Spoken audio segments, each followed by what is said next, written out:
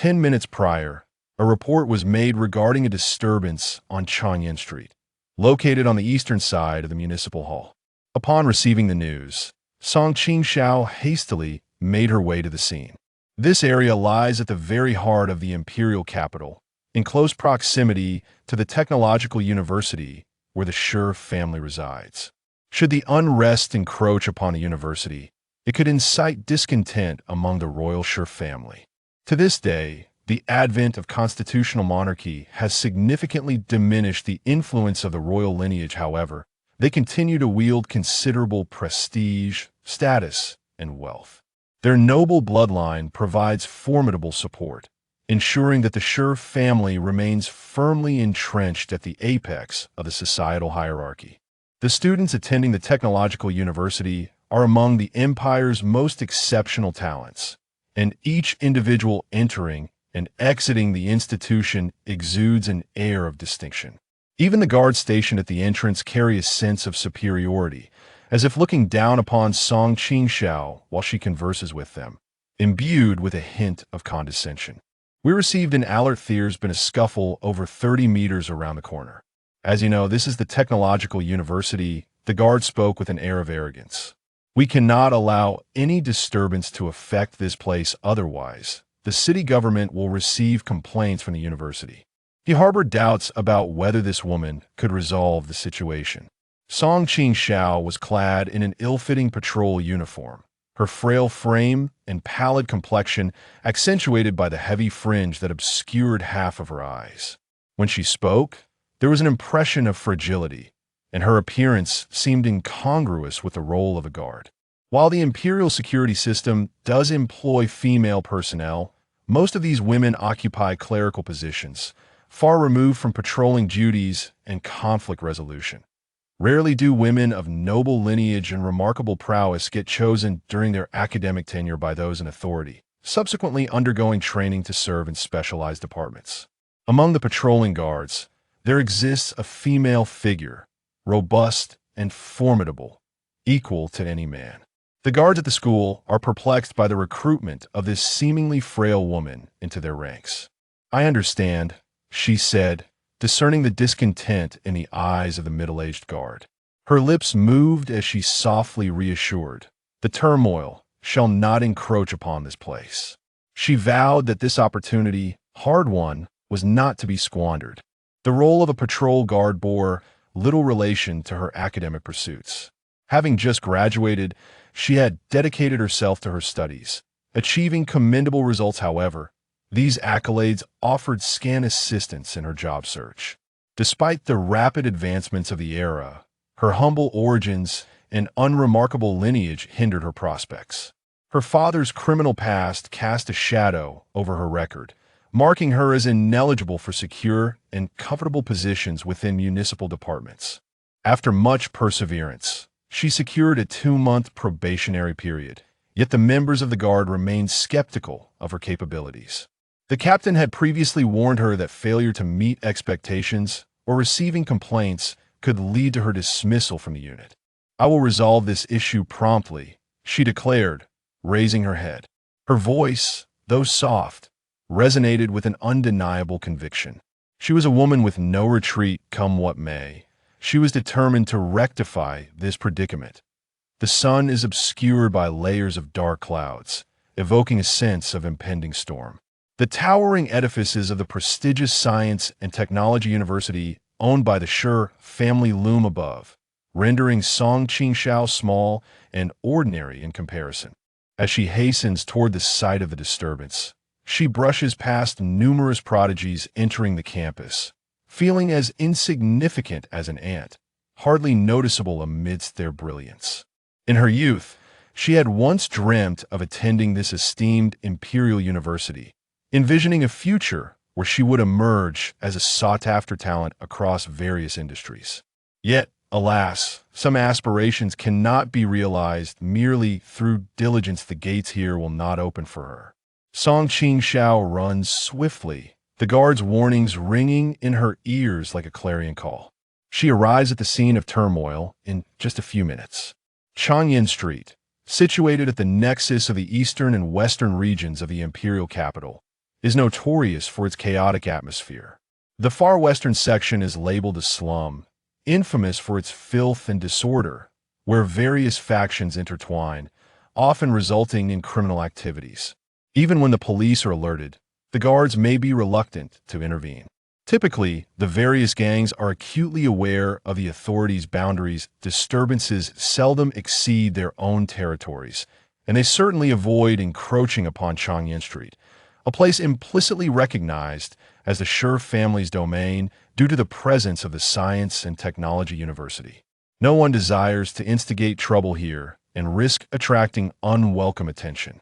However, today, a group of ruffians is gathered, appearing quite youthful and exuding an air of naivete, as if they are unaware of the world's perils. Song Qingxiao feels a heaviness in her heart had this gathering been comprised of adults wielding the Shi family's name as a weapon of intimidation. These individuals might have been cowed into a swift retreat. However, if this group of troublemakers consists of naive adolescents, it could indeed pose a significant dilemma.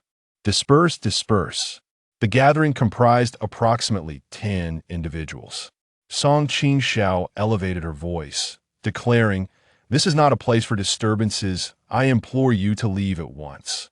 The youths were captivated by her words, instinctively turning their heads in her direction.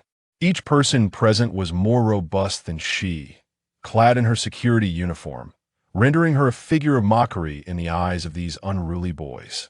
The group hesitated momentarily before erupting into derisive laughter. "Get lost," a fierce-looking youth warned. "Mind your own business." This is Changyan Street, adjacent to the Qingxiao Technology University. As the boys closed in, she attempted to straighten her back, akin to a rabbit that has unwittingly wandered into a thicket. Due to the commotion, several vehicles in the distance were halted.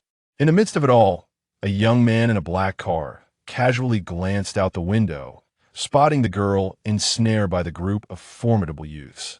In the blink of an eye, it appeared as though she might be torn to shreds. If unforeseen circumstances did not intervene, a violent confrontation seemed inevitable. His curiosity was not particularly piqued, nor was he inclined to meddle in matters that did not concern him. He discerned Song Qingxiao's evident trepidation, yet her actions contradicted her fear. The woman seated opposite him in the vehicle noticed his gaze and followed it, observing the scene unfold, lazily stretching her arms. That girl is doomed. She was certain of this, yet the next moment, she heard the young man speak. "Yu Qi, go and resolve the trouble." A respectful reply emanated from the front of the vehicle as the door was opened. The woman seated opposite the young man furrowed her brow slightly. On her very first day at work, Song Qingxiao narrowly escaped an incident. Fortunately, the matter was resolved satisfactorily, and despite her anxiety throughout the day, she did not receive any complaints. The day passed in a state of trepidation, and it was not until the end of her shift that she was able to exhale a sigh of relief. With only 2 narrow alleys left to traverse before reaching home, the west side of the city posed a significant danger after nightfall. She quickened her pace as the distant rumble of thunder grew increasingly pronounced, heralding the imminent arrival of a torrential downpour. With a resounding clap of thunder, a flash of lightning illuminated the dark alley, and large raindrops began to plummet from the sky. Before she could raise her hand to shield her head, Song Qingxiao spotted a figure clad in a raincoat, braving the storm and approaching her through the deluge. At such an hour and in this location, encountering someone dressed in such a manner was hardly a harbinger of good fortune. Instinctively, she lowered her gaze, feeling the wind and rain lash against her. A shiver coursed through her body. The figure exuded an unsettling chill that sent shivers down her spine, mingled with a hint of a sickly sweet scent, reminiscent of blood. Song Qingxiao's entire being tensed as the stranger drew nearer, their imposing stature casting an oppressive shadow over the narrow alley, leaving her with an overwhelming sense of entrapment. The character capable of traversing this path alone at night is not to be trifled with. She endeavored to shrink her shoulders, seeking to diminish her presence. As the figure approached, nearly brushing past her, Her tightly clenched fists remained unyielding. In the next moment, she sensed the individual raising an arm, akin to being ensnared by a constrictor. She reached out, attempting to grasp that hand, yet the person wielded a dagger, thrusting it toward her throat. She felt like a defenseless grasshopper, her fingertips barely grazing the slender fingers of her assailant. The hand was drenched in rainwater, frigid to the touch, devoid of warmth. The powerful thumb pressing against the dagger revealed an unsettling protrusion. Before she could comprehend, the assailant twisted the blade, evidently intent on snuffing out her life.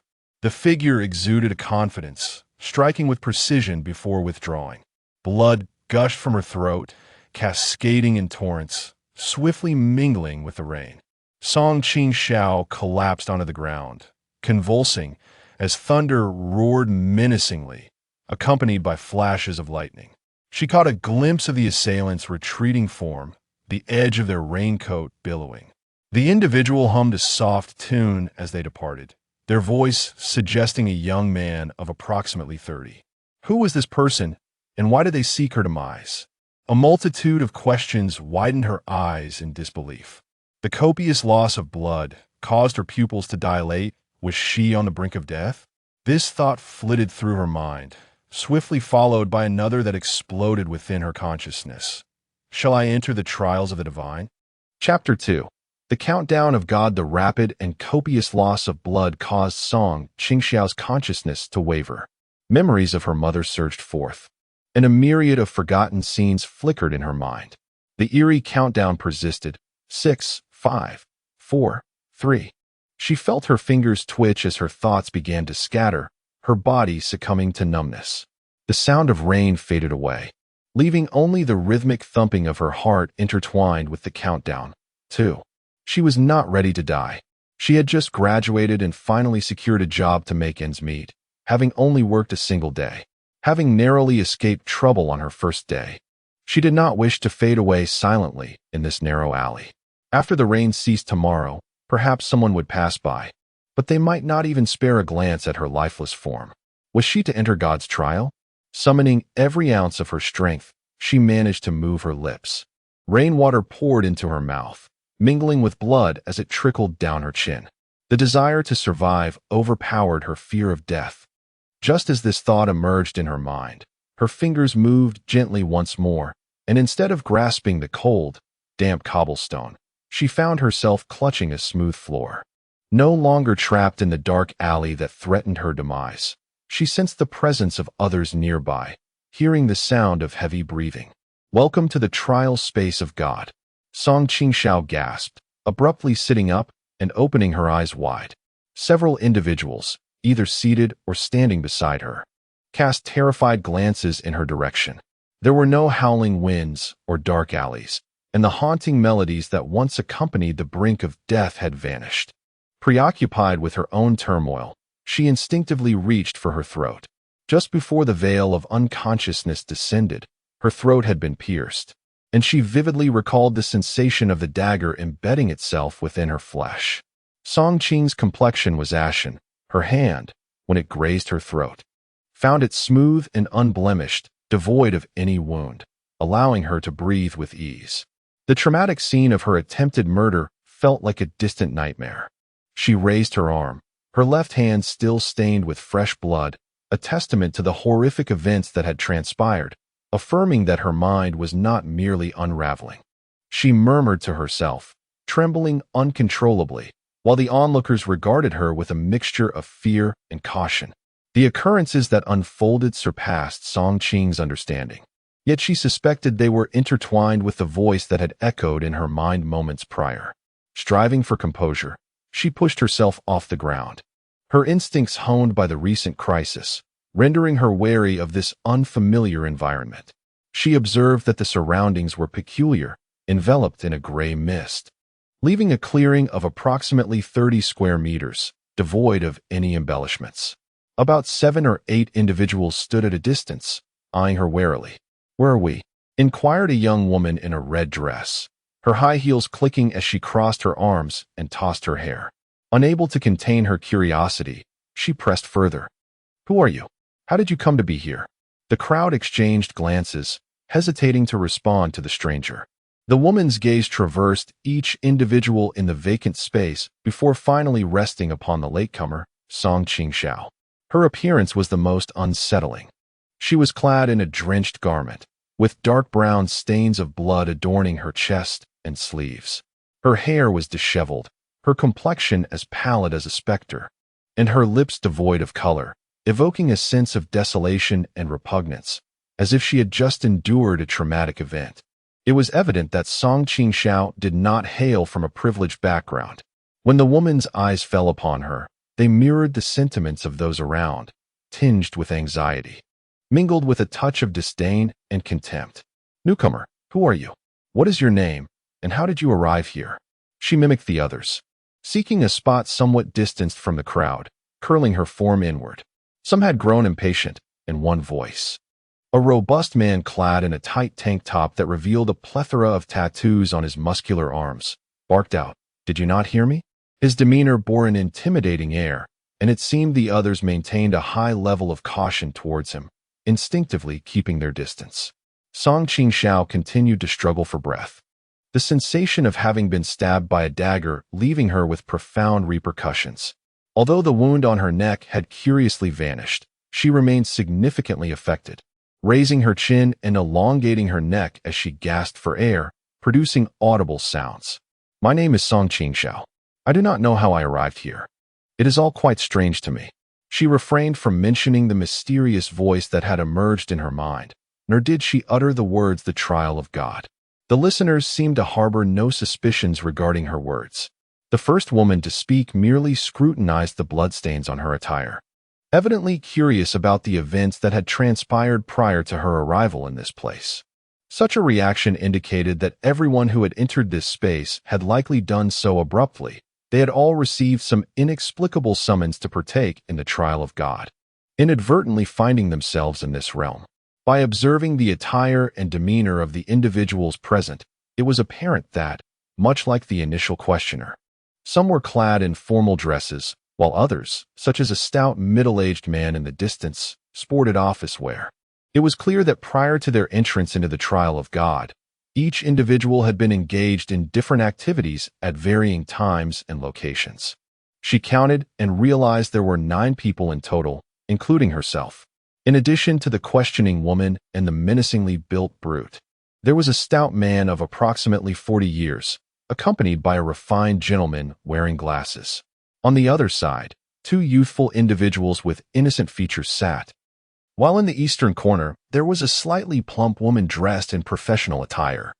And about 2 meters away from her sat a young male doctor in a white coat, arms crossed and brow furrowed. He pushed himself off the ground.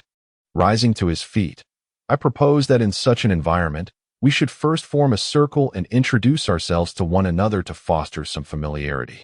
Upon his concluding remark, the fierce-looking brute let out a derisive laugh. "Who do you think you are, and why should anyone heed your words?" Chapter 3. The space. Upon hearing these words, the middle-aged gentleman's lips subtly drooped before he quickly restored his smile. "Allow me to introduce myself," he began.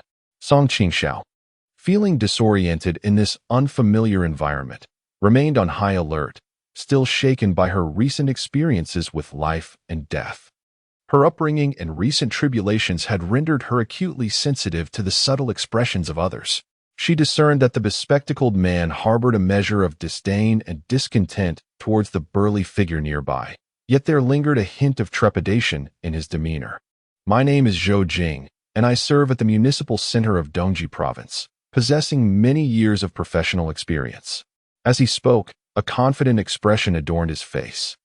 Dressed impeccably and exuding an air of refinement, he indeed embodied the image of a municipal official. Upon the conclusion of his introduction, the wary gazes directed at him began to soften.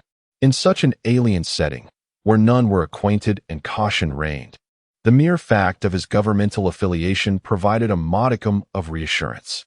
Even the imposing figure, upon hearing Zhou Jing's self-introduction, tempered his fierce countenance. Noticing that his status had quelled the crowd's apprehension, Zhou Jing's demeanor became somewhat exuberant. When he suggested that they arrange themselves in a circle, The previously resistant audience exhibited a newfound willingness to comply. Meanwhile, Song Qingxiao's body remained somewhat uncooperative, her hands trembling incessantly. Her appearance, drenched and stained with blood, had drawn considerable attention, and the group's wariness towards her was palpably evident. She laboriously shifted her body closer, and Zhou Jing spoke up. "Let us first discuss our identities and the circumstances that brought us here, sharing all that we know." He cleared his throat, adding, "After all, this place is rather peculiar.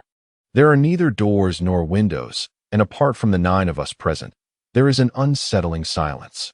As soon as Zhou Jing finished speaking, a male doctor clad in a white coat withdrew his hand from his pocket, revealing a cutting-edge smartphone. "This phone cannot make calls. There is no signal." Upon hearing this, panic spread across the faces of the others. In an era of rapid technological advancement, with network and satellite signals reaching nearly every corner of the globe, the absence of a signal was indeed a grave concern.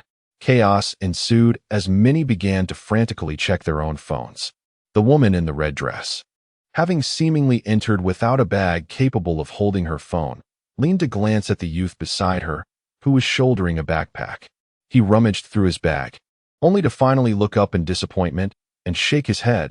"My phone has no signal either." As those with phones confirmed the lack of signal, Zhou Jing lowered his device, and his words incited a wave of panic among several present. However, Song Qingxiao sensed something amiss. Just as this thought formed in her mind, someone quickly voiced a question. "Impossible." The speaker remains the male doctor who initially mentioned the loss of signal on his mobile phone. His expression grave. "I suddenly found myself in this place during work hours. If this is indeed a man-made abduction, then no one possesses the capability to achieve such a feat." Upon hearing a rebuttal, Zhou Jing's demeanor shifted, as if his authority had been challenged, and he appeared somewhat displeased. "Nothing is impossible.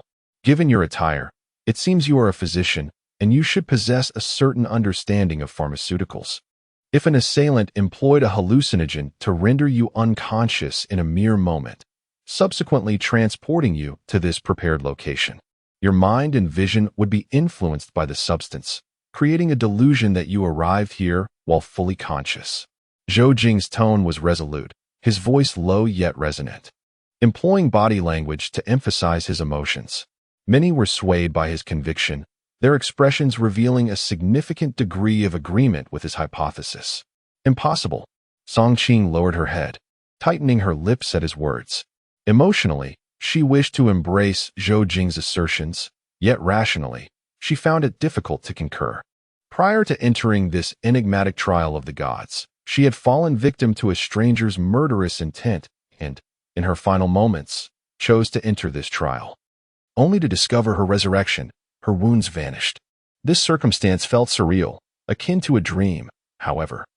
The bloodstains on her body and the grime lingering between her fingers served as undeniable evidence that her previous ordeal was no mere illusion. Moreover, based on the information she had gathered thus far, it was evident that Zhou Jing hailed from Dongji province, while she herself was from the illustrious West Street of the imperial capital. This alone was sufficient to suggest that all 9 individuals, including herself, might originate from various regions of the empire. Boldly considering the condition of her drenched hair and uniform, it became apparent that some individuals present not only came from different locations, but also experienced varying times and environments.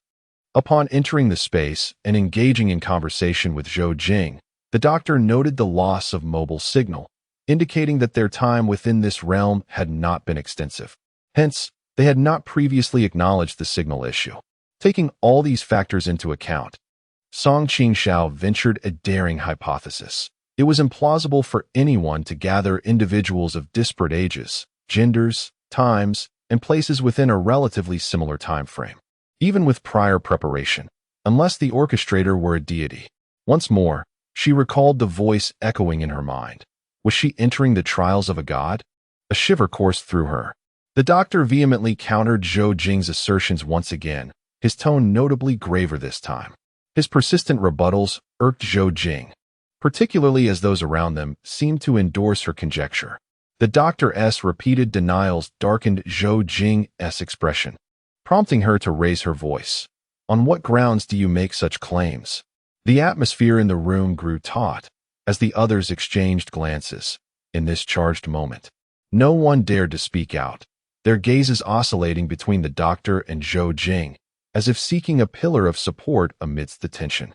Due to the susceptibility of mobile signals to human interference, I noticed that my wristwatch had also ceased to function.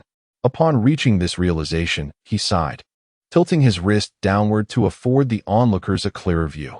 Qingxiao lifted her gaze, observing that the hands of his watch had spiraled into disarray, desperately spinning in chaos. This phenomenon was likely a consequence of magnetic field interference. I suspected we were ensnared within a mysterious realm. The doctor's words incited a wave of panic among the crowd. For reasons unbeknownst to her, upon hearing this, Qingxiao felt as if her long-held suspicions were being validated, and her previously taut body began to relax slightly. Chapter 4. The trial. The doctor's statement took Zhou Jing by surprise, prompting alarm among the onlookers as they beheld the watch on the doctor's wrist. The woman in the red dress murmured, "Could it be that what we heard earlier was not merely a figment of our imagination?" Her voice trembled, eliciting a glance from the boy with the backpack, who inquired, "Did you hear the announcement regarding the trial of the divine?" His eyes were filled with trepidation, as the notion of events transcending scientific explanation altered the expressions of those present. The doctor furrowed his brow, casting a glance at the erratically spinning watch. "It appears everyone has indeed heard the trial of the divine," he asserted with certainty. Aside from the woman in the red dress and the boy who had spoken, the others exchanged bewildered glances, yet none dared to refute the doctor's claim. Clearly, his words bore truth. Prior to entering this enigmatic space, each individual had received some mysterious auditory cue. Qingxiao hugged her knees, a foreboding sense of dread swelling within her. The events of the evening had rendered her in a state of heightened tension. Intuitively, she sensed that what was about to unfold might irrevocably alter her future. "Who was the first to enter this divine trial space tonight?" the doctor inquired, having swiftly become the linchpin for most. After raising concerns about the mobile phone's losing signal and the watch's malfunctioning due to magnetic interference, with his questioning, he effortlessly seized the conversational reins from Zhou Jing, who had been striving to assert his authority. His inquiries met with no dissent. Even the previously obstinate, burly man scratched his head, glancing around. A timid girl sitting to the left of Qingxiao raised her hand. "It should be me." Her voice was delicate and faint, appearing to be around 15 or 16, with straight black hair cascading down her youthful face, which bore traces of innocence and teetered on the brink of tears.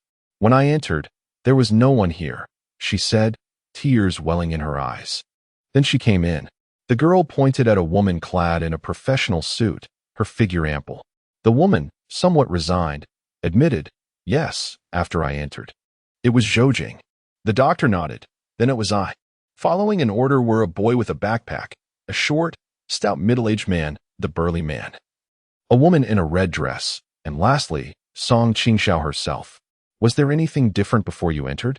The doctor's question directed everyone's gaze towards the girl, who felt overwhelmed under the scrutiny, nearly bursting into tears, her nose reddening and her eyelids fluttering. "No, it was the same as now, just no one. Surrounded by dense fog." She entered and called out for a considerable time without discovering anyone's presence. Fear gnawed at her as she found a central spot to sit, waiting for others to gradually arrive.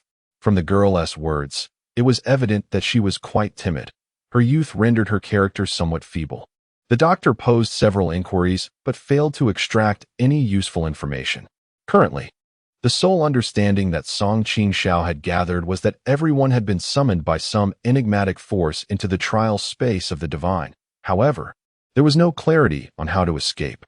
She speculated that, given this place was termed the trial space of the divine, it was reasonable to assume that they would soon undergo a series of trials. Her eyelids twitched incessantly, having arrived last. Her situation was the most precarious. Faced with an unfamiliar environment and an impending unknown, Those who had arrived earlier surely possessed some concealed knowledge. The direst aspect was that she had come during a perilous time and had brought nothing with her. The uncertainty of when they might leave, coupled with the absence of food and water, posed a significant predicament. With the current situation shrouded in ambiguity, remaining idle was not a viable solution. She placed her hands in her pockets and suggested, "I propose we each venture forth to explore this place and swiftly seek an exit." However, the unfamiliarity of their surroundings, compounded by the thick fog and peculiar means of arrival, necessitated caution. The doctor recommended forming groups of 2 to 3 individuals to investigate in 4 distinct directions, hoping to uncover what lay hidden beyond the mist and to ascertain a possible route to escape this mysterious realm. Zhou Jing felt a twinge of displeasure upon hearing these words, likely due to the fact that the doctor's utterance had usurped his previously held authority, which fostered a lingering resentment within him. He furrowed his brow in opposition, stating, "Explore the surroundings? None can ascertain the dangers lurking here. Since we all entered based on the auditory cues, it would be prudent to wait and see if that enigmatic voice makes another appearance, wouldn't it?" The group's sentiments divided into 2 factions. One faction, represented by the brawny man, leaned towards adhering to the doctor's directives, while the other, including the woman in the red dress, preferred to heed Zhou Jing's counsel and remain stationary, awaiting further instructions. The woman in the red dress flicked her hair and her gaze flickered. "In that case, perhaps those willing to venture out should do so, while we wait here for news." As soon as she spoke, a curvaceous woman let out a derisive laugh, her eyes betraying scorn. Before she could voice her thoughts, the doctor interjected. His words have served as a reminder to everyone. Despite Zhou Jing's stubbornness, he dared not voice his dissent any further. Though the group felt an overwhelming trepidation towards this unfamiliar space, they found themselves with no better alternatives. Thus they complied with the doctor's arrangements. Among the 5 men present, the brawny man's robust physique evidently conferred a considerable advantage in this strange environment, prompting many to express a desire to ally with him during the formation of teams. Following him was the doctor, whose logical acumen and meticulous nature were appreciated. Zhou Jing, who worked at the municipal center, came next in line. In contrast, the short, stout middle-aged man and the youth carrying a backpack were overlooked by several women in their selection due to their appearances and ages. After much deliberation, the doctor and the corpulent woman clad in professional attire formed one team, while the burly man and the woman in the red dress constituted another.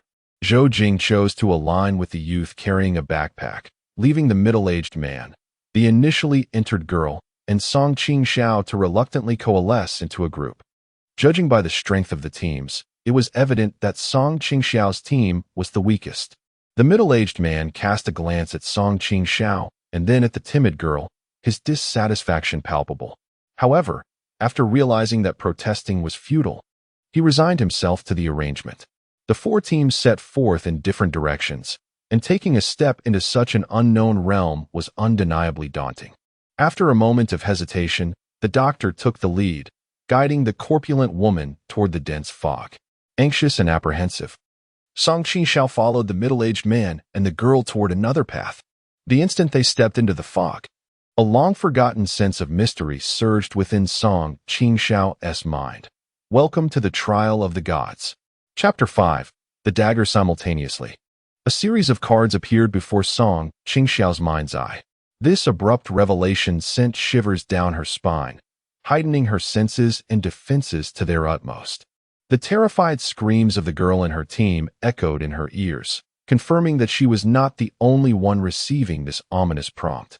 "Stop screaming," the short, stout middle-aged man bellowed. In such a place, one could only dread the unknown dangers lurking within. The surroundings fell into an eerie silence, and the girl's screams, in this context, were haunting and spine-chilling.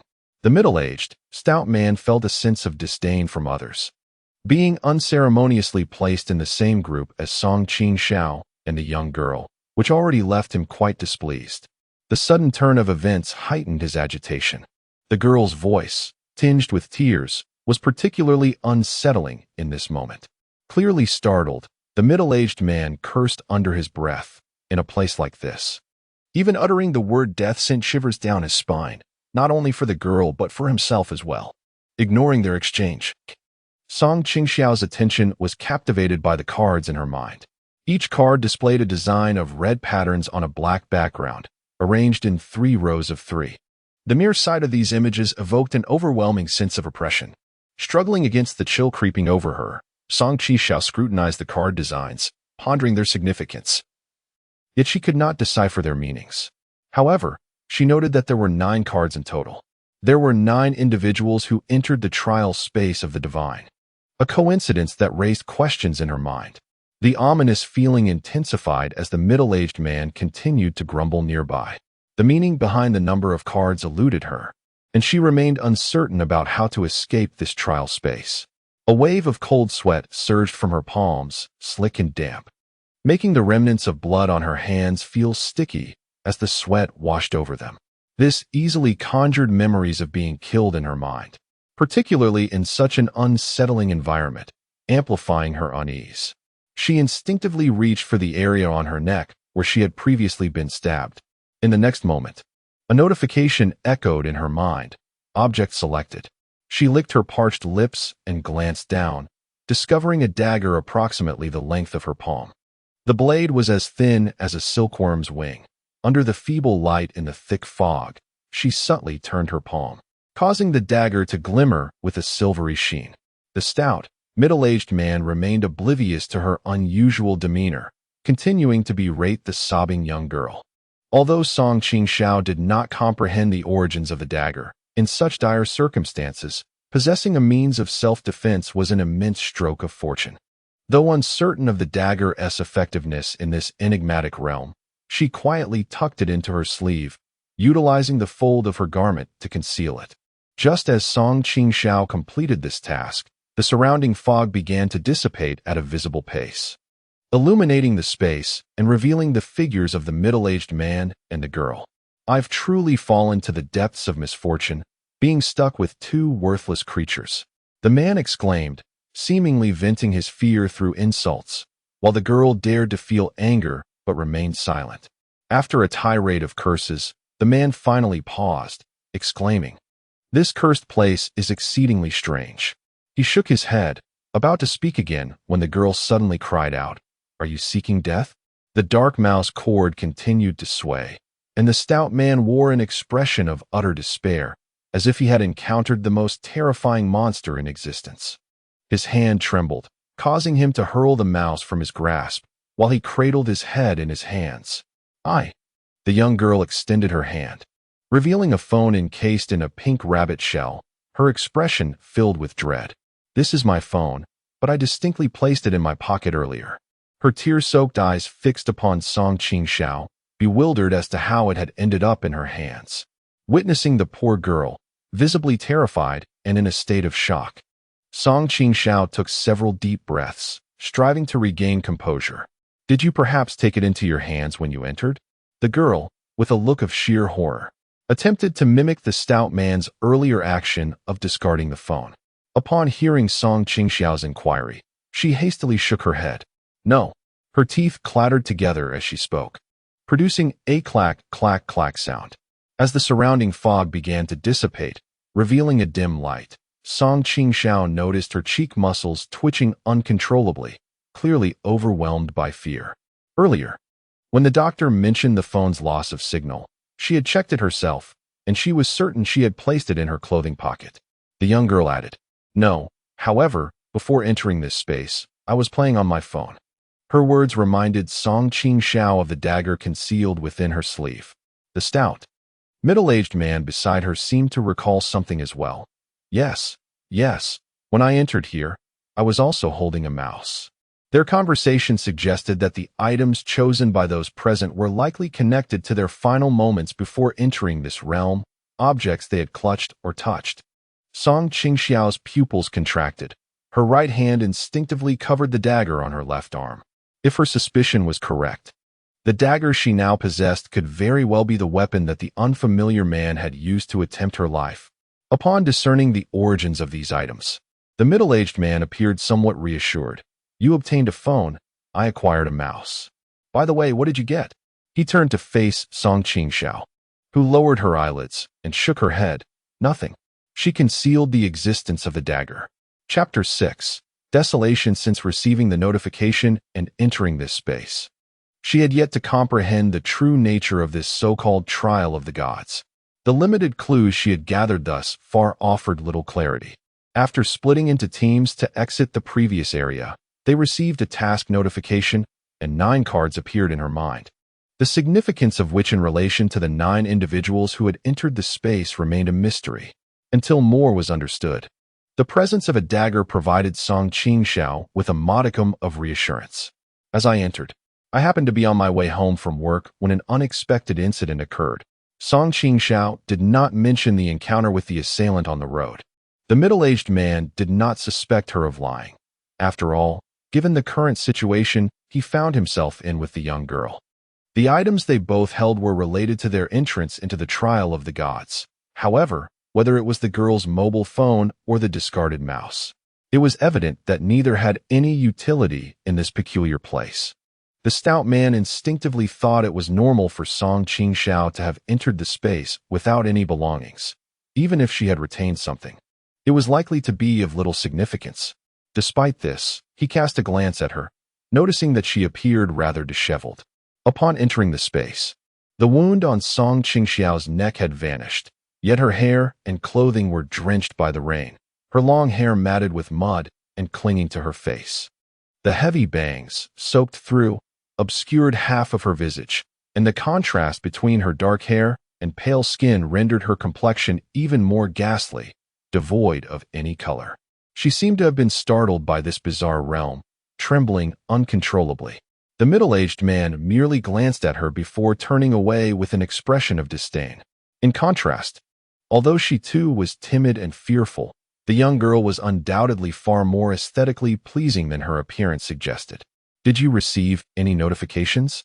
As the surrounding fog dissipated significantly, granting at least a modicum of visibility to the naked eye, the middle-aged man felt a wave of calm wash over him, temporarily alleviating his sense of danger.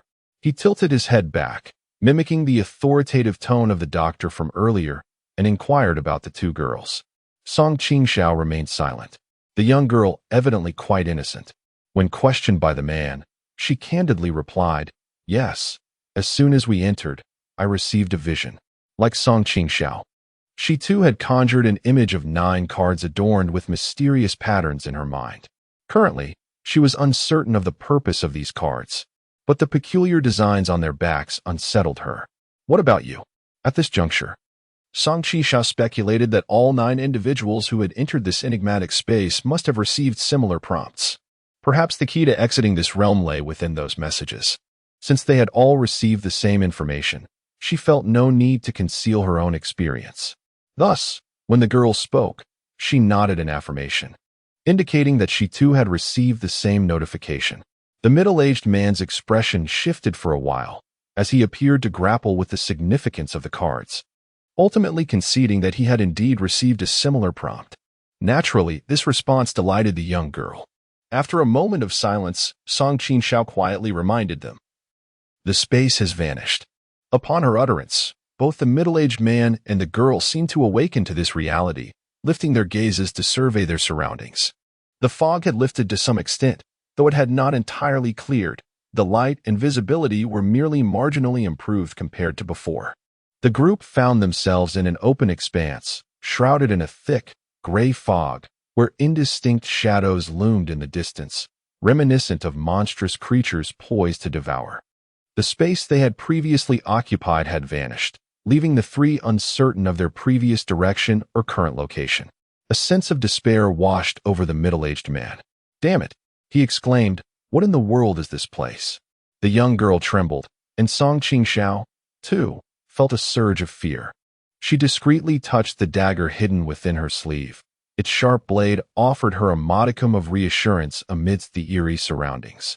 Gritting her teeth, she mustered her courage and cautiously surveyed her surroundings, striving to identify a landmark to avoid losing her way in this disorienting locale. Among the 4 teams formed by the 9 individuals who entered this space, Song Qingxiao's team was the weakest. The girl, timid and fragile, was far too young to provide any real assistance in such dire circumstances. It was a considerable feat that she didn't become a liability. The middle-aged man, appearing older and presumably more experienced, bore a lecherous gaze. His earlier irritation, nearly leading to violence at the sound of the girl's startled cry, cast doubt on his reliability. Despite her own timid nature, Song Qingxiao felt compelled to rely solely on herself in this unsettling environment. "We must find a place to ascertain our direction," she declared, taking a deep breath. "To escape this place, we must first regroup with the others and then seek an exit." At this point, no better alternatives remain. The middle-aged man and the young girl both expressed their agreement with Song Qingxiao's words.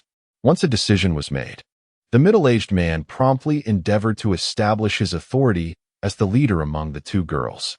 He gestured to the young girl, saying, "This place is fraught with uncertainty. It is prudent not to separate. I shall hold your hand." He stood tall, issuing commands, but upon observing Song Qingxiao's disheveled appearance, a look of disdain flickered in his eyes as he instructed the girl, "You hold on to her." Clearly, he had forgotten Song Qingxiao's name, yet she remained indifferent to this. She had grown accustomed to the sensation of being overlooked. Moreover, she sensed that in such a mysterious environment, surrounded by strangers, a diminished presence might, in fact, serve her better. The young girl obediently grasped the middle-aged man's hand, firmly clutching Song Qingxiao's, seemingly frightened. Even though Song Qingxiao's hand was not entirely clean, the girl held on tightly, showing no signs of releasing her grip. One could infer that the girl came from a well-off family, as her parents seemed quite protective of her. Her palm was soft and delicate, a clear indication that she had never engaged in household chores, resulting in such a gentle texture. "Do you still need your mouse?" As the group prepared to depart, Song Qingxiao cast a glance at the mouse abandoned on the ground and spoke softly. With so few resources at her disposal, she was uncertain of what lay ahead. Having something in her hands, even if its utility was limited, could provide her with a semblance of security. Though the middle-aged man expressed disdain for the mouse, upon discerning Song Qingxiao's intention, he felt an unspoken desire for it, yet was reluctant to let her take advantage of him. When she posed her query, he naturally replied, "Of course," while bending down to retrieve it. The three of them joined hands and chose a direction to move in, walking for approximately 10 minutes without encountering any signs of life. The ground was overrun with thick weeds, and as they proceeded further, the foliage became denser, soon encasing their ankles. "Is anyone there? Is anyone there, Doctor?" Zhou Jing. Time seemed to stretch indefinitely as the middle-aged man's phone and watch ceased to function in this desolate place, leading to a growing impatience. They drew closer to the immense shadow they had previously spotted, causing beads of cold sweat to form on their palms and backs. "Is anyone there? Is anyone there, Zhou Jing?" Song Qingxiao moistened her parched lips and flexed her arm, feeling the reassuring presence of the dagger. Her heartbeat, which had momentarily slowed, resumed its frantic pace. This situation had become troublesome. Their distances from one another indicated that in the event of danger, mutual aid for rescue might not be feasible. Song Qingxiao keenly observed the increasing agitation of the middle-aged man. Her upbringing and the harrowing experience of nearly losing her life at the hands of a stranger made her acutely aware of potential threats. She needed to be cautious of this man. The 9 cards in her mind remained unchanged for the moment, leaving her uncertain whether this was a positive sign. Uncertain of how long they had wandered, the middle-aged man could no longer contain himself. He forcefully extended his leg to kick the thicket ahead, preparing to curse vociferously. However, as his foot descended, it met only empty air. Caught off guard, he stumbled and fell, inadvertently dragging down the young girl he had clutched, along with Song Qingxiao, who was tightly grasping the girl's hand. Chapter 7. Desolation. The young girl screamed piercingly, her voice resonating with a haunting quality in the eerie stillness of their surroundings. "If you scream again, I swear I'll kill you." The girl's cries abruptly ceased, and in the ensuing silence, a peculiar tranquility enveloped the area. As if beyond the three of them lay a forsaken city. The middle-aged man, teetering on the brink of despair, felt all his pent-up fears, anxieties, and exhaustion surge forth as he resorted to violence. His eyes blazed with fury, and his expression twisted grotesquely. One slap had failed to satiate his rage, so he drew back his fist and swung it toward the girl's head. The girl, momentarily stunned by the blow, instinctively released her grip on Qingxiao to shield herself, emitting a pitiful whimper. The earlier strike had already left a gash at the corner of her mouth, blood seeping from the wound. Now, with the middle-aged man's fist crashing into her head, her complexion paled in shock. At this rate, someone might lose their life, and Qingxiao instinctively moved to intervene. Having grown up in the violence-prone western district of the capital, a place notorious for its slums and chaotic streets, she was all too familiar with the palpable fear that accompanied such brutal encounters. She comprehended the young girl's terror in such an environment. Even the slightest rustle could instill profound dread. She, too, stifled her own fear, apprehensive that it might attract peril. The young girl's character was naturally timid and frail, and after being knocked down by the middle-aged man and startled into a scream, she had already received a slap. In a moment of irrationality, the man could easily inflict serious harm upon her. The trio had traversed a considerable distance together, and should the girl suffer any further misfortune, it would be a daunting task for the remaining two to assist her while seeking out the other 6 members of their team, let alone finding a way to escape this perilous realm. However, the most pressing concern for Qing was not merely her compassion for the girl, but the fear that should the middle-aged man cause her any harm, the equilibrium of their small group would be irrevocably disrupted. With only 2 members left, she and the man would be alone together, undeniably heightening her sense of vulnerability. The middle-aged man, with a history of violence, could very well resort to aggression again during their search for an escape, placing her in an exceedingly precarious situation. Contemplating these dire circumstances, Qing gripped the dagger concealed beneath her arm, prepared for any sudden attack from the man. With a surge of strength, she pressed her shoulder against him and pleaded, "Please, do not strike her." As she uttered these words, her voice was somewhat hoarse, and only she could perceive the frantic rush of blood coursing through her veins, her heart pounding tumultuously. Perhaps it was the middle-aged man's stocky and unrefined demeanor or the palpable dread he had accumulated throughout their arduous journey, compounded by fatigue and hunger. When Qingxiao collided with him, he relinquished his grip on the young girl and collapsed to the ground. Fueled by rage, he attempted to rise again to strike. However, Qingxiao, in a moment of decisive action, endured the numbing ache in her shoulder from the collision and summoned all her strength to drag the incapacitated girl away from the man, striving to create distance between them. With a commanding tone, she inquired, "Do you wish to harm her?" Her timely intervention caused a momentary hesitation in the man's aggressive posture. The girl trembled uncontrollably, her body shaking like a leaf, while angry red fingerprints swiftly manifested on her cheeks. Overwhelmed by fear of the middle-aged man and possessing an inherently timid nature, she was rendered mute, unable even to sob loudly, instinctively curling her legs and retreating behind Qingxiao. The 3 of them were at a loss for how to escape this dire situation, as finding an exit together proved to be a formidable challenge. Carefully choosing her words to avoid further inciting the man, Qingxiao grasped her own arm, pressing down on the hilt of her concealed knife through her clothing. "If anything were to happen to someone, it would diminish our strength, which would be detrimental to us all." Though not one to speak excessively, her words struck a chord, softening the man's countenance and evidently restoring some of his composure. Qingxiao exhaled softly, feeling a slight relief, and continued, "We have yet to locate Zhou Jing and the others. Should we regroup and manage to find an exit, injuring someone would only complicate matters further." Her mention of this matter not only instilled a glimmer of hope in the middle-aged man, but also sought to subdue him, prompting a degree of restraint in his behavior. These words had a remarkably soothing effect. The middle-aged man stifled his anger, brushed off the grass clippings from his clothing, and with a cold grunt, stood up. He was the first to slip, and due to his corpulence, his fall was more severe than that of the 2 girls. As he rose, He emitted a sharp intake of breath, his right leg somewhat uncooperative, causing him to limp and move with greater difficulty than before. Once he regained his composure, Song Qing surveyed the area. It was lower than where the others had fallen, and from the solid ground beneath his feet, it appeared to be a staircase. However, time had rendered it overgrown with weeds, obscuring its presence, and the dim surroundings had led to their momentary lapse in judgment, resulting in their fall.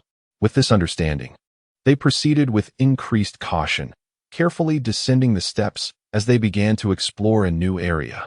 After an indeterminate amount of time, the black shadow that had been concealed in the thick fog finally came into view. It resembled a factory-like structure. The three of them initially sighed in relief, but then felt a wave of tension wash over them. In this unfamiliar place, the appearance of an alien edifice raised concerns about potential dangers. They grasped each other's hands as they entered, finding the interior darker than the outside. It appeared to be an abandoned factory, astonishingly spacious, containing little more than a dozen large vats, each covered with heavy lids. Unsure of what lay within, and feeling both weary and famished, they dared not to hastily lift the lids. After deliberation, they resolved to search the surrounding area before making any further decisions. The structures were visible, perhaps hinting at additional exits. Once an escape was found from this wretched place, liberation would be at hand. The middle-aged man seemed to regain some strength, and the trio thoroughly scoured the factory. Song Qingxiao silently etched the layout of her path into her memory. They wandered for an indeterminate duration, their energy waning, exhaustion evident on their faces. The initial excitement and hope in the man's eyes gradually dissipated, replaced by an increasingly grim countenance. He spoke little, his demeanor growing ever more perilous. Eventually, the sounds of their growling stomachs signaled their inability to continue, prompting them to find a place to rest. "Do you have any food?" The middle-aged man extended his hand towards Song Qingxiao. She sensed something amiss about him. The girl clung to her hand tightly, while her other hand grasped the man's arm. Ever since the incident where the man struck her, the girl had been wary, treating Song Qingxiao as a lifeline, gripping her with relentless urgency. This left Song Qingxiao unable to maintain her hold on her dagger, inducing a growing sense of unease. "No," she replied, releasing the grip on the man's arm under the pretense of rubbing her own, while her hand remained firmly on the handle of the dagger. The middle-aged man noticed her actions, which she repeated several times, igniting his suspicion during this sensitive moment. With a darkened gaze, he inquired, "Why do you keep touching your arm?" His vigilance had been aroused. Song Qingxiao managed a smile, feigning calmness. "I injured my arm when I fell earlier. It scraped and bled." Upon her utterance, the middle-aged man relinquished his suspicions. Having suffered injuries himself after the three individuals tumbled down the stairs, he still felt a lingering pain in his right leg. His gaze shifted from Song Qingxiao to the girl, who was attempting to distance herself from him, his eyes growing more menacing and imbued with a hint of hostility. "Do you have any food?" he inquired. The moment he spoke, the girl trembled, and as his words lingered in the air, she hurriedly shook her head in denial. "No," fearing the man would doubt her. She opened her pocket and even unfastened her coat to demonstrate her honesty. Song Qingxiao, distracted by the cards lingering in her mind, felt a rising alarm as the girl's action struck her as exceedingly perilous in such a context. Regrettably, the girl was too young to comprehend the gravity of her situation. The man's demeanor shifted, his breath changing as well, prompting Song Qingxiao to shake off the girl's frantic grip on her hand and, in a hushed tone, admonish her, "Everyone can see that you have no food." As she spoke, she pushed the girl slightly, using the excuse to pull her clothing closer together. The middle-aged man curled the corner of his mouth in a smirk. "Number one, come here." He beckoned to the girl, moistening his lips. Chapter 8. The Game. Beyond the girl's innocence. Both the middle-aged man and Song Qingxiao had already begun to harbor suspicions towards one another. The middle-aged man had previously resorted to violence, and he worried that should he find a way to escape the confined space, the young girl might seek retribution. Consequently, no one had the inclination to reveal their identities, referring to one another by the order in which they had entered the space. The girl was designated as number 1, while Song Qingxiao, the last to arrive, was number 9. Upon being called out by the middle-aged man, the girl, despite her usual dullness, sensed something amiss. Having just been struck by him, the memory of his menacing expression loomed large in her mind, instilling a profound fear within her. As he summoned her, she instinctively recoiled, retreating behind Song Qingxiao, stifling her cries with muffled sobs. "I said, come here," the middle-aged man barked, and when the girl remained motionless, his countenance darkened. He propped himself up, threatening to rise, which only intensified the girl's terror. She grasped Song Qingxiao's arm tightly, as if clinging to a lifeline. Song Qingxiao felt herself sinking deeper in this dire moment. Devoid of water and food, unable to contact others, and unable to find a way out, the mounting despair threatened to erode their sanity.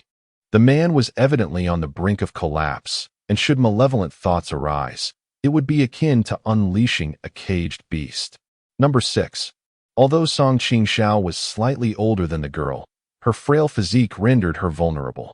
Even though the middle-aged man was not particularly strong, the inherent physical disparity between genders meant that should a conflict arise, she would find herself in a perilous position. Fortunately, she still possessed a dagger as her secret weapon. As long as its existence remained undisclosed, it might just afford her a glimmer of hope in her direst moment. However, prior to that, should the middle-aged man discover the dagger, her chances would be utterly diminished. As Song Qingxiao contemplated this, she felt her breath becoming increasingly labored. Having narrowly escaped death that night, she cherished her life more than ever and endeavored to calm the middle-aged man. Yet, the words that had previously subdued him now seemed to hold little power. The prolonged absence of any allies, coupled with their inability to find an exit, as well as the lack of food and water, had rendered the middle-aged man exceedingly irritable.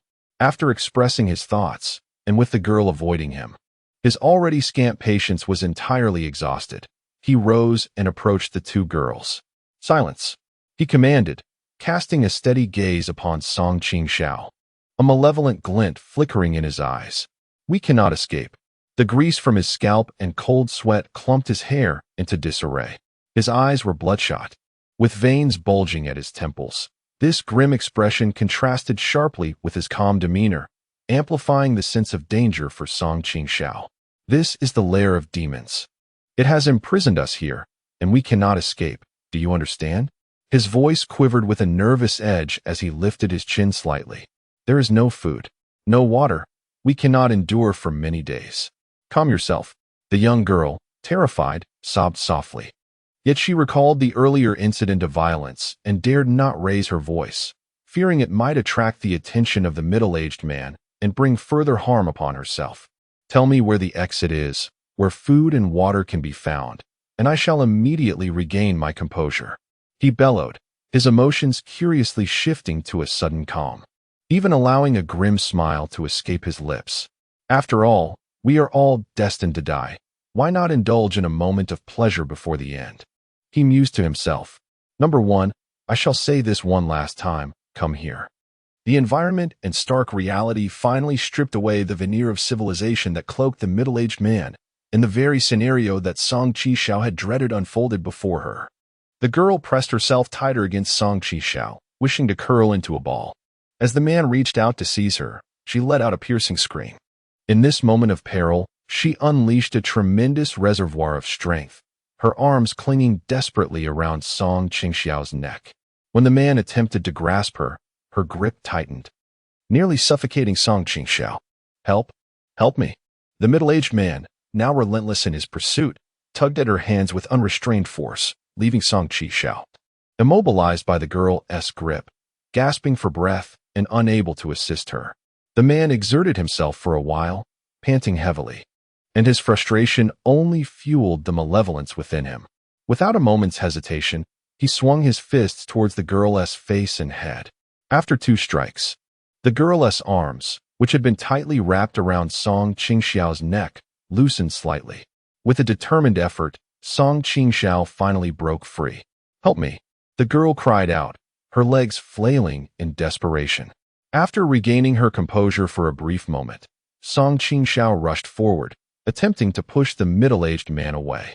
If the two women did not resist simultaneously, the situation would become far more perilous for the girl should the man succeed. The middle-aged man freed one hand and swatted Song Qingxiao aside effortlessly. This action granted the girl one of her hands back, and in a moment of fury, she clawed at the man's face with her long nails, leaving a bloody gash that ran diagonally from his left brow to his right cheek, even piercing the surface of his eye. This fierce act of defiance ignited the man's rage, prompting him to abandon his initial intentions. He retrieved the mouse he had acquired upon entering the space and, gripping it tightly, brought it down forcefully upon the girl's head while simultaneously seizing her hair. In a swift motion, he entangled the mouse's cord around her neck. Cough. Ah. The girl struggled desperately to pry at her neck and grasp his hand, but his expression was fierce. "You little wretch, how dare you strike me? I will end you." The girl's eyes gradually filled with blood, her complexion shifting from a pale blue to a ghostly white. Her legs thrashed wildly, and she emitted a dying rasp. As Song Qingxiao staggered to her feet, the girl's pupils began to dilate, signaling her impending loss of consciousness. She struggled instinctively, her legs thrashing as her heels scraped two long marks into the grass. Her complexion was ashen, her face sagging weakly to one side, and her bloodshot eyes gradually dulled.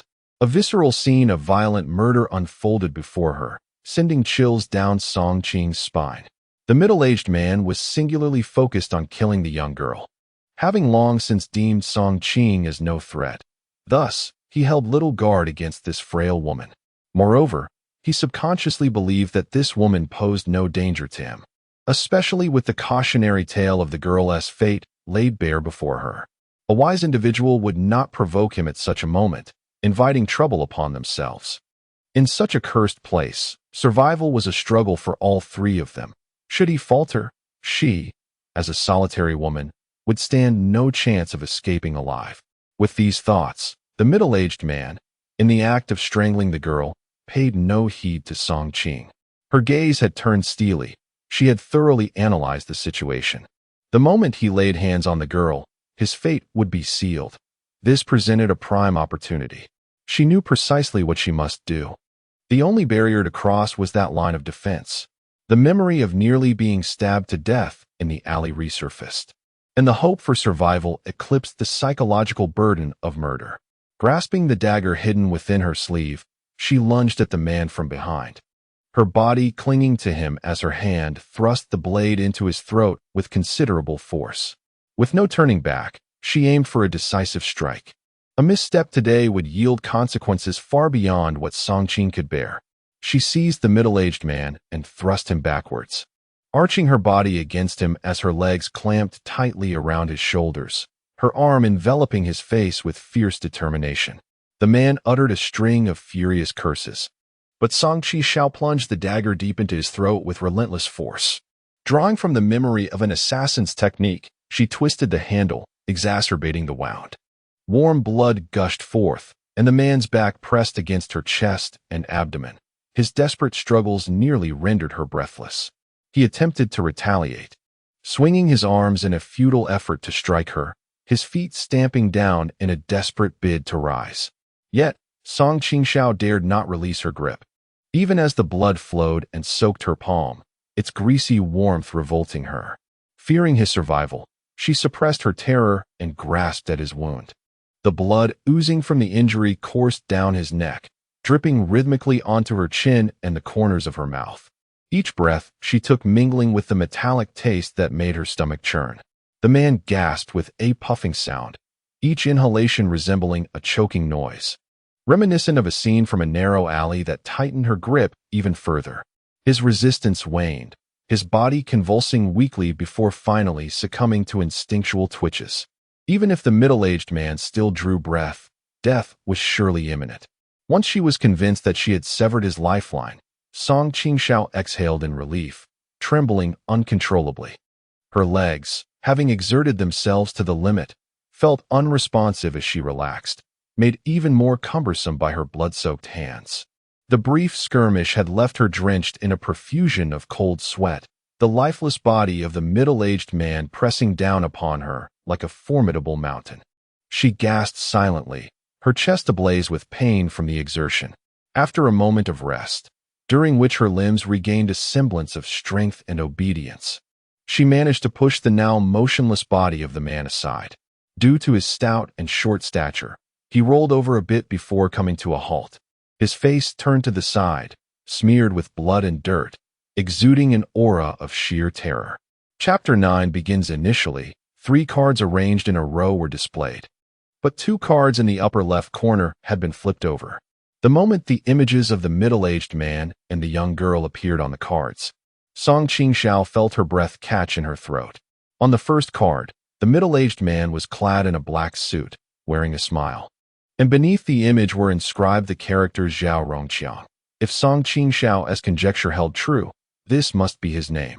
These cards had materialized only after the group had entered the dense fog, remaining inert until the deaths of individuals 1 and 6, at which point 2 cards had flipped.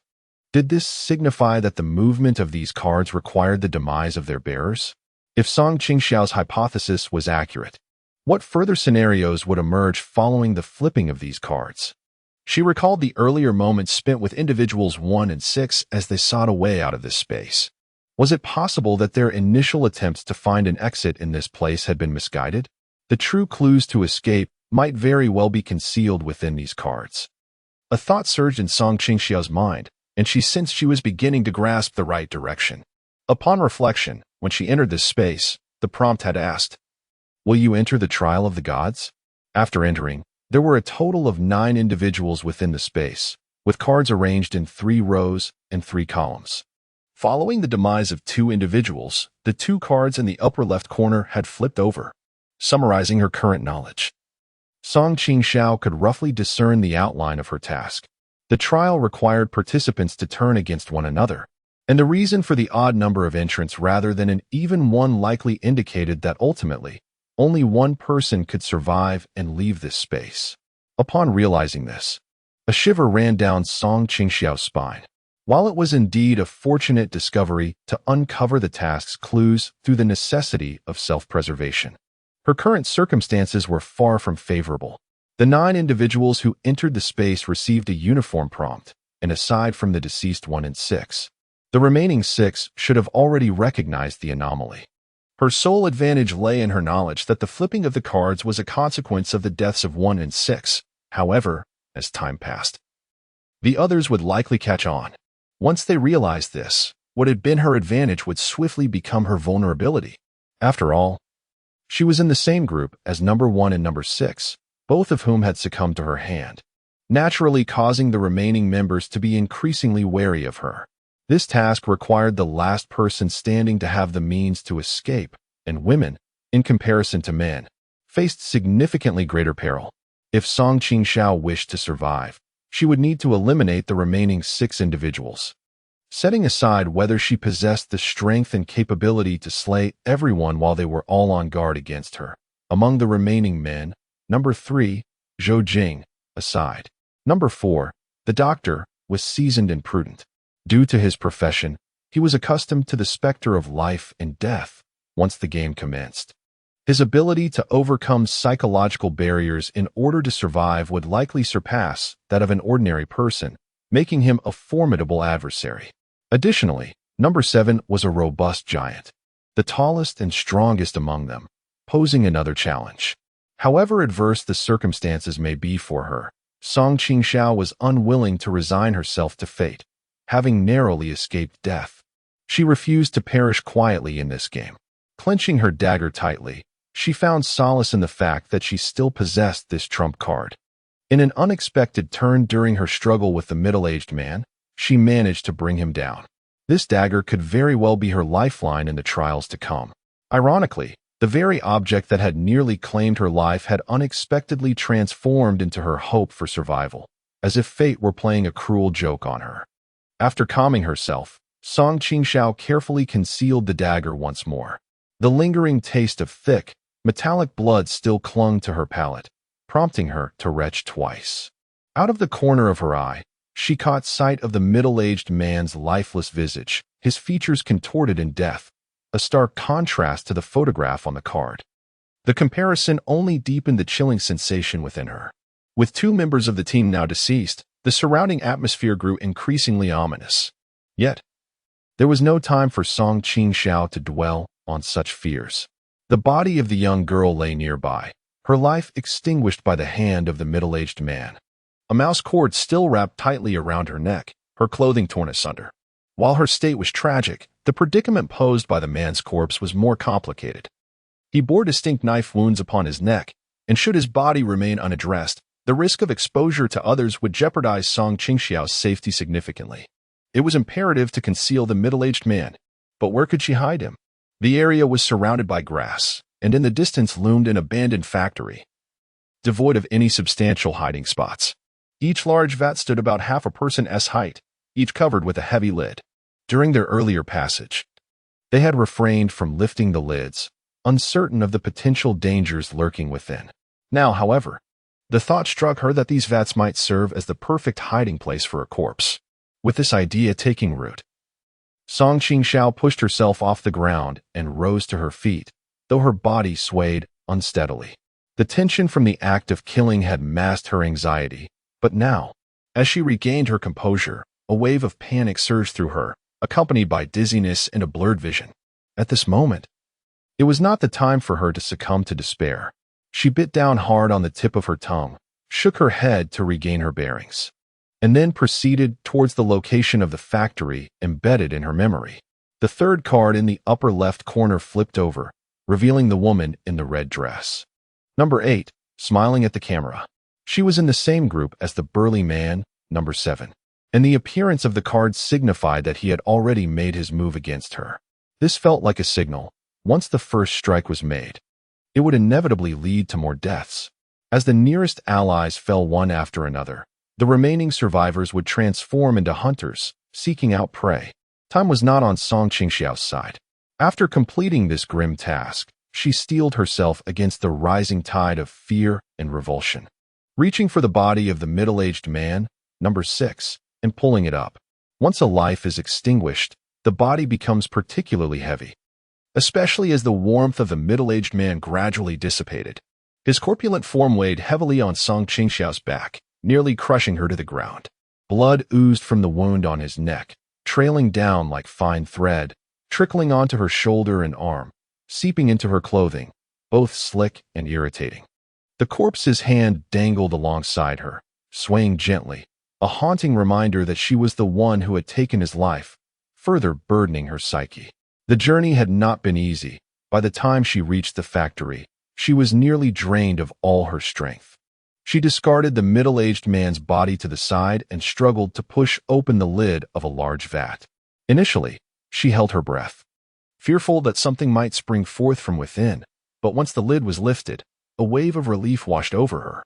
The barrel contained only a small portion of murky liquid reminiscent of tainted water, appearing exceedingly turbid under the dim light. With great exertion, Song Qing managed to push the corpulent body of the middle-aged man into the barrel, producing a resounding splash as it submerged. She promptly sealed the lid and prepared to erase the traces she had left behind on her journey. For some bloodstains, vigorous scrubbing was necessary, while others were concealed beneath layers of earth. Certain scenes could not be entirely obscured, necessitating similar cover-ups elsewhere to temporarily mislead any onlookers. However, astute observers would easily discern that this was undoubtedly the area where she had been most active. Despite this, Song Qing found herself with no alternative. Escape was not an option.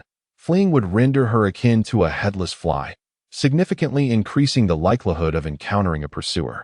If confronted head-on, particularly after exhausting her physical strength, her chances of survival, even with a dagger in hand, would remain dismally low. It was far more prudent to lie in wait, hidden among the numerous large barrels, each heavy-lidded and filled with what she had confirmed to be foul water, unless fortune favored them. Anyone attempting to locate her among these barrels would require a considerable amount of time. This duration would afford her a moment of respite, and when the lid was finally lifted, she might just seize the element of surprise. She located the barrel containing the sixth body, opted for one beside it, and slipped inside, carefully replacing the lid once more.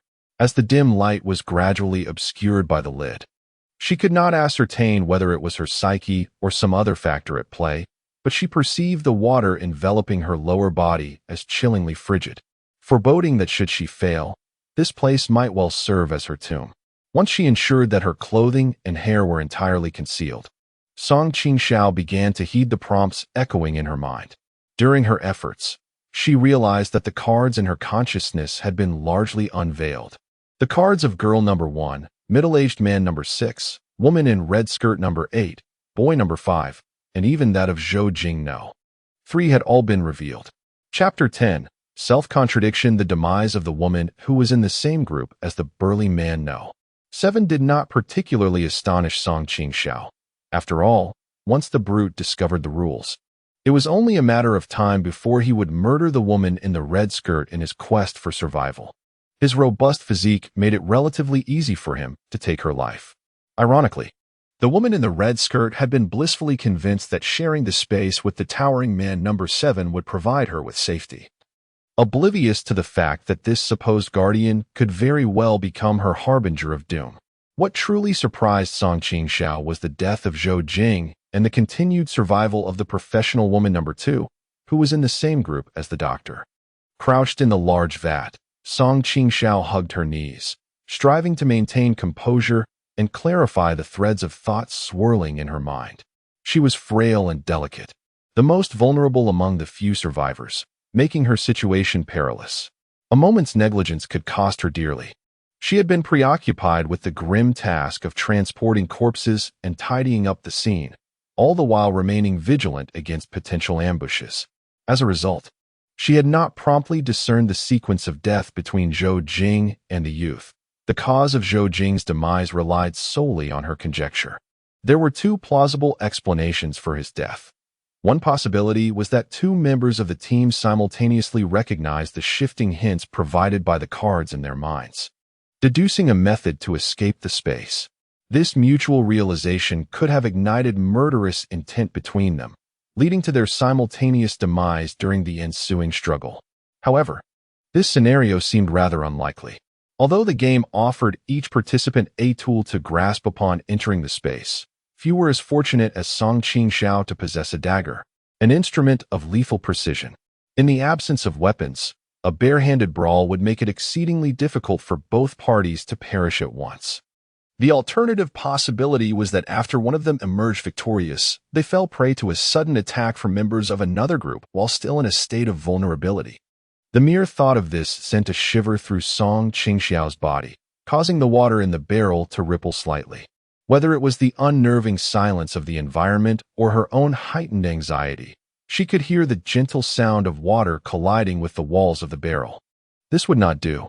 Instantly, she became more alert, tightening her embrace around her legs. Resisting the instinctual tremors of her body proved challenging. She exerted considerable effort to maintain control. Even her breathing was cautious and measured.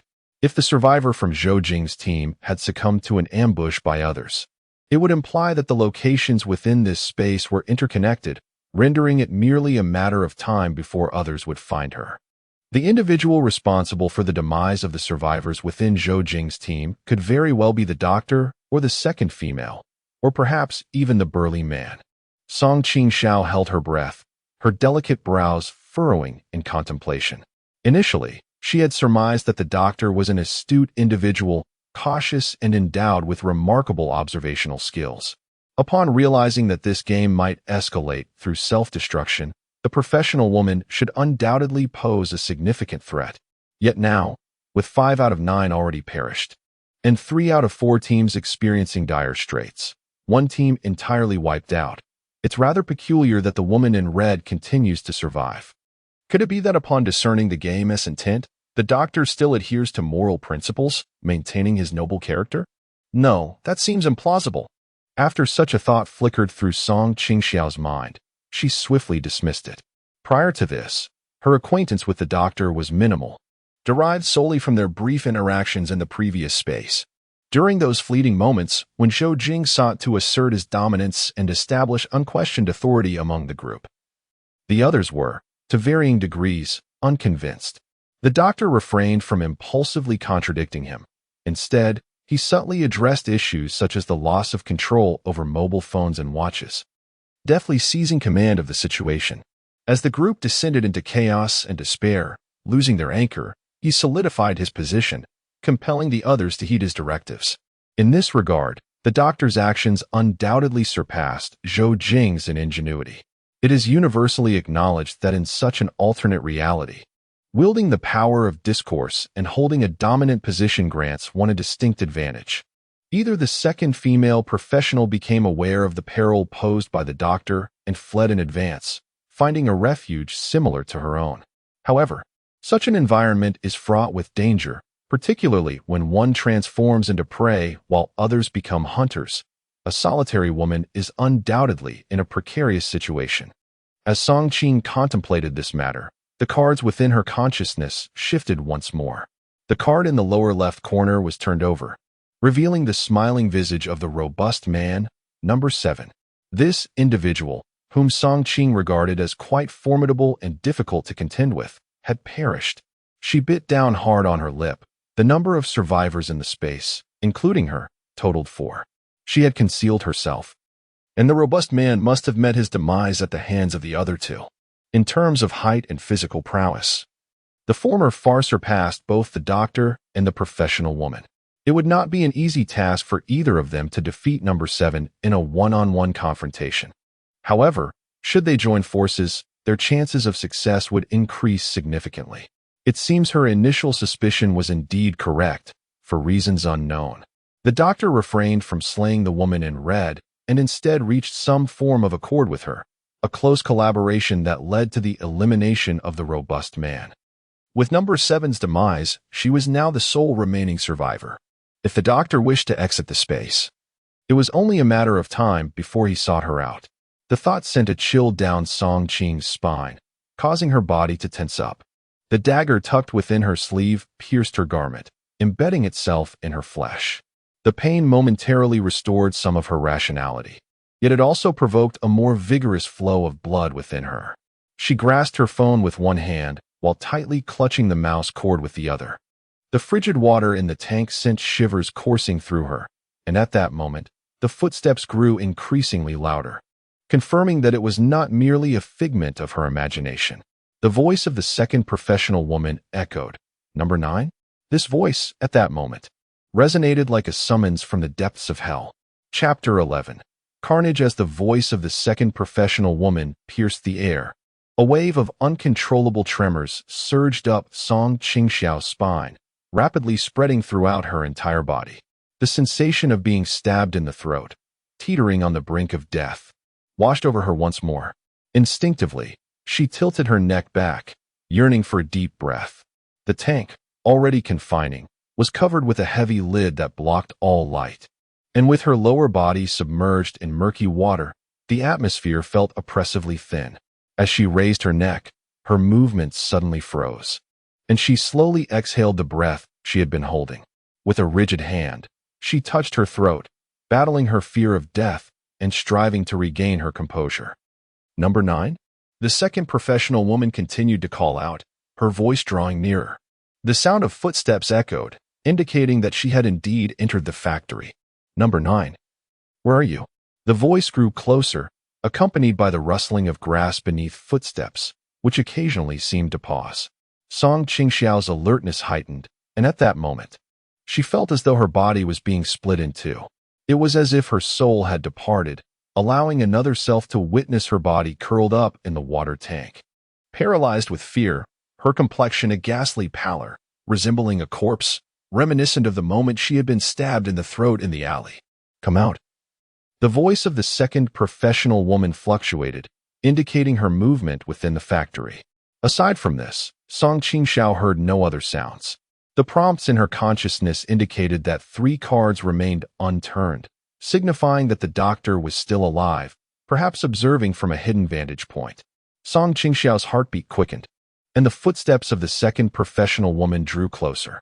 Apart from the rustling of clothes against the tank as she passed, and the sounds of grass swaying, the woman ceased her loud calls. This eerie silence only heightened the sense of dread.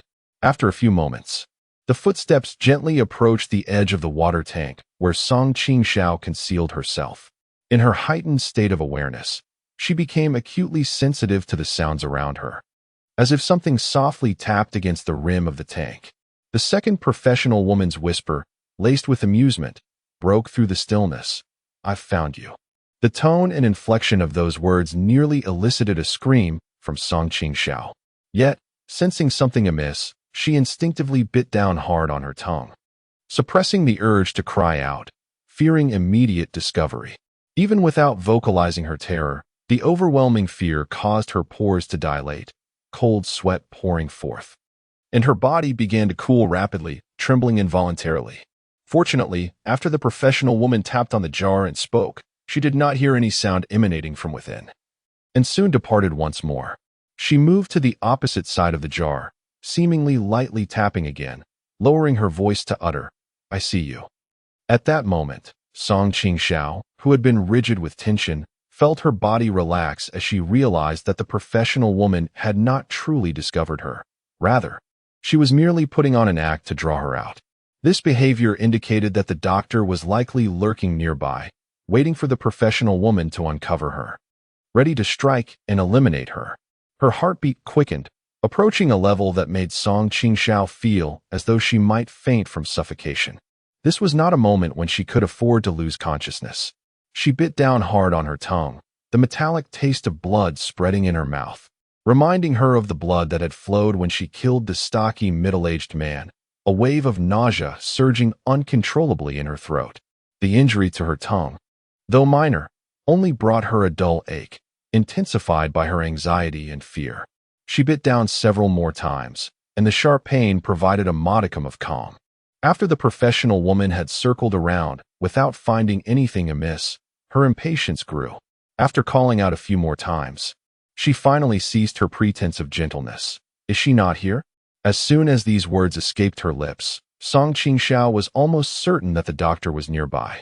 Perhaps the doctor, realizing that the professional woman had let her guard down, also withdrew, rendering his breathing inconsequential. After a long silence, he finally spoke. "Impossible." In the vastness of space, the once trustworthy man now spoke with an unnerving chill, revealing that the body of the first victim lay nearby, while the sixth was conspicuously absent. With meticulous analysis, he noted the disarray of the scene, asserting that the ninth individual, possessing remarkable intelligence, had deliberately tampered with the environment to obscure our judgment. The doctor's words penetrated the air, reaching the ears of Song Qingxiao. Strangely enough, she, born of humble lineage and lowly status, with a father who had faced misfortune and a mother plagued by alcoholism, had seldom been regarded as clever. She gently moved her fingertips, brushing against the dagger, finding a semblance of reassurance in its presence. The doctor continued, yet she overlooked a crucial detail. His words, light yet laden with implication, sent a jolt of anxiety to Song Qingxiao's throat. If my deductions are accurate, the body of the sixth victim must have been disposed of by her, dragged to this very spot. After a brief pause, the doctor elaborated, each person's weight varies, and thus the depth of their footprints differs. She carried the sixth victim, leaving deeper impressions and greater disruption in the underbrush. Song Qingxiao lifted her chin. Her lips pressed together as she breathed rapidly. The doctor seemed to take a few steps closer, approaching her concealed position. She might be hiding in this vicinity. Indeed, as the doctor had pointed out, the burden of another's weight left a heavier mark, and even if Song Qingxiao endeavored to conceal her actions, she remained incapable of deceiving the astute. A series of soft knocks echoed, as if the doctor had lightly tapped the rim of the vat with his fingers. Here, over there, or perhaps yonder. Upon hearing this, the professional woman seemed to recoil several steps, her voice tinged with caution as she inquired, "Is she within this?" The doctor pondered for a moment before responding. "It is unclear. She may have hidden away alone, or she could be with the corpse of number 6. Gathering her resolve, the professional woman pressed on. "Shall we uncover these lids?" As soon as she proposed the suggestion, the doctor hesitated briefly before responding with a smile. "Why not fetch some dry grass and ignite it beneath the cauldron?" As he spoke, He seemed to gesture with the object in his hand. The sound of clicking reminiscent of a lighter echoed, and a small boom accompanied the flicker of flames, which Song Qingxiao recognized as the perfect opportunity for the lighter left behind by number 7. In this dire circumstance, the doctor's suggestion was undeniably sinister. Song Qingxiao's body trembled, and her hand, clutching her phone, instinctively reached toward the lid of the cauldron, as if to prop it open. Yet, in the next moment, she recalled the incident where the professional woman had tapped the rim of the cauldron. Employing the same psychological tactic as the doctor, who had orchestrated the professional woman's actions while he lured Song Qingxiao out. What should she do? An internal struggle akin to a tug-of-war ensued within her. The current situation was exceedingly unfavorable. All three of them were now stained with blood, a testament to their unwavering will to survive. It appeared that the professional woman and the doctor had formed an alliance, and should she be discovered, the peril would be insurmountable. As the doctor counted 1, 2, 3, he urged the individual to reveal themselves. His gaze drifted to the large vat within the factory, and as he elongated the final count, the professional woman, who had not strayed far, interjected with a suggestion. Perhaps we should move these vats aside to investigate. The doctor acquiesced to her proposal, and their footsteps drew ever closer to the concealed location of Song Qingxiao. Among the vats previously indicated by the doctor as suspicious, they had unwittingly pinpointed her hiding place. In a state of trepidation, she acutely sensed the doctor's fingertip gliding across the vat's surface, his nail scraping against the rim, producing an unsettling sound. This sensation left Song Qingxiao feeling like a mere fish on a chopping block, utterly powerless. In the next moment, the doctor's finger withdrew from her hiding spot, and he gestured toward another vat, saying, "Lift this one." As the lid was removed, it emitted a jarring creak. Revealing the doctor's ill fortune, the professional woman expressed her disappointment. "It's empty." Of the 3 vats the doctor had selected, he initially chose one devoid of the 6th body and absent of Song Qingxiao. The remaining 2 vats posed a perilous dilemma. Should her hiding place be discovered first, she would be in grave danger. Conversely, if the vat containing the 6th body were to be uncovered first, it might allow Song Qingxiao to elude detection by both the doctor and the professional woman, thereby granting her a glimmer of hope. Fortune evidently favored Song Qingxiao. After another deliberation, the doctor and the professional woman worked in unison to lift the lid, drawing a sharp intake of breath from her as they beheld the body of number 6, discarded with its head downward and feet upward within the confines of the tank. At that moment, the professional woman's voice trembled slightly, betraying a mix of relief and anxiety upon the sight of the corpse. The tank was substantial in size, and from their vantage point, they could not discern the middle-aged man's face, only the pair of legs protruding upwards. The doctor furrowed his brow and instructed the professional woman, "Climb to the edge of the tank and take a look." He sought to ascertain how Song Qingxiao had ended the middle-aged man's life and whether she was concealed beneath the body. The professional woman, evidently obedient to the doctor, hesitated briefly before tremblingly climbing up. The middle-aged man, of short and stout build, filled the tank to its brim after being cast inside by Song Qingxiao. His head bent forward at an angle impossible for a living person to achieve. The visage, half submerged in murky water, was barely discernible. Upon catching a glimpse, the professional woman was gripped by terror. "No, number 9 is not here." With a thud, she fell back to the ground. The doctor appeared somewhat disheartened. "Truly not here? Then let us search elsewhere." As their conversation reached this point, Song Qingxiao, hidden within the tank, tightly shut her eyes, her tense body gradually relaxing. The two had seemingly forged a tacit agreement of cooperation. Their chances of survival together in such circumstances appeared considerably greater than if one were to venture alone, as evidenced by the fate of the formidable number 7 at their hands. Once these 2 individuals depart, their whereabouts will remain elusive, and this fragile alliance is destined to dissolve with the passage of time. The professional woman and the doctor have engaged in a lifelong internal strife, filled with mutual suspicion and even self-destruction. Only one remains, and for Song Qingxiao, this offers a glimmer of hope. Just as she begins to relax, her mind still in a state of emptiness, preparing to explore the cues in her thoughts. The next moment she is jolted as someone forcefully collides with the large vat in which she is contained. This vat has been positioned here for an indeterminate duration, its base already sunken into the ground. When the first impact struck, the vat merely swayed without tipping over, but soon a second forceful blow followed. Chapter 12, Entrapment. The sudden upheaval sent a shiver down Song Qingxiao's spine. She had yet to react when the loud bangs reverberated around her. After 2 or 3 more impacts, the vat finally succumbed to the relentless force and began to topple. As it tilted, the heavy lid slid downward, spilling the water within and propelled by inertia. Song Qingxiao tumbled out from her concealed space. She instinctively shielded her head with her arms, her shoulder crashing heavily against the adjacent vat. In this perilous moment, to avoid being seized and killed as she emerged, Song Qingxiao gritted her teeth against the pain and refrained from rising. Instead, she rolled on the ground twice, feeling a slight distance from the source of danger that had struck the vat. Only then did she grasp the mouse tightly, using it to support herself as she stood up. Indeed, you were hiding inside. The doctor, who had previously claimed to leave, had not actually departed. Rather, they had feigned a departure to deliberately lower Song Qingxiao's defenses, intending to force her out during her moment of relaxation. At the moment Song Qingxiao tumbled out of the tank, the doctor and the professional woman should have instinctively rushed forward to subdue her. However, as Song Qingxiao rolled on the ground, she created some distance, causing both of them to lose their opportunity, and neither advanced. The missed chance to eliminate Song Qingxiao in that critical moment brought a hint of regret to the doctor's eyes. He scrutinized her. Externally, Number 9 appeared quite disheveled.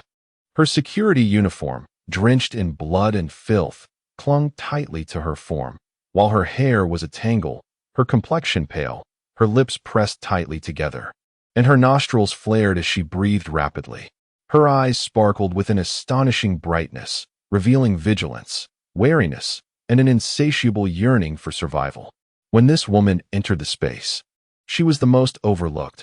Her appearance was unremarkable, her demeanor unexceptional.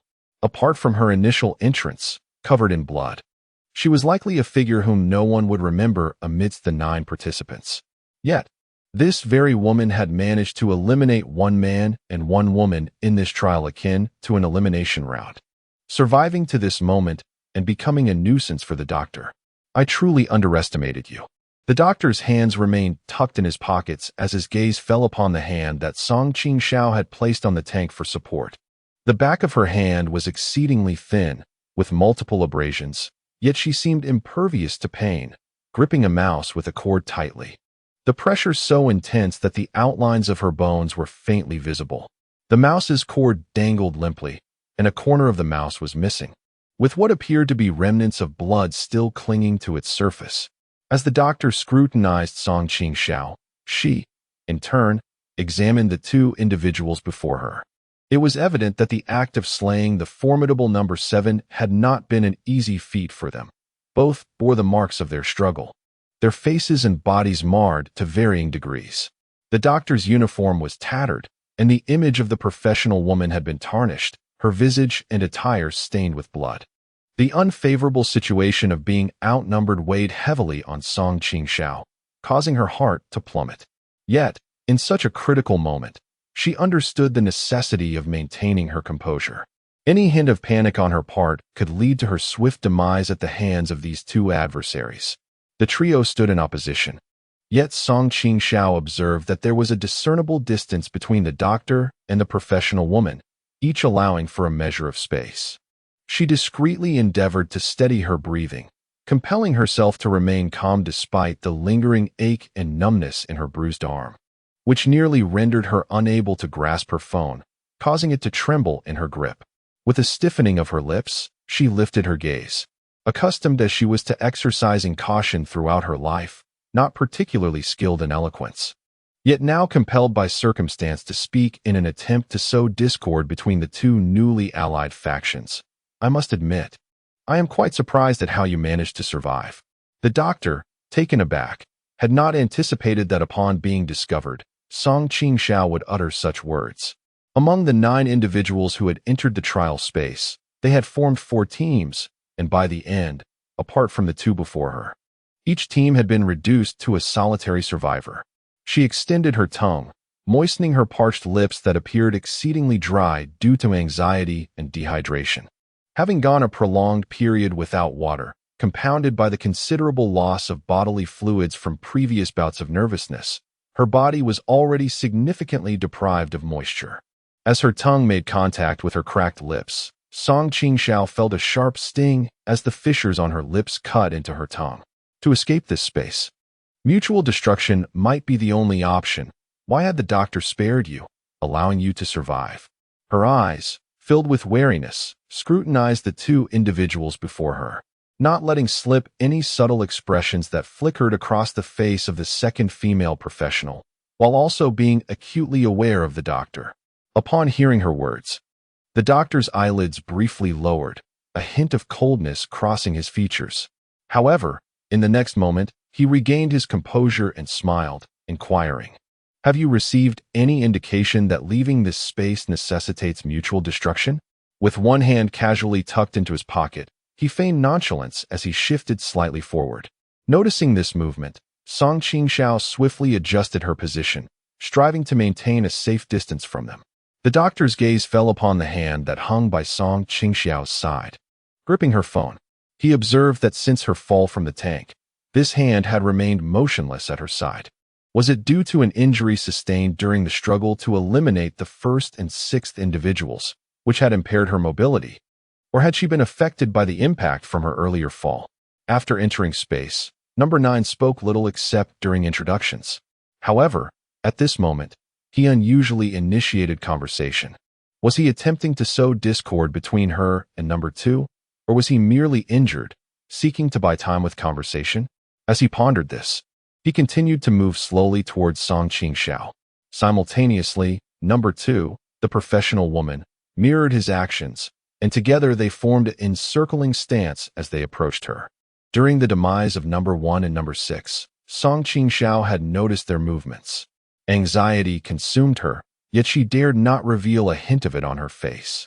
In such a precarious situation, any sign of fear, dread, or anxiety would allow the 2 before her to pounce like wolves, tearing her apart. She gritted her teeth, enduring the excruciating pain in her shoulder, summoning all her strength to raise the arm that had been struck. The pain caused her facial muscles to twitch, and cold sweat poured down her back.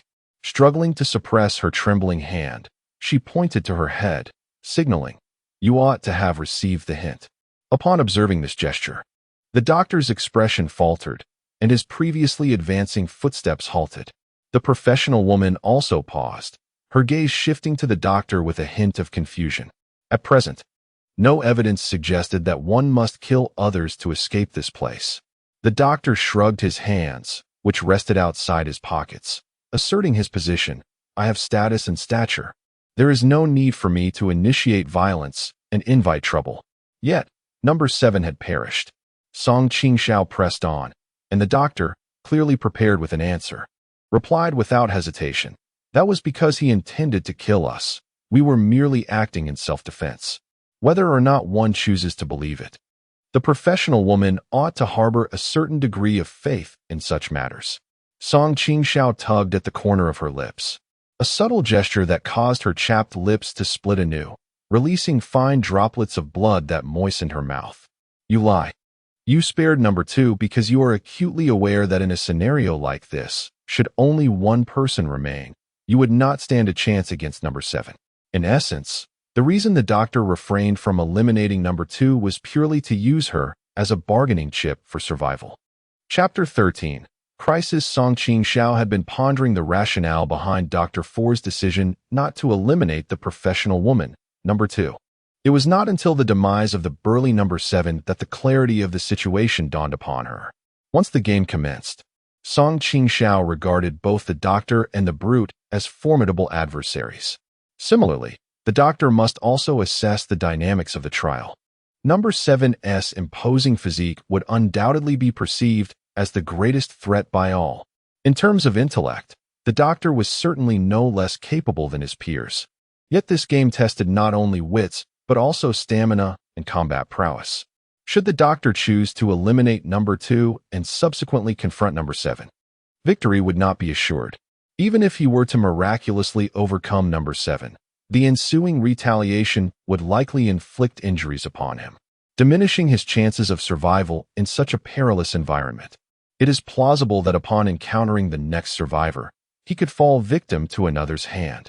In light of these circumstances, forming a temporary alliance with another individual would significantly enhance their odds of survival compared to facing the ordeal alone. The doctor's earlier utterances, laden with deception, would find no credence among the 3 survivors. What he claimed about his unwillingness to take the initiative to kill here, and that the act of slaying the 7th figure was compelled, is nothing but sheer nonsense. His words stand in stark contrast to his deliberate pursuit of Qingxiao. However, the second woman of profession is unlikely to be oblivious to this truth. She is not as naive as the first girl who perished earlier, nor is she akin to the 8th woman in the red dress, who possesses beauty without substance. Her willingness to collaborate with the doctor likely stems from her understanding that in this environment, should she fall out with him, a solitary woman's chance of survival is precarious. To sway such a woman, simple and direct provocation will not suffice. Only something more tangible can alter her resolve. Qingxiao repeatedly swallowed hard, forcing herself to maintain composure. The current situation presents a triad of opposition. Having just been cast from the vat, she suffered an impact that greatly diminished her mobility, coupled with hunger and fatigue, having languished for an extended period in the filthy waters. She was drenched in sweat from fear, further depleting her strength. At this moment, her ability to stand was solely supported by sheer willpower. The doctor and the professional woman, although bearing wounds from their skirmish with the 7th man, were not hindered in their movements. While they too might be enduring the torment of hunger and exhaustion, their circumstances likely mirror her own. Nevertheless, the doctor, being a man, along with the professional woman, who possesses a more advantageous physique compared to Qingxiao's frail form, holds the upper hand. Number 2. Now in this entire space, we are left with just the 3 of us. Qingxiao carefully considered her words, fearful that a single misplaced syllable could lead to her irrevocable downfall. As she spoke, the doctor and the professional woman advanced towards her, the distance between the 3 narrowing. At that moment, turning to flee was not a judicious choice. Qingxiao was in a state of frantic anxiety, repeatedly tempted to reach for the concealed dagger. Yet, as the thought arose, she forcefully suppressed it. Should she reveal the dagger, while it might temporarily intimidate the doctor and the professional woman, it would undoubtedly render her a perceived threat in their eyes, compelling them to collaborate once more. Furthermore, the dagger could only secure victory through surprise, given her current abilities. She could not eliminate both adversaries simultaneously. We are both women. It would be quite easy for you to kill me, she stated, her expression increasingly composed amidst the peril. But after I am gone, how will you survive, number 2? At that moment, the crisis facing Qingxiao was also a concern for the professional woman. The doctor maintained the upper hand in their confrontation. Have you considered cooperating with me? After we dispose of the doctor, we can address everything else, she calmly proposed, discussing her own mortality while objectively analyzing the situation for the professional woman. Number 2. Observe my level of danger. It is comparatively lesser than that of number 4. You are more robust than I. It would be far easier for you to eliminate me than to take down number 4. Her words elicited a bemused reaction from the doctor, while a smirk danced on number 4's face. Before she could respond, the doctor's peripheral vision caught the professional woman's approach towards Qingxiao, coming to an abrupt halt. This action attested to the fact that Qingxiao's words had struck a chord deep within the heart of number 2, stirring a flicker of emotion within her. The doctor's smile faltered, his expression gradually freezing. Is it so easy to kill you? He too halted his steps, turning to scrutinize the professional woman's face. Number 2. You cannot possibly believe her words, can you? The doctor observed that, as he spoke, the professional woman had subtly retreated a few paces, increasing the distance between them. Initially, the proximity between him and the professional woman was the closest, as they both seemed to conspire against Qingxiao. Yet, her words effortlessly shattered this delicate equilibrium, instilling a sense of wariness in the professional woman. She was in the same group as number 1 and number 6, both of whom had perished, leaving her as the sole survivor. It was she who had first resorted to murder. Such a perilous character. Do you really believe she would be easily manageable? The professional woman continued to step back, the three of them forming an equilateral triangle, maintaining a certain distance from one another, leading the situation into a stalemate. Although the doctor continued to converse, regret gnawed at him. The fact that Qingxiao could eliminate number 1 and survive number 6 indicated that she was no ordinary opponent. He should not have overly deliberated, granting her the opportunity to speak. He ought to have adhered to his original plan, collaborating with number 2 to eliminate Qingxiao, and then ultimately dispose of number 2, escaping from this wretched place. Number 2's expression fluctuated between shadows and light. This was not a mere gamble where one could lose rice or money. Here, the stakes were life itself. Observing this scenario, Qingxiao hastily interjected. Number 6 harbored murderous intent towards us, and I was compelled to ally with number 1 in self-defense. Her words revealed that the death of number 6 was a consequence of her collaboration with number 1, implying that she merely survived by sheer luck. This revelation greatly invigorated number 2, instilling in her the notion that if she were to join forces with Qingxiao to eliminate the doctor, perhaps she, too, could experience a stroke of fortune akin to Qingxiao's. In their confrontation with the doctor, it was conceivable that both the doctor and Qingxiao might perish together, leaving her as the ultimate victor of this trial. Number 2 finally resolved to act. The indecisiveness that once clouded her expression vanished as she turned her gaze toward the doctor, now laced with a hint of malice and vigilance. The doctor sighed, an air of regret enveloping him. It appears you have made your decision. Unfortunately, I too wish to survive. Number 2's eyes were icy as she retorted, moreover, you wish to kill me as well. Otherwise, why have you never inquired about my name during our prolonged collaboration? The doctor refrained from asking her name because he had already devised a plan. After her demise, the card belonging to her would flip, ultimately revealing her name to him. At this juncture, the facade had been shattered, and there was no longer any need for pretense. This outcome was not particularly favorable for the doctor, yet it was unavoidable. The two women advanced upon him, forcing him to retreat until his back pressed against the large vat that contained the corpse of the middle-aged man, leaving him with no further room to escape. As they closed in, he turned his face, his gaze settling upon Qingxiao. He no longer concealed the chilling intent to kill that resided within him. In that moment, Qingxiao felt as though she were ensnared by a venomous serpent's gaze.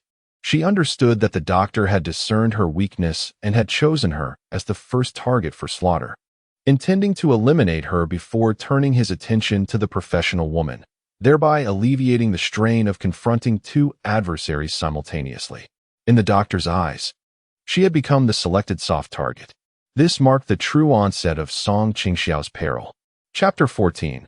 Life and Death. Qingxiao noticed that, due to the doctor's choice, an unmistakable smile surfaced on the face of the second professional woman. At this juncture, they found themselves in an inextricable predicament, where the survival of each individual hinged precariously upon the others. No one harbored any compassion for their fellow beings. Perhaps only those who survived to the very end would find their way out. The alliance between her and the second professional woman was exceedingly fragile. Her only recourse now was to devise a means to preserve her own life, relying on no one else for salvation.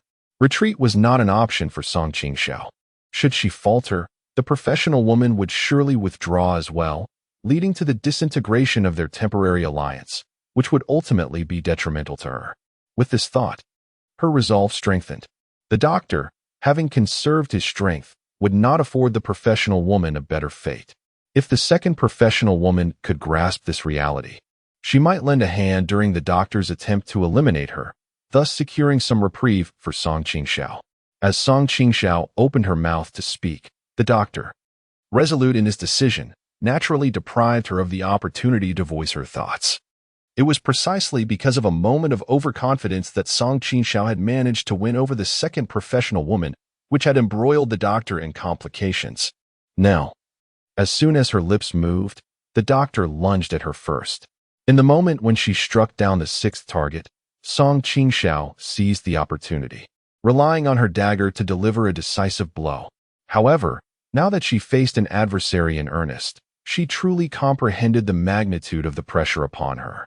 Her body had long since reached its limits, sustained only by sheer willpower. Her legs felt as though they were laden with lead, sluggish and heavy in their response. The doctor withdrew his hand from his pocket, clenched into a fist as if to strike her eye. In a desperate attempt to evade, she instinctively turned her head aside, yet her weary legs could hardly support such a movement. In that perilous moment, her left hand, still gripping the mouse, instinctively swung toward the doctor's fist, hoping to use his strength to steady herself. From the very first clash, Song Qingxiao revealed her frailty, unmistakably signaling to the doctor that she was nearly at her breaking point. Though his initial strike missed its mark, leaving several crimson streaks on the back of his hand from the shattered mouse, Song Qingxiao did not emerge unscathed either. Although she evaded the doctor's blow aimed at her eye, his hand grazed her cheek, causing her to instinctively pivot as he stumbled forward. Gasping for breath, she edged closer to the professional female opponent, only to belatedly realize a faint sting on her cheek. At that moment, she dared not touch her face, only sensing that her cheek had likely been cut, as droplets of blood began to ooze forth. As the doctor advanced, she discerned that he was wielding something in his hand, a hidden weapon he had kept concealed until now. With great restraint, she fought the urge to reach for her dagger, gasping heavily for air. The doctor, having failed to strike effectively, halted his forward momentum and turned around. In his right hand, he clutched a pen that had been stripped of its cap, its tip smeared with flesh and blood. Likely the instrument that had just grazed the delicate cheek of Song Qingxiao. Upon realizing this, a wave of dread washed over her. The doctor had intended for her eye. Fortunately, she had evaded him, for the consequences would have been dire had she not. As their paths shifted, the doctor wasted no time and lunged at Song Qingxiao once more. Learning from his previous misstep, he charged at her with renewed vigor. This time, however, fortune did not favor her. Her body lagged behind her thoughts, and she was struck by the doctor, sending her tumbling backward. Once on the ground, her fate was all but sealed, but fortune smiled upon her still, for she was not far from the large vat containing the sixth corpse. As the doctor collided with her, she fell backward, her head striking the vat with a resounding thud. Although the impact was quite severe, the vat cushioned her fall. The doctor's arm bent, his elbow pressing down heavily upon her. Instinctively, she was ignited by a primal urge to survive, desperately swinging her mouse and phone at the doctor's face. Yet her feeble efforts were negligible to him. He subdued Song Qingxiao swiftly, aiming to prevent any vigorous resistance that might tire him unnecessarily. With a forceful blow to her temple, her vision soon blurred, and the grip on her phone slackened, allowing it to fall with a thud to the ground. The doctor reached for the mouse in her other hand, but for reasons unknown, she clung to it with a vice-like grip. After a couple of determined tugs, he finally wrested the mouse from her grasp. Her head spun violently, the dilapidated factory swirling around her, while her stomach churned tumultuously. She could hear the throbbing of her arteries resonating in her mind. In that fleeting moment, she felt an acute awareness of death's imminent approach. Her eyes must have been bloodshot, the doctor's grotesque visage blurred and indistinct, overlapping with the memory of the assailant who had nearly plunged a dagger into her in a dark alley. To face peril twice within a single day was a rare experience. Few would ever encounter such extraordinary circumstances in their lifetime. Her arms felt as heavy as lead, her body seemingly detached from her will, and in the next moment, her consciousness threatened to slip away. Had it not been for the lingering breath within her, Song Qingxiao feared she might have already succumbed to the abyss, perishing at the hands of the doctor. The arm constricting around her neck tightened further, nearly crushing her windpipe. This suffocating sensation felt eerily familiar. She moved her fingers, which hung limply at her sides, and concealed within her sleeve lay a dagger. With a gasp, she opened her mouth, desperately striving to breathe, her chest rising and falling faintly, one hand attempting to push the doctor away for a fleeting chance at survival. At that moment, her struggle was akin to a feeble insect attempting to halt a moving vehicle. The doctor dismissed her meager resistance entirely. However, the professional woman nearby paused, momentarily taken aback. She was astute, realizing the implications of Song Qingxiao's plight. She understood that once Song Qingxiao succumbed, she would undoubtedly be the doctor's next victim. Regardless of whether the rules of the game dictate that only one person can survive, having witnessed the doctor's murderous actions firsthand, he would undoubtedly not spare himself. She should seize this opportunity to rescue Song Qingxiao, and together they could confront the doctor. However, her resolve began to waver upon witnessing the scene before her. The doctor retained his strength, and the hand tucked into his pocket was not merely a result of injury, but concealed a pin sharp enough to inflict harm. A look of hesitation crossed her face, and in the next moment, her steps began to retreat. Song Qingxiao had anticipated such an outcome, yet its actual occurrence filled her with profound despair. The professional woman's momentary retreat incited her resentment, but at that moment, she could not even muster the strength to voice her indignation, as her chest began to ache from oxygen deprivation. She waved her arms, feeling the dagger hidden in her sleeve begin to slip down. Revealing her trump card at this juncture was exceedingly perilous, yet Song Qingxiao found herself devoid of alternatives. If she continued to endure, she feared she would be slain by the doctor before she could even draw the dagger. At this critical juncture, her only recourse was to make a desperate attempt. Whether she lived or died would be left to fate. Fortunately, the situation took a turn for the better in the next moment, as fortune once again favored her. Chapter 15. Crucial. The expanse of this space was vast, a reality the doctor must have deeply understood as he traversed it. At this moment, rather than seizing the chance to eliminate the second professional woman, allowing her to escape would make it exceedingly challenging to locate and capture her in such a large area, especially in the absence of water and food. He could not be assured of enduring for long. Prolonging the situation would only be to his detriment. It would be more prudent to seize this opportunity to eliminate the professional woman, thereby averting future troubles. As for Song Qingxiao, she is already on the brink of death. Dealing with her after subduing the second individual would be a trivial matter. The second individual was not far from the doctor, and almost as soon as she moved, he followed suit. Her hair was seized by the doctor, causing her to topple backward. She let out a startled cry. Her face drained of color as her hands flailed in a desperate attempt to grasp something to stabilize herself. However, the doctor offered her no reprieve. The pin that had previously sliced Song Qingxiao's cheek was now thrust into the professional woman's face and neck. At this moment, survival was paramount, leaving no room for hesitation. The professional woman emitted a piercing shriek, her hands reaching to gouge at the doctor's eyes. The explosive strength of a person on the verge of death is truly formidable. The doctor's assessment was accurate. The professional woman's resistance was far more vigorous than that of Song Qingxiao. Her legs flailed on the ground, swiftly creating long streaks on the floor.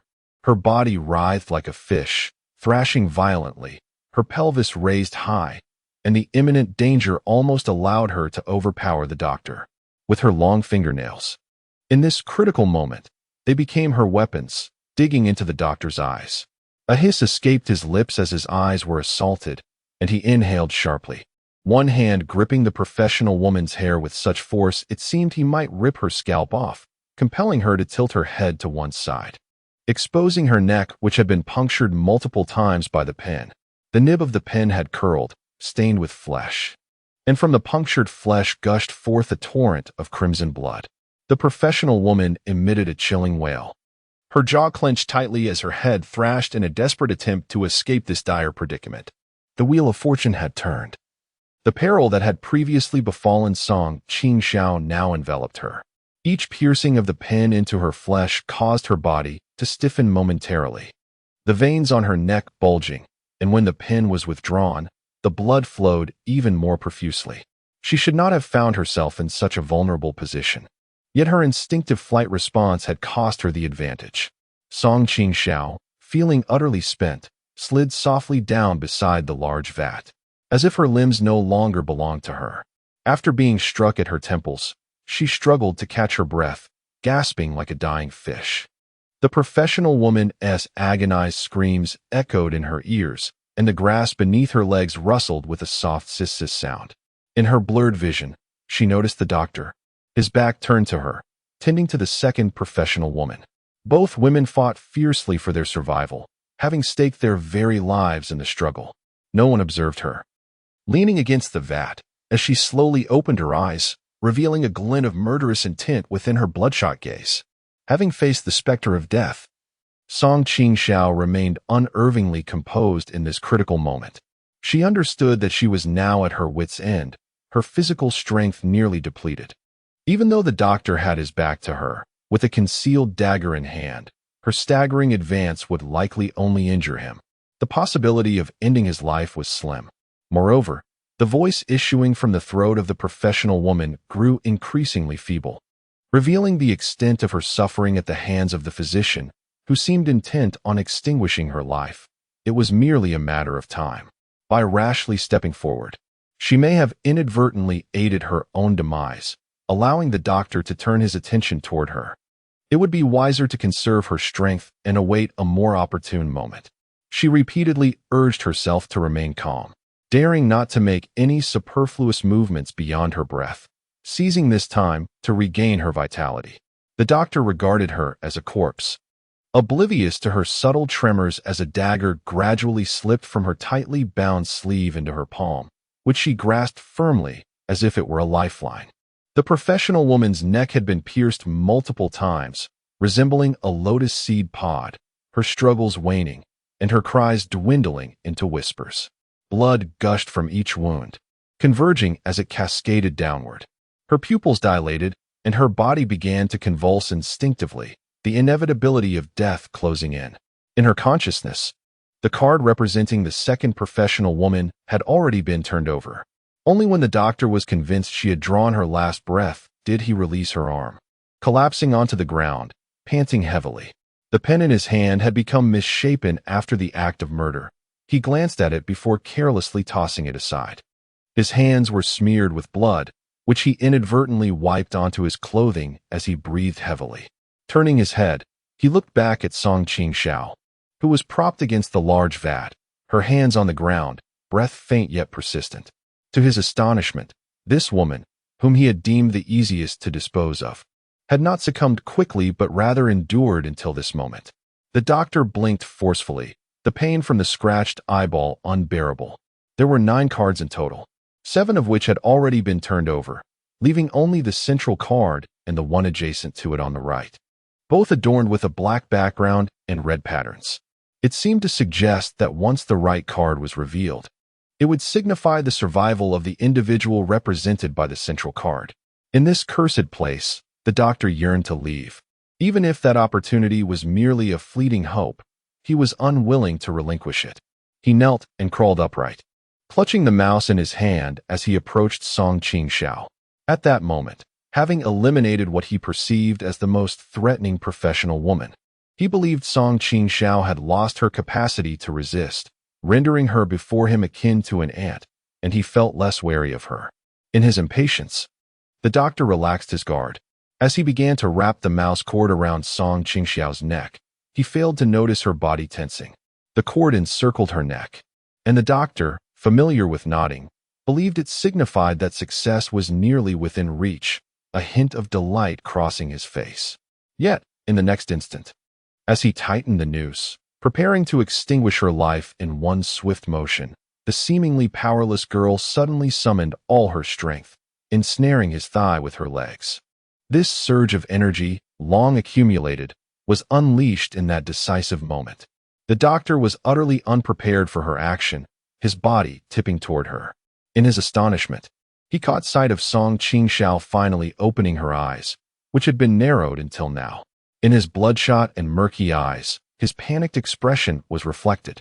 Before he could brace himself by pressing his hands against the ground, Song Qingxiao had already raised her hand, and plunged the prepared dagger towards his neck. The sound of flesh being sliced open resonated, a sound he was all too familiar with, a subtle noise often overlooked when a blade penetrates skin. Had it not been for its proximity to his ear, he might not have even registered it. The doctor pondered where Song Qingxiao had procured such a weapon, regretting his own negligence, as he had assumed victory was within grasp, only to find himself ensnared in her grasp. In the face of imminent danger, he felt a swelling sensation in his neck, devoid of pain, as if he had been struck with a punch, rendering him utterly powerless. Instinctively, he released his grip on the mouse line around Song Qingxiao's neck, intent on covering his wound. However, she seized the moment, not granting him a chance to react. Gritting her teeth, she exerted her strength, attempting to twist the dagger deeper into the gaping wound on the doctor's neck. At this juncture, every second counted. The one who faltered first would meet their demise. Chapter 16. Survival. Much like the unexpected ambush against 6, this situation was palpably more perilous, with the doctor proving to be a far more formidable opponent. Song Qingxiao summoned every ounce of her strength, locking her legs around the doctor's thigh. He, in turn, tightened his grip around her neck, clutching the mouse line with one hand, while the other sought to pry the dagger from her grasp. The two were in such close proximity that they could see the murderous intent flickering in each other's eyes. Song Qingxiao felt as though her fingers might be broken by the doctor's forceful attempts to wrest the dagger from her hand. This is her sole trump card. The dagger holds a unique significance for her. She must survive and wield this dagger to confront the murderer who had once attacked her in the alley. If the doctor were to seize the dagger now, her chances of survival would diminish drastically. With this thought in mind, Song Qingxiao relinquished her attempt to push the doctor away from the mouse wire, enduring the sensation of suffocation as she placed her hand firmly over the one grasping the dagger, pressing down with all her might. They were in close proximity, and she could discern every detail: the doctor's clenched jaw, the prominent veins throbbing at his temples. His neck bore the strain of bulging veins, the great artery pulsating rhythmically. Regret washed over her for not maintaining her composure in the heat of the moment, for not severing the wire then and there. The doctor gritted his teeth against the pain, his breath escaping between clenched teeth, mingled with saliva, carrying the faint scent of blood's metallic sweetness. One of his eyes, swollen from the encounter, struggled to remain open, while sweat streamed down his forehead, dampening his hair and twisting the muscles of his cheeks into a grimace. A slight miscalculation could lead to dire consequences. The mouse wire tightened further, constricting her breath, rendering her arms and legs as heavy as lead, almost devoid of strength to maintain her grip on the dagger. Is this how it ends? This thought crossed her mind, and for some inexplicable reason, in that fleeting moment, she recalled number 1. She realized that she shared the same plight, both of them ensnared by deadly wires around their necks. While the figure of the doctor morphed into a specter reminiscent of number 6, wielding a scythe, intent on harvesting lives. Yet, she was not like number 1. When number 1 was killed, there was no resistance, but she still possessed the dagger. As Song Qingxiao contemplated this, her spirit surged, her previously unfocused gaze sharpening once more, igniting with brilliance. She did not wish to perish in this place, nor did she want to vanish silently like individual number 1. She longed for life, after all. She had endured great struggles to grow up, to graduate successfully, and to find employment, narrowly escaping death in the alley. She did not enter this realm merely to meet her end, to become a stepping stone for others to depart. Gritting her teeth, Song Qingxiao forcefully lifted her head to strike the doctor's face. Believing she had expended all her strength, she was surprised to find that the force was not particularly great. Fortunately, they were in close proximity, allowing her to still make contact, producing a dull thud. The doctor, one hand constricting her neck while the other attempted to pry her hands apart, was already straining under the effort. The unexpected impact caught him off guard. He had never anticipated that this woman, brought to such a desperate state, could still retaliate. A startled "ah" escaped his lips, and his grip on her hands instinctively loosened. The standoff had reached a critical juncture, where even the slightest shift could lead to dire consequences. Seizing this opportunity, Song Qingxiao clenched her teeth, enduring the agony of suffocation, grasped the dagger, and thrust it inward with renewed vigor. Blood splattered forth, streaming down her palm and arm. All her strength was consumed in these two actions. Failure meant she would have no power left to resist. She plunged her consciousness into the depths of her mind to focus on the cards there, noting that the two cards remained unturned. Her body began to convulse, her futile resistance seemingly in vain, as the doctor's weight pressed down upon her, as if to extinguish her last breath. The cold, large vat pressed against her back, and within it lay the sixth victim, perished by her hand. Those unblinking eyes surely glaring at her from the bottom of the container. Song Qing's lips twitched slightly, and the grip around her neck gradually loosened. The mouse cable that had tightly ensnared her slipped away bit by bit from the doctor's grasp. In her mind, the card on the right side finally turned over at an excruciatingly slow pace, as if seen through Song Qing's eyes. The refined and gentle smile of the doctor appeared above, and beneath the card, his name surfaced, Lu Yixuan. She had triumphed. Air rushed back into her lungs as Song Qing gasped, her body rendered so weak that she could scarcely muster the strength to push away the lifeless form of the doctor atop her. Trembling, she withdrew the dagger lodged in the doctor's neck. Such a simple act took her several attempts before she succeeded. A notification echoed in her mind. Trial completed. Exit the space in 10 seconds. Upon hearing this, Song Qing managed a grimace that was more sorrowful than a smile. She had succeeded. The method of escape was indeed as she had surmised. It required the last survivor. In her consciousness, the card representing her was the one positioned in the center among 9 others, while the remaining 8 who had entered the space were all deceased. 10, 9, 8. The countdown commenced, and Song Qing coughed loudly, retching with force. She pushed the doctor away, allowing his body to tumble to the ground. Striving to sit upright, with the mouse cable still wrapped around her neck, she took a moment to gather herself before she reached up and yanked the life-threatening object away, casually pushing it aside. The countdown continued, 2, 1. Instinctively, she shut her eyes. In the next instant, a thunderous roar echoed, lightning split the sky, and torrential rain cascaded down, striking her face with painful intensity. The mingling scents of rain and earth were far from pleasant, yet they were a welcome reprieve from the indescribable, oppressive dread that had filled the air. Song Qingxiao lay in the same position where she had collapsed after being fatally wounded, as if everything that had transpired was merely a figment of her imagination. If it were not for the dagger still clutched in her hand, and the blood of the doctor that the rain had yet to wash away from her palm, she might have convinced herself that the events of the night were nothing but a dream. Her throat throbbed with pain as she gazed up at the night sky, illuminated by the flickering lightning. The raindrops struck her face, making a rhythmic sound as they flowed into her eyes and mouth. She swallowed a couple of times, finally feeling the undeniable truth of her existence. In her consciousness, it seemed that some new change was emerging, yet at that moment, Song Qingxiao dared not investigate further. This alley was perilously dangerous. She had no idea how long she had been lost to reality after entering this space, nor did she wish to encounter the man who had attempted to kill her once more. Her current state hardly equipped her to withstand any attack. After sipping a few drops of rainwater, she steadied herself against the wall and slowly rose, her steps unsteady as she made her way homeward. Fortunately, she was not far from home now. From a distance, she spotted her familiar front door, which had been secured with an iron lock adorned with red paint, bearing the words "Repay the debt." This once terrifying sight now brought her a profound sense of relief. Chapter 17. Points. The front entrance was inaccessible, thus, Song Qingxiao climbed through a rear window to enter the house. Outside, the thunder rumbled ominously, while inside, her mother lay in a drunken stupor, snoring, completely oblivious to the harrowing experiences she had just endured.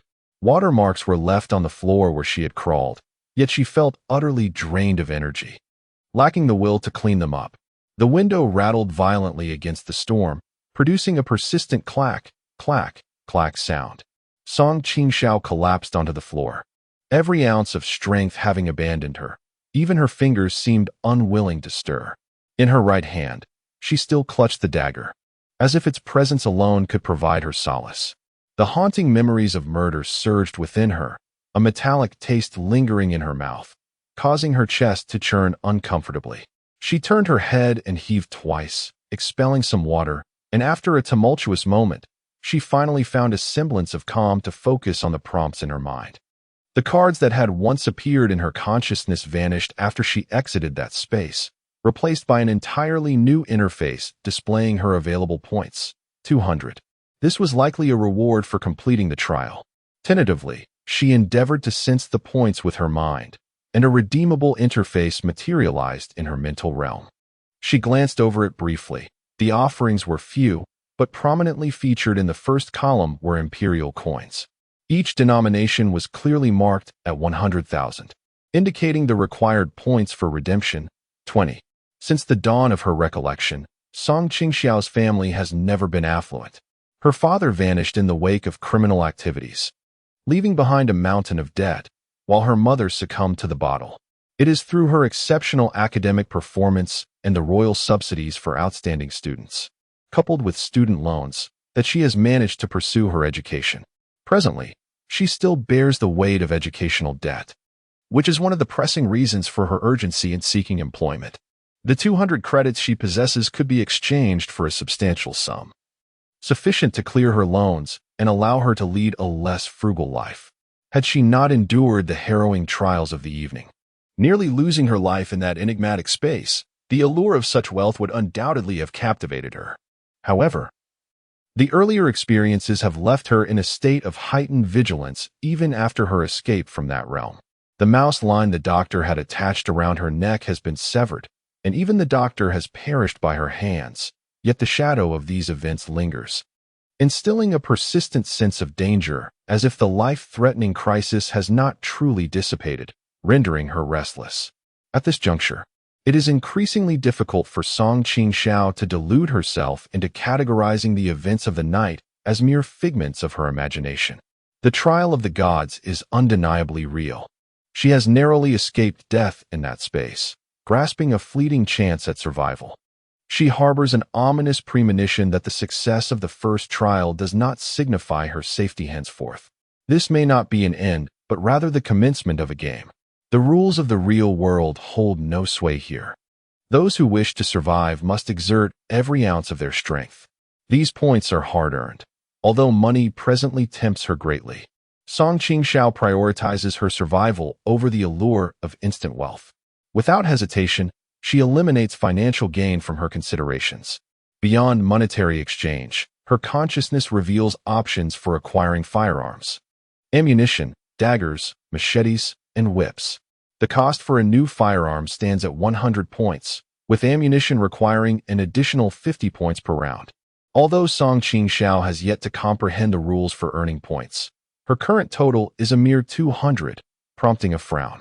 Below the weaponry options lies the possibility of altering and enhancing her lineage, which precisely requires 200 points. As she reaches out with her mind, she receives a cautionary message. Once a lineage is chosen, it cannot be altered. Adjacent to the lineage transformation is a mysterious emblem, labeled as a special reward. This emblem also demands exactly 200 points, yet it does not present itself like the previous options of currency, weaponry, or lineage alterations, indicating its enigmatic nature. Momentarily hesitant, Qingxiao considers her limited selection due to her scarce points. She momentarily dismisses money, recognizing that while firearms and ammunition could ensure her safety, they are far too conspicuous to serve as her secret weapon. The prospect of changing and enhancing her lineage intrigues her. However, it is the allure of the emblem representing the special reward that captivates her most. She senses that something awaits her within that emblem. After much deliberation, she grits her teeth, opting to forego lineage alteration and enhancement in favor of the special reward. A prompt resonates in her mind. Do you wish to select the special reward? Qingxiao took a deep breath and chose yes. It felt akin to a gamble.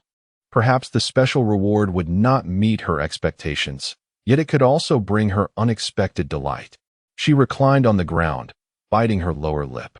After confirming her choice of yes, a notification echoed in her mind, accompanied by a wave of excruciating pain as if her very nerves had been subjected to an overwhelming blow. Despite having mentally prepared for the aftermath of selecting the reward, she nearly lost consciousness. In this moment of crisis, Qingxiao gripped the dagger in her hand without hesitation and made a swift incision across her thigh. The blade pierced through her drenched clothing, leaving a gash in her flesh. This slight pain paled in comparison to the agony throbbing in her head, yet it was enough to keep her from succumbing to darkness. A torrent of unfamiliar knowledge flooded her consciousness, her mind seeming to reach its limit. She felt a feverish heat radiating within her, her vision clouding to darkness. And though her eyes were shut, she was still beset by a dizzying sensation that made her feel nauseous. Time slipped away from her grasp as she struggled to fully assimilate the reward. At that moment, she felt even more exhausted than after her life-or-death confrontation with No. For in the space, it seemed she was on the brink of fainting. She gasped silently, her mouth agape, as her already drenched garments became saturated once more with cold sweat. The memory of her prior headache lingered, and after some time, she dared to suppress her terror and investigate the reward she had received earlier. As soon as the thought arose, the phrase 9-character secret order naturally surfaced in her mind. Before she could delve into it further, her spirit felt as though it were a string stretched to its utmost limit, and with a sudden snap, it broke, causing Qingxiao to faint instantly. Chapter 18. Reward. Having endured the harrowing experience of being killed, entering the trial space, and ultimately escaping death, one would expect that sleep would elude Qingxiao. Yet, this fainting spell resolved many of her issues. However, her slumber was far from restful. The events that transpired in the trial space transformed into her nightmares. She constantly saw those 9 cards, her heart racing in trepidation at the thought of them revealing her face. She also dreamt of number 6 and the doctor whom she had slain. The doctor's visage was grotesque, his bloodshot eyes glaring as if he intended to strangle her, leaving her to perish. Gasping for breath, Qingxiao abruptly widened her eyes, clutching her throat. The sweat on her brow mingled with the bloodstains, washed away by rain. And with every breath she took, the suffocating scent of blood from the trial space resurfaced in her memory. Without hesitation, she shed her outer garment and tossed it aside, wiping the perspiration from her face. In her palm, she tightly grasped the murderous dagger. Realizing this, her hand trembled instinctively, and she flung the dagger away. It clattered to the ground, and amidst her rapid breathing, a memory surfaced. After exiting the trial arena, it seemed she had received a reward and exchanged it for a mysterious gift, acquiring a 9-character secret order. Regrettably, she had lost consciousness shortly thereafter, leaving her uncertain whether it was a figment of her imagination or a genuine occurrence. As she contemplated this, the secret of the 9-character incantation naturally emerged in her consciousness. To activate the incantation, one must harness mental power to achieve a desired offensive effect. In the era of empires, the world's greatest understanding of martial arts lay in the realm of punches and kicks, fostering physical strength. However, the concept of a word-based technique like the 9-character incantation was entirely foreign to her. Presently, it seemed that the incantation possessed little lethality, leaving her somewhat disheartened. Yet, having made her choice, there was no room for regret. Perhaps due to the tumultuous events of the night, her mind was in a state of extreme tension. Following the guidance of the incantation, she effortlessly sensed the presence of mental power within the sea of consciousness and endeavored to awaken it. This process, however, was fraught with difficulty. After numerous attempts, she finally formed the hand seal. Even so, Qingxiao felt a profound exhaustion and an unbearable hunger. As dawn began to break, she paused her practice, rose to tidy herself up, and sought food to satiate her hunger. In a corner of the room, her mother lay in a drunken stupor amidst a chaotic heap of belongings, oblivious to her daughter's recent brush with death. Seizing the brief window before work, Qingxiao dragged her mother onto the bed and prepared food and water before setting out. The shadows of last night's alley haunted her, prompting her to take a slightly longer route to the security office, arriving somewhat late. Inside the changing room, several tall female guards were donning their uniforms. Upon her entrance, their laughter ceased abruptly, and all eyes turned toward her. A newcomer? The members of the guard knew that a frail newcomer had arrived, and they awaited the spectacle of her being frightened into fleeing this place in a fit of terror. Qingxiao lowered her head slightly and responded softly, "Oh." She was not in uniform, and among a group of robust female guards, she appeared delicate and fragile. Her long bangs cascaded down, obscuring half of her face, preventing the other guards from seeing her eyes. Her voice was somewhat hoarse, prompting one woman to scoff dismissively, her tone laced with contempt and provocation. "I truly cannot fathom how the higher-ups could recruit someone as useless as you. It utterly diminishes our standards." As soon as her words fell, the others erupted in laughter, and she joined in, reaching out to shove Qingxiao playfully. However, before she could utter another word, she noticed Qingxiao lifting her head to cast a calm glance in her direction. The woman then observed the deep, raw marks on Qingxiao's neck, the skin around it bruised and battered, appearing perilously alarming. No wonder her previous tone had seemed somewhat off. This newcomer bore such severe injuries yet remained silent. The aggressive female guard instinctively swallowed hard, feeling an ache in her throat. "Step aside. I need to leave." Qingxiao inhaled deeply, lowered her head again, and stepped aside to allow the woman to pass. The individuals surrounding her remained oblivious to any sense of unease. Qingxiao merely lifted her gaze for a fleeting moment, her view obstructed by the female guard who had pushed her. Consequently, no one noticed her peculiar demeanor as several people filed out, pressed tightly against the cabinet. Qingxiao heard the sound of footsteps, accompanied by a female guard inquiring, "Is there any news from Gao Linlin's side?" The instant this name reached Qingxiao's ears, it sent a jolt of tension throughout her body. Perhaps it was mere coincidence, but she recalled the first girl who perished in the trial space. When the card was flipped over, it bore the name, Gao Linlin. She had been missing for 3 days, and it was said that connections with the city hall had been established, with Olden overseeing the matter. Clenching her jaw tightly, Qingxiao fought to suppress the urge to pursue and inquire further, striving to compose herself.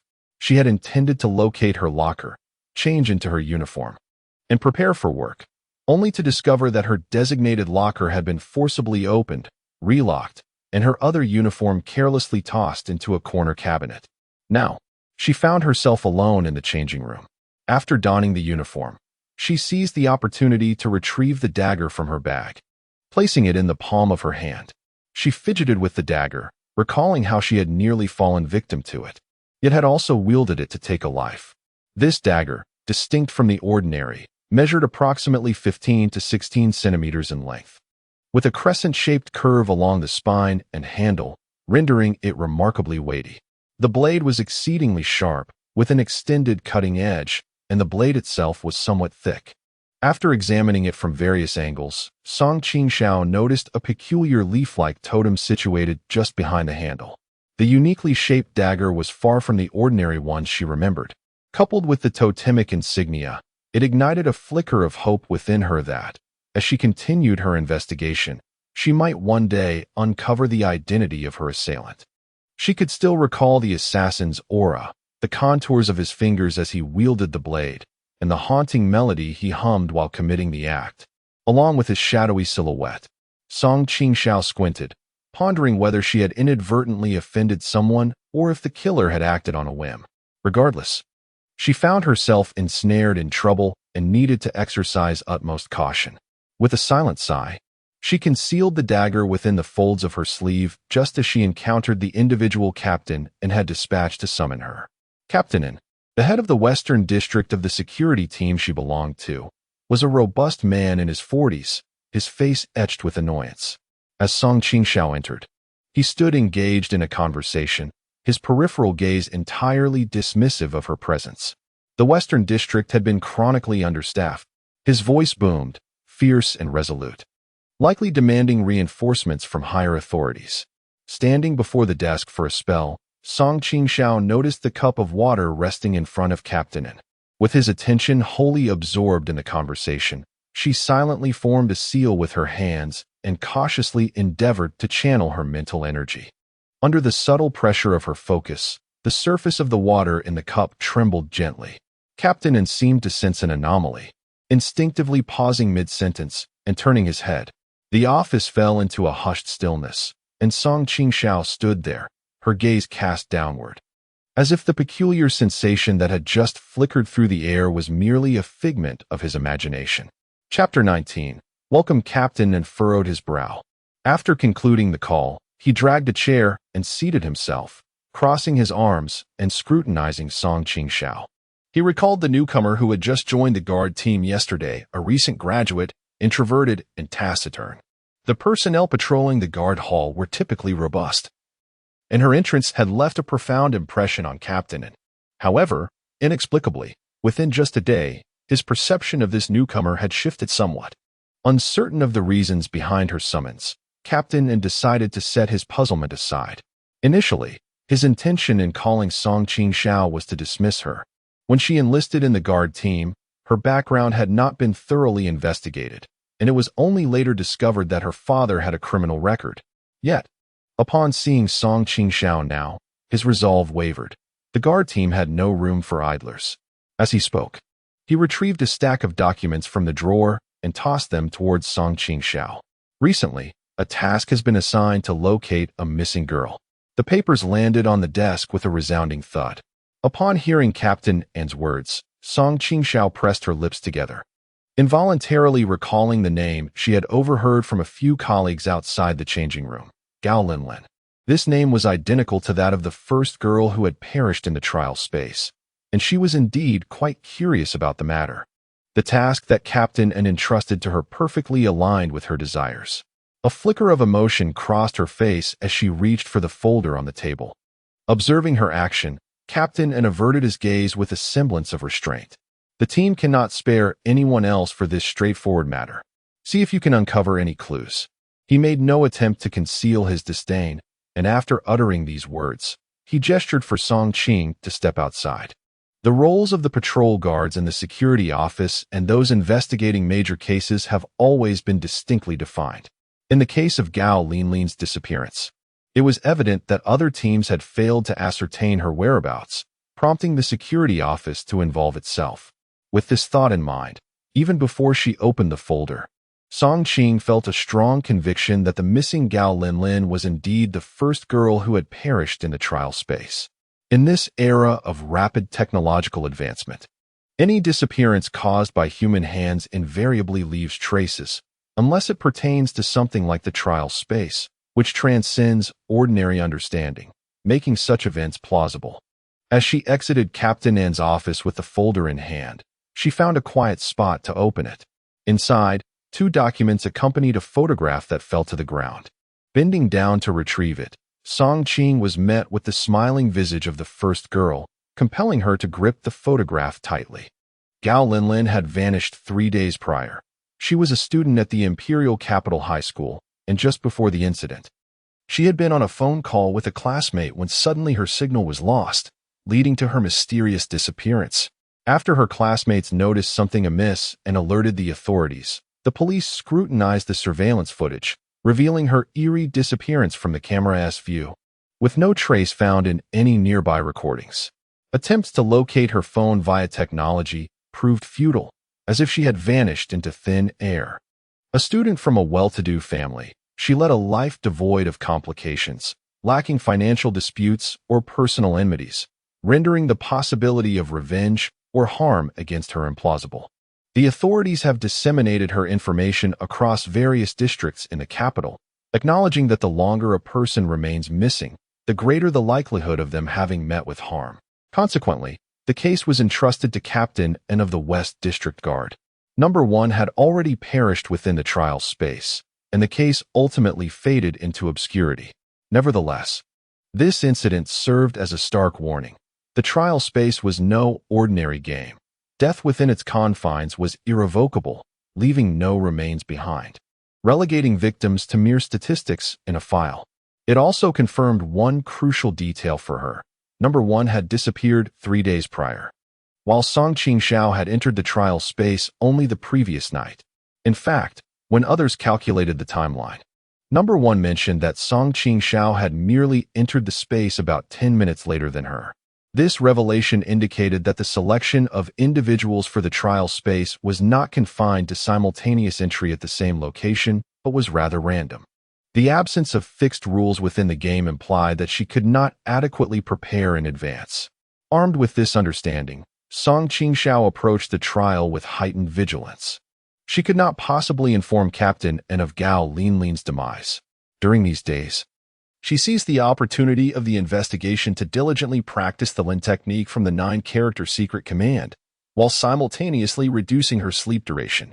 Each morning and evening, she devoted considerable time to running and exercising, endeavoring to bolster her physical strength in preparation for the potential trials that lay ahead. As more than half a month elapsed, tranquility reigned, yet Song Qingxiao remained vigilant. The case of Gao Linlin's disappearance yielded no new leads or progress. Fortunately, Captain N harbored no expectations of her, merely awaiting the conclusion of Song Qingxiao's 2-month probationary period to express his intention of her departure more explicitly. The wound on her neck had scabbed over, leaving behind a trace, while her mastery of spiritual energy had revealed a discernible pattern through diligent practice, allowing her to feel a distinct enhancement. The once tenuous spiritual energy had solidified considerably, yielding undeniable benefits. The realm of her spiritual awareness, previously as fine as a strand of hair, had expanded several-fold. This transformation enabled Song Qingxiao, upon forming the necessary hand seals, to wield her techniques with a newfound efficacy that was far from imperceptible as it had once been. To achieve such progress in merely a few days filled her with a sense of satisfaction. A month later, however, the call from the trial space did not resonate within her consciousness, as if her prior apprehensions were unwarranted. Yet, the more serene the atmosphere grew, the deeper her trepidation became. She began to sleep later and intensified her training of spiritual energy. Additionally, she procured 2 daggers and fashioned a rudimentary harness to discreetly conceal them within her garments. Song Qingxiao prepared easily digestible food for Tang Yun and took a seat before her. Due to years of excessive drinking, Tang Yun had lost most of her hair, making her appear significantly older than her actual age. Her hands trembled, struggling to grasp even the chopsticks. She stared at Song Qingxiao for an extended period, seemingly unable to recognize her own daughter. In Song Qingxiao's memories, such moments of clarity from Tang Yun were rare, rendering their time together even more precious. At that moment, she found herself at a loss for words. Even the simple act of addressing her mother felt daunting. Silence enveloped them for a long while. Just as Song Qingxiao parted her lips to speak, a long-forgotten notification echoed in her mind. "You are about to enter the trial of the divine." Startled, Song Qingxiao's expression shifted. The suddenness of this announcement left her little time to consider Tang Yun. Instinctively, she rose and moved towards the adjacent room. There was no opportunity to glance back at Tang Yun or to provide any explanation. In the next instant, as she stepped forward, the scene around her transformed. No longer was she in her dilapidated abode, nor was she surrounded by the dim lighting. Instead, she found herself enveloped in the familiar chill of the trial space from her memories. Welcome to the trial of the divine. She blinked, and in the misty expanse before her, the ominous barrel of a gun was leveled at her face. The cold metal pressed against her forehead, forcing her to retreat several steps. A mocking voice echoed, "Welcome." Chapter 20.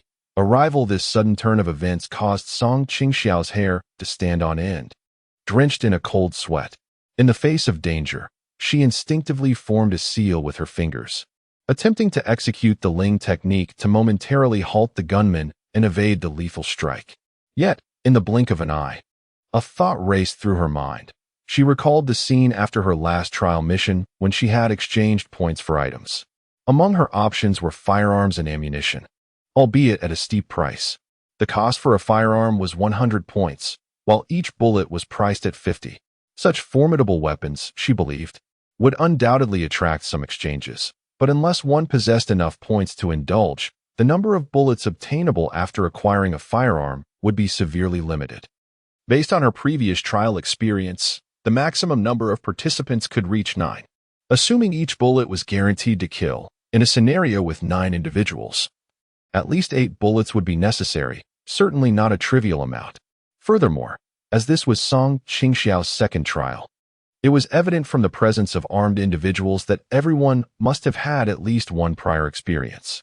Those who survived the previous trial and managed to exchange for items would likely possess their own self-defense techniques.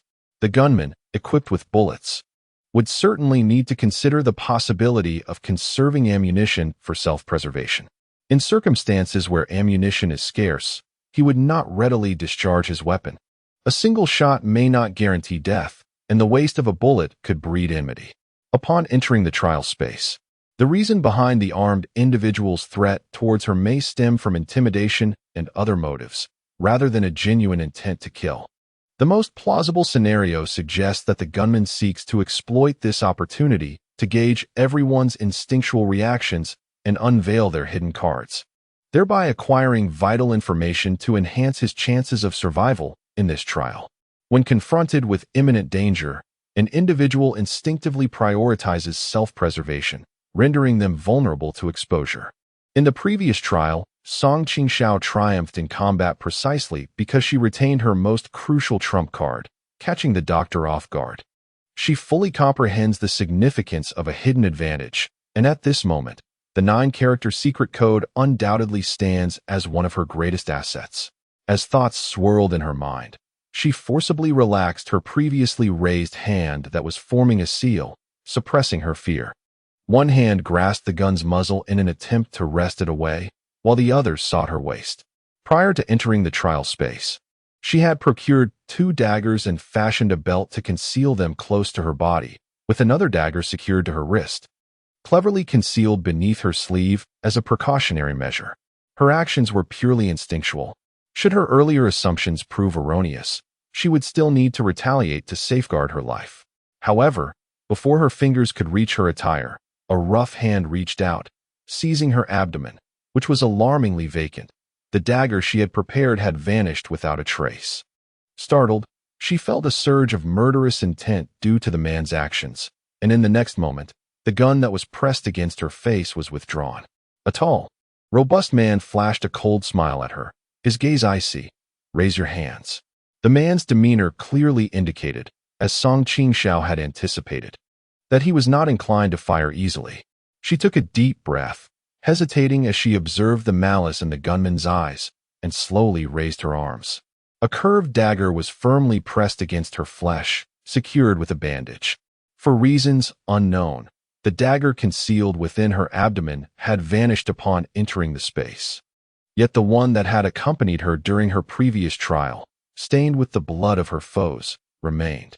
As she lifted her arms, her sleeves slid down gradually, revealing her slender wrists. Song Qingxiao's heart raced to her throat.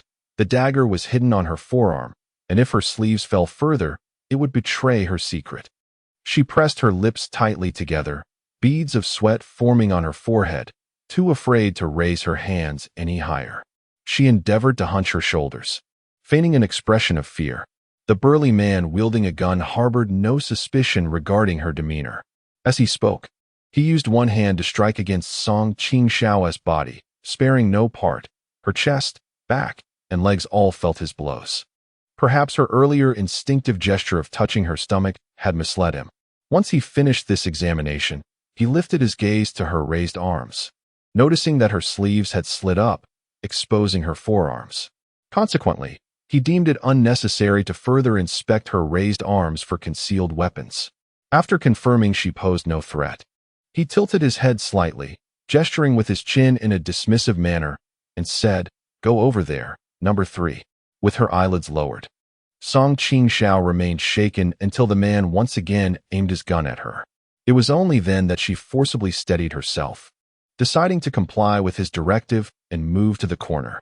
From the way the man addressed her, she realized that 2 individuals had already entered the trial space before her arrival. In the western corner, she observed a frail young man, bespectacled and seemingly refined yet reserved.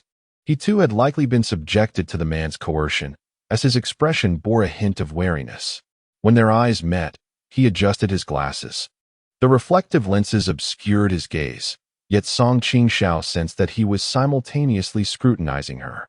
Although only 3 individuals occupied the space, the atmosphere was palpably tense, laden with an undercurrent of murderous intent, peril, and vigilance, creating an eerie pressure that rendered breathing a challenge. She chose a spot approximately 2 meters away from the man with glasses and keenly sensed the tension in his body the moment she settled down, as if any slight, unnecessary movement on her part would provoke an explosive reaction from him. The environment of the trial space was similar to her initial experience. A vast expanse enveloped in thick fog. Out of the corner of her eye, she scrutinized the 2 men within the space, speculating on the order of their arrival. The man wielding a firearm appeared remarkably robust, standing nearly 6 feet 3 inches tall, clad in a snug tank top that revealed well-defined muscles on his arms, exuding an undeniable aura of danger, not to mention the weapon he held. However, Song Qingxiao did not underestimate the man with glasses. She recalled how the formidable figure known as Number 7 had met his demise at the hands of a doctor during the first trial. If the participants in this trial were all survivors from the previous elimination round, then each individual posed a significant threat. The unsettling incident of her missing dagger, which she had carefully prepared before entering the trial space, still haunted her, especially after experiencing excruciating pain from the blows dealt by the muscular man. His strikes were neither overly severe nor too restrained. He had managed to inflict a degree of pain without pushing her to her breaking point. A calculated move intended to hinder her performance when the trial officially commenced. Before she could comprehend the reason behind the disappearance of her purchased dagger, another woman materialized within the space. Mirroring her earlier experience, the newly arrived woman appeared caught off guard, only to find a gun pressed against her temple. The imposing man's voice echoed through the air, "Welcome." The woman was evidently startled. Her body twisted instinctively as she took a step back. With a tremor in her right hand, a crimson whip slithered from her wrist like a serpent, aimed at the burly man. After holstering his firearm, the man retreated, raising his gun to shield his face. The whip's tail struck the barrel with a crisp crack, resonating in the air. Observing this, Song Qingxiao discerned that the woman's strike bore considerable force, perhaps indicative of her enhanced physique or elevated lineage. Undeterred by her missed attempt, the woman retracted the whip, poised to strike again. The gun-wielding man took 2 steps back, a faint mark left on his gun barrel from the woman's whip. Adopting a posture of surrender, he remarked, "My dear, it was merely a jest." His grin starkly contrasted with his earlier demeanor towards Song Qingxiao. The whip-bearing woman, having steadied herself, lifted her weapon, her expression oscillating between uncertainty and vigilance, her icy gaze scrutinizing the man's words for truth or deceit. Song Qingxiao observed this exchange keenly, regarding the man as a potential threat in the trial, intensifying her murderous intent towards him. Her lack of empathy for the woman's plight was not rooted in anger over the disparity in the man's treatment of her and the whip-wielding woman. On the contrary, the man, despite his rugged exterior, displayed a meticulous nature. He had exchanged points for a firearm of considerable intimidation and ammunition. Such weaponry, while devastatingly lethal, also attracted significant attention. Once immersed in the trial, he found concealment difficult. Thus, aware that he would become a target, he strategically utilized his firearm to provoke other participants into revealing their cards and strengths. Chapter 21. The task this time. Those participating in the trial were undoubtedly more seasoned than those in the first trial. The woman wielding the red whip confronted the gun-toting man with a mocking demeanor, her eyes betraying a flicker of anger. Those who could re-enter the trial were far from foolish. She understood the man's earlier actions and recognized that she had inadvertently revealed her hand. In the space around them, Song Qingxiao and the others remained silent, as the man's actions also aided them in discerning the strengths and weaknesses of the others. Although the red whip woman harbored murderous intent towards the man, the trial had yet to commence, and mutual wariness prevailed among the participants. She was wary of the gun in the man's possession, fearing that if they were to engage in conflict, both might suffer, leaving an opportunity for others to take advantage. In this tense atmosphere, she suppressed her fury, casting a fierce glance at the man before vigilantly observing the others, eventually choosing a spot opposite Song Qingxiao and her companion to sit down. The gunman wore a sly expression, as if he had anticipated such a scenario. Before long, another figure emerged in the space, prompting the man to raise his weapon once again. The others remained silent. Even the red whip woman, who had previously suffered a setback, now awaited the unfolding drama. "Welcome." The man had barely completed his greeting when the newcomer, a middle-aged man in his 40s with slick black hair combed back, pleaded incessantly, "Please, don't kill me." Dressed in a pristine suit that seemed somewhat incongruous with his demeanor, beads of sweat visibly dripped from his forehead and the tip of his nose after being confronted with the gun. The heavily armed man clearly did not anticipate that the newcomer would respond in such a manner, his face betraying a look of surprise. However, wary of the possibility that the fifth individual might be feigning innocence, he maintained his grip on the weapon, directing its muzzle toward the center of the newcomer's forehead and pushing it forward with considerable force, causing the fifth individual to stagger back several steps. This display elicited furrowed brows from the others present in the confined space. Song Qingxiao cautiously speculated whether this fifth individual might be a novice.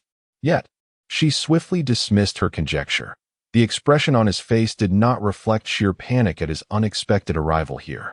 Instead, it conveyed a blend of fear, resignation, and acceptance of his fate. "Please, don't kill me. I have just exchanged my money and have yet to enjoy a few peaceful days."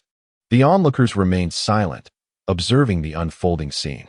After a considerable pause, a look of disdain crossed the large man's face as he lifted his leg and kicked the fifth individual's shoulder, sending him sprawling to the ground. "Scram! You worthless piece of trash." The fifth individual lay on the floor, unable to rise for a long while.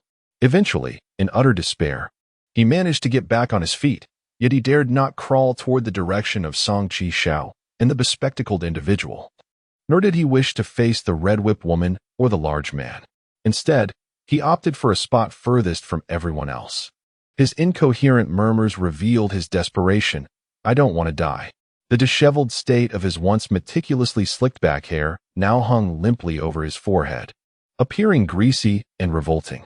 Upon discerning from his words that he had squandered his points for monetary indulgence, confirming his status as merely a waste as the armed man had claimed, no one showed further interest in him. Number 5 continued to mutter to herself, when suddenly, another figure emerged in the space. The armed man, as before, aimed his gun at the newcomer.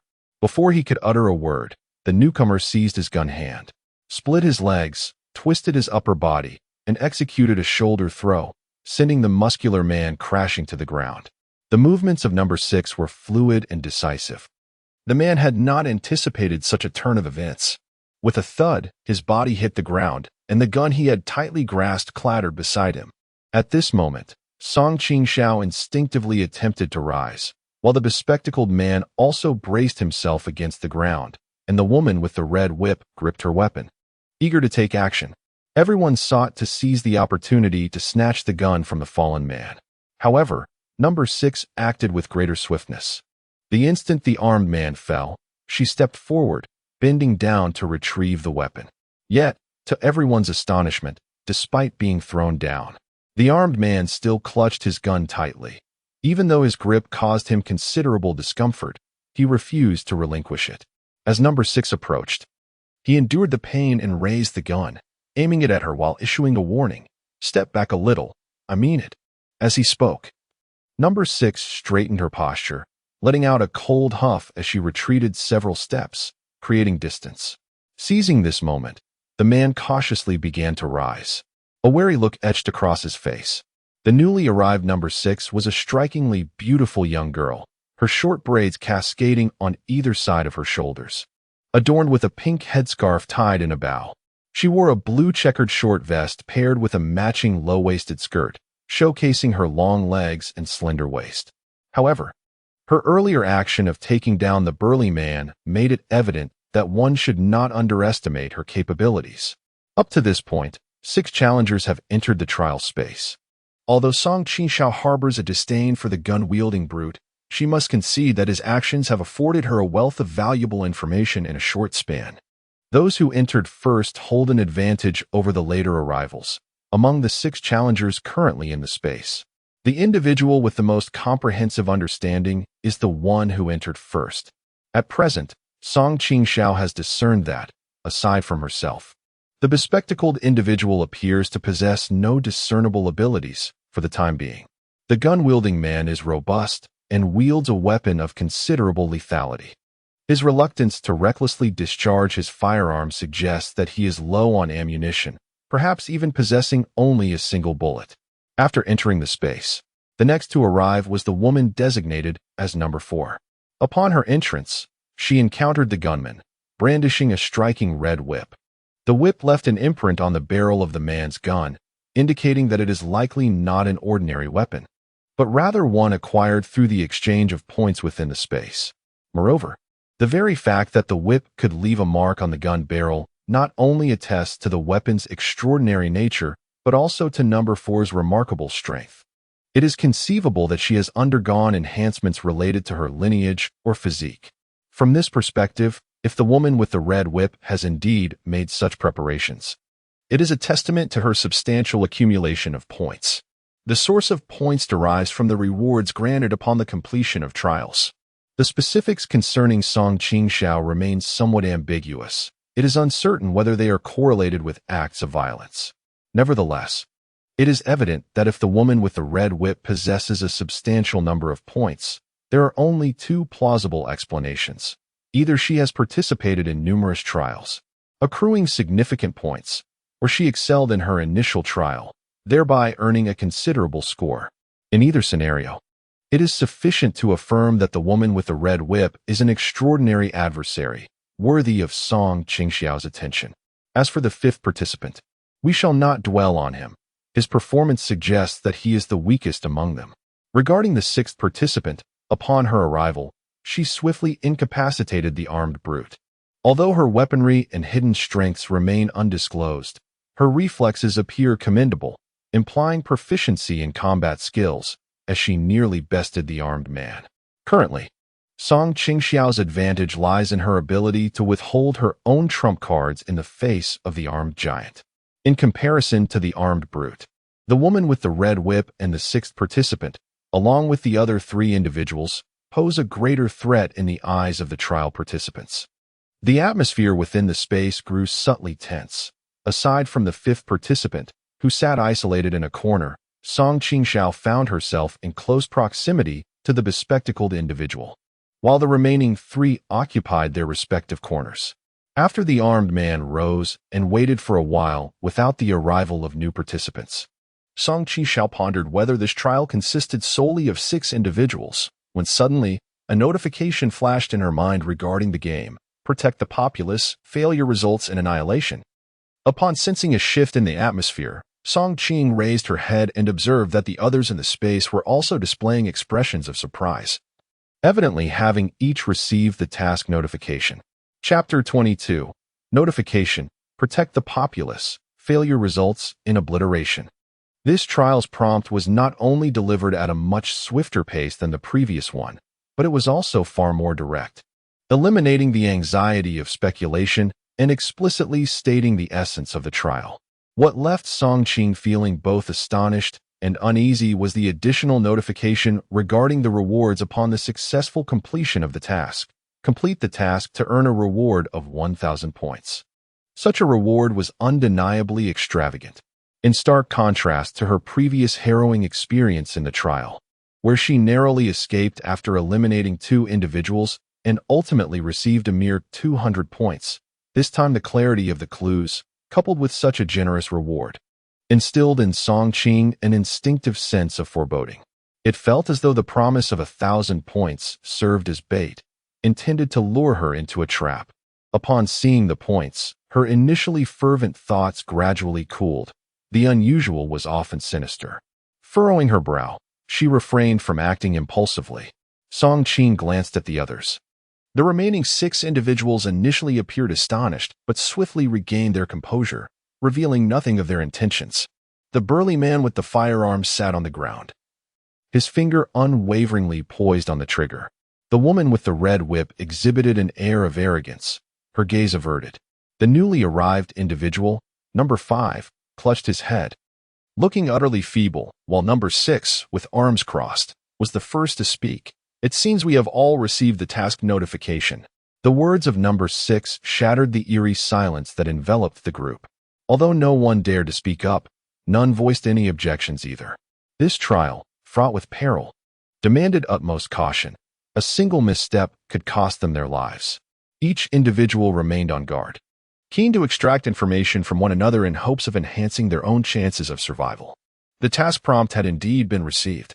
Perhaps emboldened by an unwavering belief in her own capabilities, the woman with the red whip, number 4, boldly acknowledged her awareness. Her gaze swept across the room before ultimately settling on the man designated as number 5, who appeared the weakest among them.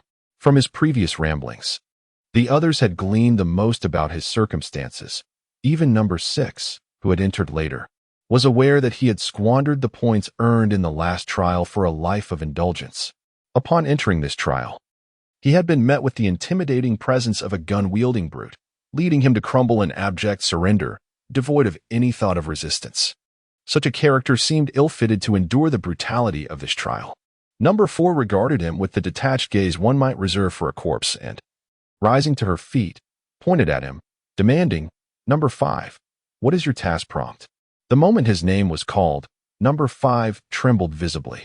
Number 4, emboldened, pressed him for the details of his task, while the others observed with cold indifference.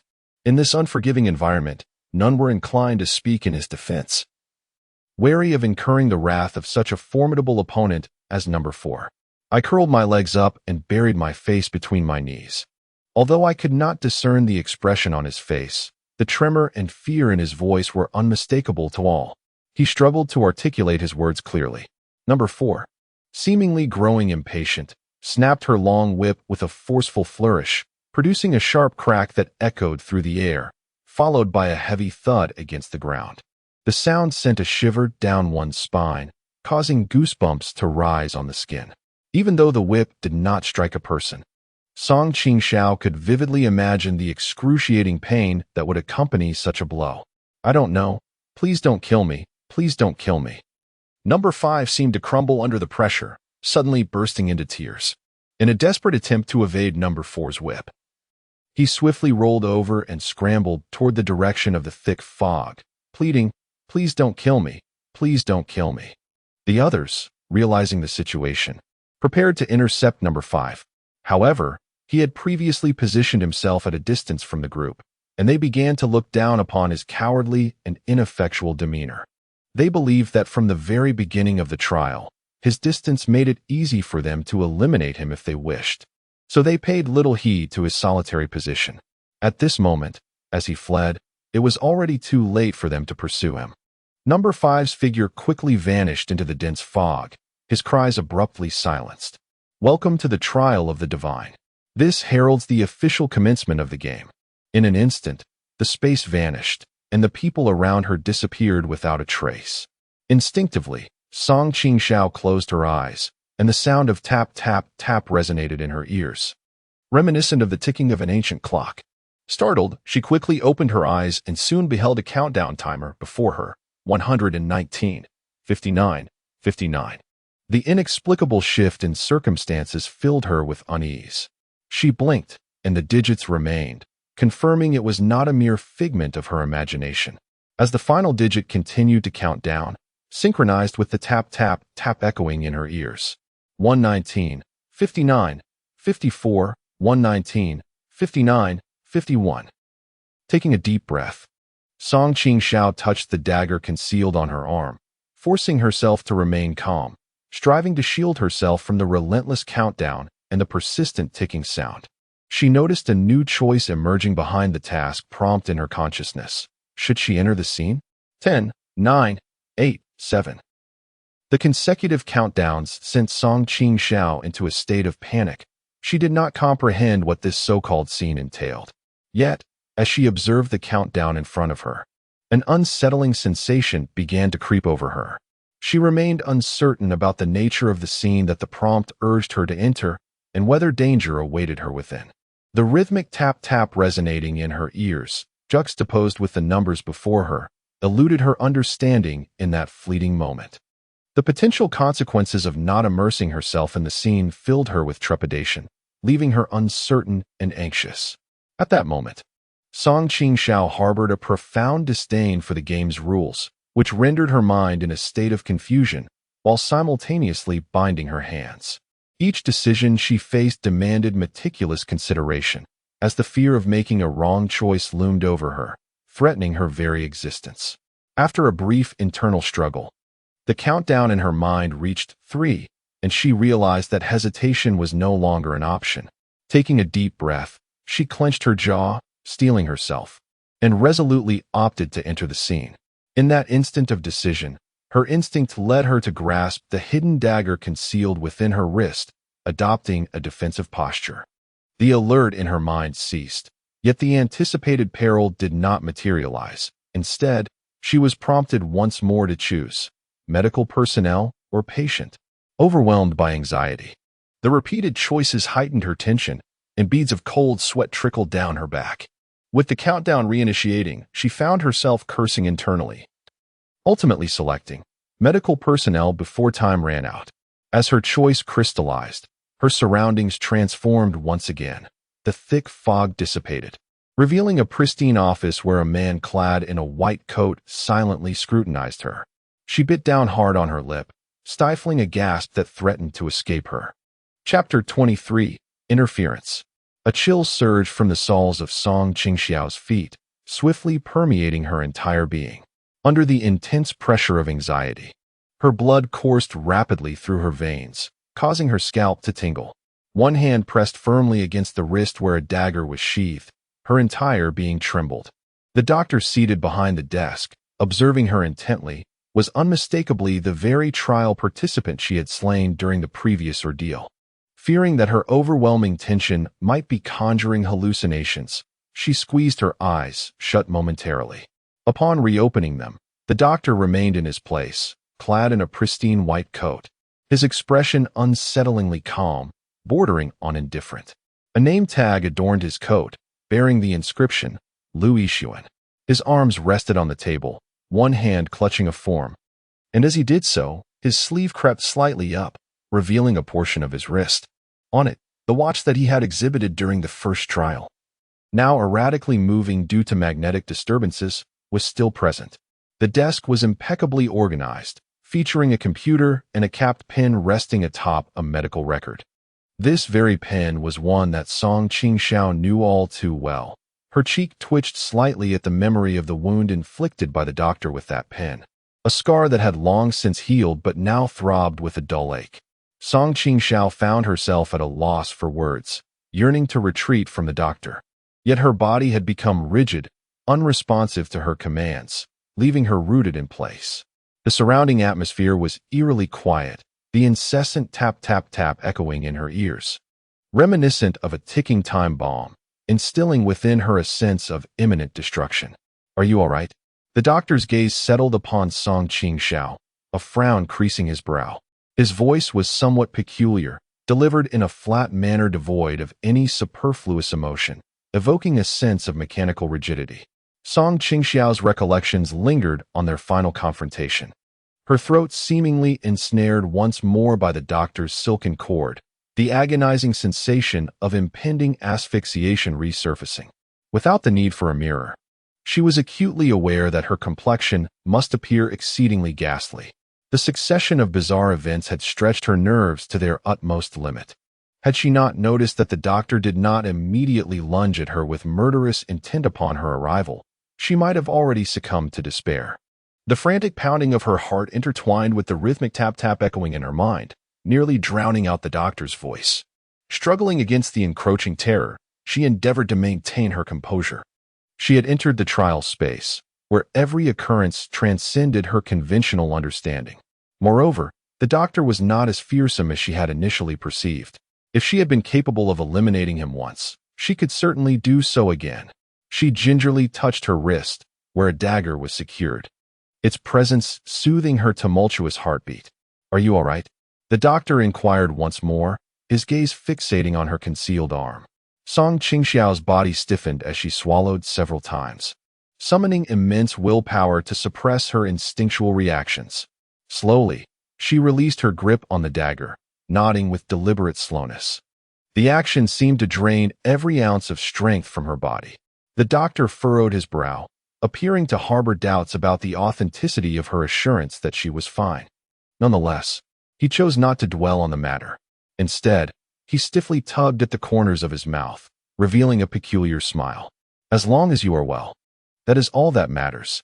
I have reviewed your resume. Although your experience is limited, it aligns perfectly with our current staffing shortages." He set the papers down and rose to his feet. "Song Qingxiao, welcome to our hospital. We are pleased to have you as a colleague." His smile bore a disquieting quality, failing to elicit any sense of ease. On the contrary, the visage reminded Song Qingxiao of the photograph found on the reversed card after the doctor's demise during the last trial, instilling a profound sense of dread within her. "Next, I will have Nurse Zhang guide you around the hospital to familiarize yourself with the environment. You may also take this opportunity to change your attire." After a series of swiftly unfolding events, Song Qingxiao found herself somewhat numbed. She witnessed the doctor calling for someone, and with the sound of the door swinging open, an individual entered. She thought to herself that if the person summoned by Lu Yixuan were a familiar face from her memories, she would not be particularly surprised. However, the scenario she envisioned did not materialize. Instead, a young woman, approximately 25 or 26 years of age, entered clad in a nurse's uniform. Her hair meticulously tucked beneath a cap. With one hand grasping the door handle, she inquired, "Dr. Lu, did you call for me?" Her voice rang clear and bright, infusing the eerily quiet office with a breath of vivacity. Upon seeing Song Qingxiao standing within the room, the woman beamed, her lips curving into an enchanting arc that revealed a pair of playful and adorable canine teeth, in stark contrast to Lu Yixuan's smile, which was rigid to the point of evoking discomfort. Her expression radiated authenticity, momentarily alleviating the tension that had held Song Qingxiao taut, like a string on the verge of snapping. The doctor nodded affirmatively, introducing Song Qingxiao's identity and outlining her assigned duties, to which Nurse Zhang responded with a nod. As Song Qingxiao exited the doctor's office, she was drenched in perspiration, resembling someone who had just been pulled from water. She wiped her forehead repeatedly with her hand. Her legs, strained from excessive anxiety, felt unyielding. Once she attempted to relax, discomfort ensued, and with each step, her feet tingled with a prickling pain, creating the illusion of walking barefoot along a path strewn with thorns. The rhythmic tap, tap, tap echoed in her mind, and the images before her appeared to rapidly retreat. Our hospital is a specialized institution for severe mental illness, operated under stringent, closed management. As Nurse Zhang guided Song Qingxiao through a lengthy corridor, she shared insights about the hospital's circumstances. At that moment, Song Qingxiao recognized a significant challenge. The incessant tap in her mind demanded her utmost concentration to comprehend Nurse Zhang's words. Otherwise, it was all too easy to overlook her explanations. The scenario of this trial differs markedly from the last, and the circumstances are considerably more intricate. Currently, her understanding of the situation is scant, and her mind is rife with uncertainties. Some matters require her to navigate through exploration. At this juncture, if she allows the incessant ticking sound in her mind to distract her, she may overlook vital clues. In such a context, acquiring more information is decidedly advantageous for her. Setting aside the previous unsettling experience with the doctor and the persistent ticking noise alongside the countdown, she gleaned from Nurse Zhang's words that her current location is within a psychiatric hospital, governed by a closed management system, which implies limited contact with outsiders. Song Qingxiao endeavored to disregard the peculiar sound, yet her behavior led Nurse Zhang to misinterpret her state, eliciting a smile. "However, we do have dedicated supplies. Vehicles arrive every 5 days." Amidst the disruptive ticking, Song Qingxiao keenly perceived a significant detail in her words, hinting at a connection to something. She felt she had grasped a crucial thread, Yet the distracting noise, the countdown, and the ever-shifting surroundings, compounded by the bizarre appearances of the doctor, continually disrupted her thoughts. The clues seemed tantalizingly close, yet just out of reach. In this state of agitation, Qingxiao became increasingly restless, prompting Nurse Zhang to glance back at her. Our hospital has a total of 27 patients, 6 doctors, and 11 nurses. However, with your addition, that makes 12 of us. Nurse Zhang paused her speech, noticing Qingxiao frequently wiping her sweat, her complexion pale, and her figure frail. Ever since they emerged from Dr. Lu Yixuan's office, Song had remained silent, with Nurse Zhang doing all the talking. Concerned, she halted her steps and asked with a hint of guilt, "Am I speaking too much?" "No." Qingxiao quickly shook her head. She believed she was exerting considerable effort in her response, yet to Nurse Zhang, it merely appeared as a gentle nod. Upon hearing this and observing her demeanor, Nurse Zhang assumed that the new colleague was simply shy and introverted, prompting her to smile and say, "Are you feeling a bit apprehensive due to the new job? This is a psychiatric hospital, and particularly a severe one. Most of the patients here have aggressive tendencies. It seems that newcomers often feel a bit intimidated." Qingxiao listened intently, fearful that any distraction might cause her to miss a single word. When Nurse Zhang spoke, she nodded in agreement. Yes. Although she was indeed feeling extremely tense, it was not solely because she had entered a psychiatric hospital. However, recognizing that Nurse Zhang had unwittingly provided her with a reasonable excuse, Qingxiao readily acknowledged it. As anticipated, Nurse Zhang offered her words of comfort. "There's really no need to be so afraid. When we first arrived, we were all quite scared, but over time, we become accustomed to it." She smiled warmly, adding, "After all, they are patients. We shouldn't hold too much against them." The sunlight streamed through the corridor's glass, casting a warm and gentle glow on Nurse Zhang's face. "Just take your time." Tap, tap, tap. Qingxiao turned her head to look at her. Above her cheeks, the countdown had transformed into 119, 51, 23. She blinked, and it changed to 119, 51, 18. Nurse Zhang continued to smile. Yet Qingxiao couldn't help but ponder her current mission, to protect the populace. From Nurse Zhang's words, she discerned that this was the severe psychiatric ward, where patients might exhibit aggressive behavior. Was the essence of her trial to safeguard these doctors from being harmed by potentially violent patients? She attempted to raise her hand to massage her aching head, but despite several attempts, she found herself unable to move freely. The stimuli she experienced today had been overwhelming, and she had yet to fully regain her composure. Noticing her struggle, Nurse Zhang reached out to pull her closer. The moment her fingertips brushed against Qingxiao's palm, a jolt of instinct compelled Qingxiao to recoil. "Ah, your hands are so cold," she remarked. Nurse Zhang grasped Qingxiao's hand firmly, dismissing her feeble resistance. Observing Qingxiao's defensive demeanor, she chuckled. "Your expression sometimes resembles that of the patients in our hospital." Although her words were unintentional, they struck Qingxiao like a clarion call, prompting her to lift her head.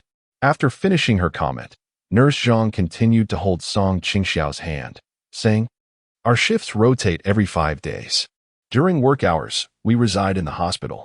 Since you are new and may not be accustomed to it, why not share a dormitory with me?" She paused for a moment before continuing, "Come. Let me first show you the dormitory and help you change into some clothes." The sound of tick-tock continued to resonate as the countdown timer displayed 119, 46, 57. 5 days. Qingxiao noticed that Nurse Zhang had mentioned this term twice in quick succession. The vehicle arrives every 5 days, and the nurses rotate shifts every 5 days. She sensed that this duration was crucial to the mission, yet the distracting noise in her mind and the numbers before her perpetually diverted her attention, preventing her from settling down to contemplate. A sense of restlessness gripped her. What did those 5 days truly signify? While Nurse Zhang continued to speak, gesturing towards the buildings within the compound for Qingxiao to observe, she nodded absently, making a concerted effort to slow her breathing and not let her emotions take control. 5 days. The sound of the tick-tock from the old-fashioned clock echoed in her mind, along with the countdown before her, all intertwined with the mission to protect the public. All the clues converged into a singular thread, and Song Qingxiao seized upon the crux: time. The 5 days and the tick-tock of the clock pointed towards time, suggesting that the mission to safeguard the populace might also be time-sensitive. As for the peculiar countdown that loomed before her, although it had now dwindled to 119, 44, 27, she vividly recalled that when she first encountered this number, it had been 119, 59, 59. The abruptness of the situation had initially startled her, and the urgency of the mission compelled her to make choices without the luxury of contemplation. Upon entering the scene, she had encountered the doctor she had killed, leaving her with little time to focus on the numbers. Upon reflection, this number resembles a countdown, and upon further calculation, it precisely indicates a span of 5 days. This suggests that this sequence of digits likely represents the countdown for her mission. She must accomplish the task of safeguarding the populace within 5 days. Realizing this, Song Qingxiao found herself at a loss, uncertain whether to feel relieved at uncovering a crucial lead in her mission or to feel an intensified urgency due to the impending deadline. Chapter 24. The ambush. Having chosen her identity, Song Qingxiao entered the trial scene as a nurse. According to Nurse Zhang, this location operates under a completely enclosed management system, with medical personnel rotating shifts every 5 days. This 5-day time frame aligns perfectly with the countdown she now faced. However, the trial did not provide her with any accommodation after her shift, implying that the mission must be completed within those 5 days. Failure to do so would leave her with no escape route. She cast another glance at the task prompt within her consciousness. Protect the populace. Failure means obliteration. Completing the mission grants 1,000 points. Song Qingxiao took a deep breath, exhaling slowly, as the countdown before her shifted to 119, 41, 18. The ticking of the clock echoed like a harbinger of doom. Despite the bright sunlight and serene surroundings, a chill coursed through her. Since she was already here and had no alternative choices, panic would serve no purpose. She needed to regain her composure, thoroughly assess the situation, and unravel the intricacies of the trial, aiming to extricate herself as swiftly as possible. Last year, as you can see, Xiaoyu cultivated some plants over there, which thrived remarkably well. Nurse Zhang was enthusiastically introducing a corner of the hospital to Song Qingxiao, who held her breath, intently focusing on her words while disregarding the distracting countdown numbers that appeared in her mind's eye. This isolated psychiatric hospital, though not extensive, could be divided into 2 sections, a 5-story building and a recreational area. The leisure space downstairs was devoid of people. According to Nurse Zhang, the hospital housed 27 patients, all within the same building. Yet, Song Qingxiao found the surroundings eerily silent. Through the transparent floor-to-ceiling windows, one could see the tall walls surrounding the recreational area, which effectively obstructed all outward views, creating a self-contained environment. The layout of this place was quite memorable, and its schedule was notably regular. Nurse Zhang was diligent and attentive. Following Dr. Lu's instructions to teach Song Qingxiao, she explained that the lights in the wards would illuminate at 6 o'clock, prompting the patients to rise for their morning routines, during which we would assist with nail and hair grooming. She detailed the nurses' duties and mentioned that their shifts were divided into morning and evening, with the morning shift running from 8 to 6. Due to a shortage of staff, the workload was substantial, and night shifts were often required, making it quite demanding. Upon mentioning this, a flicker of complexity crossed Nurse Zhang's gaze, hinting at a sense of guilt. However, Song Qingxiao was not truly here for work. Her task was limited to 5 days, and if she failed to complete it within that time frame, her life would be at stake, leaving little concern for the hardships involved. She eagerly anticipated swiftly acclimating to her work, striving to grasp the intricacies of the trial tasks. Undeterred by the persistent tap-tap sounds echoing in her mind, she pressed her lips together, revealing a faint smile. I truly wish to immerse myself in learning and familiarize myself with the job responsibilities as soon as possible. If feasible, please assign me to the night shifts. Her proactive request garnered considerable favor from Nurse Zhang, who, in that fleeting moment, regarded Song Qingxiao with unmistakable warmth. In such a perilous, blood-soaked, and bizarre trial environment, encountering a gentle and kind-hearted individual like Nurse Zhang momentarily disoriented Song Qingxiao. Soon, Nurse Zhang grasped her hand, urging her to suppress any lingering discomfort. "Qingxiao, you are truly wonderful. However, as you have just arrived today, there is no need to rush. This afternoon, let us familiarize ourselves with the job duties together. Make sure to rest well tonight, and we shall discuss the night shifts tomorrow." The lower bunk was originally hers. But after Song Qingxiao's earlier display of initiative in requesting overtime, this warm-hearted woman unceremoniously packed her belongings and moved to the upper bunk. While changing clothes, Nurse Zhang thoughtfully provided space for Song Qingxiao, allowing her a brief moment of solitude. Despite the incessant reminders in her mind remaining unchanged, she gradually learned to manage herself amidst the tap-tap of the ticking clock, mastering the art of multitasking. Yet, the events surrounding the doctor she had encountered earlier lingered in her thoughts, leaving her with an unsettling feeling that it was no mere coincidence. As the group entered the trial space, shrouded in uncertainty about their roles and the nature of the tasks ahead, she suppressed her thoughts and changed into her uniform. Nurse Zhang awaited her outside, and upon seeing Song Qingxiao, she smiled and handed her a name tag. "While you were changing, I took the liberty of collecting this for you," Nurse Zhang said. Simultaneously, Song Qingxiao noticed that a name tag was affixed to Nurse Zhang's chest, inscribed with the name Zhang Xiaoyu. The tag she received bore her own name. And Nurse Zhang explained, "Since you are new and due to time constraints, your official work badge hasn't been produced yet. In a few days, once it is completed, you need to wear this, which will be more convenient." Song Qingxiao nodded, fastening the name tag around her neck as she followed Nurse Zhang towards the patient area. The hospital's intensive care unit was divided into levels 1 and 2.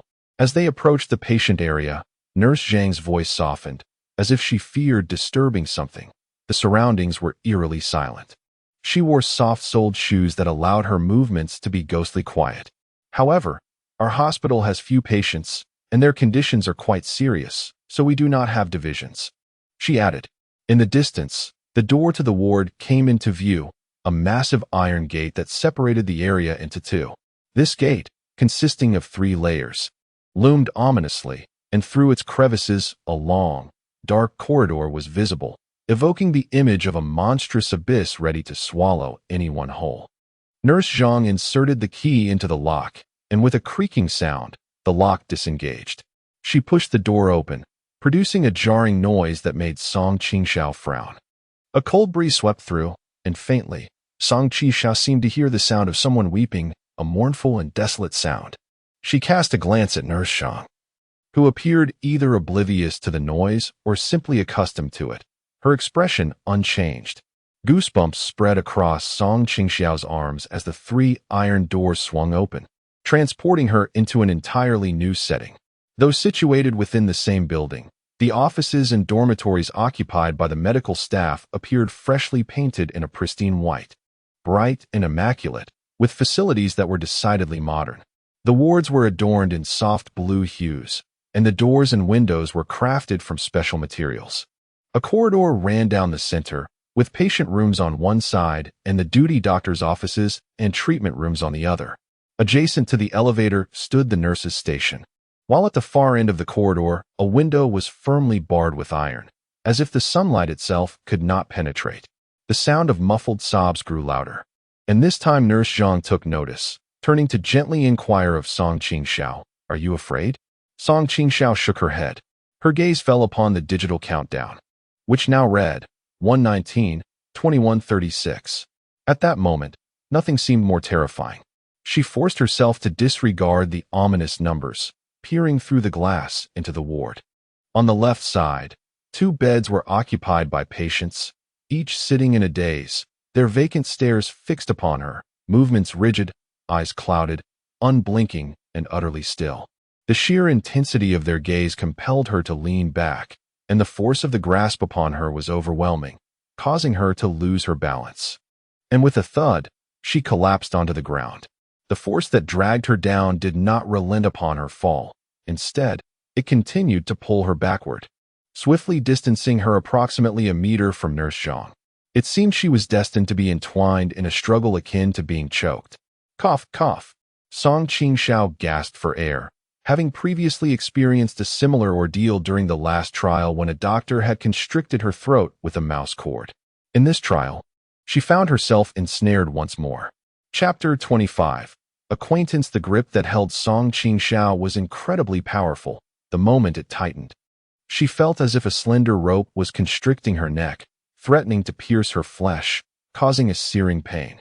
Her airway was compressed, depriving her of fresh air, and she tilted her head back, her face turning a shade of blue from the strain. Instinctively, she reached for the dagger concealed on her wrist, hoping to alter her predicament. However, in that fleeting moment, reason prevailed over her body's instinctive response, perhaps due to her prior experience of being choked. She quickly regained her composure and began to weigh her options. They were in a hospital, and there were people present. The dagger was her trump card, and revealing it too soon would not serve her well. Moreover, Nurse Zhang was still nearby. Being restrained would cause her some discomfort, but it was unlikely to lead to her demise. Conversely, revealing her trump card could result in the loss of a significant advantage.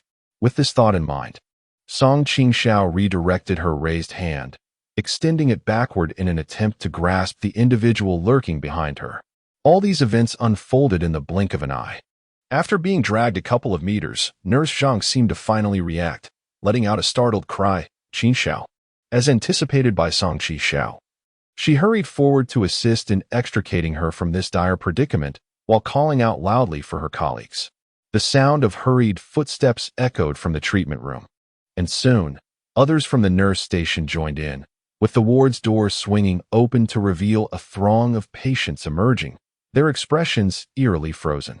In what felt like an eternity to Song Qingxiao, Nurse Zhang came closer to help, seemingly causing the individual who had been holding her to stumble and fall. Yet, this did not alleviate her peril. The person gripping her staff badge did not loosen their hold, but, in fact, tightened their grasp. Amidst the chaos, she sensed a pair of feet pressing down on her shoulder, exacerbating the pressure around her neck. The situation had escalated to a more precarious state, and despite her desperate struggles, she could not free herself from this imminent danger. Fortunately, assistance arrived from the treatment room, with nurses from the station rushing over. Together, they managed to subdue the assailant. However, this ordeal had taken a toll on Song Qingxiao. Ultimately, Nurse Zhang retrieved a pair of scissors and severed the rope that had ensnared Qingxiao's neck, finally alleviating her crisis. "Are you all right?" Nurse Zhang inquired anxiously, handing the scissors to a colleague before bending down to help her rise. Air regained, Song Qingxiao inhaled deeply, the air tinged with a hint of medicinal scent.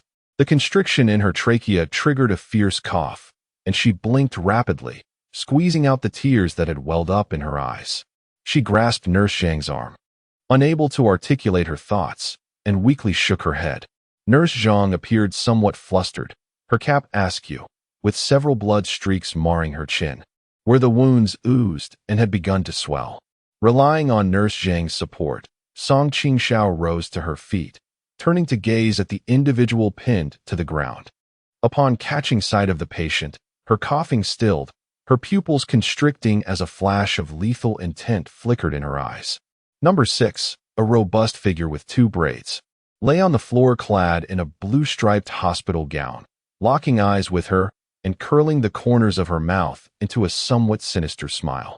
Clutched tightly in Number 6's hand was the very lanyard that had previously ensnared Song Qingxiao's neck. Cough, cough.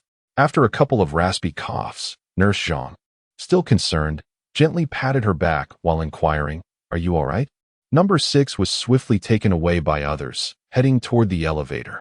"I'm fine," Song Qingxiao managed to respond, and upon hearing her voice, Nurse Zhang exhaled in relief.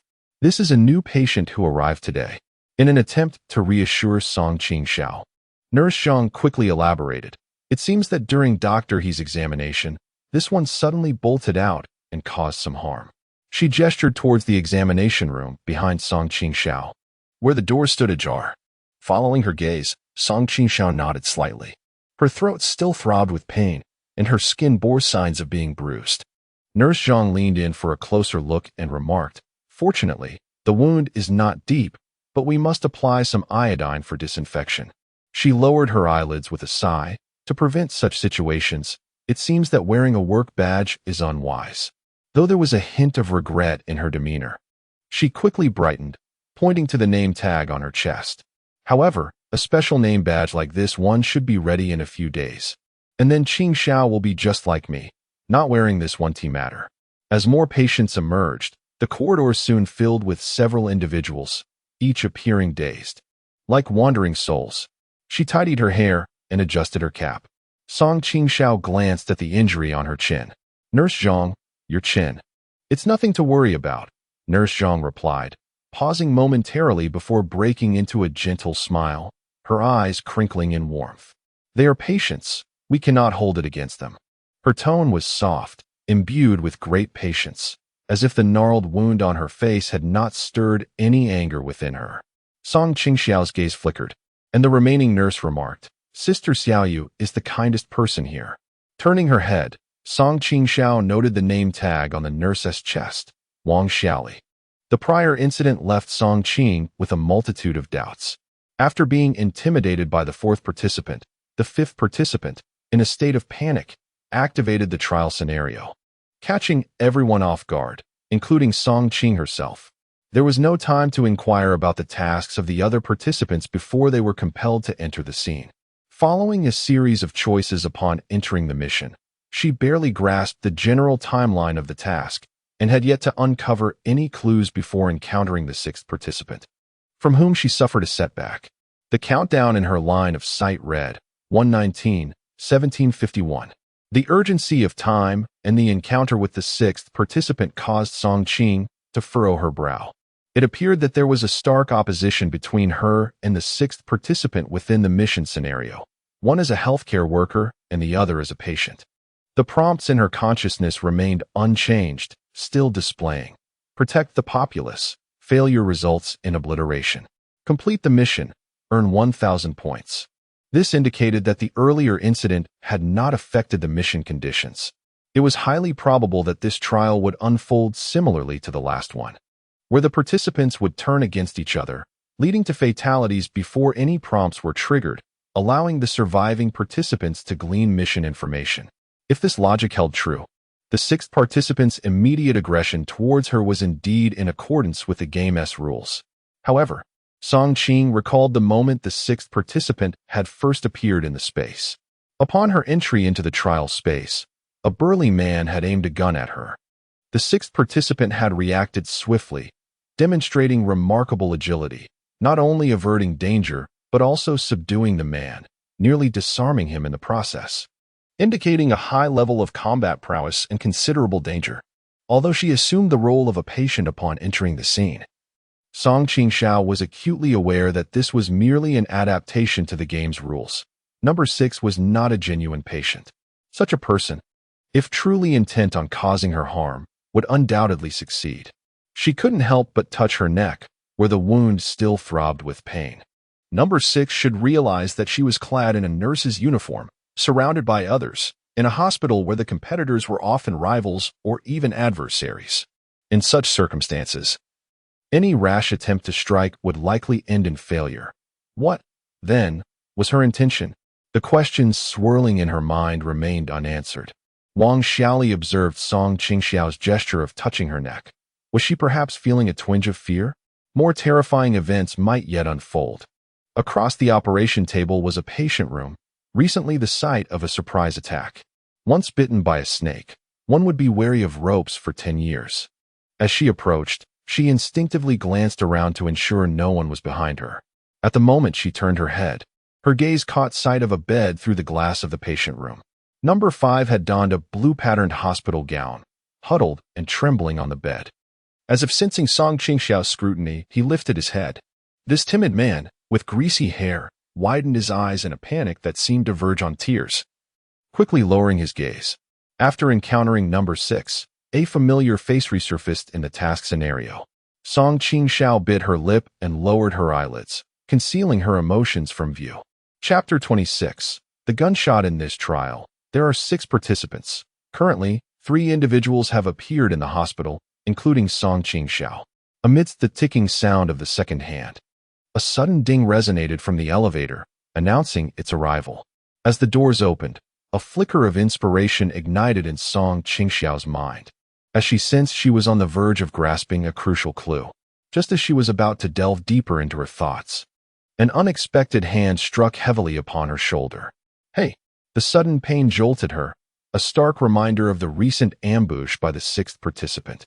Instinctively, she pivoted on her toes, evading the touch, her back pressed against the edge of the operation table, her upper body leaning backward as she turned to confront the individual who had startled her. The hand that had struck her shoulder belonged to a nurse, not one of the 6 participants. She appeared to be in her 30s, clad in soft-soled shoes that made her footsteps virtually soundless. Qingxiao was taken aback by the suddenness of her movement, a hint of embarrassment coloring her demeanor. Raising her hand, the nurse exclaimed upon seeing Qingxiao, "Oh, a new arrival?" After posing the question, she mused aloud. "It seems there have been quite a few newcomers lately." The nurse's words carried a weight of intrigue, and the moment Qingxiao heard them, she narrowed her eyes in contemplation. Beneath the ongoing countdown, she noticed the name tag affixed to the nurse's chest, which bore the name Tu Xiaoyan. Realizing her previous reaction had caused some discontent in Tu Xiaoyan, with a somewhat awkward expression on her face, Qingxiao arrived at the scene without fully understanding the nature of her current trial and its associated tasks. Nevertheless, she hoped to cultivate a good rapport with her colleagues in order to glean more information that would facilitate the progression of her mission. In her pursuit of gaining the favor of others, she noted the frown that accompanied Tu Xiaoyan's words. Rapidly, a strategy formed in her mind. She raised her left hand to massage her shoulder, a pained expression surfacing on her face as she glanced at Nurse Zhang. "What happened?" Nurse Zhang inquired with genuine concern upon noticing Qingxiao's gesture. "It seems I was injured by a kick to my shoulder earlier," Qingxiao replied. This raised a look of confusion on Tu Xiaoyan's face. Nurse Zhang elaborated, "A newly admitted patient suddenly attacked Qingxiao, injuring her neck." As Nurse Zhang spoke, she sought Qingxiao's permission to pull down her collar and inspect the bruised shoulder. Standing at 1.68 meters, Qingxiao was of average height. Yet the nurses at the mental health center were not lacking in stature. After pulling down the collar, Nurse Zhang glanced and gasped softly. "Oh, there is some bruising." Number 6 was rather forceful. She had grasped the lanyard of Qingxiao's name tag with both hands and had used her feet to push down on her shoulders, leaving swollen marks on either side. Upon understanding the sequence of events, Tu Xiaoyan's face manifested a look of guilt. She took a cotton swab, dipped it in iodine, and personally applied it to Qingxiao's wounds, all the while stating, "By the way, our hospital may soon welcome a new addition. Dr. Zhou is currently preparing to meet him, and if he stays, we will have another doctor on our team." The skin on her neck had been chafed by the rope, and the application of iodine stung slightly. However, such sensations paled in comparison to the news that Qingxiao heard from Tu Xiaoyan. She recalled Tu Xiaoyan's earlier remark. "It seems that many newcomers have arrived lately." Tu Xiaoyan did not specify whether these newcomers were medical staff or patients, and it was quite likely that they encompassed both categories, much like herself and the individuals she had previously observed, numbered 5 and 6. Now, with the arrival of yet another doctor, she couldn't help but speculate about the identity of this new doctor. If it were to be assumed that all participants in the trials entered the same scenario, aside from the 3 already present, the others yet to appear would be the bespectacled man, the armed brute, and the woman with the red whip, designated as number 4. The new doctor mentioned by Tu Xiaoyan was likely one of these 3 individuals. The hospital's wards spanned 5 floors, and according to Nurse Zhang's prior statement, there were a total of 27 patients. It remained uncertain where the remaining 2 trial participants might be among these patients. Not only did Qingxiao feel as though her heart had been jolted, but even Nurse Zhang and her companions, who were engaged in conversation, were startled. Tu Xiaoyan's hand trembled while holding the cotton swab, causing one end to inadvertently jab Qingxiao's injured neck, eliciting a sharp intake of breath from her. Wang Xiaoli was somewhat taken aback, while Song Qingxiao felt an unsettling twitch in her eyelids. She was acutely aware of the hospital's exceptional soundproofing, having personally experienced it. Despite being within the same building, one side housing 27 patients and the other accommodating medical staff offices and dormitories, when she first entered the task scenario and was interviewed by Louis Xuan, she had heard not a whisper from the patient area. It was only after she donned her nurse's uniform and accompanied Nurse Zhang, opening several iron doors, that she was met with the sorrowful cries of the patients. The recent loud bang had resonated as if emanating from the medical staff's office on the opposite side of the building. What sort of sound could travel such a distance? Moreover, the noise did not resemble the sound of something falling or shattering. It bore an uncanny resemblance to the discharge of a firearm. In that moment, Song Qingxiao envisioned a gun-toting brute and moistened her parched lips. Tu Xiaoyun had mentioned that newcomers were arriving, yet the armed man, the bespectacled man, and the woman with the red whip had yet to appear. The new doctor could potentially be one of them, and the likelihood of the armed man being involved was increasingly apparent. The ache in her neck, previously constricted by the sixth individual, intensified, and her breathing quickened. Following the gunshot, she instinctively sensed the looming presence of death, a powerful intuition honed from 2 previous brushes with mortality. Immediately, she focused on the prompts within her consciousness. As expected, the message that had earlier read, "Protect the populace, failure results in erasure, complete the task, 1,000 points," had transformed in an instant with the gunshot into, "Protect the populace, failure results in erasure. Task completed, points 950. The reward has changed." When Song Qingxiao lifted her head, astonishment and a hint of excitement flickered in her eyes. Although the gunshot that had just echoed suggested the possibility of death within the hospital, it indeed confirmed her earlier suspicion that the true trial had commenced upon the loss of life. Squinting slightly, her gaze traversed past Tu Xiaoyun and the others, peering through the glass wall of the ward to see number 5, who had also been startled by the gunfire, his face betraying an unmistakable fear. Upon noticing Song Qingxiao's gaze, number 5 cradled his head in his hands and slowly lowered it, his body beginning to tremble once more. "Ah!" The shrill scream pierced through the tranquil yet eerie atmosphere, resonating with a chilling intensity, especially in such a quiet setting. "Let's go see what has transpired," Nurse Zhang urged anxiously. Since Song Qingxiao was new, she took her along, while Tu Xiaoyun and Wang Xiaoli stayed back with the other staff to comfort the patients. The sound of gunfire seemed to emanate from the direction of the medical staff's office. Nurse Zhang hurriedly retrieved her keys to unlock the triple iron doors, all the while apologizing to Song Qingxiao. "I'm so sorry, Qingxiao. You just arrived today, and I should have guided you through the environment," she explained hastily, her expression fraught with concern. "But I don't know what has happened."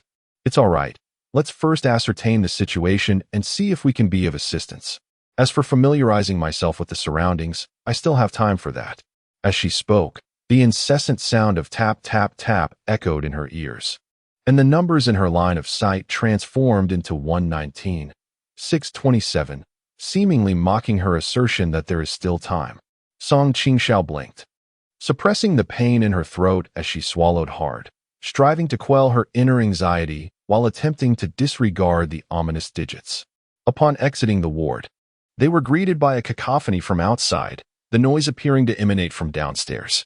Nurse Zhang hastily approached the elevator, pressing the button, and it arrived promptly. Song Qingxiao followed her inside. The elevator's harsh, pallid lights cast an eerie glow in the confined space, rendering the atmosphere profoundly unsettling. Neither of them spoke.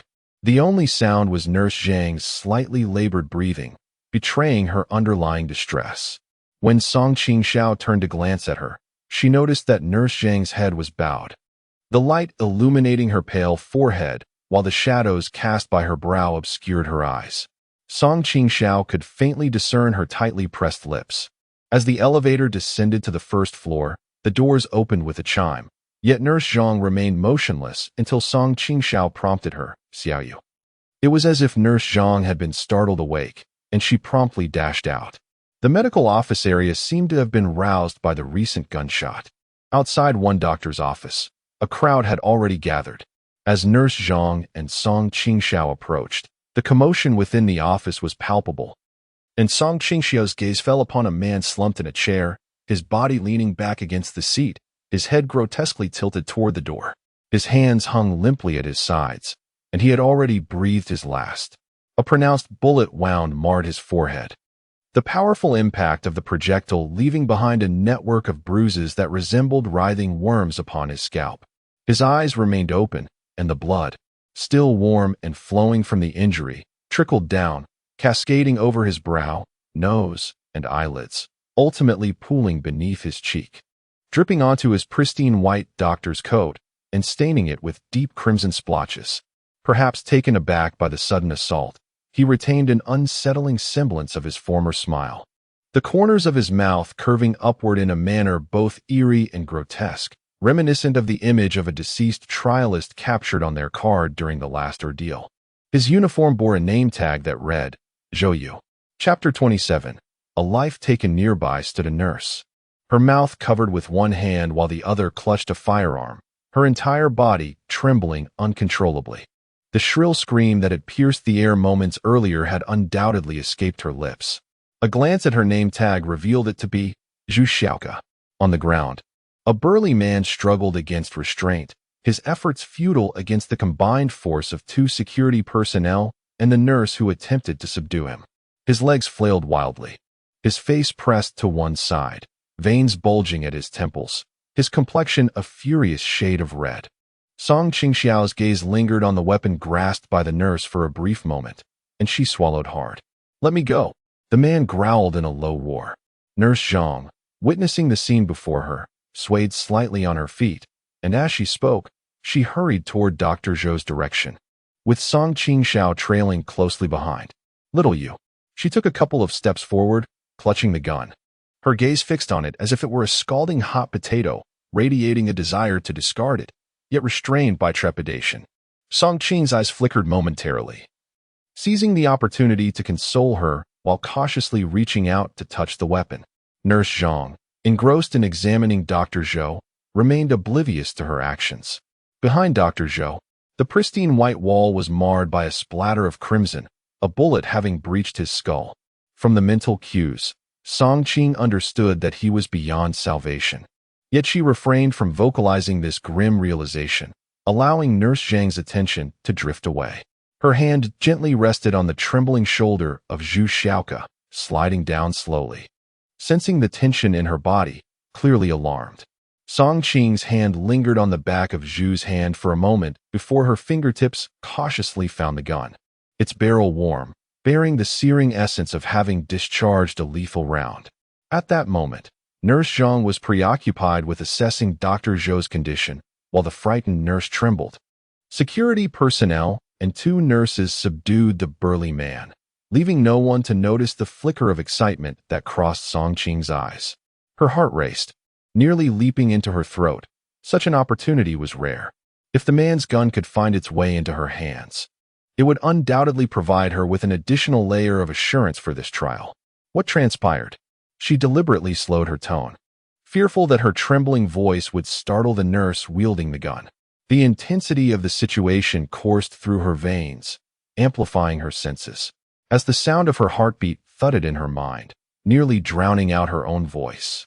Ultimately, her hand was smoothly placed into that of the young nurse, who did not resist, almost submissively allowing herself to be grasped by the weapon.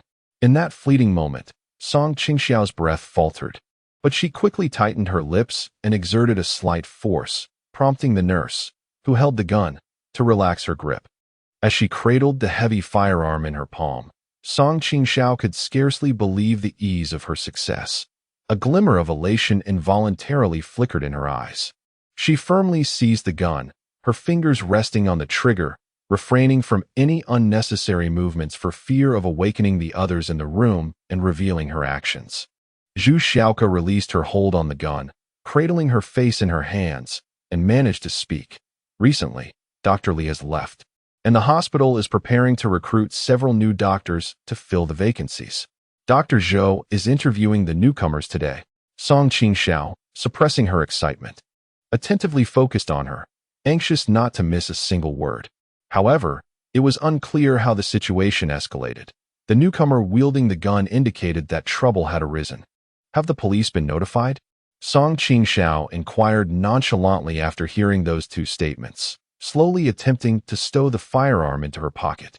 The panicked nurse shook her head helplessly. The call couldn't go through. Her voice, laced with despair, carried an ominous undertone. An hour ago, I received news that there was an accident on the road down the mountain. The only route has been severed, and the signal tower has collapsed. It will take 5 days for restoration.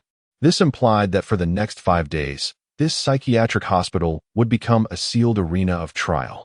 Such a scenario was within Song Qingxiao's initial expectations, but it was only now that she received confirmation from the nurse's words.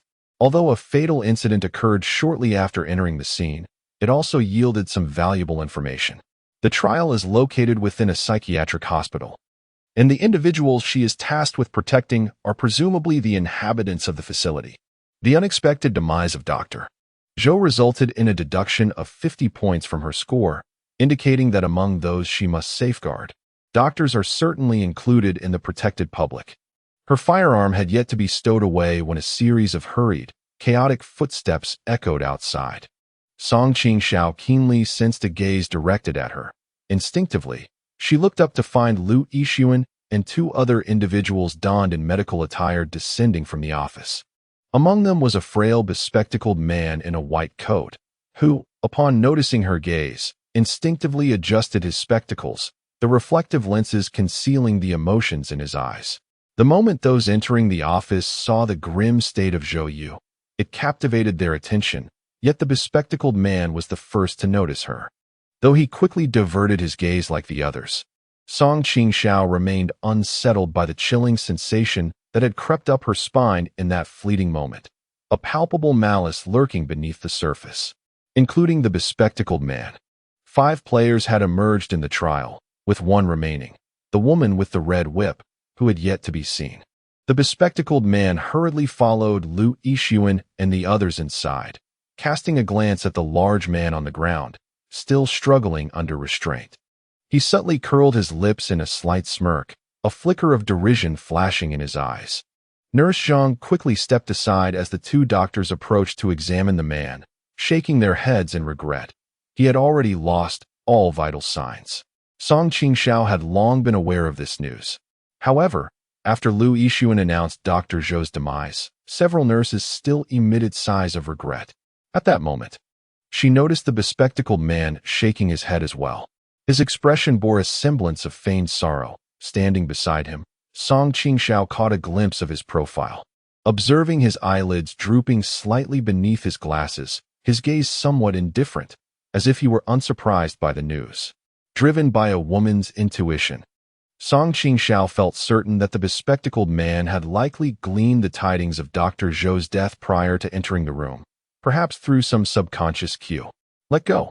The burly man on the ground continued to struggle like a cornered beast, perhaps aware of the life and death stakes, his resistance fervent. 2 security guards and a nurse were flushed with exertion, employing every ounce of strength to subdue him, yet they were nearly overwhelmed. "Release me," he shouted in desperation, his clothing becoming disheveled from the struggle, his powerful legs thrashing violently. Were it not for the fact that they were in a psychiatric hospital, where nurses, security personnel, and doctors regularly faced patients who might descend into madness at any moment, he would have likely escaped long ago. Chapter 28. The prelude. Bring the restraining straps and sedate him, the newly appointed doctor instructed with composure, furrowing his brow. The pathway down the mountain is blocked, and the phones are inoperative. First, let's tidy up this area. Dr. Zhou's body will be temporarily placed downstairs. We must secure this individual for now. Let me go? The burly man's neck veins bulged as he clawed at the ground in desperation. As soon as the doctor's words echoed in the hospital, Nurse Zhang swiftly retrieved a syringe and medication from a small refrigerator beside Dr. Zhou's office. With a single injection, the man's struggle diminished, allowing the nurse and security guard restraining him to exhale in relief. At the instant the man lost his capacity to resist, The bespectacled man narrowed his eyes, clenched his fist, and discreetly adjusted his glasses. He turned to glance at Song Qingxiao, only to find her gaze fixed upon him as well, prompting him to quickly avert his eyes. The atmosphere in the hospital shifted dramatically following the incident. Dr. Zhou's lifeless body was removed from the chair, while the burly man was hoisted up by two security guards, preparing to be transferred to a high-security observation room. It was evident that the hospital staff had decided to treat him as a critical patient in the coming days. Once inside the high-security observation room, he was restrained and injected with medication, under constant surveillance 24 hours a day. This individual, having barely entered the trial grounds, seemed destined for ruin. After entering, the bespectacled man, who had been silently observing everything, unexpectedly spoke. Song Qingxiao sensed his gaze lingering on her for a moment before it settled on the pocket of her nurse's uniform, where she had concealed the firearm belonging to the burly man, which she had taken from Zhu Xiaoke. She had stealthily stashed it away, gripping it tightly without daring to release her hold. As the bespectacled man began to speak, her palm became slick with perspiration, nearly causing her to lose grip on the weapon. The inquiries posed by the bespectacled man were evidently directed towards her, and she was acutely aware of this. A surge of murderous intent welled up within Song Qing, prompting her to lower her head in silence. Zhu Xiaoke spoke once more, recounting the origins of the armed man. The hospital had recently suffered from a shortage of staff, with Dr. Li having departed and Dr. Guo on leave. Several physicians had been recruited. This individual was among those who had interviewed today, preparing to commence his employment. Perhaps due to the subdued state of the man, and the incident involving Dr. Zhou having transpired some time ago, Zhu Xiaoke's demeanor had stabilized considerably compared to earlier. For reasons unbeknownst to me, this man wielded a firearm. I heard him bellow outside, and then the gunfire erupted. Upon entering, Dr. Zhou was.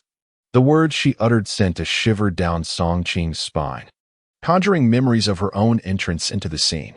She lifted her gaze to observe Lu Yixuan, who retained the likeness of the individual she had slain in the previous trial.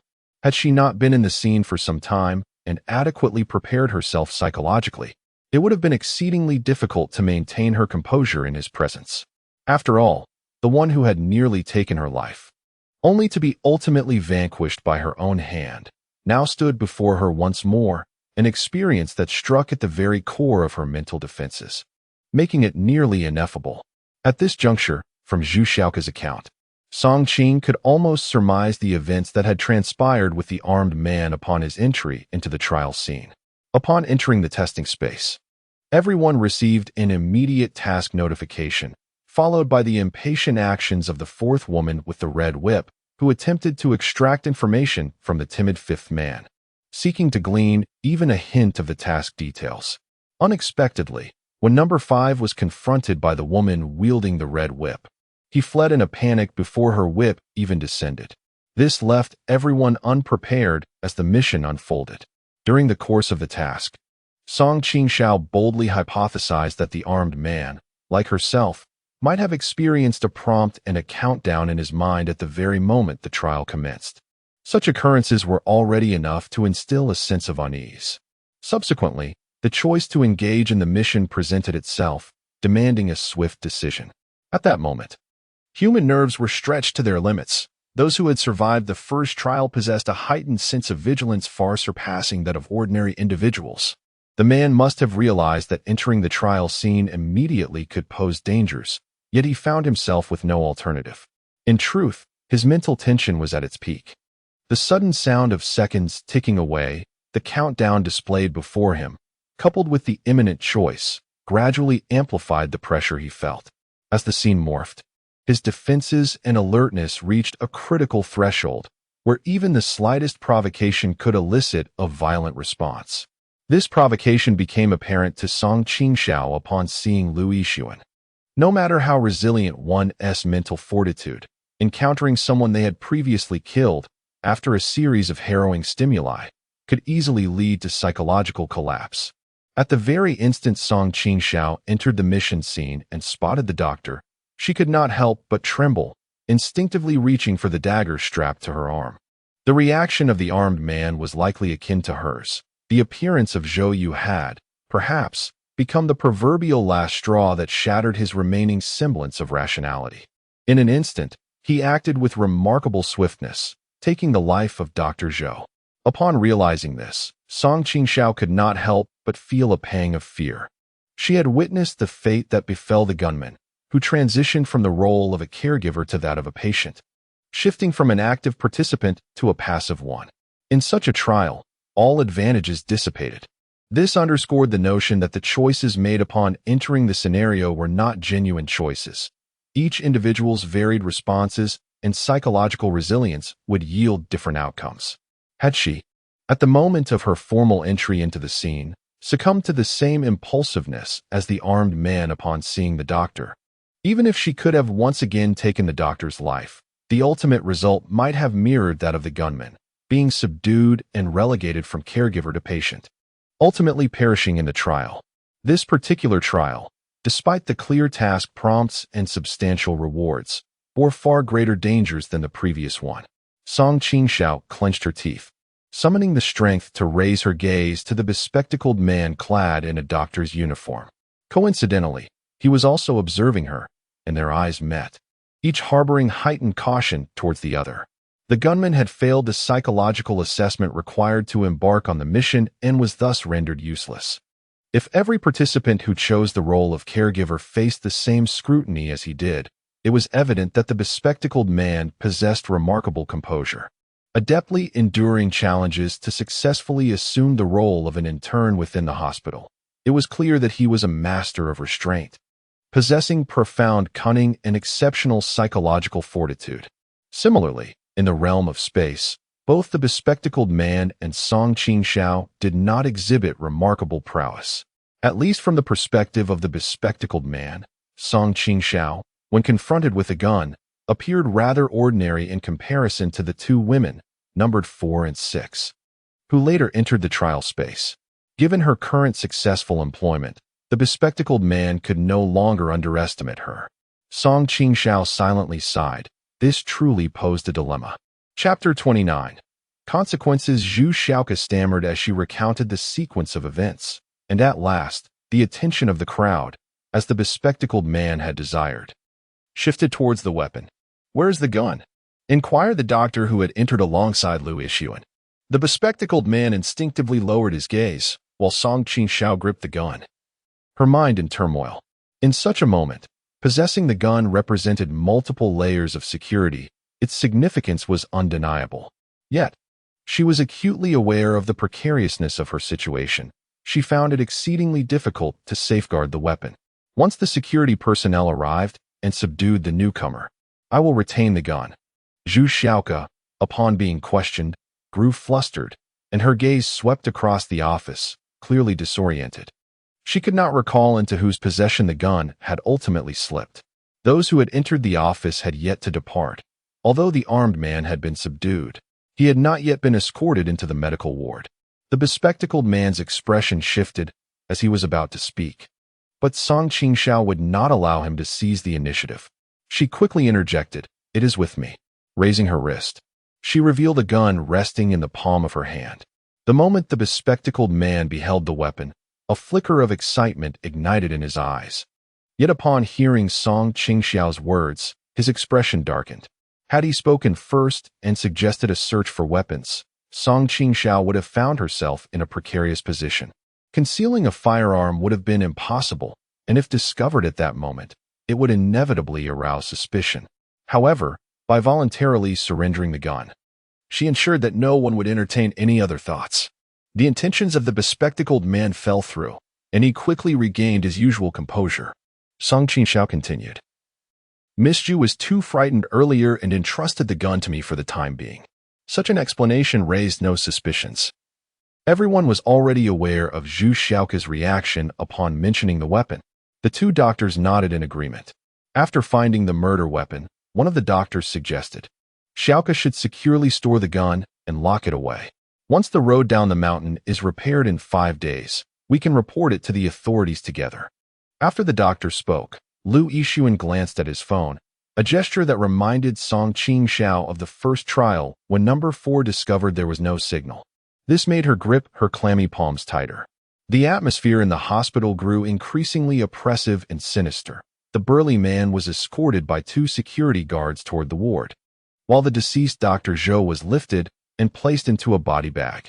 Bloodstains still lingered in the office, and sunlight streamed through the glass, illuminating the fine particles of dust floating in the air.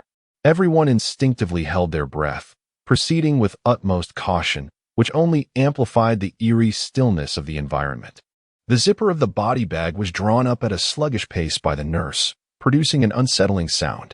Song Qingxiao lamented the duck that had flown away just out of reach, yet she found solace in the fact that she had not seized a firearm, nor had the bespectacled man gained any advantage. Moreover, she still had an opportunity, within the confines of the task's time frame. If she remained vigilant regarding who possessed the concealed weapons, perhaps she could devise a means to acquire one. The sound of hurried footsteps echoed, thud, thud, thud, and before the figure arrived, a female voice inquired, "Has something happened to Dr. Zhou?" As she spoke, a woman clad in a doctor's coat hurriedly approached, followed closely by the previously absent woman in a red whip ensemble, designated as the 4th. Upon seeing her, Song Qingxiao felt a slight sense of relief. Now, all 6 trial participants had gathered. The 4th individual quickly recognized the bespectacled man and Song Qingxiao, their gazes meeting in unison before they instinctively averted their eyes, as if they were strangers. The doctor who had arrived last had been in the ward area and had only come upon hearing of the incident. The 4th was among the newly inducted physicians, accompanying her as an intern. Once the matters in this vicinity were resolved, the bespectacled man departed with the late-arriving Doctor Hu, while Lu Yixuan accompanied 2 nurses to attend to Dr. Zhou's remains. Song Qingxiao and Nurse Zhang were tasked with tidying up the office. By the time they emerged, dusk had settled, the sun dipping low on the horizon, signaling the hour for dinner, as calls echoed from the cafeteria. The hospital was shrouded in a heavy gloom following the death of a patient, leaving everyone's spirits weighed down. Nurse Zhang and her colleagues mourned the loss of Dr. Zhou, while Song Qingxiao was preoccupied with the dwindling countdown timer before her. The numbers on the display had transformed into 114, 53, 21, signifying that only 4 days and 19 hours remained for her tasks. After completing her evening routine and lying down in bed, Song Qingxiao found that her taut nerves did not ease. Nurse Zhang had turned off the lights, and the nocturnal atmosphere of the hospital was imbued with an indescribable eeriness. Perhaps it was the current trial scenario that made her feel as though danger lurked all around. During the day, the sounds from the patient ward were muted, but the profound silence of the night amplified every noise. She could hear someone softly humming, as if singing at a distance. Closing her eyes, the rhythmic tap, tap, tap echoed in her mind like an uninvited shadow. When she finally opened her eyes, even in the enveloping darkness, the numbers displaying 109, 47, 35 remained strikingly vivid. "Qingxiao, are you asleep?" Nurse Zhang, lying on the upper bunk, turned to peer down. In the dim light of the night, her complexion appeared pallid. Her long hair, previously tucked into her cap during the day, now cascaded down, framing her face. As she moved, the moonlight filtering through the curtains elongated the shadows of her hair on the wall, resembling a swarm of tendrils reaching out to ensnare Song Qingxiao. "Not yet," Song Qingxiao replied, surprised by the dryness of her own voice. Nurse Zhang, assuming her voice was a result of the day's earlier distress, did not dwell on its strangeness. She offered words of comfort. "Are you still thinking about what happened earlier? Just take it easy. Sleep now. Everything will be resolved in 5 days. 5 days later, the predicament of Song Qingxiao remained unresolved. The persistent reminders in her mind echoed as they had in the afternoon. Protect the populace, failure warrants obliteration. Task completion, 950 points. Countdown, 109, 45, 55. The ticking of the antiquated clock in her mind grew increasingly burdensome, an incessant reminder that was difficult to ignore. This trial was set within the confines of a psychiatric hospital, with a total of 6 participants, offering the choices of medical staff or patients. She recalled that upon her arrival yesterday, Nurse Zhang had briefed her on the hospital's circumstances. There were 27 patients, 6 doctors, and including herself, a total of 12 nurses. Among the 27 patients, it was presumed that numbers 5 and 6 were included, leaving her the sole nurse. According to Zhu Xiaoke from Dr. Zhou's office, who had been murdered today, one Dr. Li had departed, and Dr. Guo was on leave, indicating that 2 out of the 6 doctors were currently absent. However, the newly arrived trial participants, a bespectacled man and a woman with a red whip, filled these vacancies, while the armed brute who had slain Dr. Zhou lost his eligibility, inadvertently becoming a patient. Consequently, due to Dr. Zhou's demise, a vacancy emerged among the 6 doctors, resulting in Song Qingxiao being penalized with a deduction of 50 points. In contrast, the number of patients had now increased by 1 from the initial count of 27, as stated by Nurse Zhang. She felt she had grasped an essential clue, yet something eluded her, preventing her from connecting the dots. The prompt in her mind remained unchanged, and she scrutinized the message task completion, 950 points, sensing an unsettling discrepancy. What exactly is amiss? Beneath the cloak of night, she gazed intently, lost in thought. A faint melody drifted from afar, while the numbers before her receded. 109, 41, 27. 109, 41, 26. 109, 41, 25. 109, 37, 31. Suddenly, Song Qingxiao sprang upright, her sudden movement causing the bed to emit a jarring creak. Drenched in cold sweat, she recalled a grave concern that she had previously overlooked. Misled by the task's prompts, she had believed that the essence of this trial lay solely in protecting the populace, with failure leading to obliteration, and that the total duration of the task was merely 5 days. Following the murder of Dr. Zhou today, with a deduction of 50 points, she had assumed she had merely triggered a task notification. The countdown loomed before her, 5 days stretched taut in her mind like a string, incessantly reminding her of the significance of time. Yet she nearly forgot that although the completion of the task promised a reward of 1,000 points, each life lost would incur a deduction of 50 points. When the points were exhausted, what would she have left to lose? Assuming the populace she was to protect comprised medical personnel, the total of doctors and nurses amounted to 18.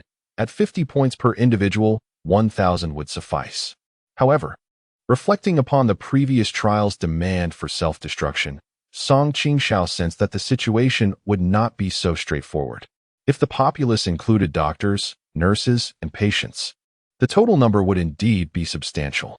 When these individuals congregate, their total number reaches as many as 45. Should the death toll surpass half, her score would be entirely deducted to 0. She might perish in this endeavor well before the stipulated 5-day duration. Under what circumstances could a hospital witness such a high mortality rate within 5 days? She recalled a grave issue she had overlooked after being startled by 2 Xiaoyans tap on her shoulder earlier in the ward area. Upon entering the trial scenario, she had the choice between medical personnel and patients. Hence, could it be that this trial also presented 2 distinct choices? Are there protectors of the populace, as well as trial participants intent on exterminating them? Chapter 30. Proactive. The cacophony of Yi was maddening, unsettling the heart. Song Qingxiao closed her eyes briefly, cognizant that this task's hints were unequivocal and the rewards substantial, certainly indicative of significant peril.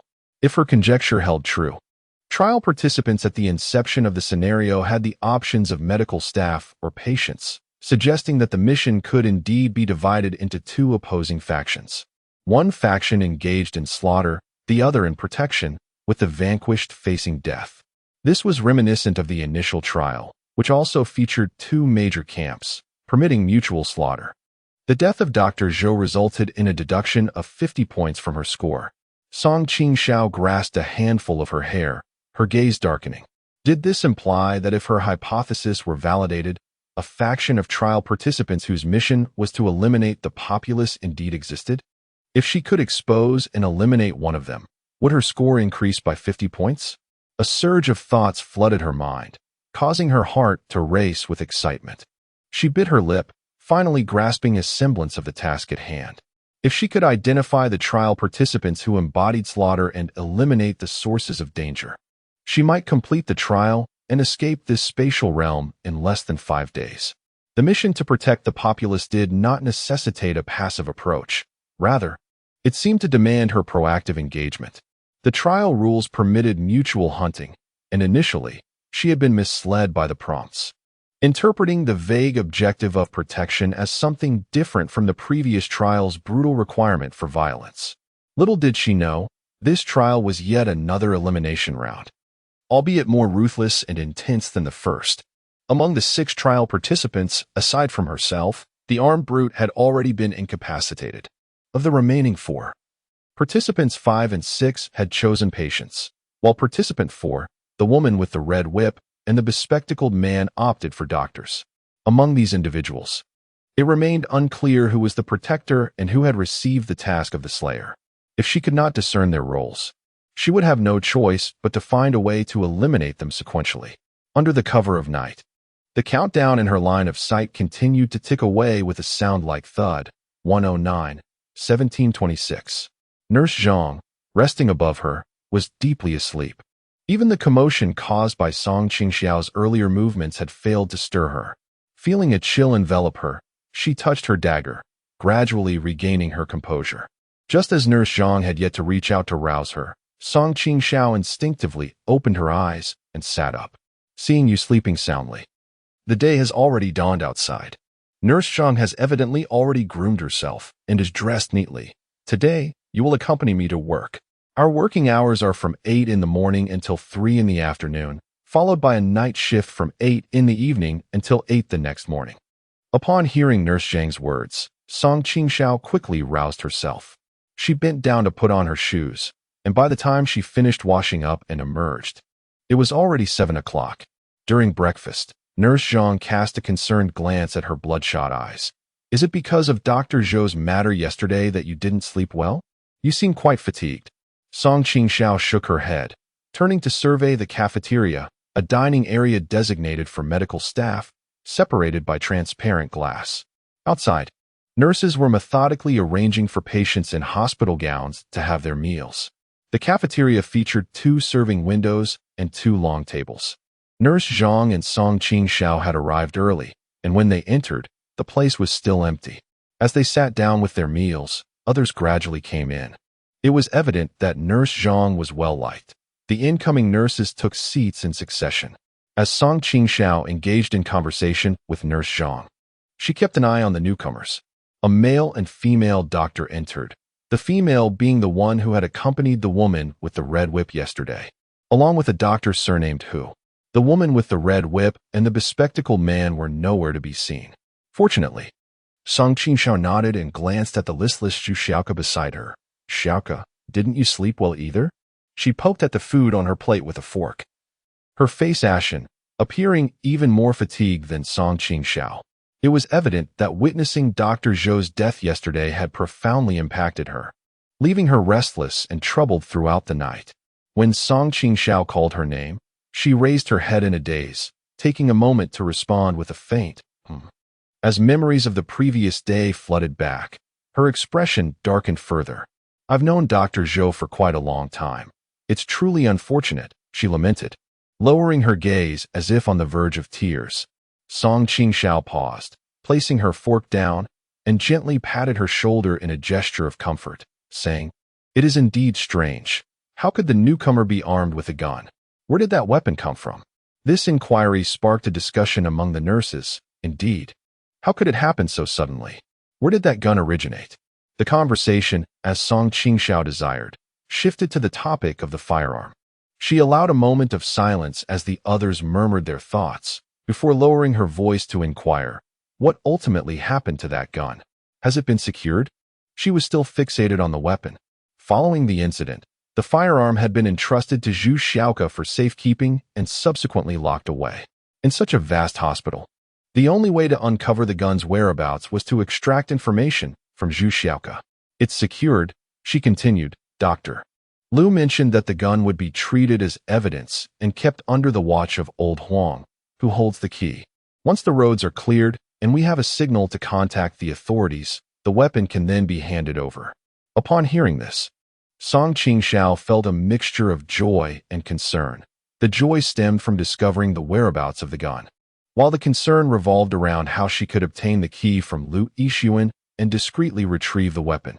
Someone glanced at the time and noted that it was getting late. Several nurses hurriedly finished their meals, and Song Qingxiao followed Nurse Zhang into the ward area to commence her duties.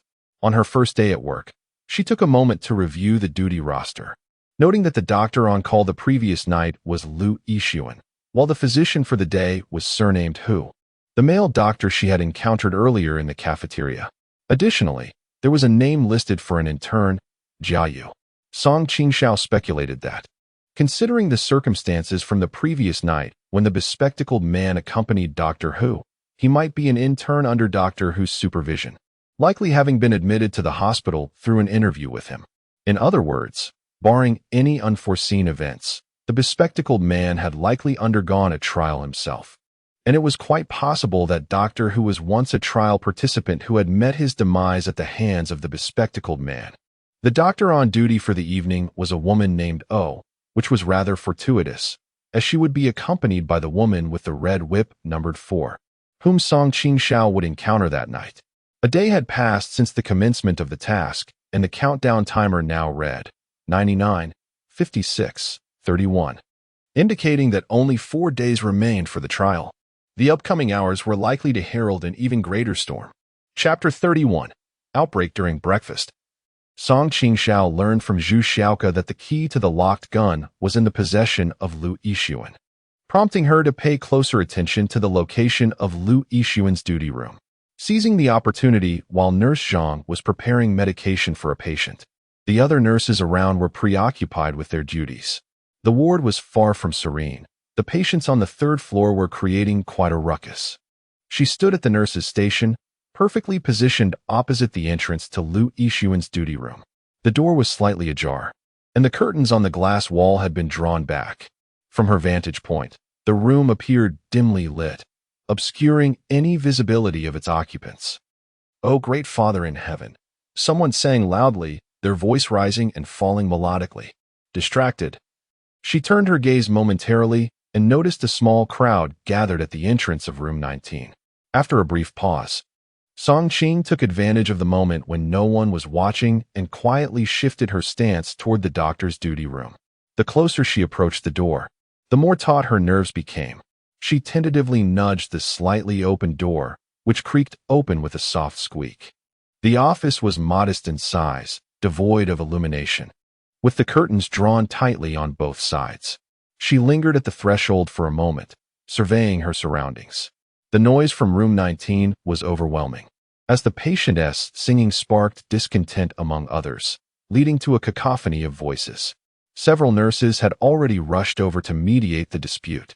In such tumultuous circumstances, the office remained eerily quiet, indicating that Lu Yixuan was likely absent. Nurse Zhang continued her preparations for the upcoming patients, oblivious to Song Qing's presence. Uncertain of Lu Yixuan's whereabouts, she gently pushed the door wider, her figure slipping agilely into the doctor's duty room, and slowly closed the door behind her. With a soft click, the door sealed shut, isolating the light and clamor from the corridor, enveloping the room in darkness and silence. Song Qingxiao stood quietly in place for a moment, allowing her eyes to adjust to the dim light before she slowly made her way towards the office desk. In the shadowy environment, the faint hum of the computer case resonated within the office, and she cautiously avoided disturbing the chair, fearful of attracting the attention of those outside. To the left of the desk lay the computer case, while on the right stood a small cabinet with a sliding door, featuring a drawer that was securely locked. As she grasped the handle of the cabinet, preparing to open it and take a look inside, a soft male voice suddenly emerged from behind her. "What are you doing?" Startled, Song Qingxiao instinctively reached for her waist, where her dagger was concealed, and swiftly turned around. Supporting herself against the desk, her motion inadvertently jostled the keyboard, causing it to bump into the mouse. The screen, once dim, flickered to life with a burst of red light. In that moment of illumination, she beheld the curtain being drawn back, revealing Lu Yixuan lying rigidly on an examination table behind it. One hand grasped the curtain while his expression, enigmatic and unsettling, was fixed upon her. That face, she could never forget it, even if it were turned to ash. Despite being aware that she was within a trial scenario and recognizing that the Lu Yixuan before her was not the same as the one she had fought and killed in the previous trial, the sudden sight of his visage in such an atmosphere sent chills racing down her spine. Under the pale blue glow of the screen, his complexion appeared a ghastly white, with his eyes as dark as two unfathomable whirlpools. Qingxiao suppressed her emotions and slowly lowered her hand that had been pressing on the dagger, respectfully stating, "Bed 19 has caused a disturbance. Xiaoyu requests your presence." Lu Yixuan had remained in the office, and after her arrival, he should have been fully aware of her actions. Yet he refrained from speaking until this moment. Qingxiao hastily concocted an excuse, still pondering how she would respond if Lu Yixuan doubted her words. Just as she was deep in thought, Lu Yixuan's gaze settled on her face, calmly scrutinizing her for an extended period. Just when Qingxiao believed he was about to confront her, Lu Yixuan gradually sat up. As he rose, his white doctor's coat parted to reveal the attire beneath. He wore a white shirt, and a key, threaded with a red cord, was faintly visible through the thin fabric of his pocket. Indeed, a commotion had erupted in Ward 19. The patient in bed 1 had been singing loudly, inciting discontent among the other patients.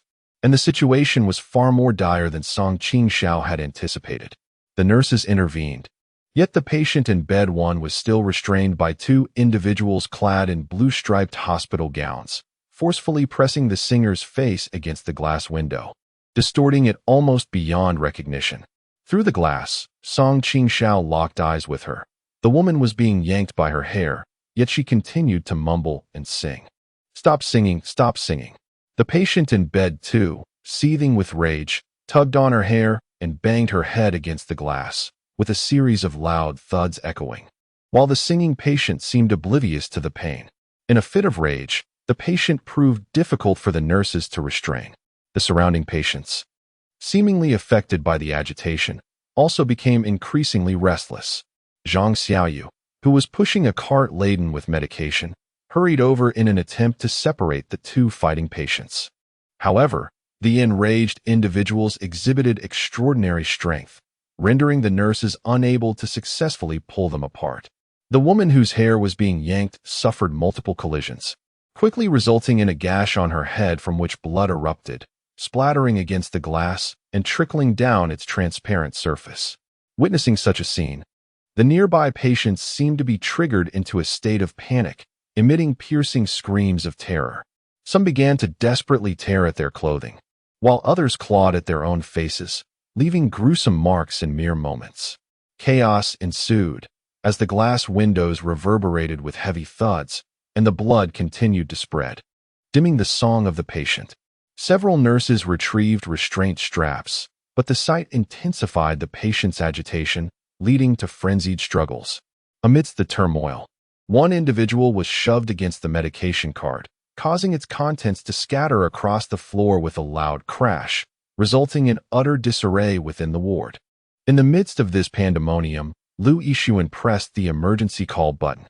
Meanwhile, Qingxiao noticed Zhang Xiaoyu being pinned to the ground by a female patient, who was fiercely gripping her throat, straddling her with a menacing expression.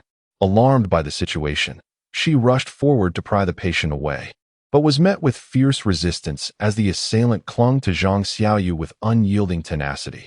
It was only when Lu Yixuan arrived and grasped the patient's collar, bellowing a warning that anyone who disobeyed would face electroconvulsive therapy, that the chaos began to subside.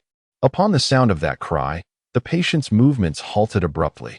Lu Yixuan successfully pulled the female patient aside, allowing Zhang Xiaoyu on the floor to finally catch her breath. Her eyes were brimming with tears, her neck marred by the patient's fingers, bloodied and bruised. Her eyes were bloodshot as she clutched her chest and coughed incessantly, her entire body trembling. Dr. O, accompanied by the 4th Red Whip female and several nurses, hurried over to quell the turmoil. The patient from bed 1, who had been singing, was carried away for treatment, while the others who had engaged in the altercation were forcibly confined to the observation room. This minor conflict nearly escalated into a catastrophe, although no one had truly perished. Terrifying bloodstains remained on the glass windows of Ward 19. The patient from Bed 1 was taken away, while those from Beds 2 and 3 were detained for their brawlings, leaving Ward 19 eerily vacant. 2 nurses approached with cloths to wipe away the now-dried blood on the glass, while Song Qingxiao tended to the wounds on Zhang Xiaoyu's neck. She continued to tremble, clearly shaken by the near-fatal experience. Song Qingxiao, not particularly skilled in offering comfort, silently worked to cleanse the poison from her wounds. Zhang Xiaoyu bore injuries all over. Her nurse's uniform was torn, her hair disheveled, and in the scuffle, her cap had been kicked away. Both women remained silent, and after a considerable time, Song Qingxiao finally inquired, "Are you all right?" "I'm fine," came the quavering response. Uncertain whether it was meant for Song Qingxiao or an attempt to reassure herself. They are patients, not acting with intent. Chapter 32. Leave request today, due to certain matters. I am unable to complete my work, thus I shall take a day of leave. Chapter 34. The impending threat in the distance. Lu Yixuan and Dr. O appeared rather disheveled, having endured various scrapes during the earlier process of separating the patients. Engaged in conversation, they were evidently transferring responsibilities. While speaking with Dr. O, Lu Yixuan gestured towards the duty room, uttering some words that ultimately caught Song Qingxiao's attention. Notably, he retrieved a set of keys bound by a red string from his pocket, which he handed to Dr. O, who subsequently tucked them into the pocket of his doctor's uniform. Upon witnessing this scene, Song Qingxiao instinctively lifted her gaze towards the figure of the woman in the red whip, who stood in the distance. Her head bowed as she conversed with an injured nurse, seemingly oblivious to her surroundings. It appeared that the woman sensed Song Qingxiao's scrutiny as she turned her head, leaning against the wall with a slight smirk playing at the corners of her mouth. Her demeanor exuded arrogance and disdain, her arms crossed, while her right hand pointed towards Song Qingxiao, her middle finger subtly curling in a mocking gesture. With a heavy heart, Song Qingxiao chose not to succumb to the provocation at that moment, lowering her gaze to evade the woman's stare. As she prepared to speak with Zhang Xiaoyu, she faintly heard the woman emit a derisive TCH sound.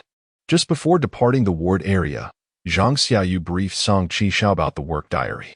The first floor comprised the activity zone, including the cafeteria and sports facilities, while male patients resided on the second floor. As she spoke, she produced a large set of keys and presented them to Song Qingxiao, stating that the third floor housed female patients, and the fourth floor was designated as a confinement area for those with severe mental illnesses. The keys hung in clusters, each meticulously labeled to indicate the distinct purpose of every key. She appeared to have emerged from the shadows of her prior trauma, her demeanor serene, even adorned with a faint smile. Her hair, once disheveled, had been neatly arranged, yet regrettably, she could not locate her fallen nurse's cap and left the ward with a hint of disappointment. The presence of room for lodged in her throat. While those around her busied themselves mechanically, the notification in her mind remained unchanged, her score steadfast at 950. She had originally intended to seek an opportunity to ascend to the fourth floor, but her attempts had proven fruitless thus far. As time trickled away, the hospital remained devoid of any peculiar activity before the night enveloped the day. However, Song Qingxiao sensed an undercurrent of tension subtly swirling in the air. The countdown in her line of sight dwindled to 87, 55, 36, with just over 3 days remaining for the task. Each participant in this strange trial existed in an eerie tranquility. The nursing staff on duty that night was scant. Zhang Xiaoyu, having taken a day of rest, felt considerably rejuvenated and naturally returned to work. Due to the insufficient manpower, it was imperative for all nurses to operate independently. Song Qingxiao was assigned to the second floor, where she dispensed medication to patients in rooms 6 through 10. Among these medications were those containing sedative properties designed to swiftly lull patients into slumber. She observed each patient as they consumed their medication, and upon entering room 9, Her eyes immediately fell upon patient 5, who lay languidly on the bed. In less than 2 days since her admission to this psychiatric facility, patient 5 appeared utterly listless. The moment he saw Song Qingxiao entering with the medication, his eyes widened in alarm, his mouth agape, embodying a mix of a desire to flee and an overwhelming fear of doing so. The patient sharing the room obediently accepted a small vial of medicine and swallowed it. When it came to the 5th patient, his complexion turned ashen, and his entire body trembled uncontrollably. "Please, don't kill me," he pleaded in a hushed tone. As Song Qingxiao extended the medication to him, he recoiled in resistance, too terrified to reach out. "I pose no threat to any of you." His face was a mask of despair. "Please don't kill me. I only wish to survive." The 5th patient appeared utterly petrified, his words tumbling out incoherently. Song Qingxiao pondered the implications of his statements. A long-dormant prompt in her mind finally stirred. Protect the populace. Failure warrants eradication. Task completed, 900 points. The deduction of 50 points indicated that, just moments prior, someone had perished within the confines of the hospital. Frowning, Song Qingxiao struggled to maintain her composure. Yet the flicker of astonishment in her eyes did not escape the keen observation of the 5th patient. "Please don't kill me. Once I leave this dreadful place, I will give you money, lots and lots of money." At this juncture, who would entertain discussions of wealth? If the lives of those here could not be preserved, the forfeiture of points would likely spell their demise. She had no time to engage in idle conversation with the 5th patient. Her sole desire was to uncover who had acted and who had met their end. Other wards still had nurses on duty, and Doctor who was supposed to be off shift, had not yet departed. Now was not an opportune moment to eliminate the 5th patient. Although he was weak, he was still a man, and any struggle would undoubtedly create a commotion. As she was on night duty, with ample time remaining, Song Qingxiao resolved to take action, grasping another vial of medicine and offering it to the 5th patient. "Of course, you must take the medicine first." Her face revealed no semblance of joy or anger. Yet she did not act immediately, which evidently brought a sense of relief to number 5, who obediently accepted the medication and swallowed it in the presence of Song Qingxiao. After he ingested the drug, Song Qingxiao promptly pushed the cart out of the ward and locked the door behind her. After placing the cart aside, she pressed the elevator button for the 3rd floor. On the 3rd floor, Zhang Xiaoyu and others were each engaged in administering medication to patients. The lights in Dr. O's duty room still glowed, and through the drawn curtains, one could see Dr. O seated at his desk, absorbed in whatever lay before him. There were no cries of anguish or exclamations emanating from the medical staff's work area or dormitory under normal circumstances. Such tranquility would be incongruous in the wake of a death. Song Qingxiao promptly pressed the elevator button again, intending to ascend to the 4th floor. Curiously, although she had originally taken the elevator up, it should have halted on the 3rd floor, yet the display indicated it had already ascended. She briefly checked the whereabouts of others on the 3rd floor. However, in such a night, it was unusual for anyone to be moving about.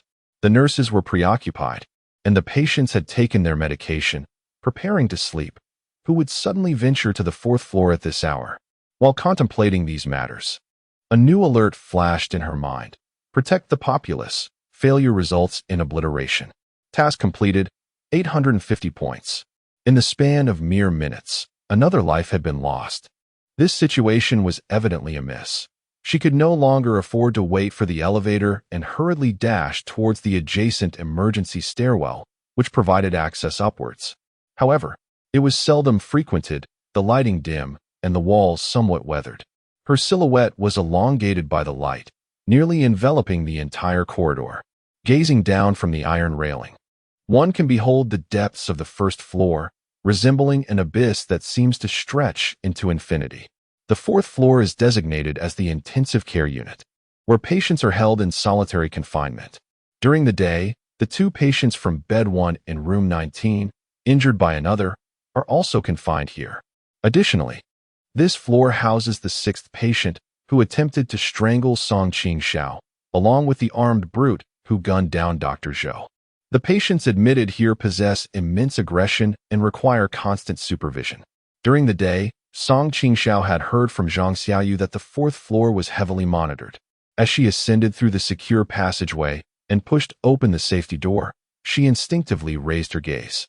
The corridor was eerily silent, illuminated by a ghastly pale light that cast a foreboding ambience over the fourth floor. Cameras, positioned every few meters above, had been silently shattered. The door to the monitoring room stood ajar, revealing a figure dressed as a nurse slumped over the desk, their condition unknown. The surveillance interface displayed nothing but static, indicating that someone had likely breached the area prior to her arrival. A wave of unease washed over Qingxiao.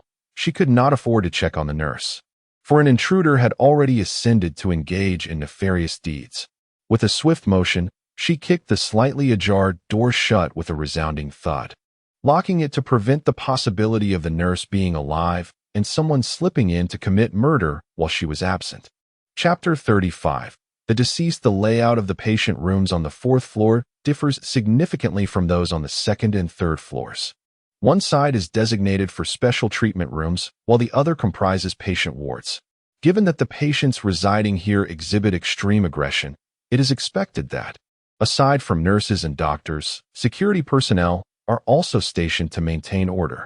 An incident occurred in the monitoring room. After she ascended the stairs and closed the door with a sharp click, the corridor remained eerily silent, devoid of any movement or inquiry from passers-by. Even the nurse's station was shrouded in quietude, an unsettling anomaly. Qing felt a knot of apprehension tighten in her throat as she deliberately slowed her pace, inching along the wall. As she approached the entrance of the first patient room, she found the door firmly locked, the interior cloaked in darkness. The corridor's dim light illuminated the room, revealing nothing but medical equipment. The bed lay empty, indicating no one resided there. Just this fleeting glance left Qing taut with tension. Confirming the absence of occupants, she swiftly darted to the adjacent treatment room, which remained closed. She grasped the doorknob, only to discover it was locked, preventing her entry. After surveying 3 patient rooms to no avail, she arrived at the fourth. Through the corridor's light, she was about to reach for the key hanging from her waist when her peripheral vision caught sight of the first treatment room across the way. Though the light was extinguished, the door appeared ajar, not fully secured. An antiquated television mounted on the wall quietly looped its monotonous content. Qing exhaled slowly, her hand forming a fist as she cautiously approached the patient room. Indeed, the door was not locked, the latch pressed against the bolt, leaving a narrow opening. The corridor's light filtered through this crack, casting illumination onto the bed, which lay in disarray. Holding her breath, Qing pressed one hand against the dagger concealed at her waist while her other hand delicately nudged the door with her fingertips. The door was gently pushed open, allowing an increasing amount of light to spill inside. The bed was unoccupied, and the restraints on either side lay scattered beside it, as if hastily torn away by someone. On the floor lay a motionless nurse, a gleaming medication tray overturned beside her, with pills strewn across the ground. This scene indicated that the intensive care unit had been occupied prior, and the nurse had been attacked while delivering medication. Qingxiao cautiously stepped inside, holding her breath, fearful that the sound of her breathing might betray her presence, causing her to miss any subtle movements from those lurking in the shadows. As she released her grip, the door lost its resistance and slowly began to close, obscuring her figure. The room was permeated with the lingering sense of medication and disinfectant, devoid of any metallic odor of blood. She reached out to check the nurse's neck on the floor. There was still warmth, and the rhythmic pulse of her artery confirmed she had merely fainted after the assault. The sound of the door's bolt clicking against the frame echoed softly, causing Qingxiao's hairs to stand on end. She immediately grasped the dagger at her side and rose to her feet. In the next instant, the corridor lights outside extinguished abruptly, plunging the room into an impenetrable darkness. Qingxiao quickly darted to the side of the door, hesitant to make any further movements. Someone was hiding on the fourth floor, likely already aware of her presence. The 100 points she had previously lost might have been a bait to lure her into a trap. With the door ajar and the outside lights extinguished, It was highly probable that her assailant had found a suitable position, patiently waiting for her to reveal herself, ready to deliver a fatal blow at the opportune moment. It is impossible to remain hidden here without venturing outside. Her duty is to safeguard the populace. On the 4th floor alone, there were 2 patients admitted today, in addition to 3 on-duty nurses, security personnel, and caretakers, as well as other patients. Should anything happen to these individuals, the consequences would be dire. Tonight, 2 lives were lost, resulting in her points being deducted to a mere 850. If she loses more, her very existence hangs by a thread. Qingxiao grasped the doorknob, steadied her breath, and pulled the door open. The outside was eerily silent, as if the entire 4th floor had been rendered lifeless. Fortunately, the indication in her mind remained unchanged, her remaining points still resting at 850, revealing that her adversaries too were not entirely unmindful of her presence. Cautiously, she retrieved the key that Qingxiao had entrusted to her and locked the door behind her. In the stillness of the darkness, the keys clinked together, producing a sharp, metallic sound. Having completed these actions with composure, Qingxiao pressed herself against the wall and advanced cautiously. In such an environment, her senses were heightened to their utmost. Her heart raced, and the quickening flow of blood left her limbs cold and her mouth parched.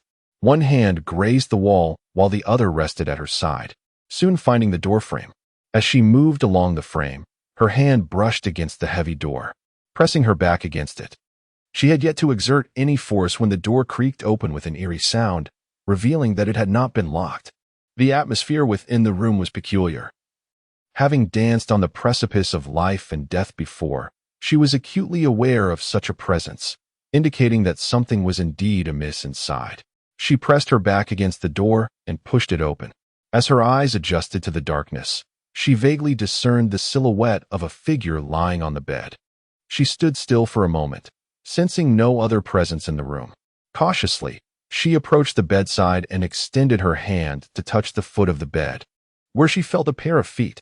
They had not yet grown cold and were of a considerable size. Unlike the 2 female patients who had been brought in earlier for a confrontation. As expected, she took 2 steps closer to the edge of the bed and lowered her gaze for a closer inspection. Despite the ambiguity of her view, she immediately recognized the armed man by his stature, build, and hair. His hands were bound, severely restricting his mobility, and his head hung at an unnatural angle on his left shoulder, indicating that his throat had been broken and he had succumbed to death. What puzzled Qingxiao was that among the 6 challengers, the armed man had been the first to be eliminated. If he was indeed one of the 2 who perished that night, could he have been an ally? Or had the trial space defaulted him as a patient from the onset? At the time of the incident, either the bespectacled man, the 4th, or the 6th had been responsible for the armed man's demise right under her nose. All of them bore a grudge against him. Once the trial commenced, with the armed man disarmed and incapacitated, it was only natural for others to target him first, leading to his elimination. Had no one acted prematurely, Qingxiao would have been prepared to do the same. But now, who had killed the armed man? She swiftly exited the infirmary, leaving the door ajar. In that brief moment, as she contemplated exploring further, a shift occurred once again in the prompts within her mind. To safeguard the populace is to avert failure. Task accomplished, 800 points. Yet, I have lost another 50 points, indicating that, at this very moment, someone is still committing murder. Beneath the shroud of night, a hunter roams freely, reaping lives. Qingxiao bit her lip, refusing to hold back any longer. She swiftly maneuvered along the wall, first inspecting the left side, leaving no corner unexamined, even the restroom at the end of the corridor. She then shifted her search to the opposite side of the ward. Each time she approached a room, she would push the door slightly. Some rooms were vacant, while others housed patients who, after receiving sedatives, slumbered deeply, oblivious to the turmoil occurring outside. It was not until she reached room 23, adjacent to the nurse's station, that Qingxiao finally stumbled upon another victim. The door to room 23 was locked, yet through the glass wall, she could still discern a figure half reclining at the foot of the bed. Pinned by the iron bars of a modified hospital bed, her upper body hanging downwards, creating a head-down posture. Her hair cascaded down, obscuring her face. Although she could not clearly make out her features, Qingxiao recognized her hairstyle, identifying her as one of the two women who had fought in room 19 earlier that day. This marked the second corpse discovered by Qingxiao that night. According to the point's indication, another body remained undiscovered, yet she had nearly scoured the entire fourth floor and found neither the assailant nor any other corpses. The only area left unchecked was the nurse's station. Chapter 36. Mantis. Qingxiao cautiously approached the nurse's station. The deeper she delved into this grim scenario, the more she realized the necessity of vigilance. The nurse's station, originally facing the corridor, has been repositioned. A nurse who should have been seated at the back, leaning against the wall, has been moved to the outer side, nonchalantly facing away from Qingxiao, who is pressed closely against the adjacent ward. With her face buried in her folded arms on the table, she appears oblivious to her surroundings. Beneath the table, a large shadow conceals itself to the right of her feet, suggesting someone is hiding. In such circumstances, even if the nurse has not encountered any trouble, it is likely that she would remain silent under duress. Qingxiao stood against the wall for a moment, the coldness of the surface seeping through her thin clothing into her limbs. She licked her upper lip and retrieved the dagger concealed at her waist. The perspiration in her palm quickly dampened the handle, prompting her to grip the dagger more firmly as she cautiously approached the nurse, who had her back turned. Before getting too close, she leaned forward and reached out to touch the nurse's head. The moment her fingertips made contact with the skin, she realized it was not the texture of a corpse. The nurse was still alive, though unconscious for some unknown reason. To safeguard herself against a potential ambush, Qingxiao seized the nurse by the collar, forcefully pulling her in front of herself as a shield. Though an unconscious person lacks the ability to resist, their body is surprisingly heavy. With all her strength, Qingxiao managed to hold the nurse upright, preventing her from collapsing to the side. She ceased her tugging and stepped forward, while the shadow at the nurse's feet remained still. With one hand wielding the dagger and the other supporting the unconscious body, she swiftly extended her leg to probe the shadow. Indeed, as she had anticipated, a shadowy figure lay concealed in the darkness. Yet it was not the hunter she had envisioned, but rather a man. As her toes made contact with him, he seemed to lose his balance, collapsing helplessly to the ground with a soft thud, rendered motionless. This unexpected turn of events took Qingxiao completely by surprise. Judging by his physique, he appeared to be a man, presumably alive, merely rendered unconscious like the nurse. The man lay curled on his side, and in the dimness of the night, she discerned that he was clad in a uniform, recognizing him as a security guard from the hospital. Each evening, 2 guards patrolled the heavily monitored area on the 4th floor, so the question arose, where had the other guard vanished? Among the trial participants, 2 individuals were confined under the guise of patients on the 4th floor, while the corpse of a burly armed man lay in one of the rooms. And yet the whereabouts of the 6th individual remained a mystery. She had nearly scoured the entire floor, having observed each room as she ascended, and found no hiding places for any other trial participants. If someone had indeed committed murder on the 4th floor, right beneath her nose, where could they have fled? After the lights had been extinguished, nearly everyone in the ward had succumbed to slumber, amplifying the slightest sound in the stillness, especially as she remained on high alert. Should someone, like herself, be escaping through the emergency exit at this moment, it would be impossible for her not to hear. The chilling thought of someone vanishing into thin air was compounded by the absence of a fellow guard on the same floor, who had silently met his demise within the confines of this hospital building. What manner of person possesses such extraordinary abilities? Could this individual traverse the heavens and the earth, committing acts of murder without leaving a trace? Beads of sweat, akin to pearls, formed on her forehead, and her entire being trembled slightly. As this thought briefly flickered through her mind, Qingxiao swiftly dismissed her speculation. It was inconceivable, even if the trial space possessed such divine capabilities. Among the early trial participants, it was unlikely that anyone could wield the art of invisibility for an extended duration. If the murderer truly lurked on the fourth floor, then he or she must be concealed in the shadows, awaiting the opportune moment to strike again. At this moment, time was of the essence for her. With each passing second, she feared that the notifications in her mind would change once more, signifying yet another death. When the earlier notification of death had emerged, she hurried to the fourth floor, her immediate attention drawn to the monitoring room. At that time, the door to the monitoring room was ajar, and a nurse was slumped over the desk. Eager to identify the assailant, she had been too anxious to enter the room for inspection, hastily locking the door instead. She had not taken a moment to discern the identity of the nurse within or to notice if there were others hiding in the room. In retrospect, this oversight was indeed grave. Song Qingxiao's eyelids flickered, and she drew a deep breath of cold air. Simultaneously, the red indicator light above the elevator door, which had remained silent, flickered momentarily, followed by a sharp ding. The elevator door, which had been firmly closed, swung open with a loud clang, illuminating a corner of the fourth floor with its light. She tilted her head back, still clutching the small nurse, when suddenly, a sharp whip-like sound sliced through the air, evidently directed at her.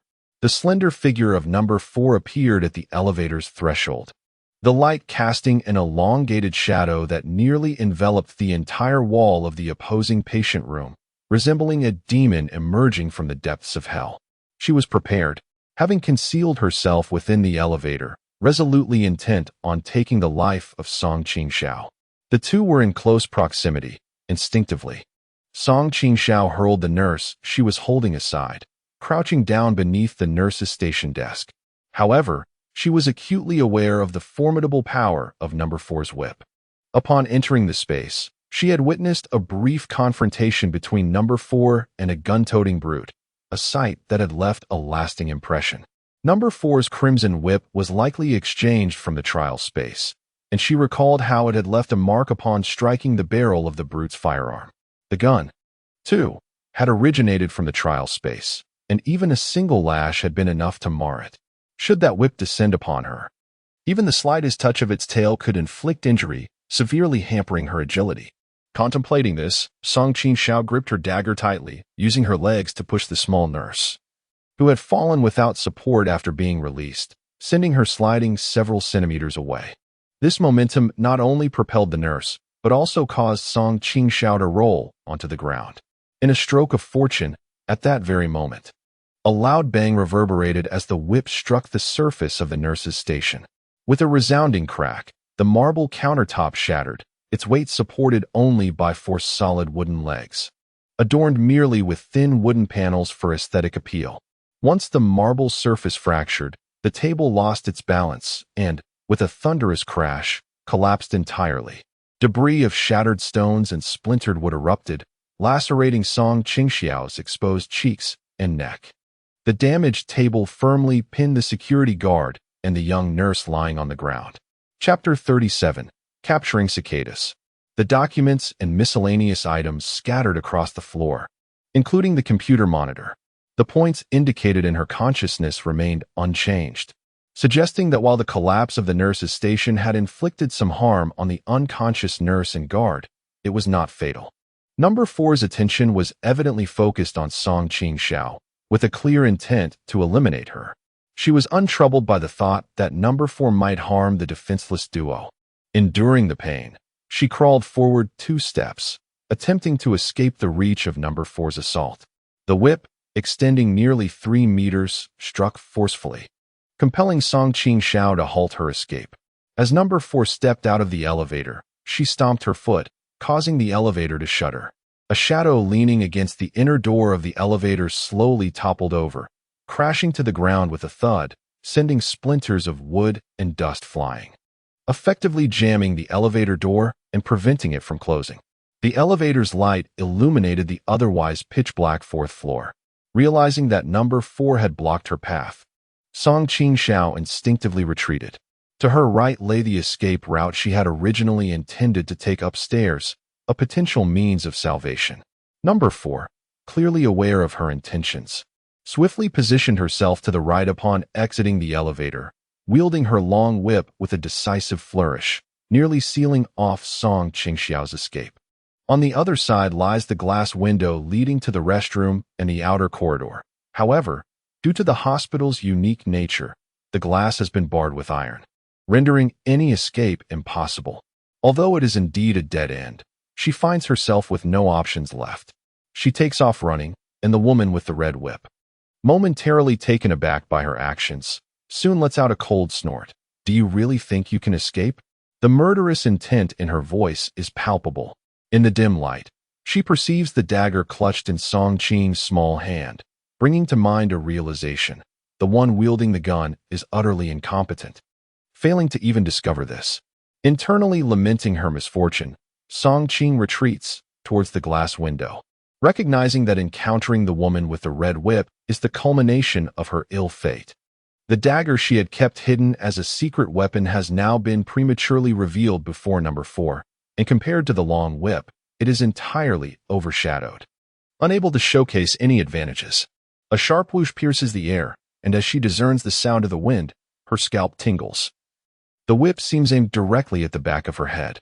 Should it connect, it would undoubtedly result in severe injury, rendering her incapacitated and at number 4's mercy. This woman is resolute and decisive, clearly intent on a swift resolution.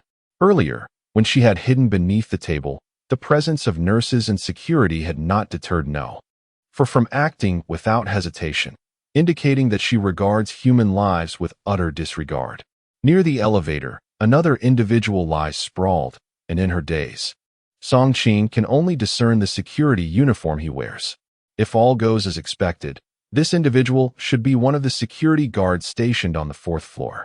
Unfortunately, he has fallen into the clutches of number 4, and it is precisely due to his prior demise that Song Qingxiao has been further penalized with a deduction of 50 points.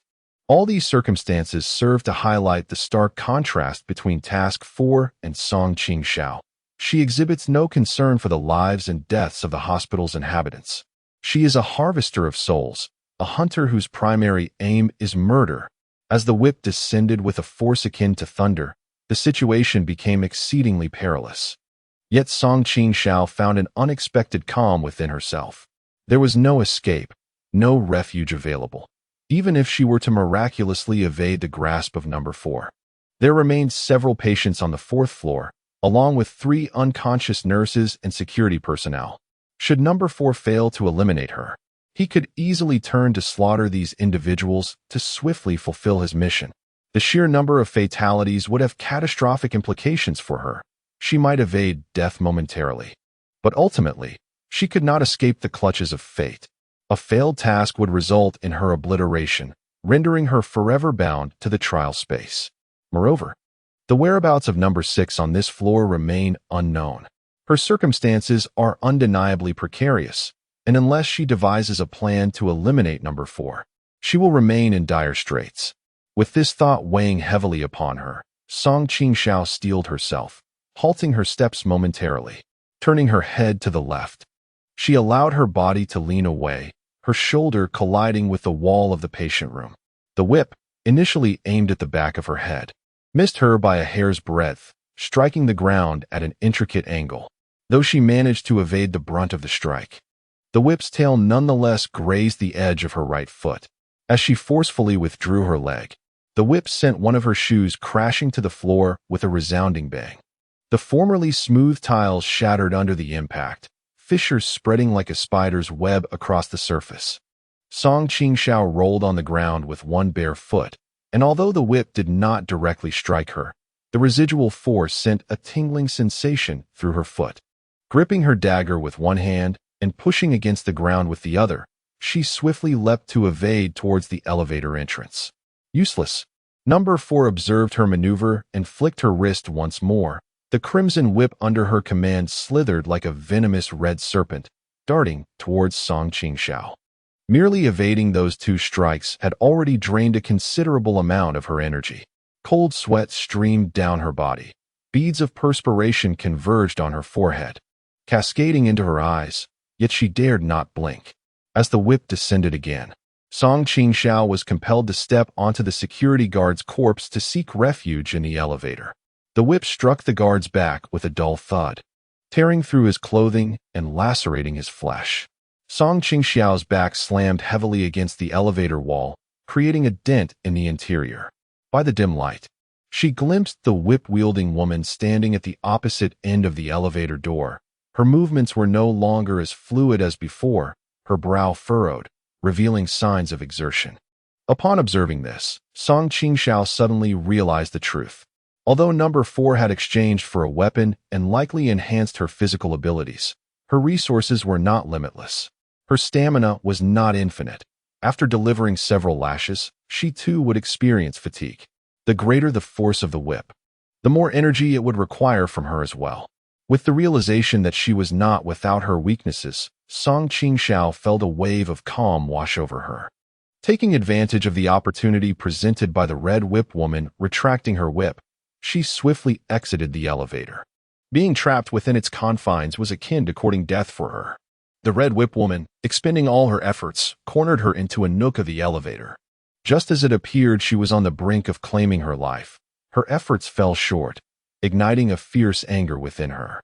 After several failed attempts at murder, number 4 began to grow increasingly impatient. The corridor of the hospital room was decidedly cramped. With no alternative, Song Qingxiao leaned against the left side of the glass when she heard the whip crack. The whip struck the glass, producing a jarring sound. With a resounding crack, the glass shattered upon impact, and shards began to cascade downwards. Chapter 38. The yellow sparrow shards of glass flew towards number 4, causing her to momentarily hesitate in her whipping motion. Instinctively, she bent down, allowing the glass fragments to sail harmlessly over her head. Undeterred by her initial failure, Song Qingxiao seized a larger shard of glass and forcefully snapped it. The sharp sound of clang echoed as the glass broke, its jagged edges piercing her flesh and drawing blood. Yet, in the throes of heightened tension and adrenaline, she scarcely registered the pain in her palm. With this substantial piece of glass in hand, she lifted it above her head, seizing the moment while number 4 was momentarily distracted, and hurled it at her once more. This time, she summoned every ounce of her strength, aiming directly for number 4's face. Number 4 turned her head just in time, the glass narrowly grazing her cheek. Seizing the opportunity, Song Qingxiao bolted away. Engaging directly with number 4 was not a prudent course of action. Through their brief skirmish, she had gleaned a fair understanding of number 4's capabilities. In the face of peril, she deeply contemplated the disparity in strength between herself and number 4. She had originally concealed 2 trump cards, a dagger and the Ling character technique. However, the dagger had been prematurely revealed, and under the oppressive force of the long whip, its application had become nearly impossible, rendering it nearly useless. Although the Ling technique had yet to be employed, given her current strength and meager mental capacity, its activation would only serve to suppress number 4's movements for a fleeting second or two. In critical moments, a few seconds could indeed be life-saving. Yet at this juncture, such a brief interval would not sway the overarching situation in the slightest. Moreover, with the dagger's exposure, number 4 was now on guard, placing her in an even more precarious position. In contrast, while number 4's whip wielding consumed considerable stamina, its formidable power was undeniable. As she expended her own energy in a desperate bid for survival, Song Qingxiao found her own stamina dwindling at a similar rate. Additionally, as a hunter, number 4 showed no qualms about collateral damage, leaving Song Qingxiao in a state of constant defensiveness. To eliminate number 4, she would need to devise another strategy. The lights on the opposite side of the corridor had all been extinguished, and the faint illumination from the elevator failed to reach the farthest corner of the 4th floor. The sound of footsteps echoed like war drums, merging with her racing heartbeat, rapid breaths, and the incessant tap-tap-tap in her mind, nearly shattering her eardrums. Number 4's relentless pursuit loomed behind her, wielding the long whip with wild abandon, drawing ever closer. Gritting her teeth, Song Qingxiao felt the rush of wind alongside her ears, accompanied by the sharp crack of the whip striking the ground, bringing her ever nearer to the surveillance room. There might be a hidden presence of number 6 here. If 6 harbors malicious intent towards her, a sudden emergence from behind the door could render her situation exceedingly perilous. Perhaps it is merely a figment of her imagination. Yet she cannot shake the feeling that on the other side of the glass window, number 6 lurks in the shadows, observing her. The thoughts in her mind are taut as a drawn bowstring, tightening with each passing moment. However, the scene before her leaves no room for hesitation. Even though she is acutely aware of the impending danger, she cannot afford to pause. Number 4 has already resolved to end her life. And should she falter even for an instant, she would undoubtedly be caught. With a deep breath, Song Qing accelerated past the closed monitoring room. In the darkness, the door to the monitoring room remained firmly shut. The scenario she had imagined did not unfold. Song Qing dashed towards the safety door. With a swift whoosh, the whip was hurled toward her. With a creak, she pushed open the heavy safety door. The light from the escape route streamed through the crack. And perhaps having lingered too long in the shadows, she instinctively squinted upon contact with the illumination, even though it was far from blinding. A sudden searing pain surged through her, as if the spot struck by the whip had been violently lacerated and smeared with chilly oil. Cold sweat erupted from Song Qing in an uncontrollable rush. This agony clung to her like a parasite, unbearable in its intensity, without needing to look. She knew her hand must be drenched in blood. Enduring the torment, she slammed the door open, seizing the moment when number 4 was momentarily distracted and deftly slipped inside. The door slammed shut with a loud bang, the chain rattling ominously as she hurried toward the staircase. Moments later, a resounding thud echoed through the air as number 4, with a grim expression, pushed open the door. Initially blinded by the light, she squinted, only to catch sight of Song Qingxiao, who had already descended several steps down the staircase. Did she think she could escape? At this juncture, number 4 was resolute. She would not easily relinquish her grip. She was determined to eliminate Song Qingxiao tonight, to extinguish all trial participants. By achieving the requisite number of kills, she could fulfill her mission and depart this trial space ahead of schedule. Song Qingxiao clutched the railing of the safety stairs, her body trembling uncontrollably. Sweat poured down her face in torrents, soaking her hair and adhering it to her pallid, almost bluish visage, presenting an image of imminent doom. In one hand, she wielded a dagger, both hands stained with blood, the source of which remained a mystery. The staircase comprised about a dozen steps, and she was nearly hanging from the railing, gasping for breath like a beleaguered beast. Upon observing this scene, a glimmer of delight flashed in number 4's eyes. It seemed Song Qingxiao could no longer run. The struggle she was exhibiting now appeared futile. Contemplating this, number 4 wasted no time in pursuing her. As Song Qingxiao continued to attempt her escape, number 4 could not allow her quarry to slip away. With a swift motion, she raised her whip and lashed it towards Song Qingxiao. The crack of the whip reverberated through the air, and indeed, Song Qingxiao's agility had waned compared to earlier. As she leaned back to evade, her footing faltered, pressing her waist precariously against the railing, nearly toppling over the edge. The whip struck the railing with a resounding clang, delivering a powerful blow to the iron handrail, causing the paint to flake off. The railing trembled, reverberating with a persistent hum. She had already discerned that Song Qingxiao could no longer evade, and this lash, even if it did not strike a vital point, would undoubtedly exhaust her further. Song Qingxiao raised her hand, clutching a dagger, feigning an intention to toss it towards number 4.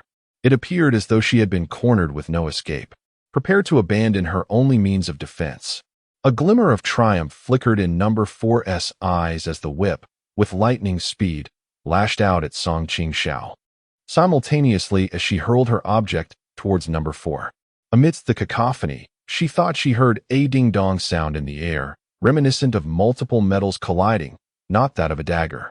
That thought flashed through her mind, and in the next moment, before her face had fully turned, she heard Song Qingxiao's stifled cry of pain. Ugh! Although the woman with the red whip had turned her head aside, she was certain that the lash had indeed struck flesh. At that moment, Song Qingxiao's arm had been grazed by the whip. An agony that defied description enveloped her. It felt as if all strength had been siphoned from her entire arm, causing it to tremble uncontrollably under the intense pain. However, The whip grazed her body before landing heavily on the iron railing she was leaning against, producing a deafening sound. Due to the proximity and the whip's considerable length, the force of the swing was excessive. The whip's tail wrapped around the iron railing, looping twice and forming a knot that secured tightly. Chapter 39. Behind. The whip's tail was firmly entwined around the railing, rendering her unable to pull free, and as her body reacted to the force, she stumbled backward off the steps. In the resonant clang of the nail, the weapon that Song Qingxiao had previously hurled at the red whip woman collided with the wall behind her, chipping away at the weathered paint before ultimately landing with a definitive clang. One end of the whip was ensnared, while the other remained firmly grasped in her hand, creating an arc in the air, yet it was not released. After being pursued for so long, Song Qingxiao had awaited this very moment. The formidable weapon of the red whip woman was now compromised, rendering her suddenly devoid of lethality. This was the perfect opportunity to strike while she was vulnerable. Enduring the ache in her arms, Song Qingxiao seized the still swaying whip with her uninjured right hand and yanked it forcefully. The fourth party gasped, instinctively stumbling down 2 steps. As the distance between them narrowed, the red whip woman quickly regained her composure, her expression shifting from murderous intent to sheer terror. This woman was indeed formidable, ruthless, and decisive. Upon realizing the tide had turned against her, she instinctively relinquished her weapon and pivoted to flee. However, Song Qingxiao would not permit her escape. They were sworn enemies, their fates intertwined by a deadly grudge forged in the fires of pursuit. No matter the circumstances, Song Qingxiao would never let her slip away. Though the distance between them was minimal, the red whip woman, desperate for survival, surged forward with surprising speed, discarding her whip as she ascended 2 steps in haste. The situation had abruptly reversed. The hunter had become the hunted, eager to evade capture. After a night of relentless pursuit, both parties were exhausted, and Song Qingxiao was determined to conclude this confrontation swiftly. She could not allow number 4 to escape from the safety ladder, for above the 4th floor lurked the enigmatic number 6, whose intentions remained unclear. Should she expend all her efforts in pursuing and eliminating number 4? The sudden appearance of number 6 could very well grant them an opportunistic advantage.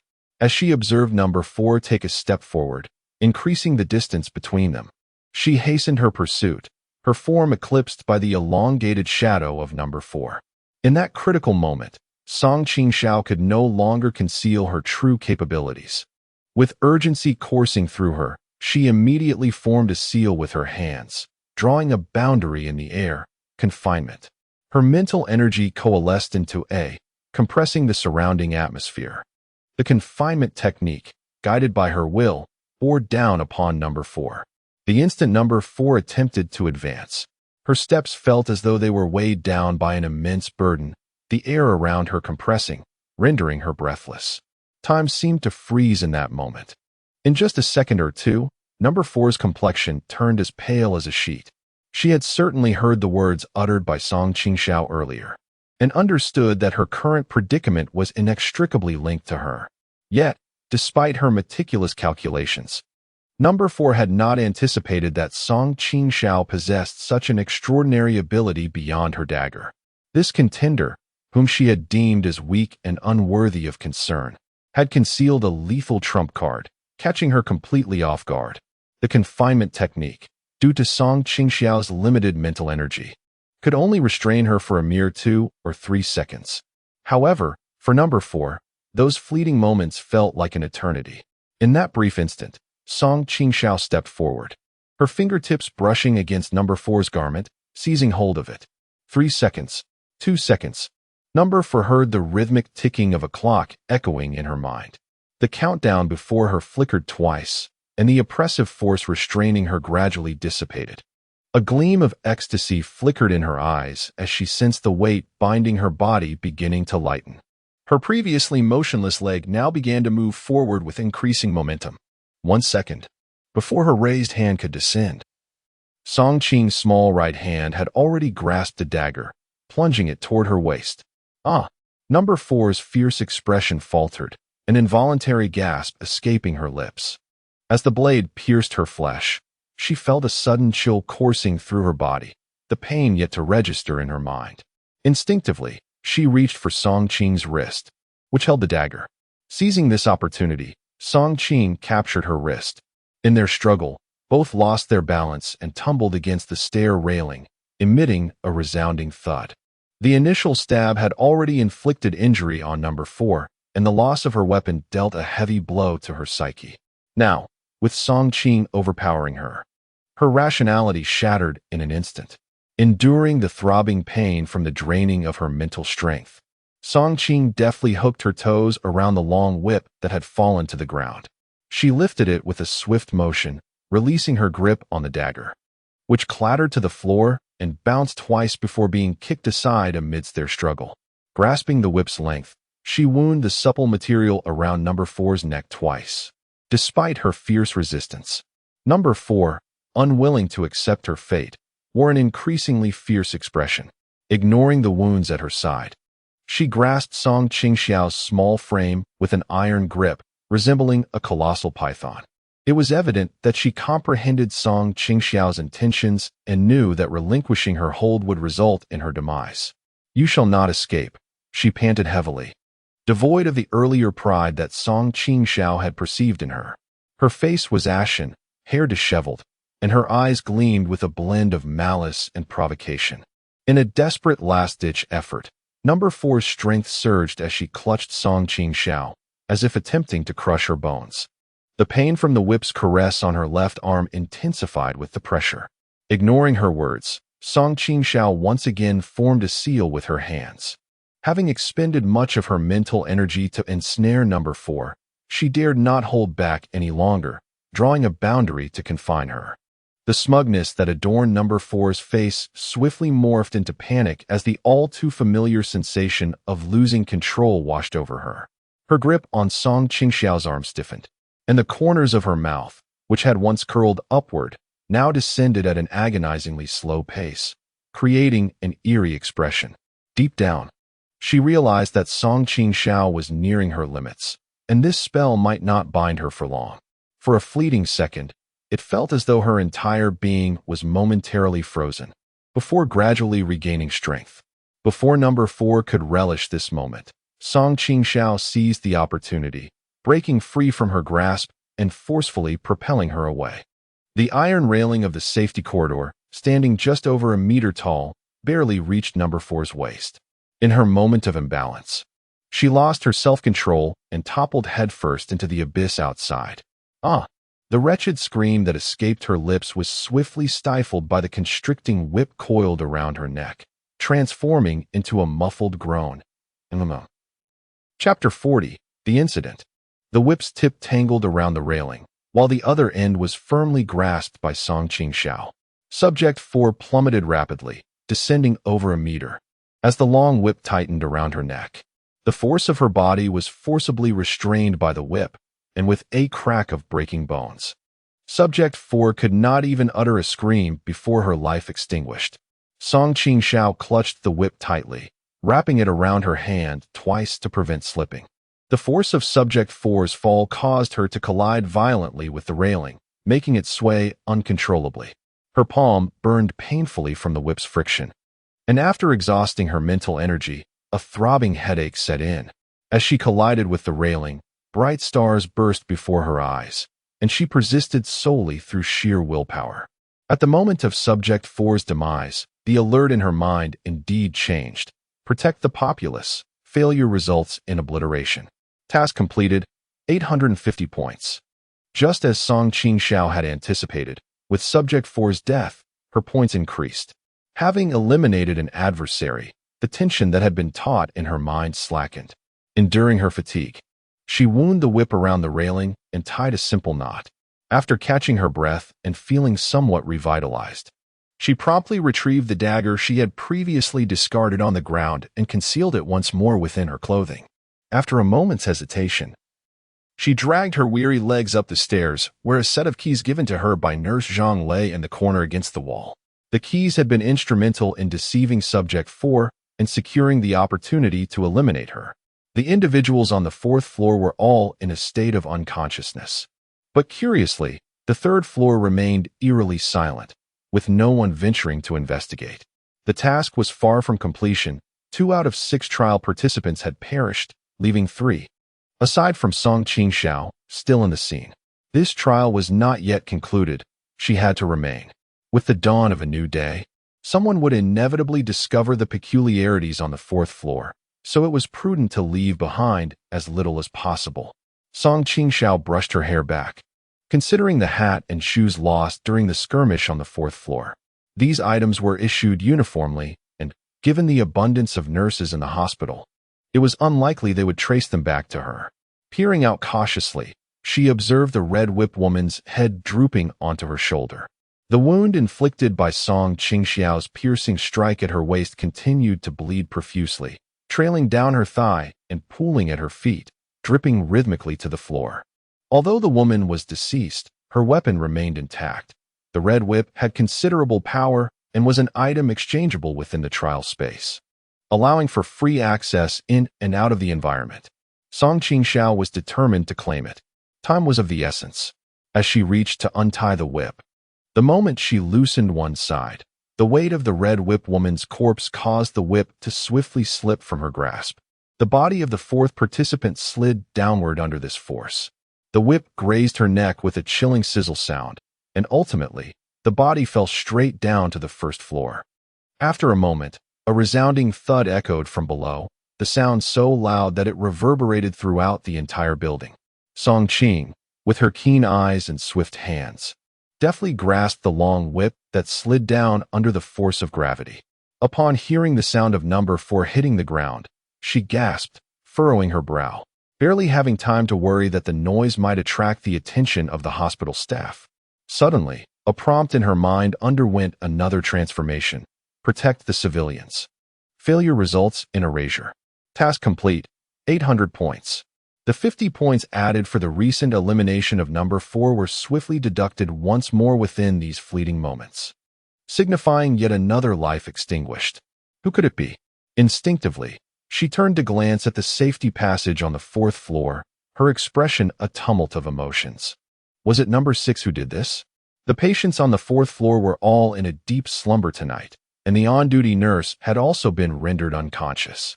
Given number 6's skills, it would be a simple matter to carry out a killing at this moment. Qing's palm trembled. After a prolonged moment, she gritted her teeth, hastily wrapping the retrieved whip around her hand, slowing her pace as she turned to descend the stairs. She had already spent considerable time in the safety corridor. Lingering here was ill-advised. Although there were patients, on-duty doctors, and security personnel on the 4th floor, her current condition rendered her incapable of providing any rescue. If no 6 truly intended to kill, she regrettably had to temporarily relinquish these points in order to preserve her own life. Resolute, she pushed open the door to the safety passage on the 3rd floor, her figure vanishing beyond the threshold. While the entrance to the 4th floor safety corridor gradually creaked open, revealing a pair of eyes peering through the narrow gap. The safety corridor had returned to silence, with only the faint traces left by the whip against the iron railing bearing witness to the ferocity of the earlier struggle. The air was still tinged with the metallic scent of blood. After a moment, the narrow gap of the door was once again closed, banishing the faint light from the safety corridor. The 3rd floor was eerily silent. Upon emerging from the safety corridor, Qingxiao felt as though she had stepped into another realm. Her clothes were drenched in cold sweat, clinging tightly to her skin. Dust and debris marred her face and neck, alongside numerous small wounds. Her arm was injured. The edge of her left palm had been struck by the whip of number 4. Initially, in her state of heightened tension, she had only felt the pain, but now, as her nerves unwound, she realized the depth of the wound, flesh torn and mangled, her palm riddled with intersecting cuts from shattered glass, rendering it incapable of gripping anything. Merely attempting to eliminate number 4 had left her in such disarray. A sharp, anguished scream transformed from terror into sobs as Qingxiao emerged from the lounge. The nurses on the 3rd floor, drawn by the cries, rushed toward the doctor's duty room. As she stepped out, several on-duty nurses were weeping. Among them was Xiao, her eyes brimming with tears. Upon seeing Qingxiao, She choked out, "Qingxiao, Dr. O. Dr. O is dead." Chapter 41. Who is it? Song Qingxiao's eyes widened, nearly betraying the astonishment within. She instinctively took a couple of steps forward, the door to the duty room already ajar, revealing several night shift nurses with expressions of sheer panic. In the early morning, Song Qingxiao entered the office, finding the arrangement unchanged. The curtain hanging behind the desk was drawn back, revealing a temporary resting bed behind the chair. In the dim light, Dr. O lay on the examination bed, seemingly asleep. The patient in bed 15 refused to take their medication. A nurse on duty covered her face with her hands, her shoulders trembling as if she had been horrified. She was evidently the first to discover Dr. O's lifeless body. The commotion was considerable. Amidst her sobs, the nurse explained that such situations were commonplace in the hospital when patients lost control of their emotions. They were prone to extreme actions. There were not many nurses on night duty, making it difficult to allocate personnel. Typically, when doctors heard disturbances, they would intervene to assess the patient's conditions and administer appropriate treatments. However, the chaos caused by the patient in bed 15 had escalated, and Dr. O did not come out. I intended to inquire about the situation, only to find, upon arriving, that Dr. O had met with misfortune. The soft cries of the young nurse intertwined with the buzzing in my ears, while the tapping noise reverberated in my mind, causing Song Qingxiao's complexion to fluctuate between pale and ashen. When her points were deducted earlier, she had assumed the deceased was from the 4th floor, particularly given the presence of the extremely dangerous patient 6. Never did she anticipate that it would be Dr. O who had accompanied patient 4 during this trial. Who had committed this act? Furrowing her brow, she involuntarily stepped forward, reaching out to touch Dr. O's neck. Her body had not yet grown cold, indicating that she had died only recently. Her eyes remained open, and the anguish from her final moments lingered on her face. Deep bruises marred her neck, suggesting that she had been strangled to death, with no other visible injuries on her exterior. However, what struck Song Qingxiao as peculiar was the meticulous arrangement of her body. It was evident that her clothing had been tidied, and her hair appeared as though it had been combed by another's hand. Beside her cheek lay a delicate ornament, which upon closer inspection revealed itself to be a small fish fashioned from a discarded intravenous drip line. Aside from this, no other suspicious items could be found within the office. Yet, the very absence of disorder underscored the abnormality of Dr. O's death. She must have fought desperately for her life prior to succumbing, making it improbable that her attire remained so neatly arranged or that her hair was styled by her own doing. The office was immaculate, typical of a hospital duty room, with minimal belongings scattered about, a few office supplies, and an unfinished medical record. The individual who had taken Dr. O's life was likely one of the trial participants who had entered the scene. However, given that Dr. O had died so recently, Song Qingxiao recalled the deduction of points as the gunman had already encountered trouble, and the 4th individual had perished at her hands. Thus, the suspects were narrowed down to the 5th, 6th, and the bespectacled man. Even if the participants were compelled by their tasks to commit murder, the question remained, why target Dr. O? Although security and the 2 male doctors might have posed challenges, with so many nurses and patients around, why was it specifically a doctor who was chosen? This was no mere coincidence. The 4th floor was engulfed in a fierce altercation. Given the imposing presence of the individual known as Number 4, any astute contender would wisely refrain from exposing themselves at that moment. According to the recent account from the young nurse, there was also a commotion on the 3rd floor involving a patient in bed 15, which diverted the attention of the on-duty nurses throughout the hospital. At such a juncture, if any action were to be taken, it would be more logical to target the patients on the 2nd floor.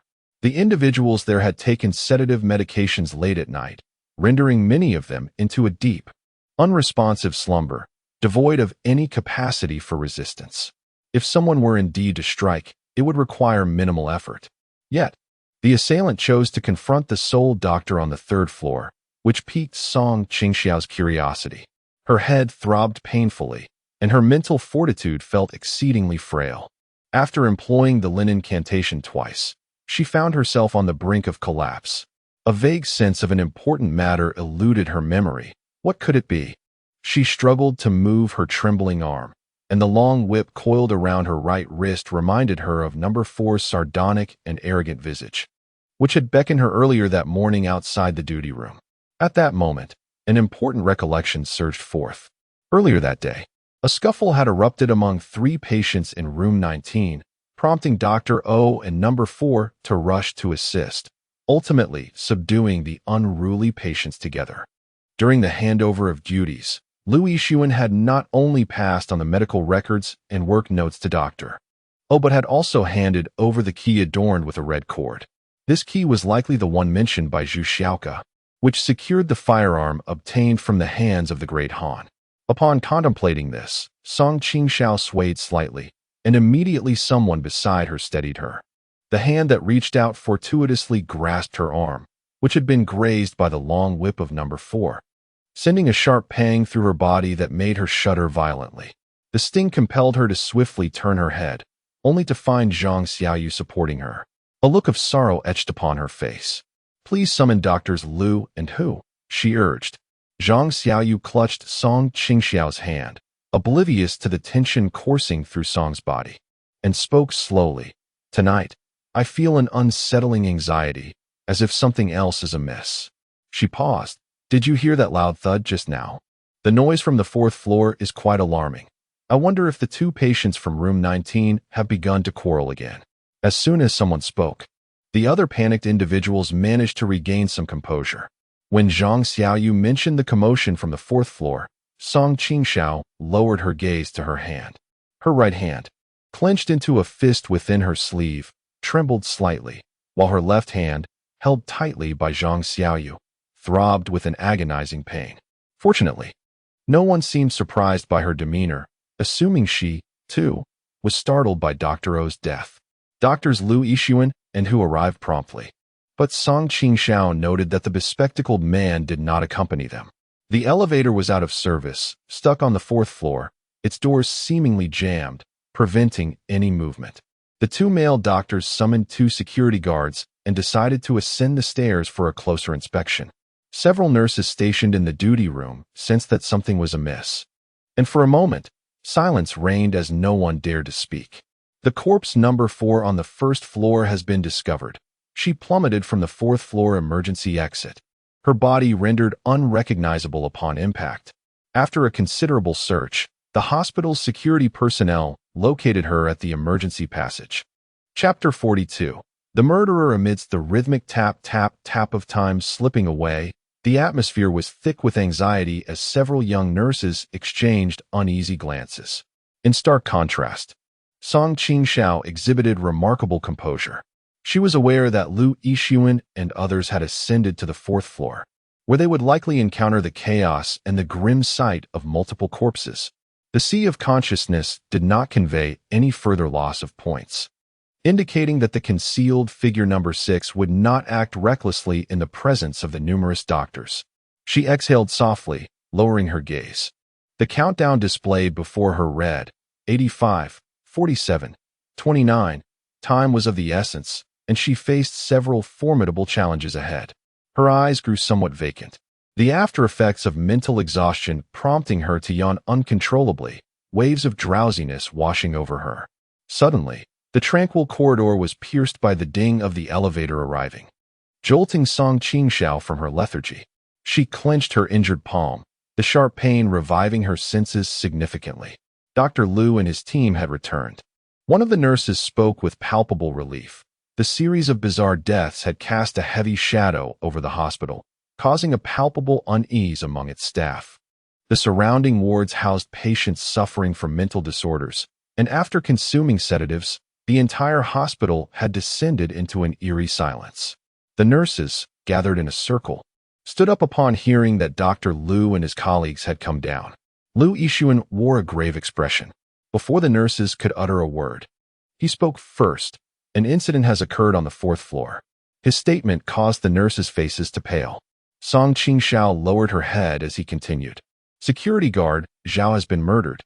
2 patients have died in the 1st-level ward, one of whom arrived just yesterday, the man who killed Dr. Zhou. Those who had ascended to the 4th floor restored the power and cleared the scene. Among the 3 nurses on duty, 2 were unconscious, while one was injured beneath the collapsed nurse's station, though she was not in serious condition and remained unresponsive. Over the course of the night, along with the discovery of the 4th individual in the emergency exit, a total of 5 lives had been lost. The nurses' faces turned ashen, trembling in horror. However, Song Qingxiao noted the absence of mention regarding the disappearance of the 6th patient in Lu Yixuan's account. His assertion that 3 individuals had perished on the 4th floor indicated that he had meticulously counted the occupants. He was undoubtedly aware of the deceased patients and the security guard, and he must have ensured the care of the unconscious nurses. Therefore, he had certainly investigated the patients as well. Lu Yixuan's omission of the 6th patient residing in the intensive care unit suggested that the 6th was not missing. Yet, when Song Qingxiao ascended to the 4th floor to check the ward, the 6th was conspicuously absent. Instinctively, she raised her head, initially seeking a clue from Lu Yixuan's face. However, in that fleeting moment, she discovered that his gaze was also fixed upon her. Perhaps it was the multitude of deaths that rendered the hospital eerily foreboding tonight. Under the stark white light, Lu Yixuan's familiar visage, one that haunted her dreams, bore an unsettling pallor. "Who among you has been to the 4th floor tonight?" Lu Yixuan spoke coldly, and the familiar action of pocketing his hands reminded Song Qingxiao of the doctor from the last trial, heightening her tension. "Tonight, Xiaoyan Huahua and I will be on the night shift, delivering medication to patients on the 3rd floor. Qingxiao and Xiaochun will be on the 2nd floor," Zhang Xiaoyu softly interjected. The arrangement was made by her, and she leaned closely to Song Qingxiao. Pausing for a moment, she continued, "Tonight, bed 15 is causing quite a ruckus. Everyone is busy trying to calm her down. When the incident occurred upstairs, did anyone witness each other?" Lu Yixuan's words carried an ominous tone. While the security guard and doctor, whose piercing gazes scrutinized the nurses on duty, hoping to uncover the true perpetrator among them. With the mountain path destroyed and such an incident occurring in the dead of night, it was evident that the assailant must be among them. Lu Yixuan calmly analyzed the situation, reminiscent of how Song Qingxiao remembered him. "Currently, we cannot call the police, nor can we seek help. If the murderer is still hiding, it is highly likely they will strike again. We must expose them to prevent further victims. Who will speak first?" Upon hearing this, beads of sweat formed in the palm of Song Qingxiao's hand. Her palm, previously injured and unattended, now felt itchy and painful, as if swarms of ants were burrowing into her flesh, leaving her with an overwhelming sense of helplessness. "Xiaoyun and I were originally on the 2nd floor delivering medication, and after finishing, we went up to the 3rd floor. Upon being mentioned by Zhang Xiaoyu, Xiao Chun promptly elucidated, as I ascended the stairs, around 8:30 p.m. I washed my hands and then sought out Xiao Hua and the others." No sooner had Xiao Chun finished speaking than another nurse nodded in affirmation. "Xiao Chun assisted us in delivering medication to the patients. When we reached bed 15, the patient refused to cooperate. Given the hospital's shortage of staff, it is quite customary for nurses to support one another. Initially, there was an outburst of violence, and shortly thereafter, the patient in bed 16 also declined to take their medication, leading to further aggression. All 3 of us found ourselves trapped within the confines of the ward. The mere mention of being ensnared in the ward elicited a palpable sense of trepidation among the 3 nurses. Patients in psychiatric hospitals can be manageable when stable. However, once their condition deteriorates, they exhibit an alarming level of aggression, particularly in this facility where many patients are severely afflicted. Instances of nurses and doctors being pursued and assaulted are not uncommon. When cornered within a ward, the situation becomes exceedingly perilous. Several nurses bore visible injuries, and when Tu Xiaoyun recounted the incident, her voice carried a hint of lingering fear. "We were fortunate to be together." Upon hearing this, Lu Yixuan furrowed his brow. Casting a skeptical glance towards Song Qingxiao, "What about you?" A tightness gripped Song Qingxiao's throat, her heart racing in response. This evening, she certainly lacked any witnesses to corroborate her innocence. Those who could testify that she had not harmed the patient, security personnel, and Dr. O's associates, had long since perished at her hands. She was new to the hospital, and in the event of an incident, the most suspicion naturally fell upon the newcomer. She racked her brain, attempting to devise a strategy to navigate through this predicament. Yet before she could conjure a plan, Zhang Xiaoyu slowly spoke. Qingxiao has been with me. Song Qingxiao turned her gaze towards Zhang Xiaoyu, her eyes flickering momentarily. In a gesture of reassurance, Zhang Xiaoyu tightened her grip on Qingxiao's arm, silently offering her encouragement. Ever since Qingxiao came down from the second floor, she has been with me, eager to acclimate to the workings of the hospital. Song Qingxiao could hardly fathom that at such a critical juncture, Zhang Xiaoyu would aid her in surmounting this challenge. With Zhang Xiaoyu's words, Lu Yixuan and the others naturally ceased to harbor any doubts about Song Qingxiao. At that moment, a series of hurried footsteps echoed from the emergency exit, suggesting someone was ascending from the second floor. Upon hearing this sound, the expressions of those present shifted dramatically. Instinctively, they turned to observe the direction of the emergency exit. Zhang Xiaoyu instinctively held Song Qingxiao closer, while fear marred the faces of several nurses. With a creaking sound, the door of the emergency exit swung open, and a breathless man with glasses, his face flushed, appeared at the threshold. Chapter 43. Handbound. The instant the gathering beheld the man with glasses, they collectively exhaled in relief, only to have their expressions shift to one of vigilance, as if a thought had crossed their minds. Jiayu, what are you doing here? Lu Yixuan inquired with an unflinching demeanor. As he spoke, two security guards comprehended his intent and instinctively approached, causing the atmosphere to become charged with tension. On the fourth floor, a grave incident occurred, resulting in the tragic demise of 3 individuals. Meanwhile, on the third floor, Dr. O encountered a mishap, leading to the fall of a newcomer she was mentoring, who subsequently perished on the first floor. Lu Yixuan is fervently investigating the perpetrator, and all present can corroborate each other's whereabouts, confirming they were not alone during the incident. The sudden appearance of the bespectacled man under such circumstances inevitably raises suspicions. He evidently sensed something amiss. As the security personnel approached, he instinctively retreated 2 steps, further intensifying the doubts surrounding him. Dr. Hu, who accompanied him, furrowed his brow and scrutinized him from head to toe, inquiring, "Where have you been?" Dr. Hu's tone had turned somewhat unfriendly. "Earlier, there was an issue at the hospital. When I went to your dormitory to summon you, you were not present. Among the medical staff on duty, all the surviving doctors and nurses were accounted for, leaving only the bespectacled man arriving tardily.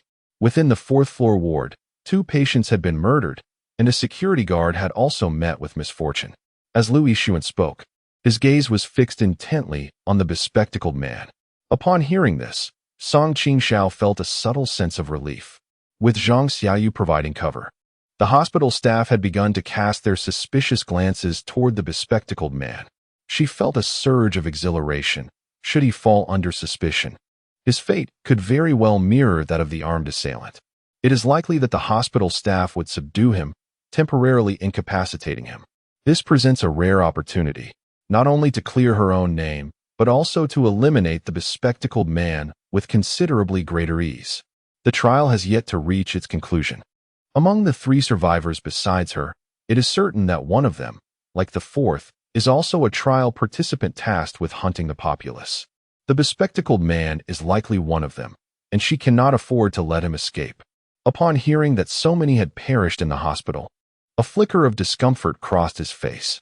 Instinctively, he turned to glance at Song Qingxiao, but this fleeting lapse was swiftly concealed. He lowered his head, the frames of his glasses sliding down his nose, obscuring the expression in his eyes. With a tone laced with feigned sorrow, he uttered, "Such a grave incident has occurred? Who is responsible?" "I was merely taking a stroll outside." Song Qingxiao could not shake the feeling that there was an artifice to his alarm, as if the deaths in the hospital came as no surprise to him. "Regardless, you are now a suspect." With so many lives lost in a single night, the crowd lacked the patience for prolonged discourse with him. Lu Yixuan waved his hand, and 2 security guards stepped forward to apprehend the bespectacled man. Unlike the gun-wielding brute who had fought desperately, he complied quite willingly. The guards had anticipated a fierce resistance. Yet they easily restrained his arms behind his back and searched him, confirming that he bore no weapons capable of inflicting harm. It is not me. The perceptiveness of the bespectacled man spared him from suffering, and his compliant demeanor eased the previously stern expression of Doctor Who. The sedatives and restraints that were initially prepared were deemed unnecessary, as Doctor Who observed his dejected posture and softened his tone considerably. It is not your fault, nor is it ours to decide. In light of the incident at the hospital, and to prevent further mishaps, we must temporarily confine you. In 3 days. Once the signal is restored and the police arrive, if it is proven that you are not culpable, justice will be restored to you. 2 doctors remain stationed in the duty room on the 2nd and 3rd floors to avert any further occurrences. A recreational room on the 1st floor, where patients had been playing ping pong, was cleared to temporarily house the deceased. That night, no further incidents transpired, and Song Qingxiao found herself unsure of how she endured it all. Everyone's gaze was fixated on the window at the end of the corridor, and as dawn broke, a collective sigh of relief escaped their lips. Patients in the ward began to awaken one after another, stirring restlessly. Some started to sing, while others succumbed to tears. The nurses, seemingly revitalized, prepared to resume their duties. "Qingxiao, are you all right?" Zhang Xiaoyu looked at Song Qingxiao with concern. Her complexion had turned ashen, with dark circles under her eyes, indicating profound fatigue. "I'm fine." Song Qingxiao moved her lips, which were chapped and cracked, and as she opened her mouth, blood beads emerged, likely a result of sheer exhaustion. The blood adorned her parched lips, akin to a rich crimson lipstick, adding a touch of vibrancy to her pale, translucent complexion. Zhang Xiaoyu was not faring any better. The incident at the hospital last night seemed to have deeply affected her, leaving her in tears for an extended period. What puzzled Song Qingxiao was Zhang Xiaoyu's act of deception during Lu Yixuan's inquiry, where she had interceded on her behalf. Why did she choose to do so? "I have known Dr. O for a considerable time. She is a good person." Zhang Xiaoyu remained in low spirits, still grappling with the sorrow of Dr. O's demise. In this hospital, one cannot endure without love. She continued to clasp Song Qingxiao's hand, murmuring about the highly skilled doctors and well-connected nurses who were unwilling to work here. The incessant ticking of the clock in her mind disrupted Song Qingxiao's thoughts, her palm being grasped repeatedly, now numb from the pain. An overwhelming fatigue dulled her mental acuity. Yet she endeavored to listen to Zhang Xiaoyu's ramblings about patients who could strike, harm, or even kill. Her voice was faint and weary during work hours. One must not allow distractions. Even if one falls asleep during a temporary shift, the door must be securely locked, for it is perilous should a patient wander in. Zhang Xiaoyu seemed indifferent to whether Song Qingxiao was listening, continuing her monologue. "But they are patients," she sighed. "How can we hold them accountable?" Chapter 44. Helplessness. After Zhang Xiaoyu finished her morning routine, Song Qingxiao slipped into the bathroom and locked the door behind her. On her left arm, the areas whipped by the lash had now become inflamed and swollen. As she removed her nurse's uniform, the yellow fluid oozing from the wounds adhered the fabric tightly to her skin. When Song Qingxiao tore the sleeve from her left forearm, it felt as though a piece of her very flesh was being cruelly stripped away. Tremors coursed through her body, and the sweat atop her head saturated her hair tips. Outside, Zhang Xiaoyu was still present, and she dared not amplify her breathing, inhaling only in small, measured gasps, stifling the intense pain within. Additionally, there were troublesome wounds along the edge of her left palm, marked by the whip and the intricate network of cuts across her palm. Fortunately, being in a hospital, the bathroom housed a small emergency medicine kit, replete with disinfectants. She retrieved a small clamp and used a cotton ball soaked in alcohol to clean the area, carefully extracting the shards of glass from her palm.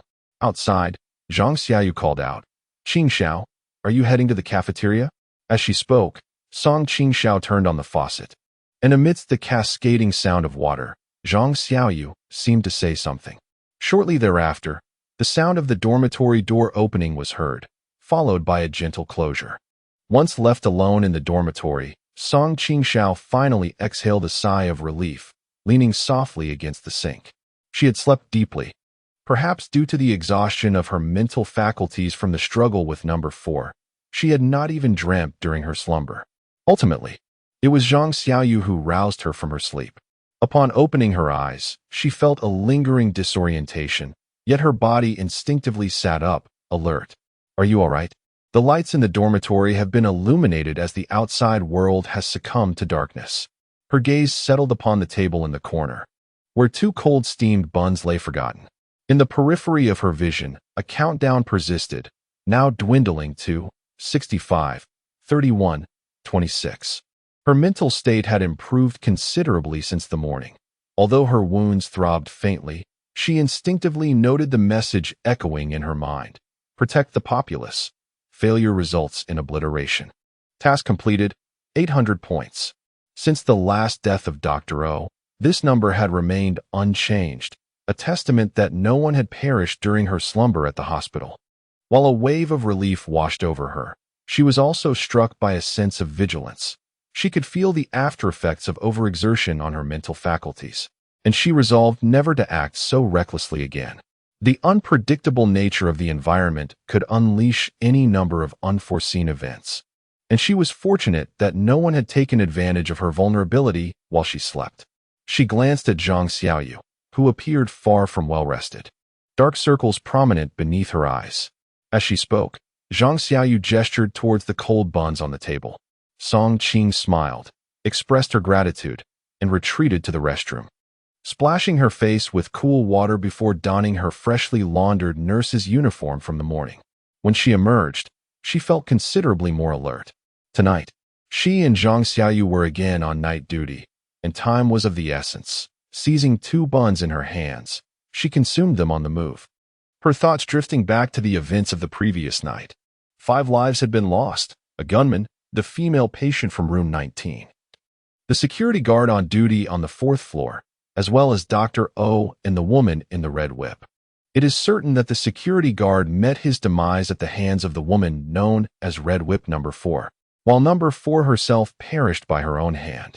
The remaining enigmatic deaths pertain to the armed man, the woman in room 19, and Dr. O. We can first eliminate Dr. O's death from consideration. Among the 2 deceased on the 4th floor, one was a challenger and the other a hospital patient, preyed upon by the challenger. At that time, aside from myself, the only other individual who came from the 2nd floor escape route was the bespectacled man. On the upper floor, both number 4 and number 6, the challengers, were present. If I did not commit the murders, then it must have been either number 4 or number 6. Given number 4's act of killing the security guard and her subsequent reckless aggression, it seems her mission is in direct contrast to mine, primarily focused on hunting. The armed man and the patient in room 19 could very well have fallen victim to her.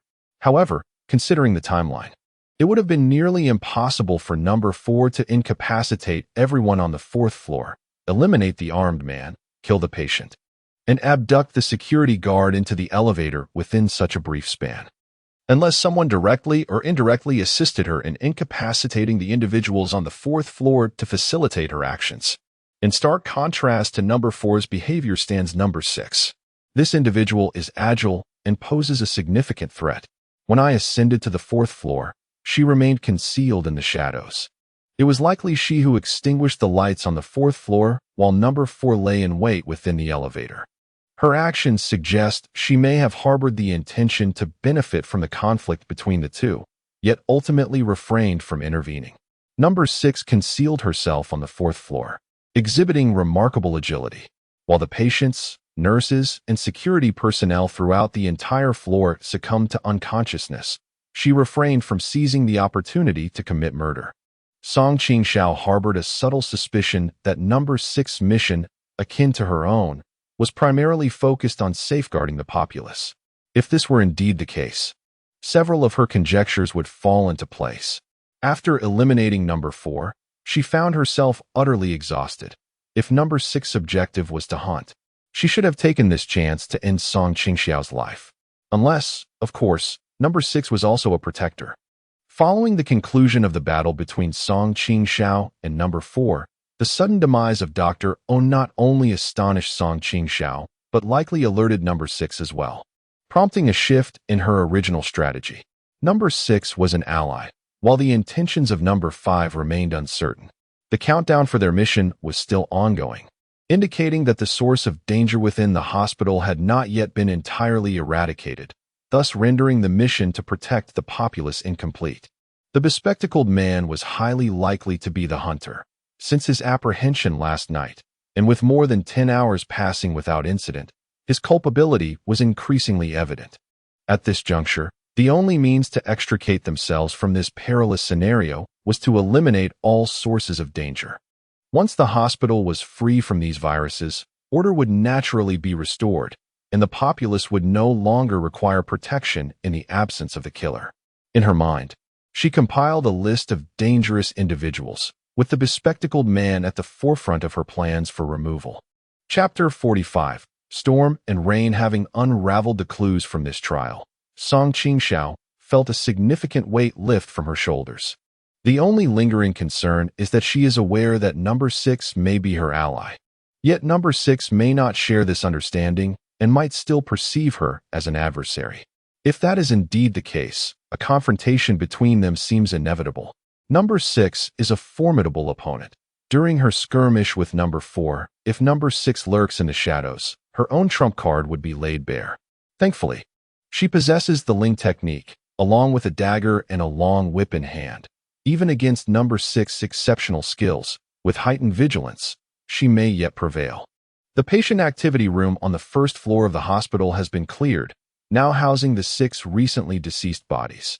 The setting for this trial was already limited, and compounded by the fact that this psychiatric facility is entirely enclosed, the patient's recreational area has faced significant restrictions, with several individuals having perished over the past 2 days. An atmosphere of unease has enveloped the hospital. In the absence of communication with the outside world, the remaining 2 doctors convened and made the decision to seal off the first floor. Following this closure, the patient's activity zones were further diminished, and the few remaining entertainment options were once again prohibited, inevitably fostering an atmosphere of restlessness. When Qingxiao and Zhang Xiaoyu arrived at the ward to work, the third floor was bustling with noise, starkly contrasting the previous 2 days. The nurses on duty during the day wore expressions of fatigue, each bearing visible signs of distress. Zhu Xiaoka, who was on morning shift, visibly relaxed upon the arrival of the evening shift staff, her face reflecting a palpable sense of relief, as if she had found a source of support. She grasped Zhang Xiaoyu's hand and exclaimed, "Sister Xiaoyu, you have finally come." Her shoulders sagged, and she spoke wearily. "I am utterly exhausted today." She faltered mid-sentence, forcibly halting herself, and instead declared, "Today has truly been overwhelming." Ever since the recent incident at the hospital, the mere mention of the word death sent a shiver down her spine. "What happened?" Zhang Xiaoyu inquired, to which Zhu Xiaoka replied, "After last night's event, hasn't the newcomer Jia Yu already been apprehended?" Jia Yu was out alone during the murder incident, lacking any witnesses to corroborate his whereabouts. He arrived late to the scene, making him the prime suspect, now confined to a hospital room under strict surveillance. However, it remains uncertain whether the chaos that ensued was solely his doing. After all, the 5 victims were killed within an alarmingly brief span of time, and it is questionable whether Jia Yu alone possessed the skills to execute such a feat to mitigate the risk of any potential accomplices. Dr. Liu and Dr. Hu convened today and resolved to consolidate the patients from the 2nd and 4th floors onto the same level for easier management, particularly given our limited manpower. The occurrence of such an event has instilled fear among everyone. Separating the patients could exacerbate their anxiety, increasing the likelihood of further incidents. The 4th floor is now in ruins, necessitating the relocation of patients to the 3rd floor, while the 2nd floor is designated for the solitary confinement of Jia Yu, isolated from the patients. Dr. Liu, Dr. Hu, and personnel from the security department will take turns monitoring him closely to prevent any further transgressions. Thus, the current layout of the hospital consists of 4 floors, the 1st floor for the deceased, the 2nd for Jia Yu's confinement, the 3rd serving as a temporary refuge for the hospital's populace, while the 4th remains entirely vacant. Song Qingxiao furrowed her brow. The congregation of individuals within the hospital bore both advantages and disadvantages. The advantage lies in the gathering of many. The greater the number, the stronger the force. When calamity strikes, mutual assistance becomes possible. However, the downside is that if the hunters are too tightly clustered and, in their haste to flee the hospital, unleash chaos without regard for consequences, it becomes quite easy for them to succeed. Today has been consumed with the arduous task of relocating equipment and transferring patients, leaving us utterly exhausted. Zhu Xiaoke rubbed her forehead, reflecting on the fact that this hospital housed a total of 28 individuals, including patients and trial participants. Last night, a gunman and the female patient from room 19 lost their lives, leaving only 26 remaining, all crammed onto the same floor, resulting in considerable noise. Who is currently guarding Jiayu? The bespectacled man is the trial participant she must eliminate first. She needs to ascertain his situation. Zhu Xiaoke noted, today. The watch is maintained by Dr. Hu and Old Huang from the security department, along with Old Five. The hospital itself is not large, with the security department comprising only 4 individuals tasked with preventing patients from escaping. After the incident last night, 1 member of the security team perished, leaving 3. Perhaps due to the recent death, Lu Yixuan and others have become particularly cautious, which explains the increased vigilance over Jiayu today. Observing the heightened number of guards around Jiayu, it does not seem an opportune moment for action. If she intends to eliminate Jiayu, she must first dispatch the 3 guards. Even if she can handle these 3, they are part of the populace she is meant to protect. Any harm befalling them would adversely affect her score. If she intends to inflict harm without resorting to murder, she would inevitably have to pay a far greater price. Jiayu remains a threat, having entered the trial space ahead of her, leaving her utterly unaware of his capabilities. Unlike her familiarity with the 4th female, where she possesses knowledge of her trump cards and can prepare accordingly. She lowered her gaze, noticing that the countdown had reached 64, 56, 35. There were still over 2 days remaining. Dr. Hu and the 2 personnel from the security department would eventually need to change shifts. Once they do, the number of guards watching Jiayu would diminish. As time progresses, the tension among the staff would likely increase, compounded by fatigue, making it considerably easier for her to seize the opportunity. Throughout that night, the patients were in constant uproar. After a discussion with Dr. Hu, Lu Yixuan, given the exceptional circumstances, permitted the nurses to administer a substantial dosage of sedative in the medications given to the patients. Under vigilant scrutiny, the night passed without incident. The message in Song Qing's mind remained unchanged. Protect the populace. Failure results in obliteration. Task completed, 800 points. The following day unfolded in a peculiar tranquility, with time slipping away gradually. The trial participants remained in a state of vigilance, each seemingly awaiting a singular opportunity to strike. As night descended once more, Song Qing observed the countdown in her line of sight had reached 16:31:26. There were still 16 hours left for the task, and she had already spent over 4 days in the trial space. The wounds on her arm had healed significantly, and the marks left by the whip on her palm had scabbed over. On the 2nd floor, Jiayu remained silent, and the entire hospital exuded an atmosphere that hinted at an impending storm. The signal that was severed tomorrow is about to be restored, and the path down the mountain is nearly complete. In the nurse's station, Tu Xiaoyan, while preparing the medications according to the doctor's prescriptions for the patients, expressed her excitement, saying, "We can finally leave." Each distinct medication was placed in individual small boxes and arranged on a cart. Chapter 46. The arrival. Although the patients had been relocated together to the 3rd floor, they were still segregated by gender, with male patients on one side and female patients on the other. Song Qingxiao, along with Zhang Xiaoyu and Zhu Xiaoke, was assigned to the area for female patients to distribute medications, while the other nurses who volunteered to stay helped in the male patients section. The atmosphere within the hospital was heavy, and under such oppressive conditions, it was challenging for even the most composed individuals to endure, let alone the patients confined to the 3rd floor with nowhere to go. In recent days, The number of patients experiencing emotional outbursts had steadily increased, making them reluctant to cooperate during medication administration. Song Qingxiao, Zhang Xiaoyu, and Zhu Xiaoke entered the first patient room, which was rather small. Previously, it housed only 2 beds. However, due to the current shortage of space, the cabinets and the television on the wall had been removed, allowing for the arrangement of 4 beds. Zhu Xiaoke stood at the door to prevent any disturbances from escalating, ensuring that the door could be locked and that Song Qingxiao and Zhang Xiaoyu could not be trapped inside. As the 3 entered the room, the patients fell silent, their eyes fixated on the newcomers.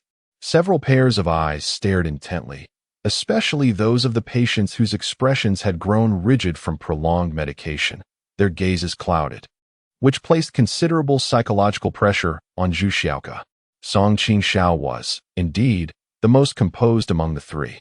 Upon entering the ward, her gaze was immediately drawn to bed number 4 in the far corner. There sat a patient in a blue and white striped hospital gown, quietly observing her.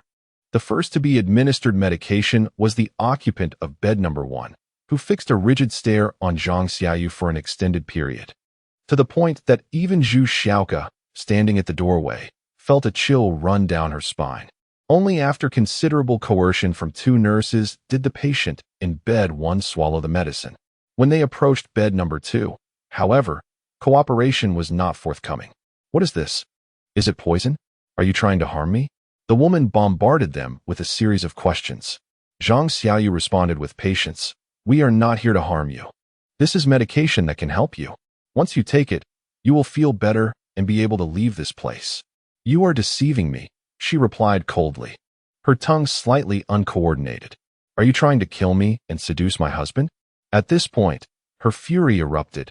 She sprang from the bed and lunged at Zhang Xiaoyu, attempting to grasp her hair. Caught off guard, Zhang Xiaoyu was seized, but in an instant, Song Qingxiao reacted and tried to push her away. The woman, however, grinned widely, revealing her stark white teeth, with a sharpened toothbrush head clenched between them, and suddenly thrust it towards Zhang Xiaoyu's face. Although Zhang Xiaoyu turned her head to evade the attack, she had not anticipated that the patient would conceal such an object in her mouth. Even with her quick reflexes, the 2-centimeter-long tip of the toothbrush still grazed her right cheek, inflicting a long and deep wound. "Ah!" Zhang Xiaoyu emitted a cry of anguish, the sudden turn of events causing the patients in the nearby beds to become restless. Fortunately, Lu Yixuan quickly arrived from the duty room, and the other nurses swiftly contained the minor incident, preventing it from escalating into a disaster. After being restrained and administered a sedative, the patient fell into a quiet slumber, while Zhang Xiaoyu covered her face, trembling all over. Sister Xiaoyu was reluctant to move. Her wound was deep, and Dr. Lu had stated that sutures were necessary. Several nurses gathered around her, somewhat at a loss. "Are you all right?" Song Qingxiao leaned closer. The moment Zhang Xiaoyu heard her voice, her eyes flickered. After a considerable pause, her gaze finally focused on Song Qingxiao. She endeavored to curve her lips into a reassuring smile, attempting to convey that she was fine, but after several attempts, perhaps due to the pain from her facial wound, her lips twitched before she ultimately relented, shaking her head. "I'm fine, really." Her eyelids drooped, and her eyelashes trembled softly. "They are patients. They did not harm me intentionally."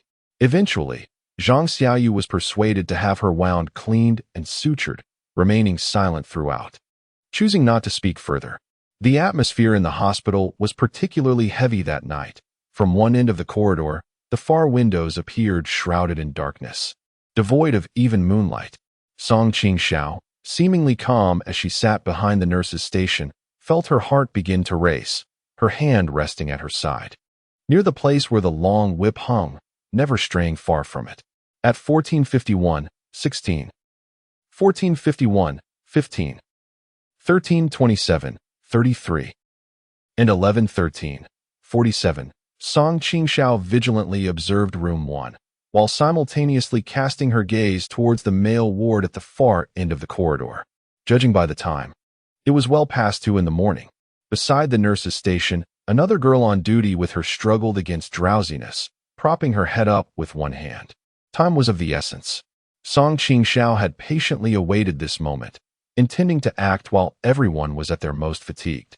Before she could rise, she heard a faint click, reminiscent of a door lock being disengaged, followed closely by two muffled thuds.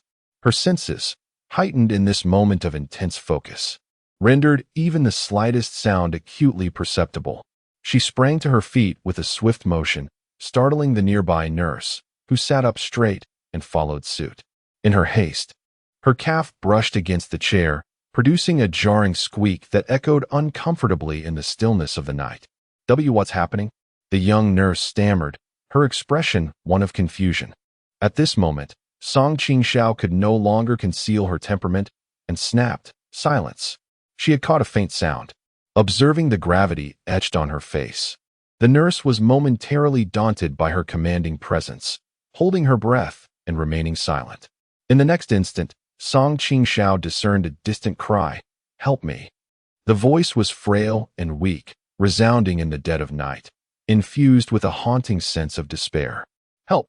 After listening once more, she confirmed it was not a figment of her imagination, for the nurse beside her was evidently startled, her eyes widened and pupils dilated, wearing an expression reminiscent of one who had encountered a ghost.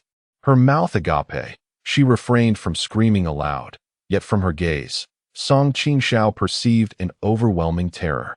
The sound did not emanate from the third floor. The fourth had been vacated due to damage and was devoid of occupants.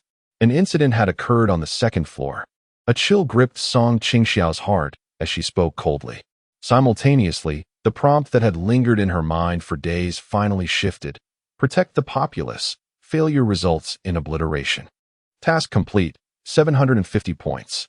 Indeed, the bespectacled man was a hunter. "Help!" The voice resounded again, prompting the nurse to urgently call for assistance, rousing Lu Yixuan and others from their slumber in the duty room. As Song Qingxiao hastily descended to the second floor, the prompt in her mind altered once more. Protect the populace. Failure results in obliteration. Task complete, 700 points. From the moment she began her descent, no more than 10 seconds had elapsed. Even if Dr. Hu and Old Huang had defended him for several days and were now utterly exhausted, it was astonishing that within such a brief span, the bespectacled man could swiftly dispatch 2 guards.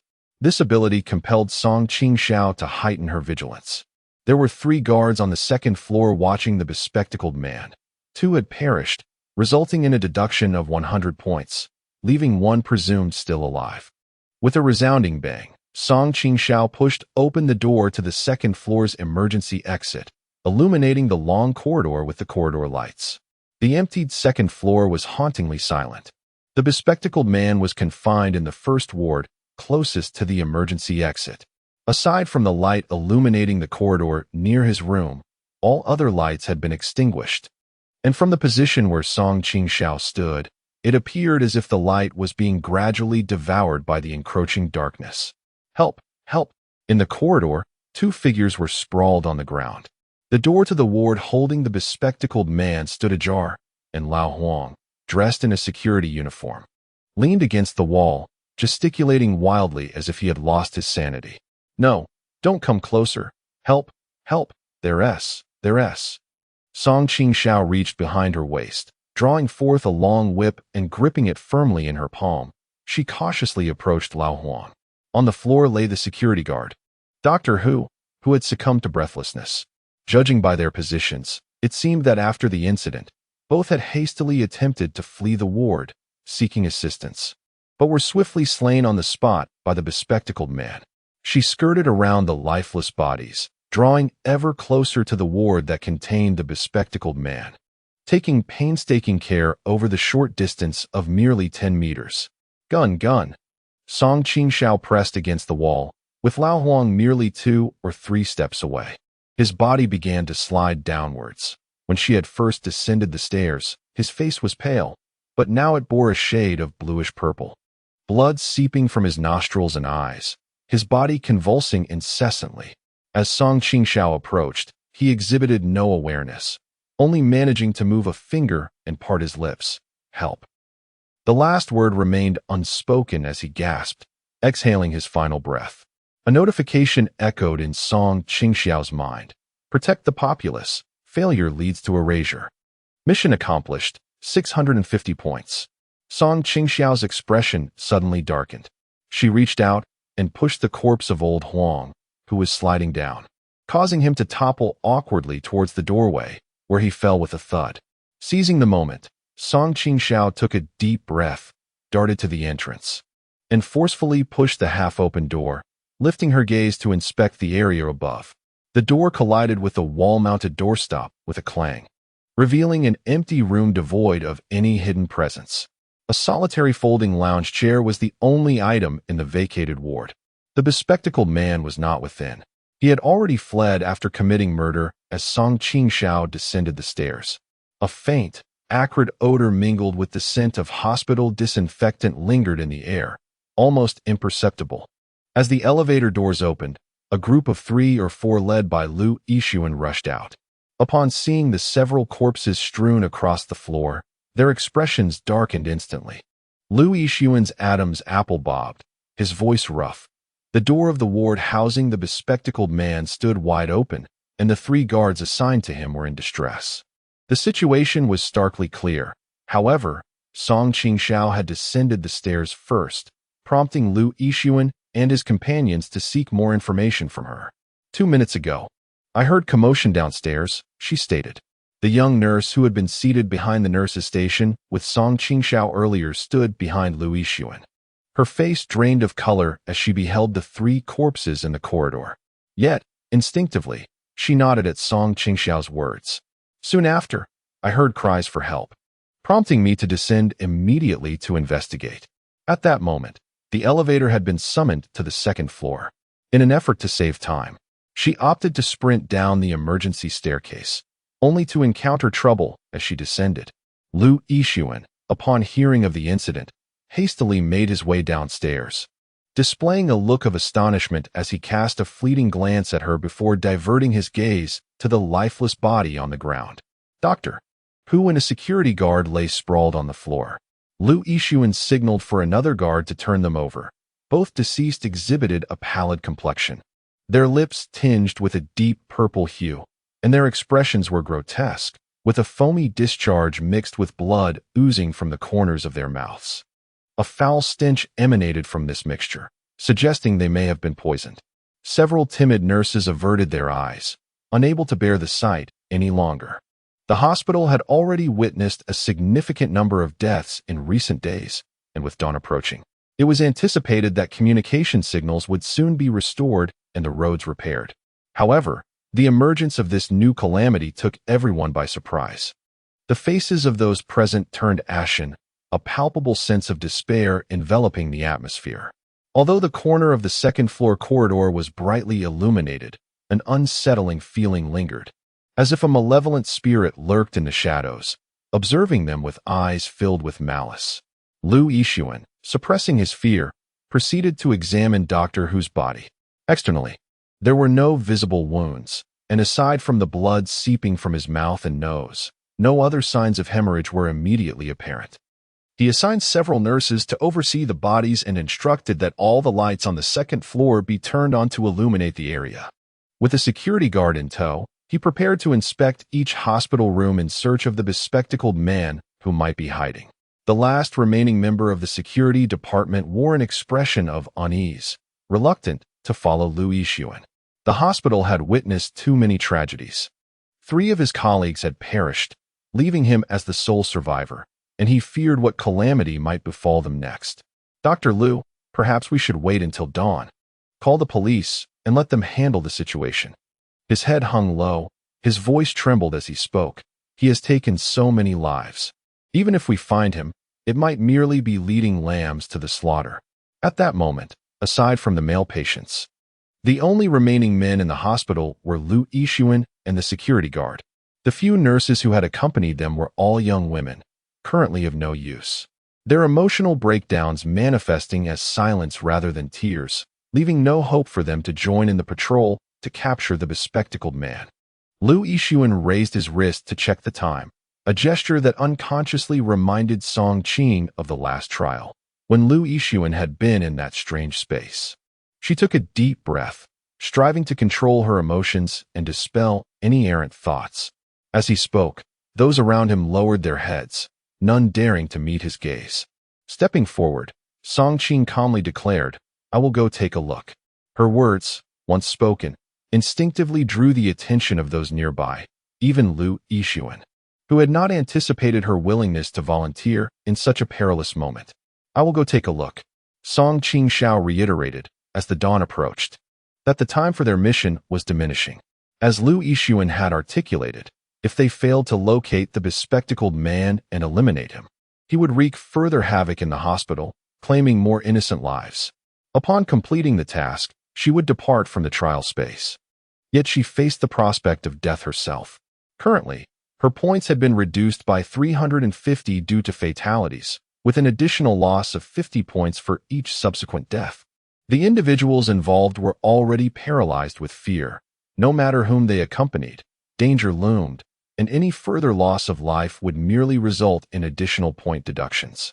Only she maintained her composure, recognizing the gravity of her own survival. With a trump card in hand, she believed there remained a chance of triumph against the bespectacled man. Chapter 48. The offensive. At this moment, Song Qingxiao was not in consultation with Lu Yixuan, but was directly informing him of her decision. After expressing her intent, she disregarded the opinions of those around her and proceeded toward room 2. The layout of the hospital's second floor commenced from the emergency stairwell, with the rooms numbered sequentially from left to right, culminating at the end with a bathroom and toilet adjacent to the window. "Qingxiao," several nurses instinctively called out, yet they observed her unhurried pace as she approached the doorway of room 2.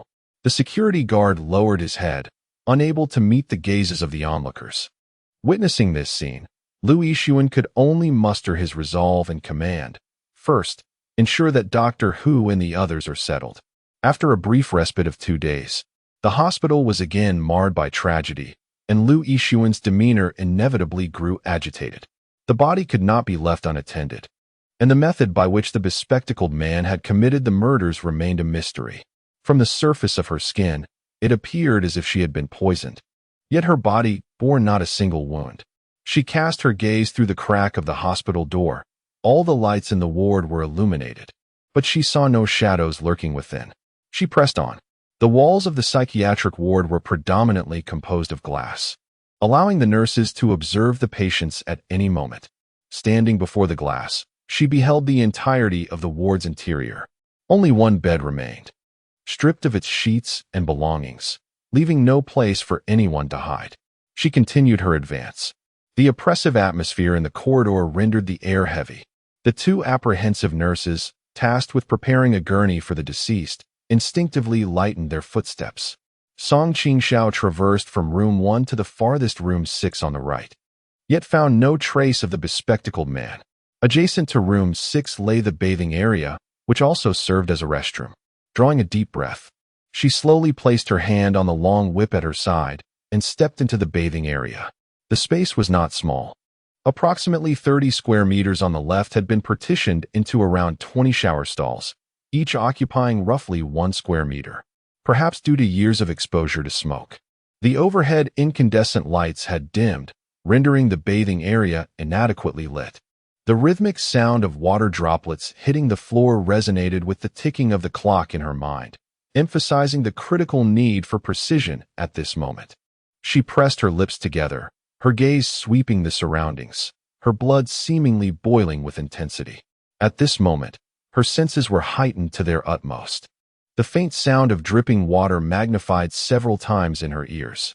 The first shower stall was empty, as were the second and third.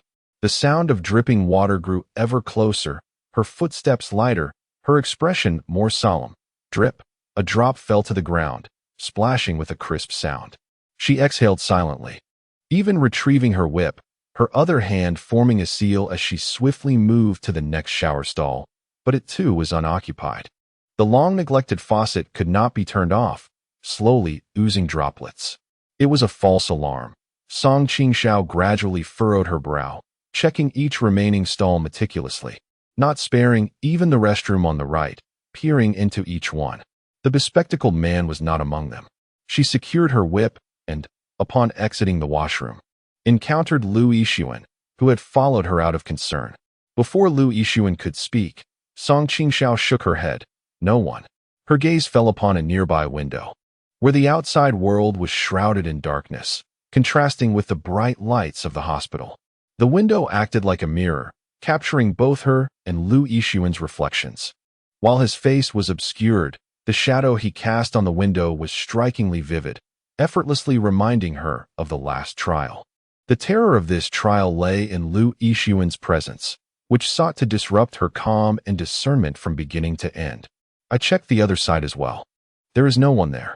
If the second floor is unoccupied and the other side has been locked, the bespectacled man, under suspicion and subsequently placed under house arrest, should possess no keys. He is unable to unlock the doors leading to the medical staff office and the dormitory on the second floor, while the windows of the corridor have been securely welded shut with iron bars. This indicates that his only means of departure is through the safety passage or the elevator. That evening, Song Qingxiao was acutely focused. The moment the incident occurred, upon hearing a noise, she immediately rose. At that time, the elevator was stationed on the second floor, and she descended via the safety passage, while Lu Yixuan and others later took the elevator down. From this, it can be inferred that the bespectacled man could not have gone to the third floor. Otherwise, he would have encountered either her or Lu Yixuan. He must have either taken the elevator or descended to the first floor via the safety stairwell, biding his time for an opportunity.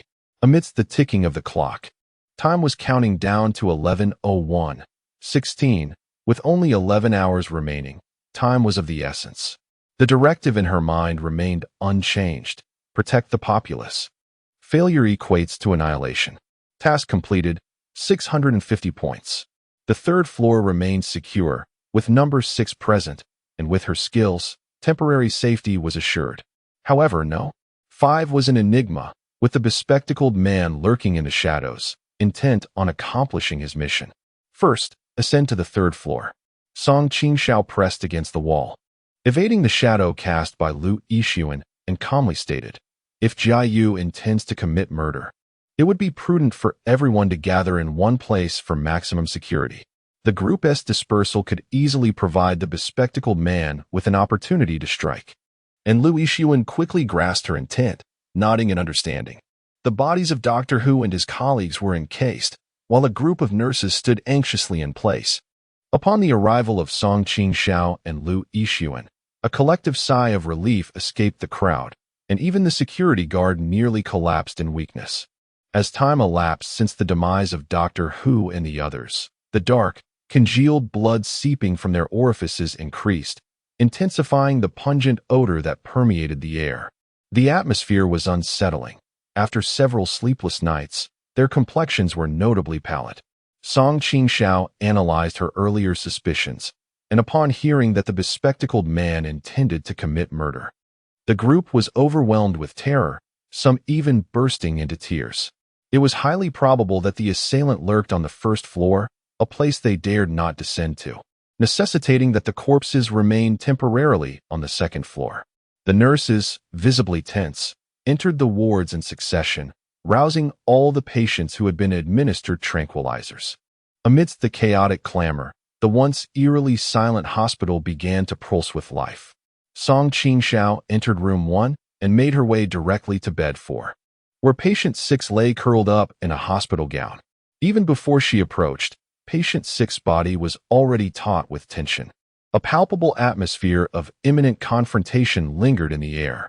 Song Qingxiao gently patted patient 6's back, prompting her to slowly turn her head. Her expression was apathetic, yet her gaze was clear. She was evidently not in a deep slumber like the other patients.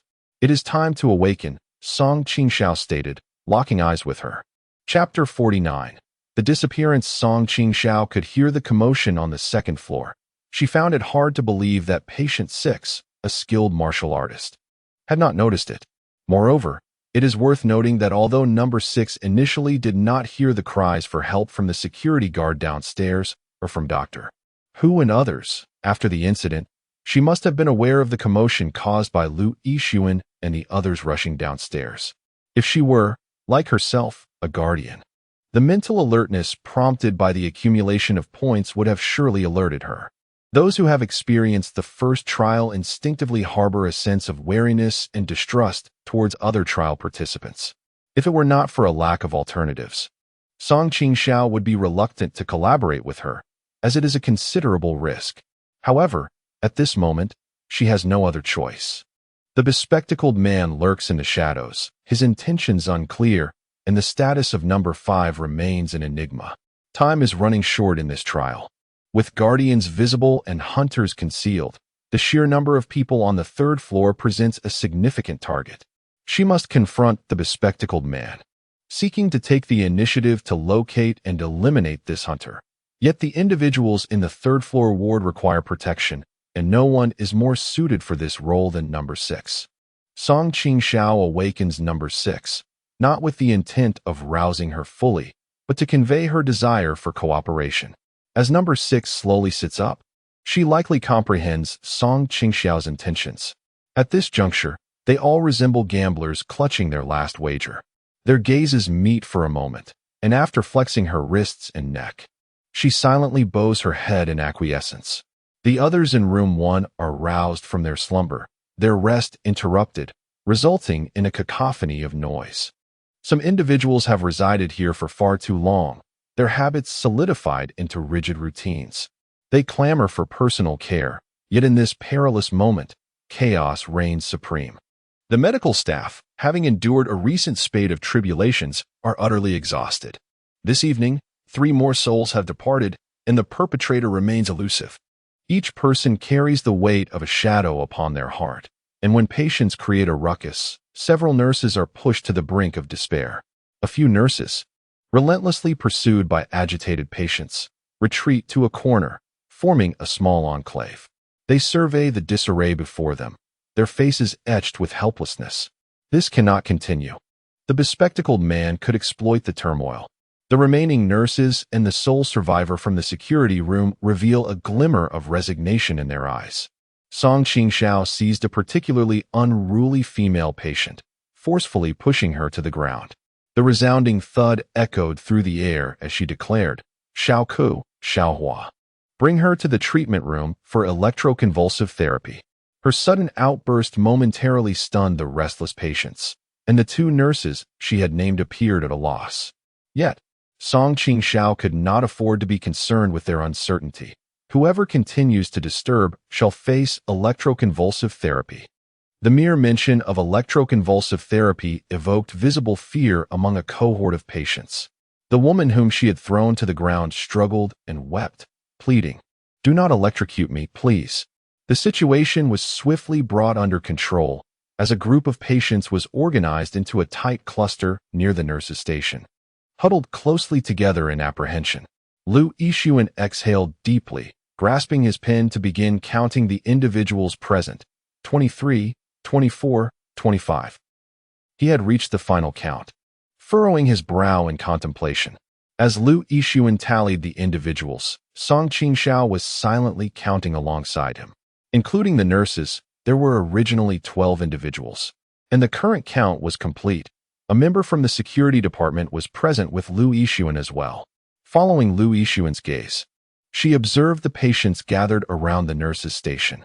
Zhang Xiaoyu had previously mentioned that there were a total of 27 patients in the hospital, and with the addition of the armed man, who had transformed from a doctor to a patient after murdering Dr. Zhou, the total rose to 28. Among these 28, the armed man and the female patient from Ward 19 had perished on the 4th floor days prior, leaving a total of 26 remaining. However, now only 25 patients remained seated around the nurse's station. Even Qingxiao, known for her calm demeanor, felt a wave of confusion wash over her. She clenched her fists, forcing herself to regain composure. The indicators in her mind remained unchanged, and her points had not diminished, confirming that the missing individual was still alive. At this moment, those who were hiding must have sensed the unusual atmosphere. The patients in the hospital, upon being awakened after taking their medication, would at most be uncooperative, but could not consciously choose to hide.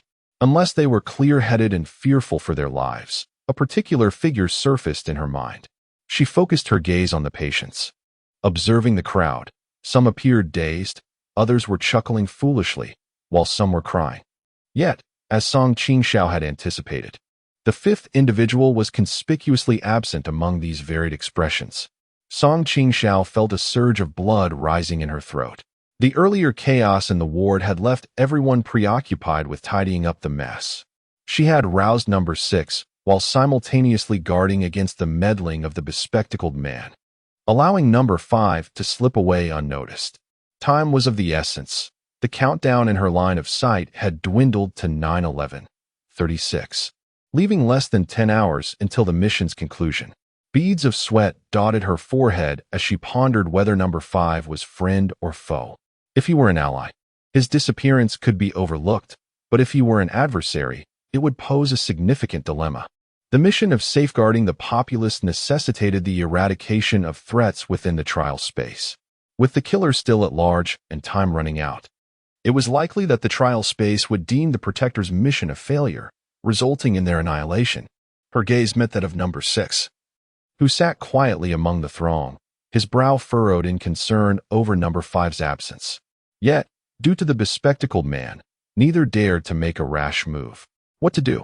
Zhang Xiaoyu, whose stitches had been recently attended to, mustered her spirits and recounted the numbers again.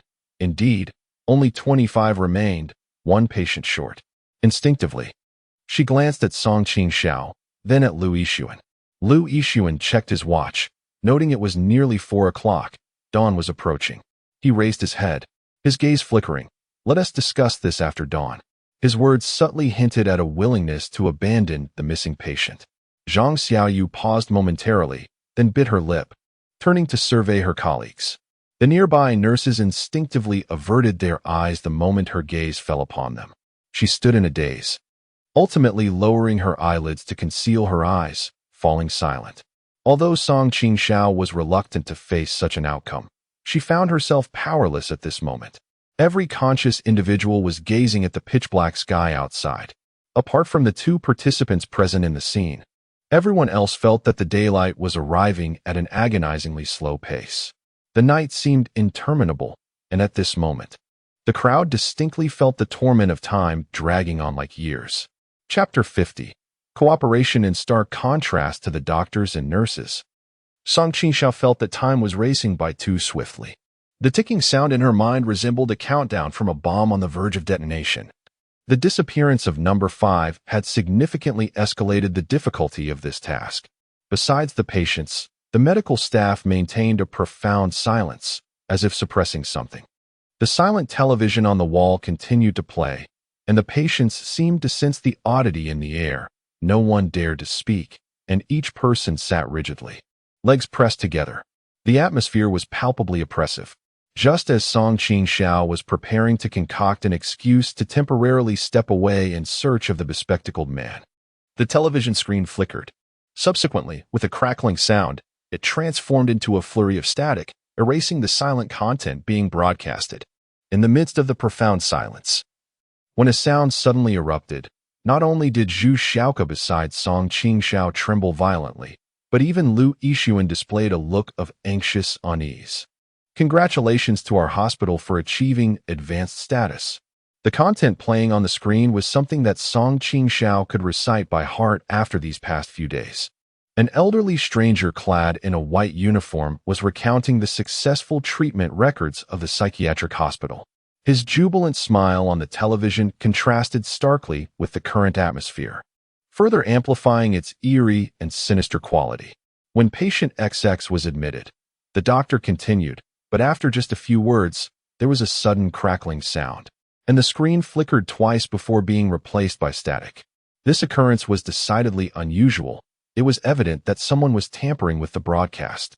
Moments later, the static dissipated, and the cheerful visage of the male doctor reappeared on the screen. Congratulations to our hospital for achieving another milestone. Unable to tolerate it any longer, Tu Xiaoyun murmured to herself, cradling her head in despair. I truly cannot endure this. Tears streamed down her face. The past few days had been harrowing for everyone. Death loomed over the hospital as a series of tragic events unfolded, leaving the staff in a state of extreme tension. like a taut string on the verge of snapping. Beginning with Dr. Zhou, each subsequent death weighed heavily on the hearts of the healthcare workers. They lived in constant fear of the next tragedy, apprehensive that they might be the next victim. The anxiety was so pervasive that sleep eluded them.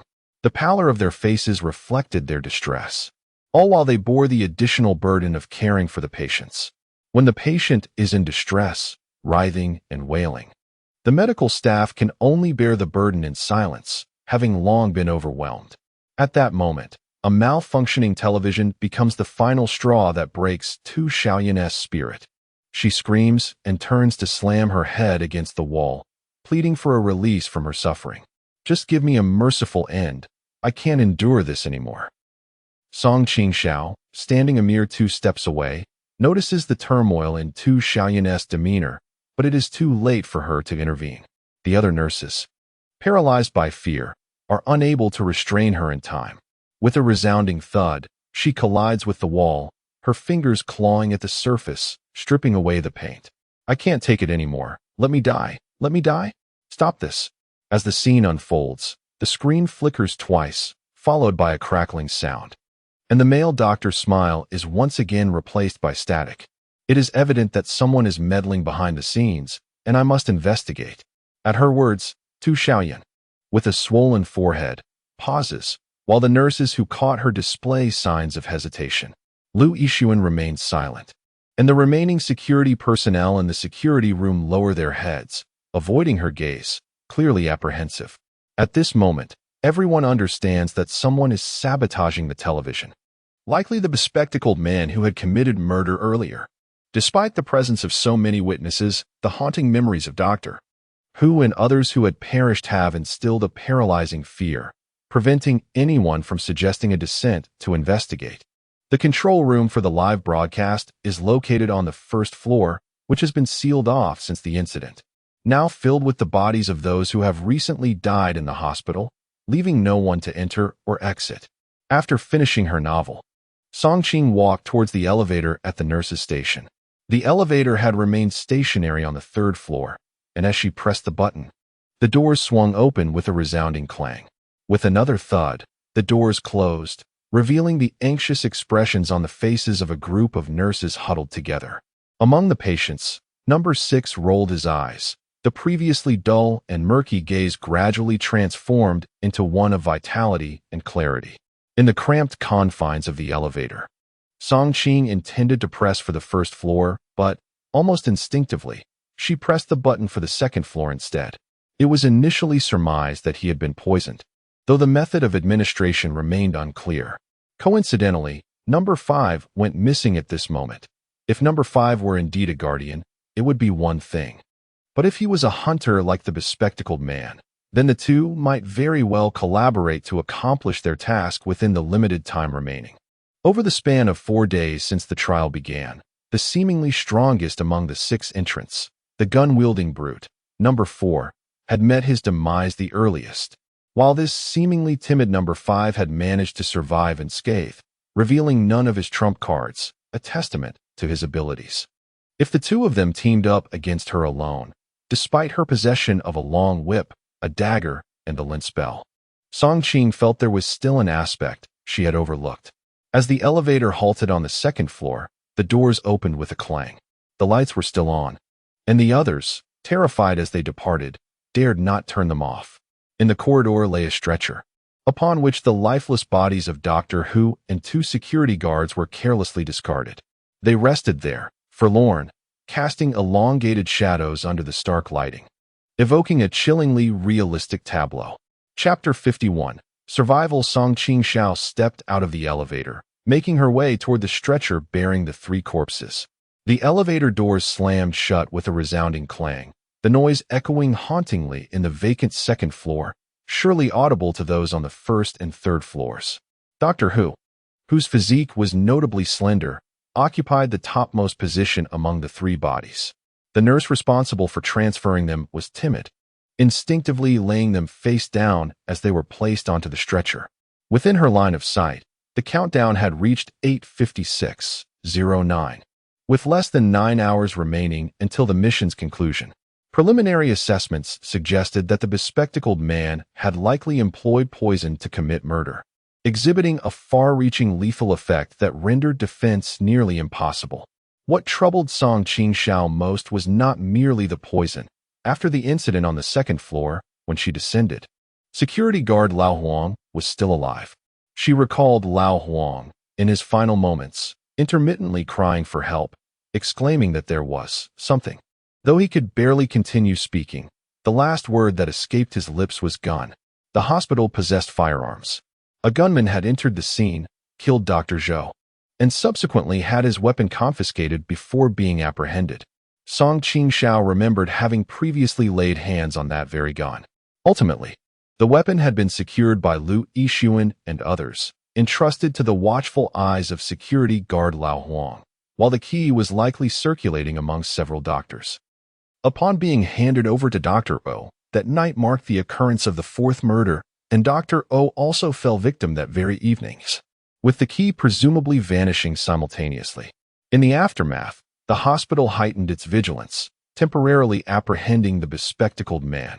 As the death toll escalated, the collective wariness and alertness of the staff reached unprecedented levels.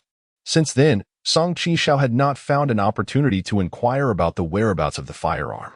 The words uttered by old Huang just before his demise led Song Qingxiao to speculate that the bespectacled man had likely killed Dr. O, acquired the key to the locked gun, and seized the weapon from old Huang, possessing both the ability to commit murder through poisoning and a firearm at his disposal. The bespectacled man's hand was equally formidable compared to that of Song Qingxiao. Should she neglect to strategize adequately, it was conceivable that she might fall victim herself. Under these circumstances, in the interest of survival, she felt compelled to make certain preparations. After standing in place for a considerable time, she finally retrieved a mask from her pocket and donned it, hoping to thwart the bespectacled man from employing airborne toxins against her, thereby buying herself some time while she resolutely reached out to grasp Dr. Hu's hand. This notion stemmed from the tactics employed by the fourth assailant. At that time, the fourth had sought to ambush her, enlisting a security guard to conceal himself within the elevator and subsequently kill her. The guard's corpse ultimately jammed the elevator doors, rendering it immobile. She intended to replicate this strategy, concealing a corpse within the elevator, so that when the bespectacled man approached, she could obstruct the doors and render the elevator inoperative. The fourth floor housed numerous potential targets, including medical personnel, security guards, and patients. Song Qingxiao feared that if she failed to ensnare him, he might ultimately seize an opportunity to slip into the elevator and ascend to the fourth floor. The hospital is perched upon a hill, and at the time of the 3 fatalities, it was the early hours of the morning, with temperatures notably low. The individuals had succumbed to death merely 2 hours prior, yet their bodies had already begun to stiffen. She found herself in a state of extreme tension. The rapid circulation of blood and the copious perspiration draining her internal heat rendered her hands cold and trembling, whether from the terror she suppressed or the chilling environment. However, the body of Doctor Who was far colder than her already frigid hands. The sensation was indescribable. The skin of the deceased, even through a thin layer of clothing, bore a dry, waxy slickness. The hand beneath her palm had stiffened, devoid of any pulsating heartbeat. Upon contact, Song Qingxiao instinctively recoiled, having undergone a trial. Her psychological resilience far exceeded that of most, yet the surrounding silence felt oppressively heavy, with the only movement being the flicker of her own shadow. The nurses and doctors within the hospital would experience fear. Indeed, she too felt it, but her ability to endure, coupled with an overwhelming will to survive, allowed her to suppress that unease. This was not her first encounter with a corpse. After her initial trial, wherein she had taken the life of a short, stout middle-aged man, she had dealt with another middle-aged man's remains. However, that body had not yet begun to show the rigidity and coldness that enveloped Doctor Who's lifeless form. The frigid chill clung to her like a relentless specter, infiltrating her very being, causing her toes to instinctively curl in response to the icy grip. Her heart raced wildly, as if it might leap from her throat. The time allotted for the task diminished with each tap, tap, tap of the timer. leaving no room for her to indulge in anxiety or fear. She yearned for survival. Emerging from an environment of self-inflicted carnage during her first trial, she fought fiercely, carving a path to life, not to become a mere pawn in this trial, offering herself as a sacrifice. She was still young, having scarcely lived a day of genuine existence. She had just graduated and recently secured a job. The desire to live surged deeper within her mind. Her breathing gradually steadied, and her frantic heartbeat began to calm. Qingxiao's gaze shifted from panic to composure. The doctor before her was but a corpse. Her fear was merely a manifestation of the cowardice that served her no purpose. Resolutely, she reached out once more to grasp Doctor Who's arm, this time without hesitation.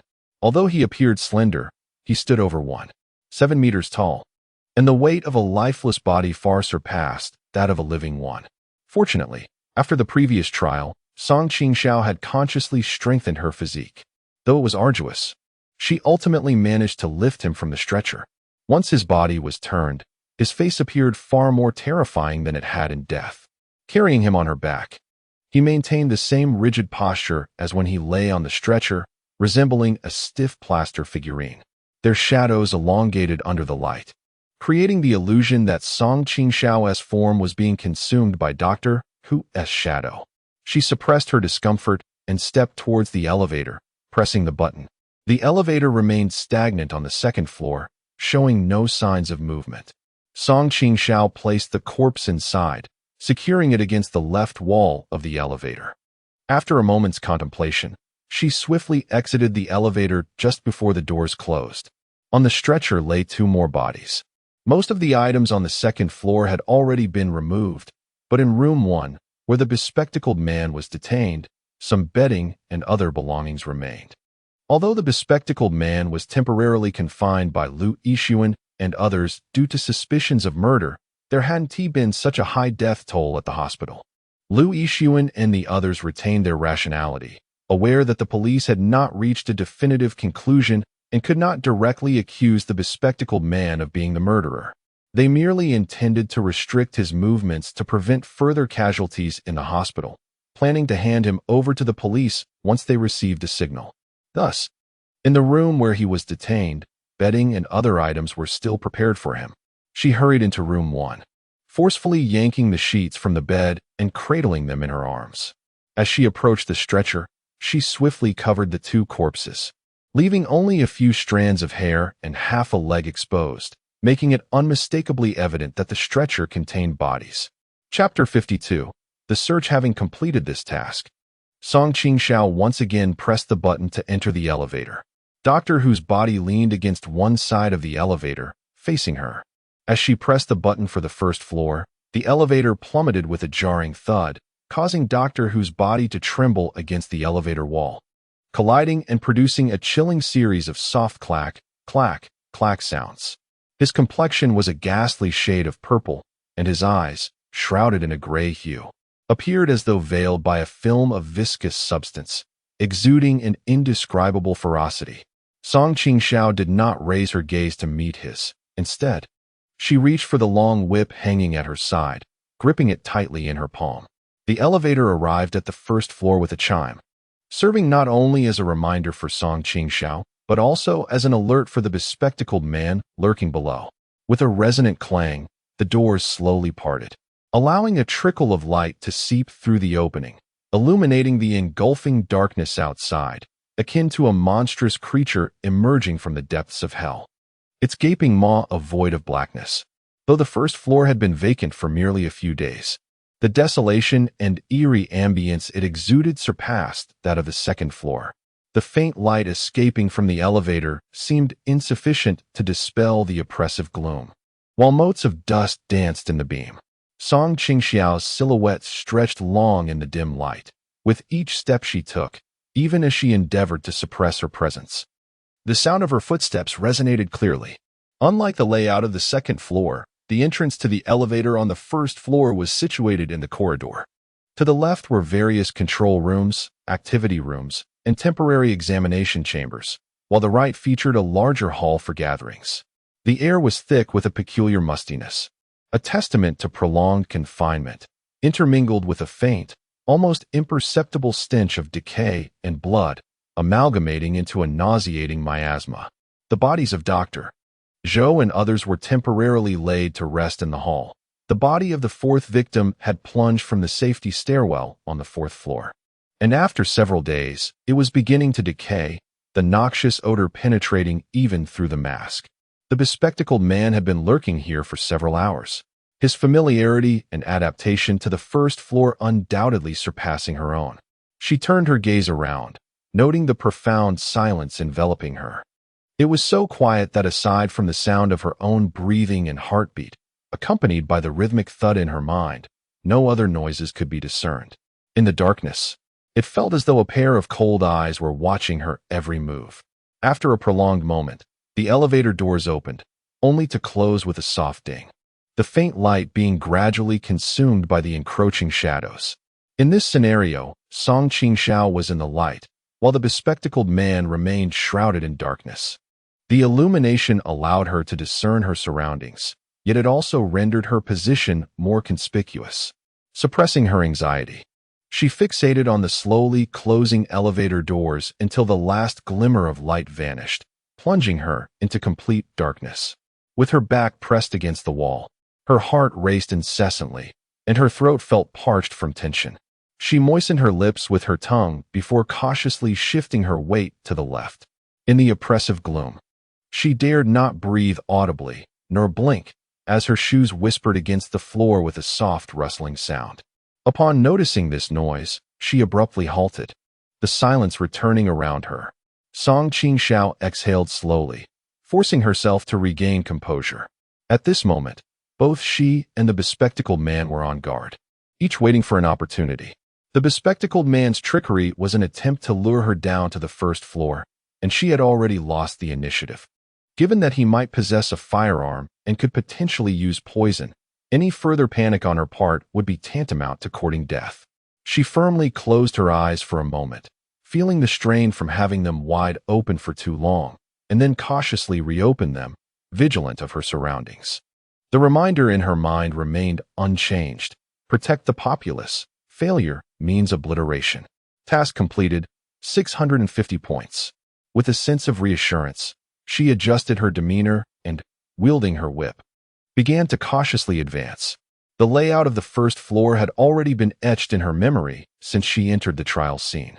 The first room by the elevator served as a temporary examination room, where doctors typically attended to newly admitted patients.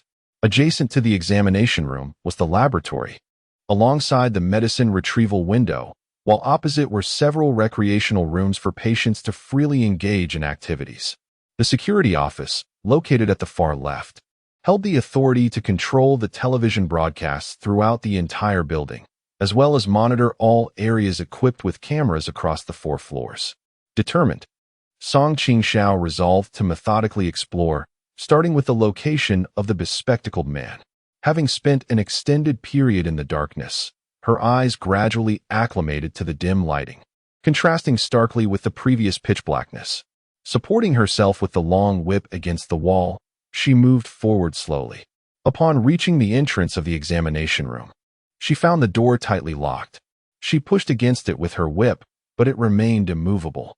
Peering through the glass, she caught a faint glimpse of the office's layout, which resembled those of other floors' doctor stations, equipped merely with office paraphernalia and an examination bed, yet devoid of any personnel. The profound stillness of the hospital's first floor rendered her slightest movements conspicuously loud, akin to illuminating a path for the bespectacled man in the darkness.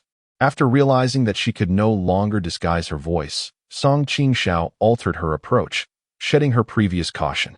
No longer attempting to restrain herself, she reached the door of the laboratory, which remained tightly locked, with the glass window securely shut, sealing the interior. Due to the likelihood that Dr. Hu and the other 2 had succumbed to poisoning, she hesitated to use the key, fearing she might inadvertently trigger something dangerous and fall into the trap set by the bespectacled man. Wrapping the long whip around her hand, she formed a fist and struck the glass with force, producing a resounding clang, clang, clang that echoed throughout the entire first-floor hall. The reverberations came from all directions. Yet Song Qingxiao remained unfazed. This whip, exchanged from the trial space using points, was made from an exceptionally unique material within just a few strikes. The glass cracked with a sharp pop. With another powerful punch, the glass shattered with a clang, sending shards cascading to the floor, creating a crisp sound. Peering inside, she could finally see the laboratory clearly. Numerous instruments were arranged within, and the workspace was divided into several small offices, all of which were open, revealing no hidden occupants. Continuing in the same manner, she smashed the windows in other areas, but the bespectacled man was not concealed in any of those locations. Upon reaching the security office in the far corner, she noticed that, unlike the previously locked offices, the door to the security office was ajar, confirming that the bespectacled man had indeed been here. Song Qingxiao slowed her pace, gently lifting her foot to kick the door open. The door creaked in response to her force, swinging wide and thudding against the doorstop. The space within was modest. Directly opposite the entrance was a window, while to the right lay a monitor displaying surveillance feeds, beneath which was a row of switches that controlled the lighting on the first floor. She located the circuit breaker and pushed it back up, and with a crackling sound, the lights in the security room flickered to life, causing her to instinctively shut her eyes against the harsh brightness. Chapter 53 traces such a reflexive action in the current environment undoubtedly posed a significant danger. Instinctively, Song Qingxiao turned, pressing her back against the wall, one hand gripping her whip protectively in front of her while the other raised to partially shield her eyes from the glare. After a few moments, as her eyes adjusted to the sudden illumination, the red signal light on the monitor mounted on the wall of the security room flickered before illuminating one by one, except for the top row, which indicated that the surveillance video for the fourth floor was malfunctioning, displaying nothing but static. The feeds from the other 3 floors appeared clearly on the screen. In front of the nurse's station on the 3rd floor, a group of patients sat quietly in a circle, while several nurses anxiously scanned their surroundings. From the images displayed and the thoughts racing through her mind, it was evident that the 3rd floor was secure and that the bespectacled man had yet to reach that level. The 2nd floor was eerily empty, with a gurney bearing 2 lifeless bodies forlornly positioned in the corridor. The 7th surveillance video conveniently captured the direction of the emergency exit, which remained undisturbed. The security door firmly closed, and the figure of the bespectacled man was absent from the footage. She had thoroughly searched the primary locations on the 1st floor, yet the 2nd and 3rd floors yielded no trace of the bespectacled man. As time elapsed, the persistent absence of this menacing figure began to fray Song Qingxiao's nerves. Her gaze fell upon the surveillance footage from the 1st floor. Her initial focus was on the lobby. Upon descending, she had instinctively turned left, checking the various departments and the control room, neglecting the lobby until now. At this moment, the monitor displayed the lobby, where several hospital beds were arranged, each draped with a white sheet concealing the bodies of those who had perished in recent days following the hospital's crisis. She maneuvered the mouse, shifting the surveillance feed, and in the next instant, the camera pivoted toward the ticketing window facing the securely locked main entrance. There, on the vacant chairs, sat a figure with their head tilted back, seemingly a staff member from the ticketing area. This thought barely registered in her mind when an alarm bell rang within her. The 1st floor had been cordoned off since the incident, repurposed as a temporary morgue. Even in the absence of casualties, the hospital's access routes had been severed due to construction, leaving no one able to come or go for the past 5 days. In such circumstances, the presence of another individual at the ticketing window appeared exceedingly ominous. A chill ran down her spine as she observed the figure, motionless, gazing up at the ceiling. After scrutinizing it for a mere 2 seconds, she sensed that something was amiss. In the next moment, she recalled a significant detail as she descended from the 3rd floor. It coincided with a malfunction in the television. At that time, it was surmised that the bespectacled man, who had murdered Doctor Who and 2 others, had concealed himself on the 1st floor, hiding within the security department that controlled the television broadcasts across all levels. Upon exiting the elevator, she instinctively turned towards the adjacent office rather than veering right to investigate the hall filled with corpses. She had fallen into the trap laid by the bespectacled man. Realizing this, Song Qing immediately opened the door. As she emerged, she found herself face to face with the bespectacled man, who was approximately 3 to 4 meters away from the elevator entrance. He was pressed against the wall, and the instant he heard the door open, he instinctively looked up, locking eyes with Song Qing. A smirk tugged at the corner of his mouth as he adjusted his glasses, and without hesitation, he bolted towards the elevator. He was merely 3 or 4 meters from it, while Song Qing was nearly 20 meters away. His intention was to lure Song Qing downstairs while he ascended to the 3rd floor to commit another murder. The bespectacled man was a predator. He had already claimed 3 lives. If his score for each kill was the same as Song Qing's, 50 points per victim, then he must have amassed at least 150 points by now.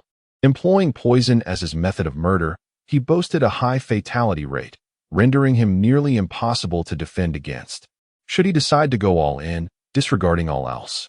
Armed with poison and likely a firearm, even someone as skilled as No. 6 would find it challenging to withstand him, as they were merely flesh and blood. All the personnel in the hospital were concentrated on the 3rd floor. After he succeeded in his endeavor, the likelihood of completing his task was exceedingly high. Once he achieved his objective and exited the trial space, it would spell the end for Song Qingxiao. The mere thought of this filled her with urgency, causing her to disregard the firearm in his possession as she dashed toward the elevator. When she was still about 15 or 16 meters away from the bespectacled man, he had already reached the elevator and pressed the button. The elevator had remained on the 1st floor since her descent, and upon pressing the button, a chime echoed, followed by the doors creaking open. At that moment, a tumult of anger and despair surged within Song Qingxiao. As the elevator doors opened wider, her heart raced, nearly leaping into her throat. She was now 10 meters away, then 9. At last, the doors fully opened, and the bespectacled man stepped inside. His gaze fixated on Song Qingxiao with an air of vigilance, oblivious to the peculiarities surrounding him. Noticing her flushed and anxious demeanor, a smirk played upon his lips. Song Qingxiao raised her hand, wielding the long whip, as he reached to press the button for the 3rd floor. At this juncture, the man's smugness was unmistakable. The elevator doors clanged as they slowly began to close. With only 4 meters, then 3, left between her and the elevator, the doors were now halfway shut. Through the partially closed doors, Song Qingxiao caught a glimpse inside the elevator, momentarily stunned, before pursing her lips in realization. I truly did not anticipate that the 4th-rate fool would ultimately meet his demise at your hands. The door was nearly closed, with only a gap of 20 to 30 centimeters remaining. He smiled and spoke, clearly having deduced the truth behind the death of the 4th individual from the long whip in Song Qing's small hand. You too shall perish by my hand. At this moment, no one could impede his ascent to the 3rd floor to fulfill his mission. The bespectacled man dismissed Song Qing's words as mere bravado, believing her to be on the brink of death. Those who had reached this stage of the trial were not foolish. Song Qing understood that this trial was likely divided into the camps of hunters and protectors, and others were equally aware of this. Undoubtedly, the bespectacled man's stance was opposed to Song Qing's. He was a hunter, while she was clearly a protector. When he reached the 3rd floor, with the protectors unable to catch up and powerless to intervene, he would unleash a massacre, likely completing his mission swiftly and departing this place. Should he survive, the players of the opposing faction would naturally face retribution. As this thought crossed the bespectacled man's mind, he felt a surge of elation, even raising his arm in a cheerful gesture to wave at Song Qing. In the next moment, however, the lifeless body of Doctor Who, which Song Qing had moved into the elevator, toppled onto the bespectacled man's back. Doctor Who's corpse had already become rigid, barely maintaining an upright position. The bespectacled man entered the elevator with considerable force, and under this momentum, the body could no longer sustain its balance. Oblivious to the movement behind him, as he was solely focused on Song Qing, he did not notice until the weight of the corpse pressed against him, causing him to stumble. Instinctively, he reached out to find a point of support to steady himself, his hand fortuitously grasping the elevator's door frame. The door slammed against the back of his hand with a resounding bang, sensing the obstruction before slowly opening again. All of this transpired in the blink of an eye as he turned to look. Chapter 54, The Hunt. Such an unexpected turn of events clearly caught the bespectacled man off guard. When he turned, a smug smile still lingered on his face. He had presumed that another contender would be present in the elevator, and in this moment of crisis, he remained remarkably composed, exuding an air of confidence. In the instant he glanced back, he opened his mouth to unleash a slender, purple shadow, roughly the thickness of a fingertip, which twisted and shot towards the looming figure behind him, aimed directly at the person collapsing toward him. This was his trump card, the very technique that had enabled him to eliminate Doctor Who and two others. The bespectacled man was exceedingly confident. Even if Qingxiao and the other contenders formed an alliance to attempt his demise, he believed that with this one card up his sleeve, he could undoubtedly turn the tables. However, he could never have fathomed that upon turning around, he would not behold the timid figure of number 5, nor the extraordinarily capable number 6, but rather the terrifying yet familiar visage of Doctor Who, an image that would forever haunt him. Caught completely off guard, he found himself face to face with Doctor Who, and the smile on his face instantly froze. His breath, laden with dread, brushed against Doctor Who's ashen and mottled features, while the weight of the lifeless body pressed down on him, rendering him nearly incapable of standing upright. In that moment of sheer terror, the bespectacled man entirely forgot his own predicament. He had never imagined that he would encounter such a countenance upon turning around. Previously, while hiding in the security department on the first floor, he was preoccupied with manipulating the television, deliberately revealing his location in a bid to lure the challengers downstairs. He was acutely aware that as the mission time dwindled, the challengers, under the looming threat of death, would inevitably take greater risks. Once he exposed his precise location, it was certain that challengers would come searching for him. Those daring enough to descend alone at that moment would undoubtedly be the elite among the challengers. After receiving their protector mission, the challengers would instinctively head to the security department to find him, misled by his ruse. At that opportune moment, he would stealthily rise from the morgue gurney before they could enter the security department, seizing the chance to enter the elevator and ascend to the third floor to complete his task. Even if the challengers sensed the deception, the time taken to ascend the stairs without the elevator would be considerable, affording him ample opportunity to fulfill his mission. After all, the hospital was enveloped in an atmosphere of extreme tension. The on-duty doctors and nurses, already fraught with anxiety from the escalating death toll, were rendered incapable of resisting him. His plan was astutely conceived, and at first, events unfolded as he anticipated. After Qingxiao descended, she immediately darted towards the various departments on the left, providing him with a golden opportunity. However, he could never have anticipated such a significant surprise awaiting him in the elevator.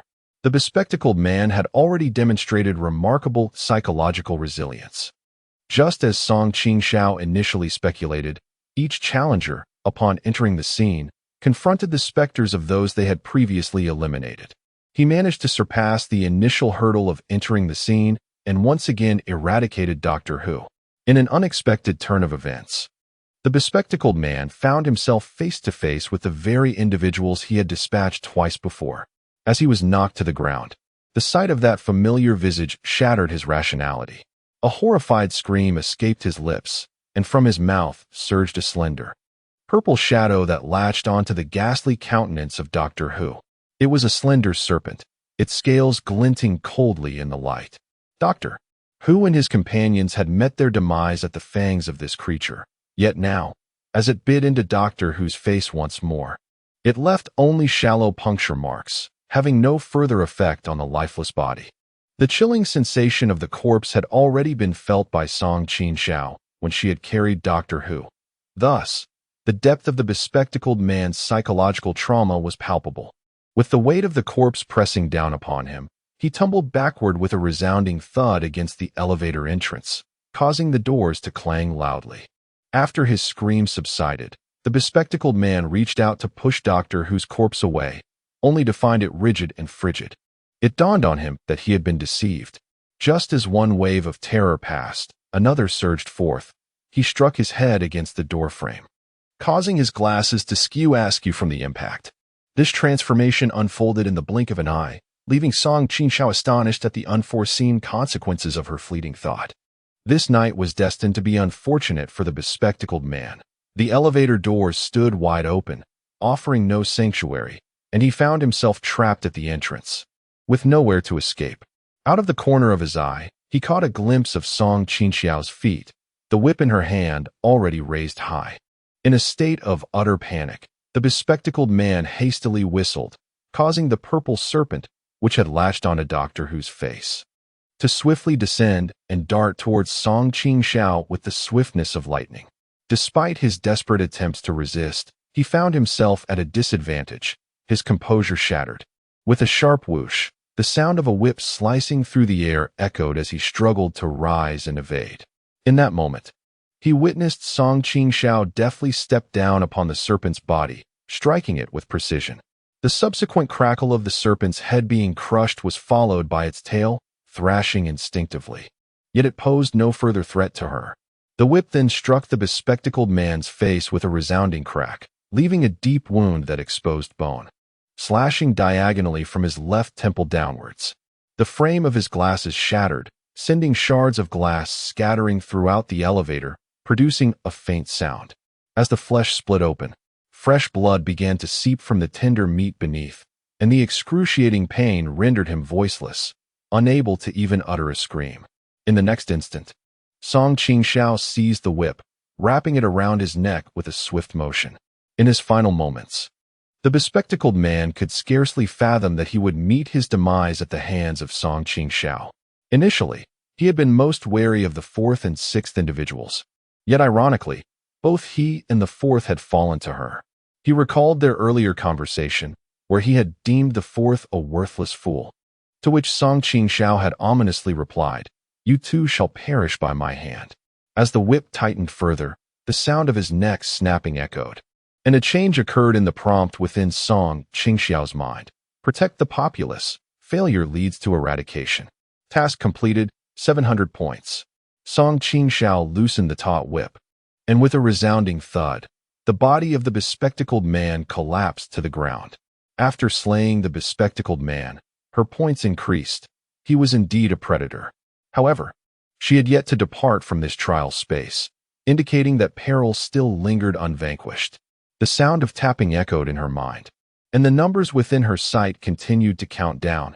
8:31, 25, signifying that over 8 hours remained until the trial's conclusion. Chapter 55, Doubt.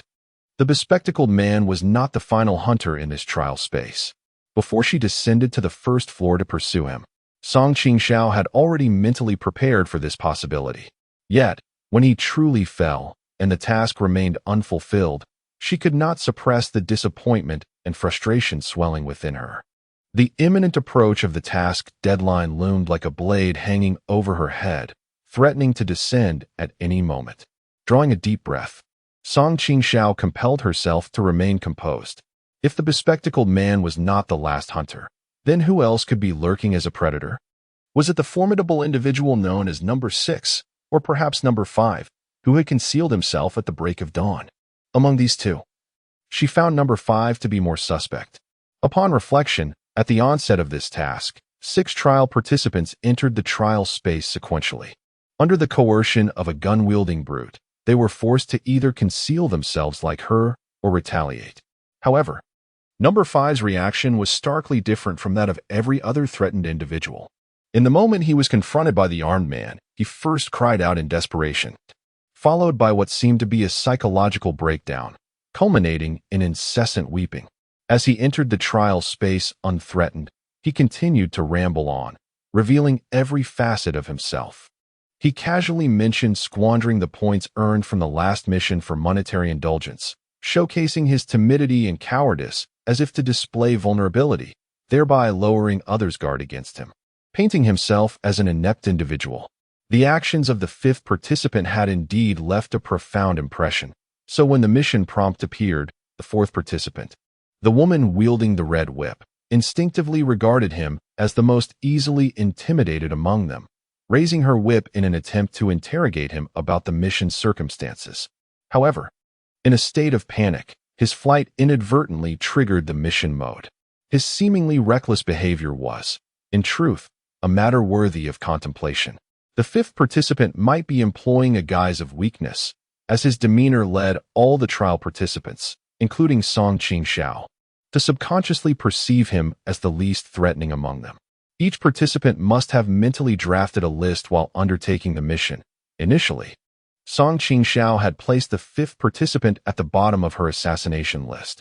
Yet upon reflection, this could merely be a successful ruse. A survivor of the first trial could not possess such psychological frailty without facing inevitable defeat. At this moment, Qingxiao held not only skepticism towards the fifth participant, but also a vigilant stance regarding the sixth participant, her temporary ally. To date, her suspicion that the sixth participant might be a guardian stemmed from the night she eliminated the fourth participant, during which the sixth remained silent on the fourth floor. Nevertheless, upon further contemplation, Qingxiao sensed an unsettling dissonance. On that evening, the work schedule of the fourth floor coincided with her own, both commencing after 8 o'clock. When Qingxiao received the notification of her first deducted points, the hour was still not late. She hastened to the fourth floor, where she found that the entire staff had been rendered unconscious. The patients had succumbed to slumber, likely due to the administration of medication. Yet the nurses and security personnel were also in a deep stupor, indicating that this was not a mere fleeting occurrence. Under the prevailing circumstances, it would not have been a simple task for the perpetrator to incapacitate so many individuals and also commit 3 murders, one of which involved an armed assailant. The possibility of number 6 being involved in the incapacitation of the entire fourth floor loomed large. However, the immediate priority was to locate number 5. Suppressing her rising anxiety, she sheathed her whip and lifted her foot. The upper half of the purple serpent beneath her had been crushed into a pulpy mass, leaving only its tail twitching instinctively. Grasping the serpent's tail, Qingxiao lifted the creature, which measured about the length of her palm and was exceedingly slender. A foul stench emanated from the serpent's carcass, reminiscent of the odor she had detected earlier on the second floor from the corpses of Doctor Who and others. This was likely the secret weapon of the bespectacled man, the very instrument of death for Doctor Who and his companions. Earlier, Qingxiao had discerned clearly that the bespectacled man concealed it within his mouth. When he opened his jaws to kill, the serpent would spring forth with lethal intent. This tactic was indeed insidious and difficult to anticipate. Had Qingxiao not acted swiftly today, moving Doctor Who's body to hide in the elevator, startling the bespectacled man at a critical moment, it is likely that she would have suffered a significant setback in their confrontation, unprepared for such a treacherous assault. The little snake moved swiftly and was highly venomous. Yet regrettably, it could not be utilized for her own purposes. Qing, the young soldier, discarded the snake's corpse and bent down to search the bespectacled man. He was clad merely in a checkered shirt, and as she thoroughly examined him, she found no trace of a firearm. She furrowed her brow. Could it be that she had misjudged? Old Huang, the security guard, had mentioned a gun in his dying moments. She had previously assumed this was a hint that the bespectacled man had killed Dr. O to seize the keys and the gun, which had left her in a state of trepidation. Yet now, there was no weapon concealed on him. The snake appeared to be his sole trump card. Thus, after luring her downstairs, his immediate reaction was to hastily escape in the elevator to commit murder above, rather than ambush her from the shadows or confront her directly. However, if her speculation was erroneous and the gun was not with the bespectacled man, then where could it be? With a hint of disappointment, Qing rose. If the bespectacled man had not taken the gun, it must be hidden somewhere else. This weapon, originating from the trial space, was undoubtedly valuable to her. Acquiring it would undoubtedly enhance her capabilities. With this thought, she hastened towards the direction of the security room. This was something she could not possess, and she certainly could not allow others to obtain it, especially the elusive number 5. After the gun-wielding brute committed murder, Zhu Xiaoka, who had come into contact with the firearm, had mentioned that it was locked away, with the key to the gun held by the doctor, while the firearm was overseen by old Huang. On the night of the chaos on the 4th floor, before the bespectacled man was suspected and detained by the hospital staff, old Huang and his colleagues had been on duty in the security department on the 1st floor, making it highly probable that the weapon was concealed there. Even if there are suspicions surrounding number 6, she would likely refrain from acting impulsively for the time being. Officer Song Qingxiao from the security department had already conducted a search, yet this time she appeared more meticulous. She opened each drawer of the desk, finding only miscellaneous items, documents, and some sign-in sheets from patient family visits, along with parking tickets, but nothing of significance. The casing of the wall-mounted air conditioner had also been removed for inspection. Yet no traces of a firearm were discovered. After several frustrating minutes, Song Qingxiao began to doubt her initial assumptions. Just as she was about to give up, she noticed the door to the security department ajar. The door was held firmly by a doorstop, and from her vantage point, she perceived a box that blended with the wall's color above the door. Upon pulling the door open, she indeed uncovered an electrical junction box concealed behind it. The exterior of the box was white plastic, resembling the wall. One might easily overlook it if not observe it. Song Qingxiao grasped the dagger, inserting its tip into the box's seam, and with a forceful motion, the plastic casing cracked open, scattering fragments and revealing the contents within. Inside the box, besides coiled wires, there was a significant amount of empty space, holding a transparent plastic bag. She extracted the bag and measured it, finding it consistent in size with a firearm, marked with evidence of having housed a weapon.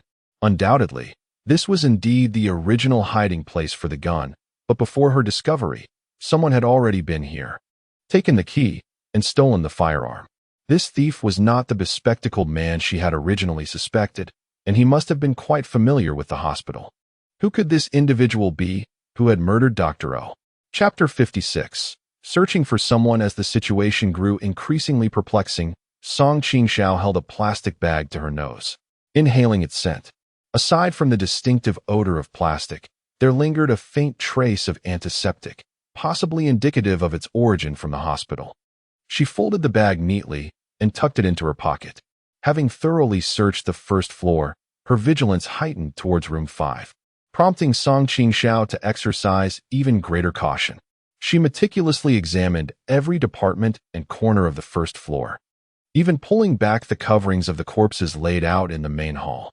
The bodies had been there for several days, encased in body bags, and the stench was unbearable, overwhelming her senses and inducing nausea.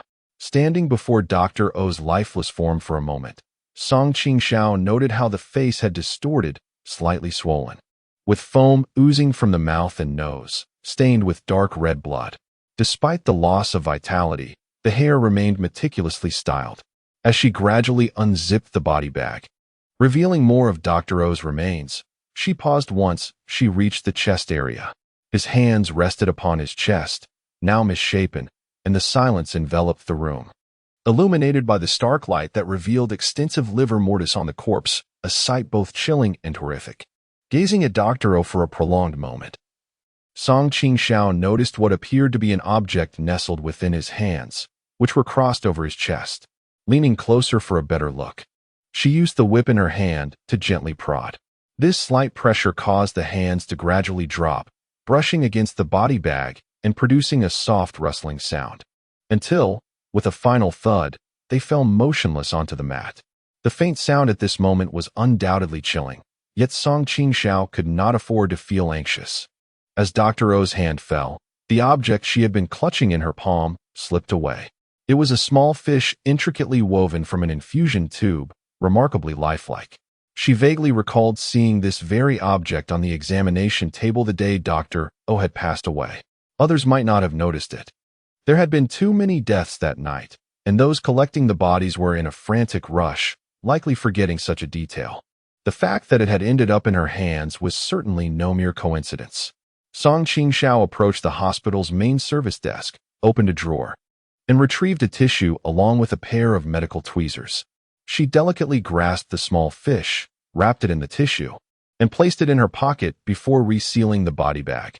The air in the hall was thick with the stench of decay. After searching for so long, there was still no sign of number 5. She turned her gaze toward the locked door of the hospital, beyond which lay a small garden meant for the staff to stroll and unwind. It was now past 5 o'clock, and the hospital was brightly lit, accentuating the darkness outside. Her reflection appeared in the locked glass door, cold, slender, yet with a straightened spine that exuded a sense of stubbornness and resilience. She possessed the key to the entrance. Qingxiao had once given her a set of keys for the hospital. Finding the key that unlocked the main door, she slowly pushed the glass door open.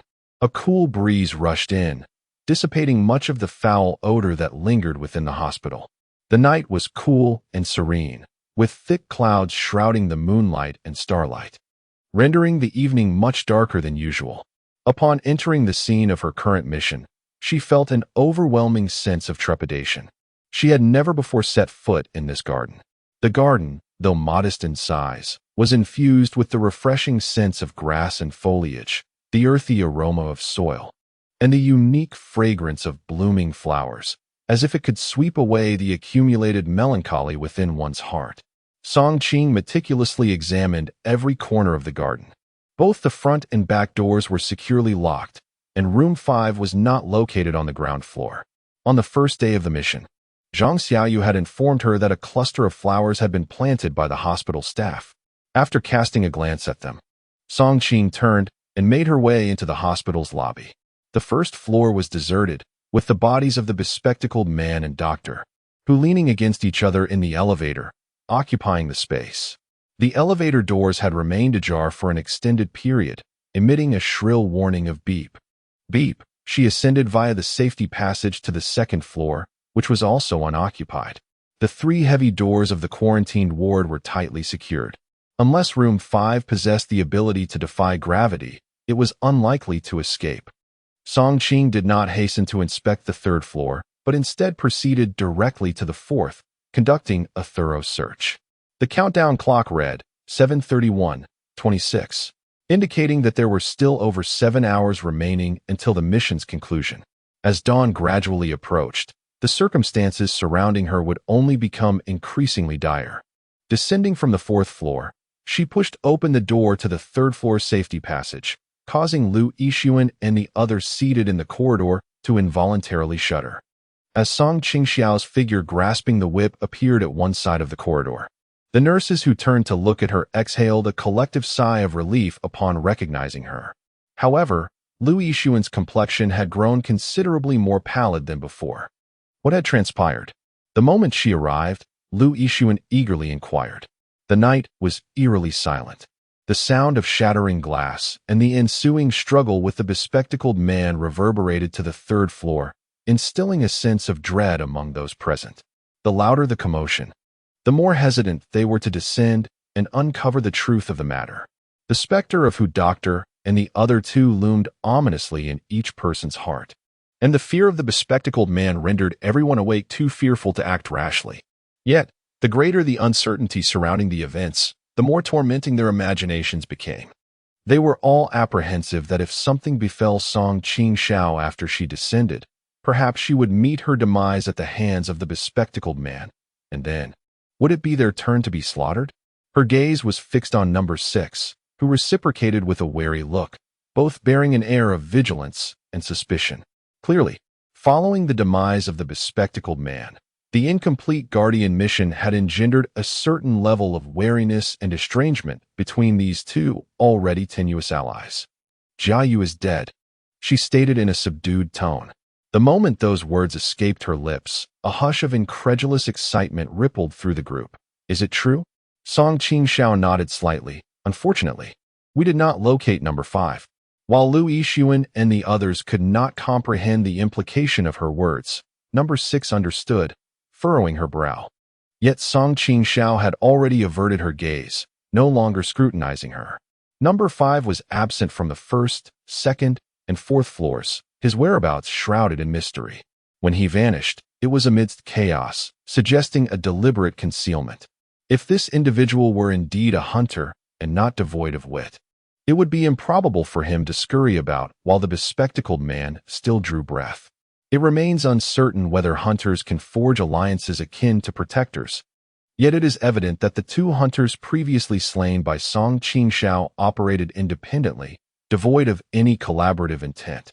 At the moment the bespectacled man met his demise, Number 5 did not lend assistance, indicating either a prudent retreat or an absence from the scene entirely. Her gaze fell upon the densely seated patients, and by now, she no longer concealed the long whip she held. Lu Yixuan persisted with his inquiries. How did Jiayu die? Where did you acquire that item? There was such a commotion downstairs. What transpired? Chapter 57, Number 5. Lu Yixuan's repeated questioning went unacknowledged by Song Qingxiao, who instead raised her hand to begin counting the patients in the hospital. 1, 2, 3, 4, 5. It was evident that the bespectacled man must have perished at her hands. The glances directed at her had shifted. They now bore an undercurrent of wariness and fear. Her methodical counting was clearly aimed at tallying the patients, and after several rounds, she ultimately reached the last row, 23, 24, 25. Indeed, there was a discrepancy. For one patient was missing from the expected total of 26. Zhu Xiaoke timidly lifted her head, and a profound silence enveloped the room as Song Qingxiao maintained her counting posture, having already recounted the patients thrice. The atmosphere was stifling, and with each repetition of her count, the expressions of the attending nurses and the surviving Lu Yixuan, as well as the security personnel, grew increasingly grim. Summoning her courage, she spoke.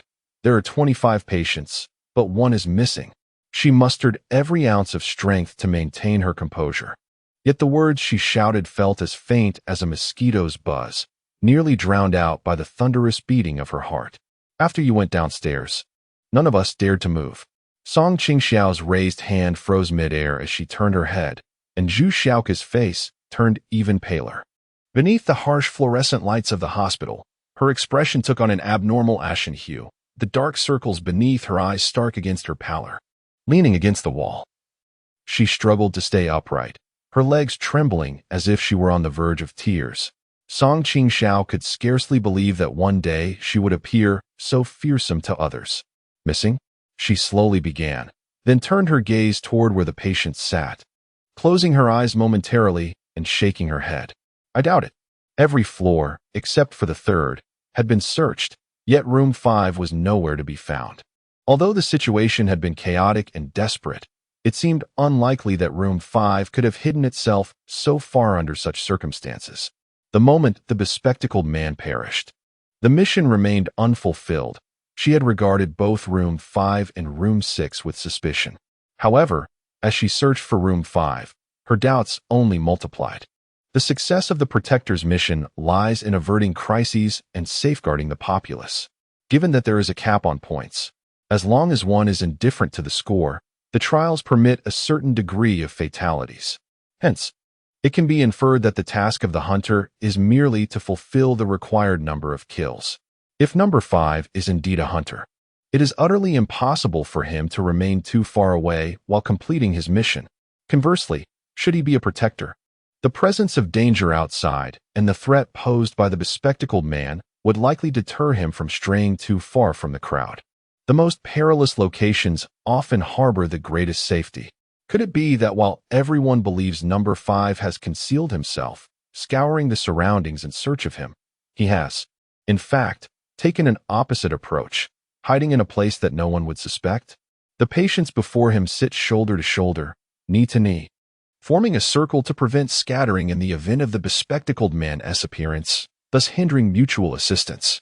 From an external viewpoint, each patient is seated orderly with their chairs. Song Qing, wielding her long whip, steps forward and seizes one patient. Lu Yixuan, seated, instinctively rises and asks, "What are you doing?" I wish to ascertain whether the patient has truly vanished.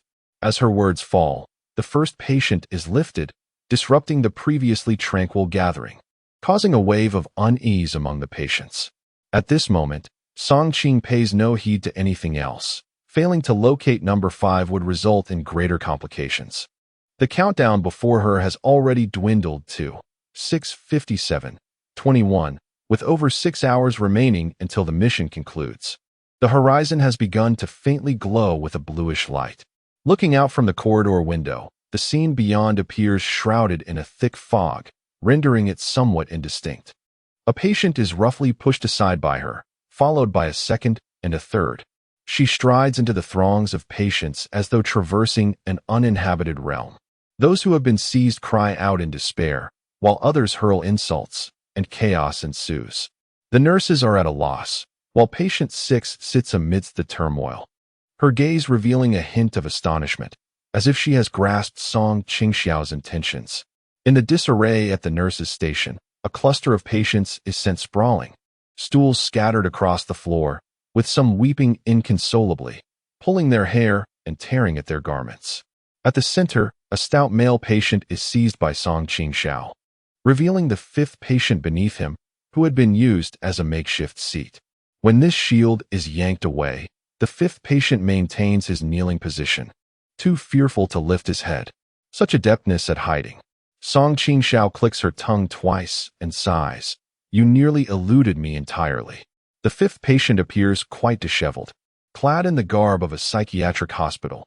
Having been sat upon, his clothing is crumpled, and his once slick hair is now disarrayed, his face pale.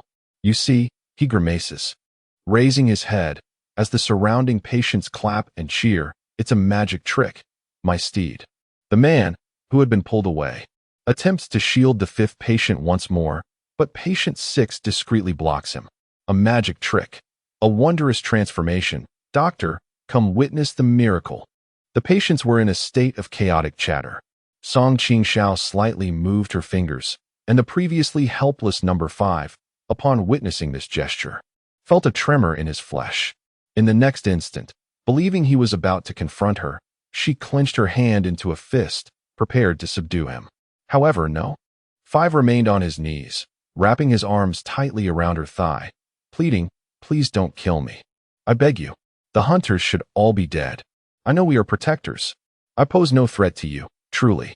Song Qingxiao kicked him several times with considerable force, yet he clung tighter, evidently disregarding her words. She reached behind her waist and grasped a gleaming dagger. Upon seeing it, number 5's eyelids twitched uncontrollably. In the next moment, without hesitation, Song Qingxiao thrust the dagger towards him.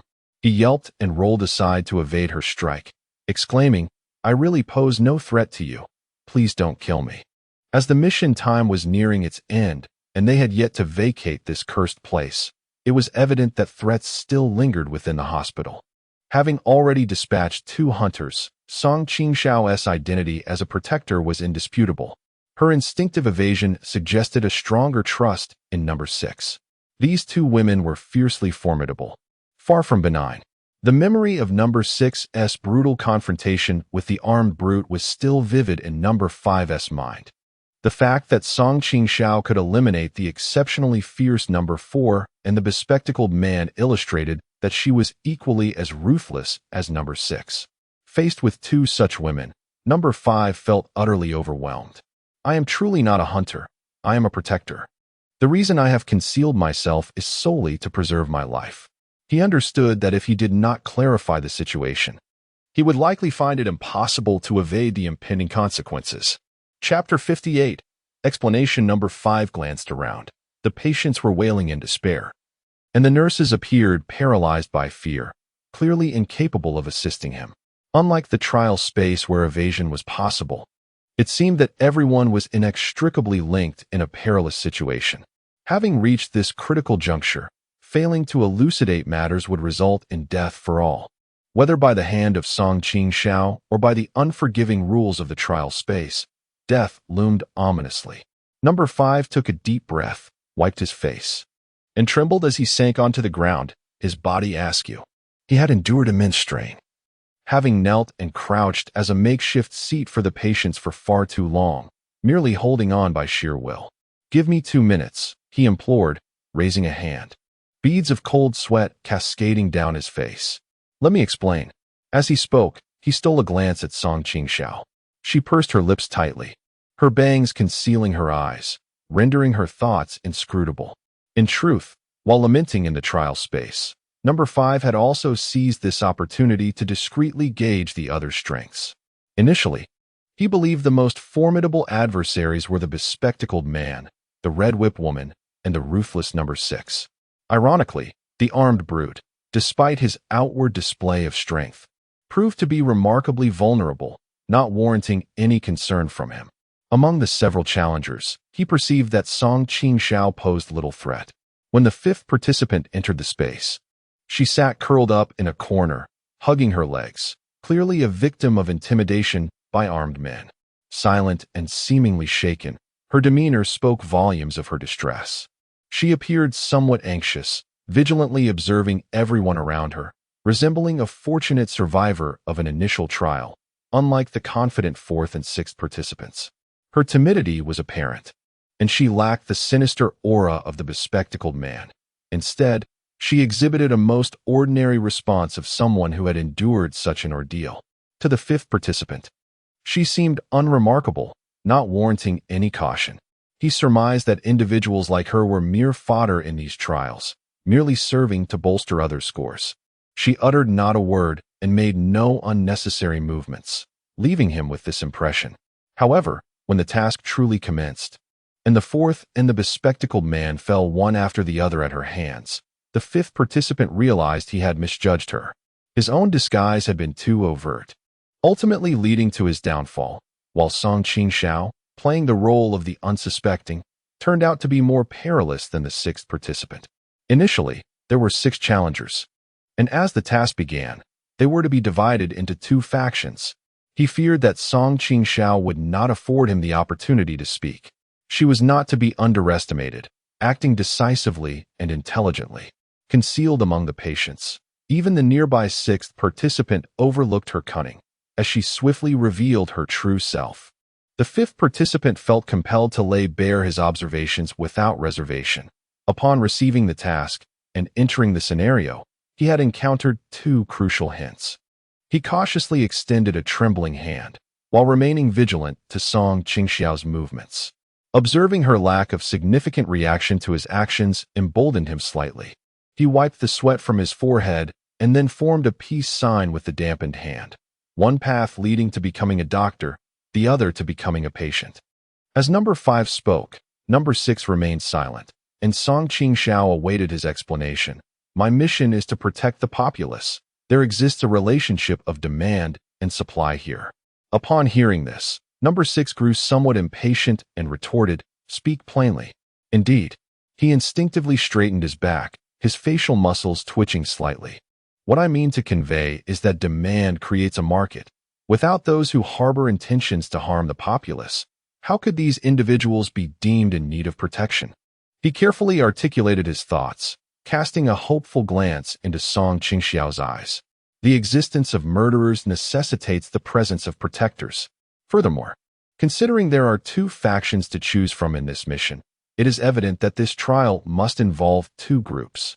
At this juncture, Qingxiao felt a surge of astonishment. These concepts were ones she had only come to grasp after spending considerable time in the scenario. Number 5, though quiet, had swiftly discerned the situation. We are all aware of this. If you intend to speak of such matters, you might struggle to preserve your life. He was undeniably astute and adept at analysis. Allowing someone of his caliber to remain could pose challenges in the future. Qingxiao subtly moved her fingers. Yet this minute gesture was keenly observed by number 5, who was vigilant of her potential actions, causing him to grow increasingly anxious. I am aware that there is more to this than meets the eye. Since entering the hospital, I have been scrutinizing everyone. Number 6 had once attempted to ambush Qingxiao after our arrival. He paused momentarily before continuing. In that particular circumstance, she would not have been foolish enough to commit murder and place herself in a vulnerable position. At that time, she was luring you into the fray. After being ambushed, you harbored resentment and were eager to kill her. She would provide you with an opportunity to ascertain your allegiance before deciding whether you would be adversaries or foes.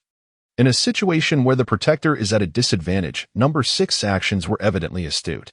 Subsequently, an incident occurred on the 4th floor where number 6 first eliminated the armed man, and number 4 entered the fray, ultimately being dealt with. Although number 5 was not present on the 4th floor, He was able to deduce the situation based on clues gathered later. Upon hearing this, Qingxiao glanced at number 6. She did not refute his statement, clearly indicating that number 5's insights were largely accurate. Have you noticed that the two hunters who were killed, number 4 and the bespectacled man, both held the identity of doctors? He inquired.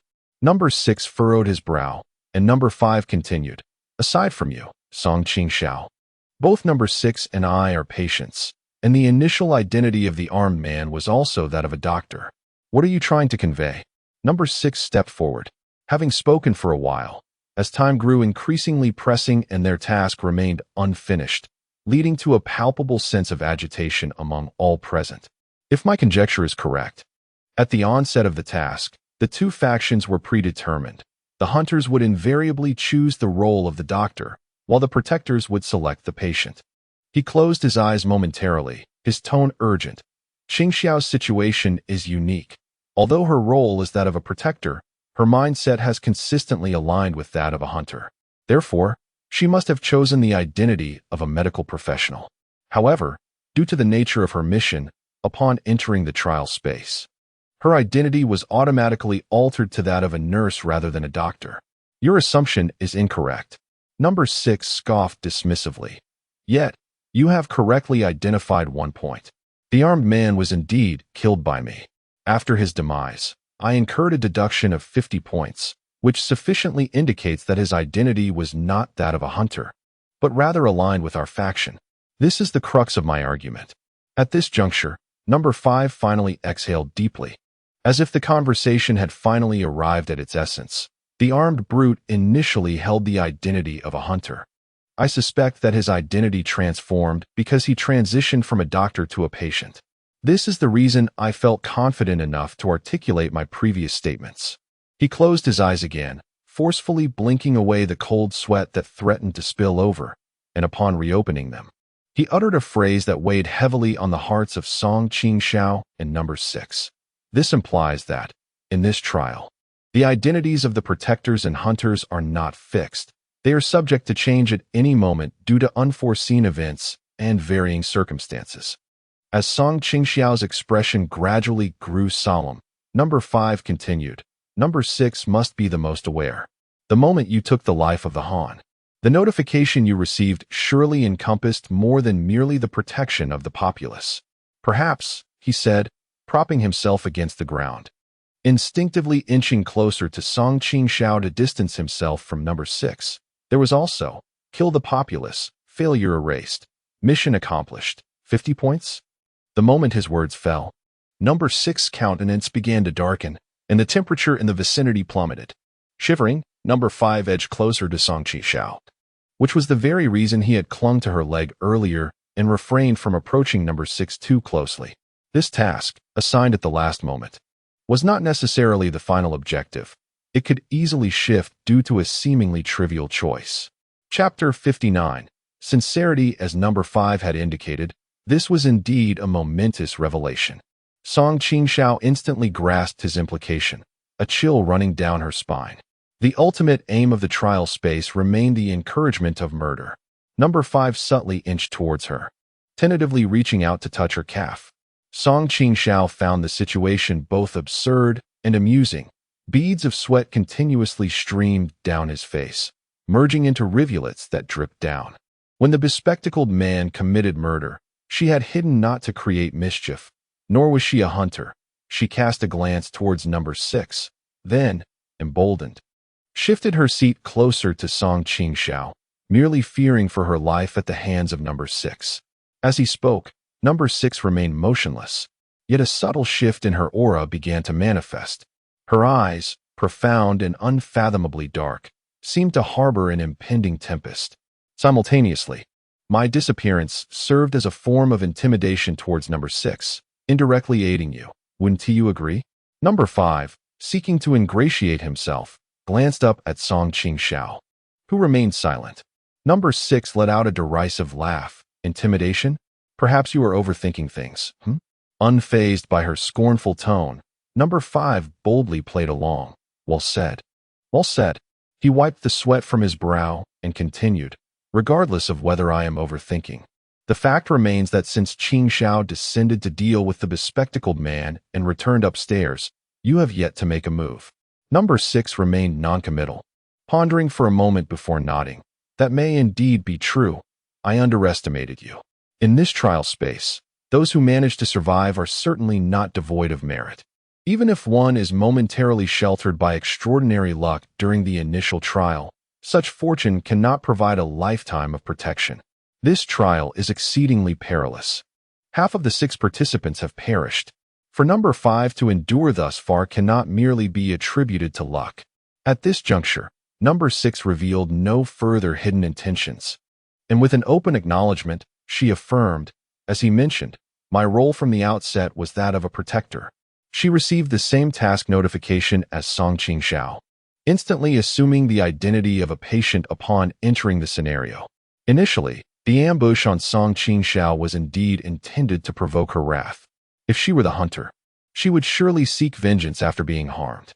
At that moment, she incapacitated the individuals on the 4th floor and eliminated the armed man. It was presumed that upon the entrance of the armed man, who had just killed Dr. Zhou, he would undoubtedly be identified as the hunter. However, after slaying Dr. Zhou, he was subdued by the hospital staff, thus transforming his identity from a hunter to one of the civilians in need of protection. This served as a signal from the trial space. The instant the armed man entered the scene and committed murder, he forfeited his status as a trial participant, becoming a failure of the trial. In essence, regardless of which faction ultimately triumphed, the armed man had already been eliminated by the mission at that very moment. After number 6 killed him, she indeed received a notification regarding the change in identity. She witnessed Qingxiao ascend the stairs while number 4 pursued her. I was undoubtedly moved. Number 6 sighed, reflecting that, in comparison to passively protecting civilians, actively taking lives was evidently far simpler. At that time, she believed herself to be the first among the trial participants to uncover this secret, seizing the initiative, filled with ambition, and eager to swiftly complete her task and depart from this place. Upon reaching this point in her narrative, number 6 fixed her gaze upon Qingxiao's eyes. Yet, I witnessed your confrontation with number 4 and saw you slay her. When number 4 ascended the stairs, she acted without restraint, having just killed a patient. And upon hearing Qingxiao's footsteps, she hastily dragged a security guard into the elevator. In stark contrast, upon ascending the stairs, Qingxiao exhibited a demeanor of utmost caution. Yet throughout her endeavor, she did not take a single life. The division between the 2 factions was already starkly evident. At that moment, number 4 pursued Qingxiao, while number 6 harbored the ulterior motive of reaping the benefits from the ensuing conflict. However, upon observing Qingxiao's arsenal, which included a dagger and mystical arts, she ultimately managed to turn the tables on the formidable number 4, claiming her whip in the process. I considered myself quite capable in a confrontation with number 4. Had she been unarmed, I could have dispatched her with the greatest of ease. Yet, with the long whip at her disposal, which could be exchanged for spatial enhancements, her combat prowess became exceedingly formidable. Even I would hesitate to assert a guaranteed victory against her in such a scenario. Following Qingxiao's elimination of number 4, number 6 was left deeply apprehensive, refraining from further confrontation, and retreated into a state of concealment until now. I have no desire to be your adversary, she acknowledged. Upon hearing number 6's admission, number 5's face brightened with delight. Qingxiao, we are indeed allies. Who is aligned with you? Qingxiao glanced at number 5, appearing to engage in casual conversation, yet her body remained taut, perpetually vigilant of number 6 across from her, never allowing herself a moment of slack. Since you have stated that the factions of protectors and hunters can shift at any moment, why should I align myself with you? The current situation was shrouded in uncertainty, as she found herself amidst the faction of protectors, albeit with threats that had yet to be entirely eradicated. Besides the unexpected transformation of number 6 from protector to hunter, the death of Dr. O remained an enigma. Her words left number 5, drenched in sweat, utterly stunned. Observing this scene, number 6 couldn't help but let out a cold laugh. What he says, perhaps, is not merely an attempt to exchange intelligence for his life. Rather, it seems he wishes to incite us into mutual destruction. No, no, number 5 hastily denied. Unfazed, number 6 continued. The time for the mission is drawing near.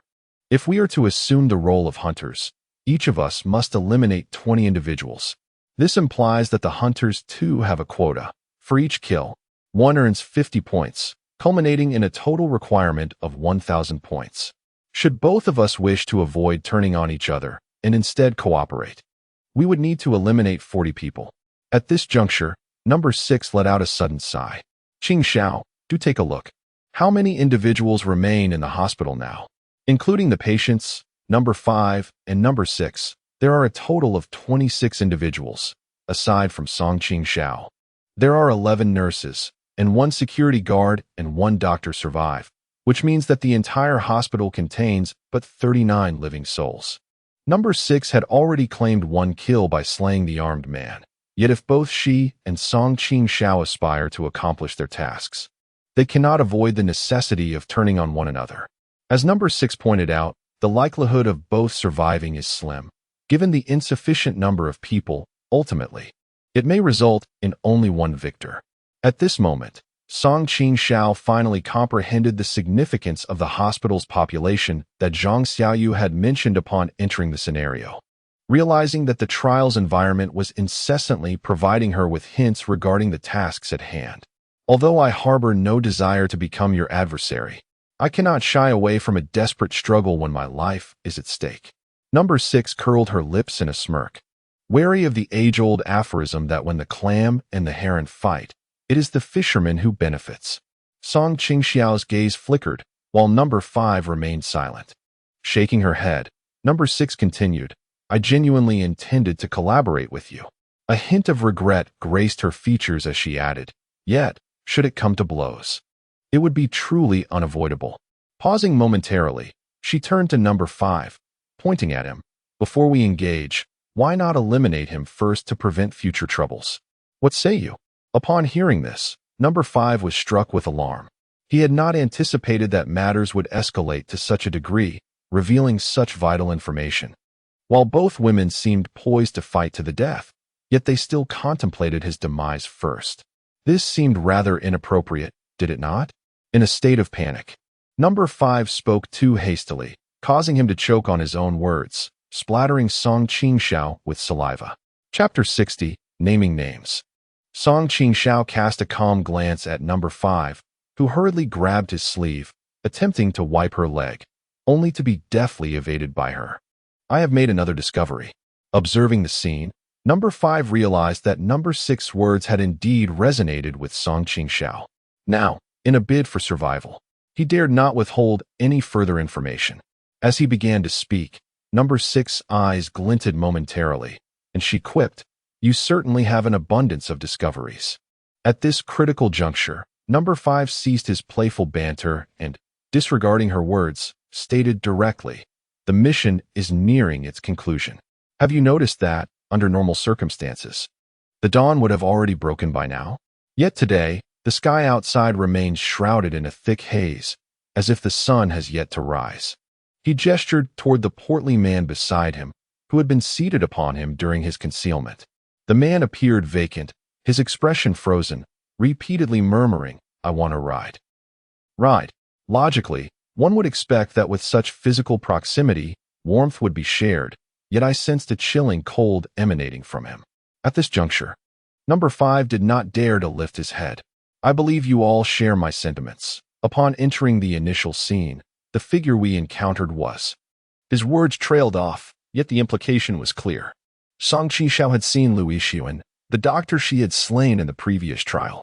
This indicated that, corresponding to the 6 trial participants, at least 6 individuals within this hospital were, in fact, the deceased. As the deadline for the mission approached, it seemed inevitable that the inhabitants of this hospital would meet their demise, whether through violence or by fate. As number 5's words hung in the air, both Qingxiao and number 6 felt a subtle tremor in their bodies. The 2 individuals raised their heads to survey their surroundings. Beneath the illumination, The expressions of Lu Yixuan and the others appeared exceedingly frightening. Initially, Song Qingxiao believed that the pallor of his face and the dark circles under his eyes were merely the effects of prolonged sleep deprivation, exacerbated by the recent turmoil in the hospital that had left him on edge.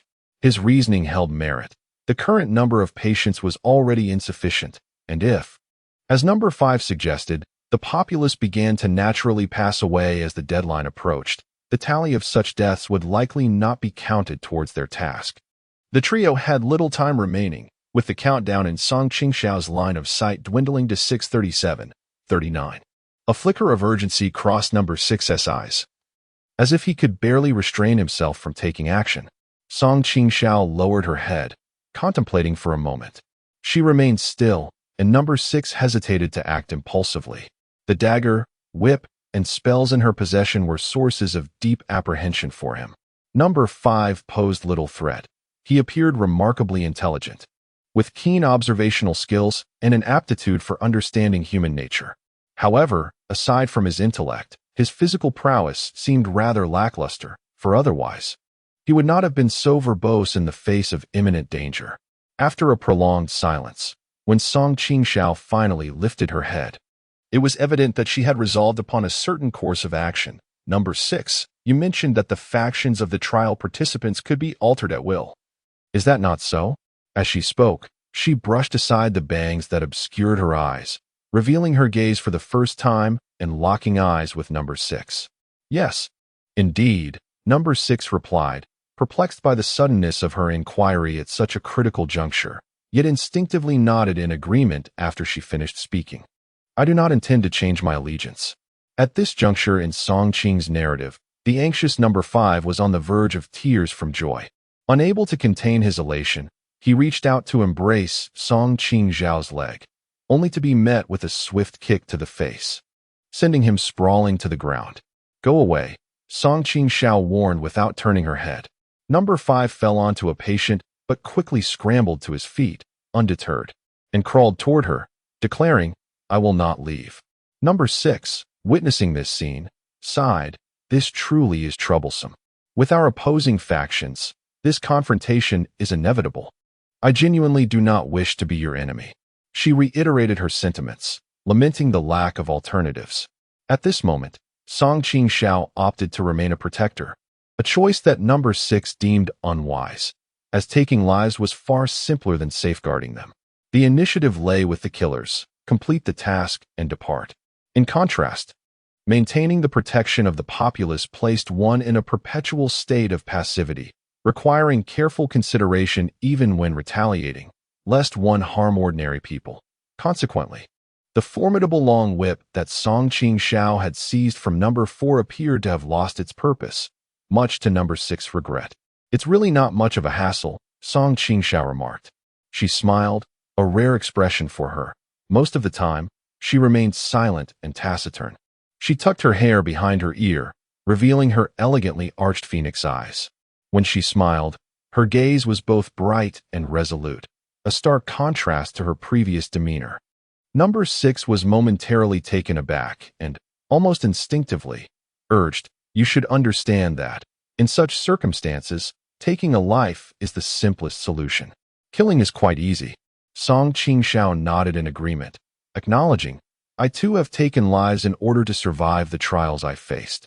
Yet, those acts were born of necessity. The more she engaged in such tasks, the more she risked losing her essence, becoming desensitized and viewing human life as mere fodder. She lowered her gaze, pressing her hand against the pocket of her clothes, where she kept a small fish woven from an intravenous tube taken from Dr. O's corpse. She caressed it briefly with her fingertips before raising her head again. But at least while my heart remains intact, I must persevere and not allow the trial space to reshape me, forgetting the trembling fear I felt when first confronted with the slaughterer's blade.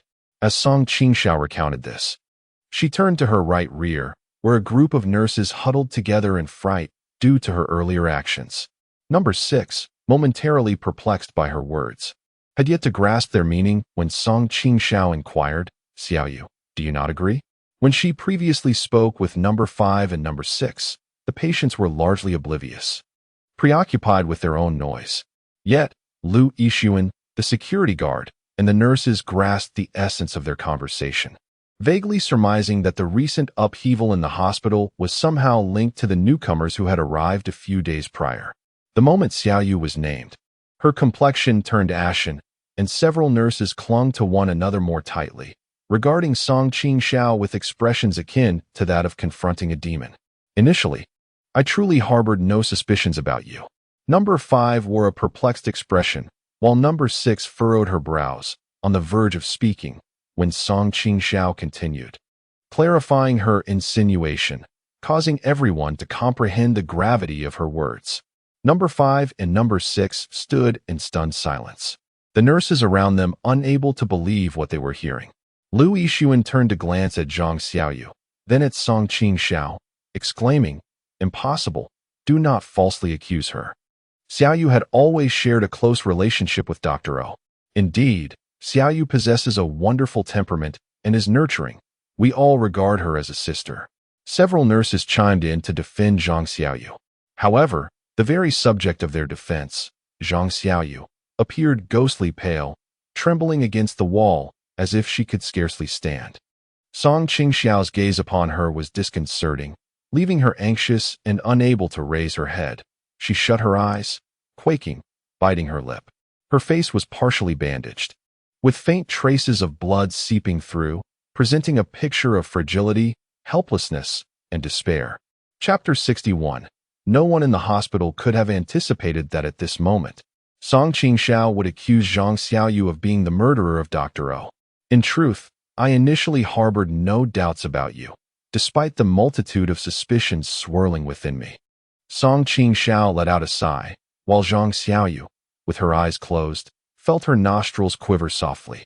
Each word spoken by Song Qingxiao struck Zhang Xiaoyu as a profound blow, causing her head to bow ever lower, her delicate chin nearly touching her chest. Due to the nature of the mission, Song Qingxiao had directed her focus towards the trial participants from the outset, perceiving everyone within the hospital merely as individuals requiring her protection. Her initial wariness was directed at the trial participants also situated within the mission's context, rather than the characters populating the scene. It was only as the inconsistencies multiplied, coupled with the remarks made by number 5, that Song Qingxiao experienced a moment of clarity.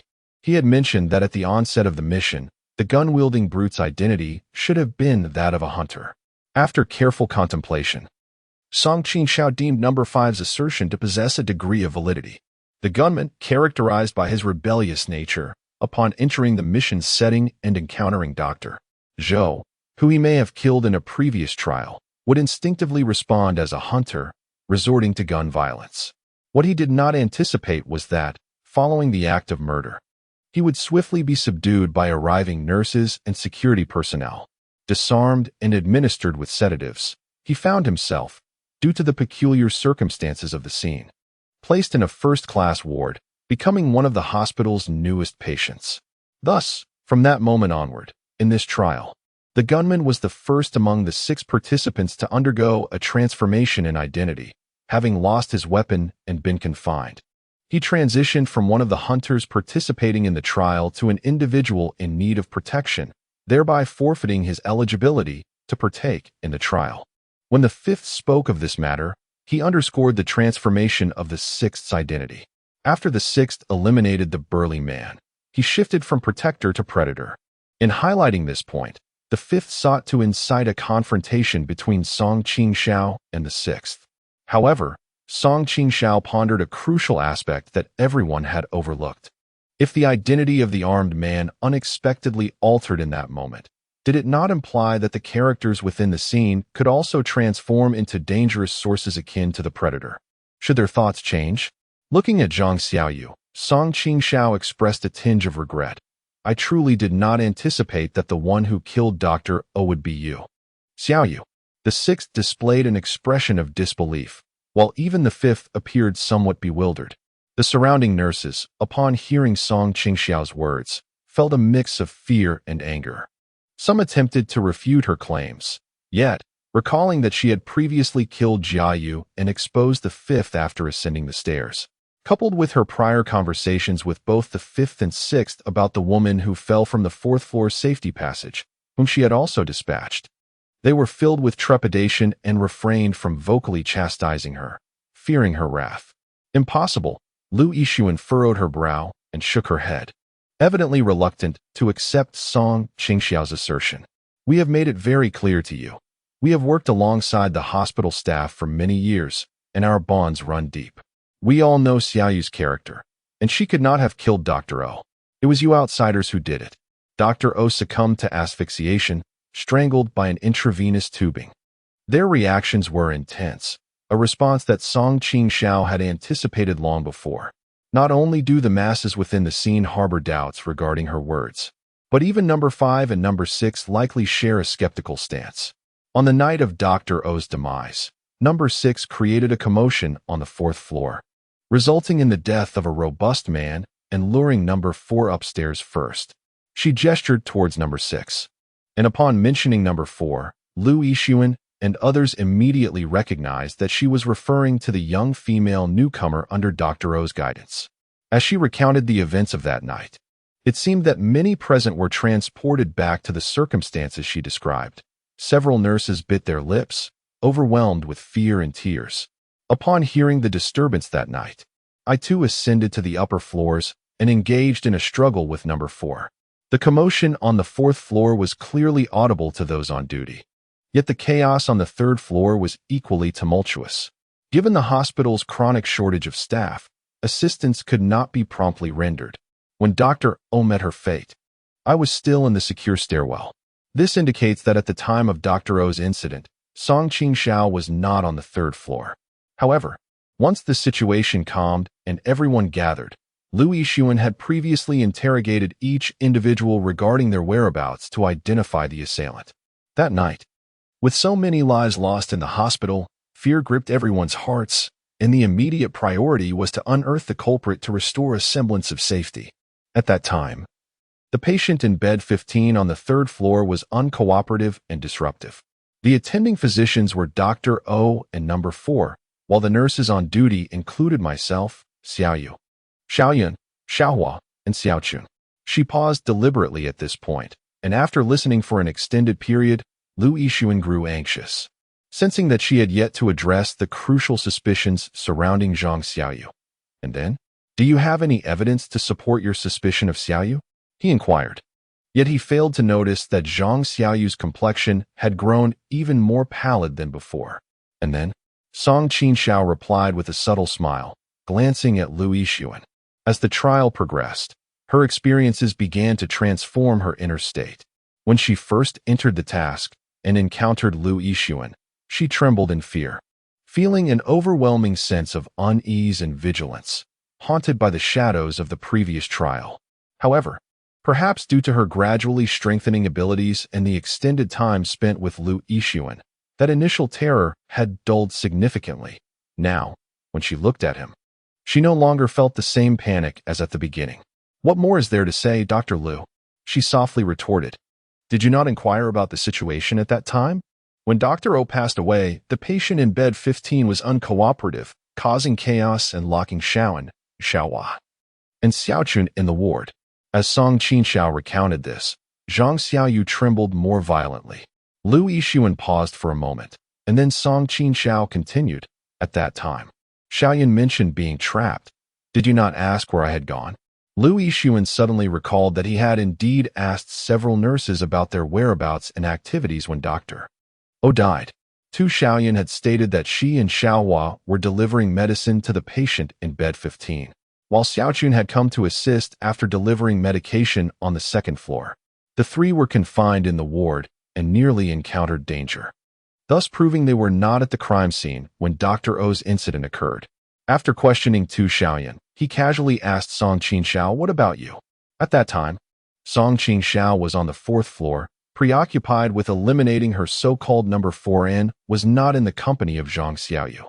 This implies that when Dr. O met his demise, there was no one, aside from the 3 nurses who had been incapacitated on the 4th floor, to attest to Zhang Xiaoyu's whereabouts that night. The surveillance camera situated near the doctor's duty room on the 3rd floor malfunctioned that evening, leaving the determination of the true culprit reliant solely on mutual identification among witnesses. Consequently, based on this testimony, and in the absence of any suspicious points regarding others, the bespectacled man, Jiayu, who arrived later, was wrongfully detained as the murderer. I found myself pondering why Xiaoyu would go to such lengths to assist me, as Song Qingxiao's hand, which gripped the long whip, moved slightly. It dawned on me that she was not merely aiding me. She was simultaneously safeguarding her own interests. Her audacity to assert this indicated her awareness that at that moment, Song Qingxiao was indeed not present. Conversely, while she was providing an alibi for Song Qingxiao, she inadvertently validated her own solitary actions at that time. The tumultuous nature of the night allowed her to notice Song Qingxiao's absence, suggesting that Zhang Xiaoyu had consciously observed her surroundings, further corroborating her own suspicion. Lu Yixuan fell silent for a moment upon hearing this, while the expressions of the surrounding nurses shifted dramatically. The lone surviving security guard felt a chill run down his spine and instinctively cast a glance at Zhang Xiaoyu, subtly shifting his stance to distance himself from her. Even so, can we truly implicate Xiaoyu as a suspect? Lu Yixuan managed to voice, to which Song Qingxiao nodded affirmatively. Certainly. She reached into her pocket, an action that caused both number 5 and number 6 to shift uneasily, as if apprehensive that she might produce some dreadful weapon to launch a surprise attack on the group. Instinctively, they assumed a defensive stance, startling even Lu Yixuan and the others. However, to their astonishment, Song Qingxiao extracted a wad of tissues from her pocket. Following Dr. O's demise, her appearance had been tidied. When we discovered her, her attire was neat, and her hair had been meticulously arranged. Such attention to detail would not be bestowed upon someone unless the person was familiar with her, as it would require time and effort that a mere intruder, intent on fulfilling a murderous task, would hardly spare. Those who took the time to groom Dr. O must have shared a close bond with her, feeling a sense of remorse that compelled them to ensure she departed in a more dignified manner after her tragic end. Aside from a few patients still sobbing softly, a profound silence enveloped the room. Zhang Xiaoyu slowly tilted her head back. Under the light, her porcelain skin glowed, her eyelashes trembled, and there seemed to be a glimmer of moisture at the corners of her eyes. As Song Qingxiao's words flowed more abundantly, the tears became increasingly uncontrollable. She trembled as she raised her hands, as if attempting to cover her ears. Her lips moved, shaking her head softly, whispering, "Stop talking." At the crime scene, beside Dr. O's lifeless body, I discovered a small fish woven from an intravenous drip tube. Initially, I presumed it to be Dr. O's belonging, harboring no suspicions. As Song Qing spoke, noticing the attention drawn to the object cradled in her palm, she smiled faintly and unveiled a tissue that encased the small fish, vivid and lifelike, lying delicately within the paper. I had found this fish while pursuing Jiayu and descending to inspect the scene. It had been inadvertently placed into the body bag when Dr. O's remains were collected, resting now in her hand. "Stop talking." Zhang Xiaoyu emitted a pained whimper, desperately shaking her head, tears splattering in all directions with her movements, her voice breaking as she pleaded, "Stop talking." The fish. Xiaoyu. Song Qing, undeterred by her plea, pressed on with a question. "Is it guilt?" A collective gasp escaped the crowd, their astonished gazes fixed upon Zhang Xiaoyu. "What? Xiaoyu?" Zhu Xiaoke appeared puzzled, questioning the validity of her words. This inquiry left not only the nurses present bewildered, but also left number 5 and no. 6 wearing expressions of utter confusion. Especially concerning 6, she initially believed that as the deadline for the mission approached, her opposition to Song Qingxiao would lead to a violent confrontation, with only one of them emerging alive. However, as events unfolded, Song Qingxiao refrained from violence and instead began to unearth the true culprit behind the scenes. It was about the key. What key? Unable to contain her curiosity, 6 inquired. When the armed man entered the mission scenario, he killed Dr. Zhou and was subsequently apprehended. The firearm he had brought with him was confiscated and secured in the security office, where the key was likely held by several on-duty doctors on a rotating basis. At this juncture, Song Qingxiao retrieved a sealed bag that was originally intended to contain the weapon from her pocket. The transparent bag was utterly void of contents. Upon my arrival, I inspected the security office, where I found a junction box behind the door that likely housed this item, though the gun had already been taken. On the morning of Dr. O's demise, the key should have been in Lu Yixuan's possession, which he handed over to Dr. O during his shift. Song Qingxiao had witnessed this scenario, as had the defiant fourth. However, prior to this, Song Qingxiao had been fixated on the fourth, and only upon reflection did she realize that Zhang Xiaoyu was also present that day and must have seen the same scene. That evening, it was reported that the hospital was embroiled in chaos following an incident. The bespectacled man was captured, and the officer responsible for guarding the firearms, Old Huang, was summoned to supervise him. The first floor was cleared to accommodate the bodies, and the second floor was repurposed to detain the bespectacled man. If Zhang Xiaoyu had indeed intended to steal a gun at that moment, the circumstances would have been perfectly aligned, presenting an opportune moment for such an act. I have told you to stop speaking. Zhang Xiaoyu's voice, filled with impending collapse, resonated sharply. In a swift motion, she reached into her pocket and extracted a firearm, aiming it directly at Song Qingxiao. Her eyes, which had remained tightly shut in fear, now opened wide, revealing a profound sorrow intermingled with despair and fury. I warned you to cease your words. Why do you refuse to listen? Why must you force my hand? Chapter 62. The gunshot. When Song Qingxiao accused Zhang Xiaoyu of being the murderer of Dr. O, her claims were met with skepticism. However, the moment Zhang Xiaoyu brandished the gun, it unequivocally validated Song Qingxiao's assertions. Indeed, Dr. O had fallen victim to her. A collective gasp escaped the surrounding nurses, paralyzed by shock. The nurses who had initially clung to her now retreated in fear, creating a sudden void on either side of Zhang Xiaoyu. They, along with Lu Yixuan and the security personnel, instinctively gravitated towards Song Qingxiao. The patients, witnessing the unfolding chaos, began to crowd towards the scene, further spiraling the situation out of control. The emergence of the firearm sent waves of panic throughout the room. In the initial shock, Number 6 quickly recognized her opportunity. A fleeting glimmer of delight crossed her eyes as she subtly maneuvered closer to Song Qingxiao's back amidst the chaos of the crowd. For Number 6, Zhang Xiaoyu's unexpected appearance was a fortuitous chance bestowed upon her by fate. She had been grappling with the dilemma of how to fulfill her mission. Originally designated as a protector, she found herself in a position of having to take a life, thus shifting her allegiance. Originally, as a hunter, she should have unleashed a massacre, swiftly completing her task and departing from this trial space. However, she harbored apprehensions regarding Song Qingxiao's skills, fearing that should she be the first to take a life, she would become the primary target of all the other trial participants, thus remaining passive. Just moments ago, after her identity was exposed by Number 5, she contemplated the inevitability of a confrontation with Song Qingxiao, her heart weighed down by anxiety.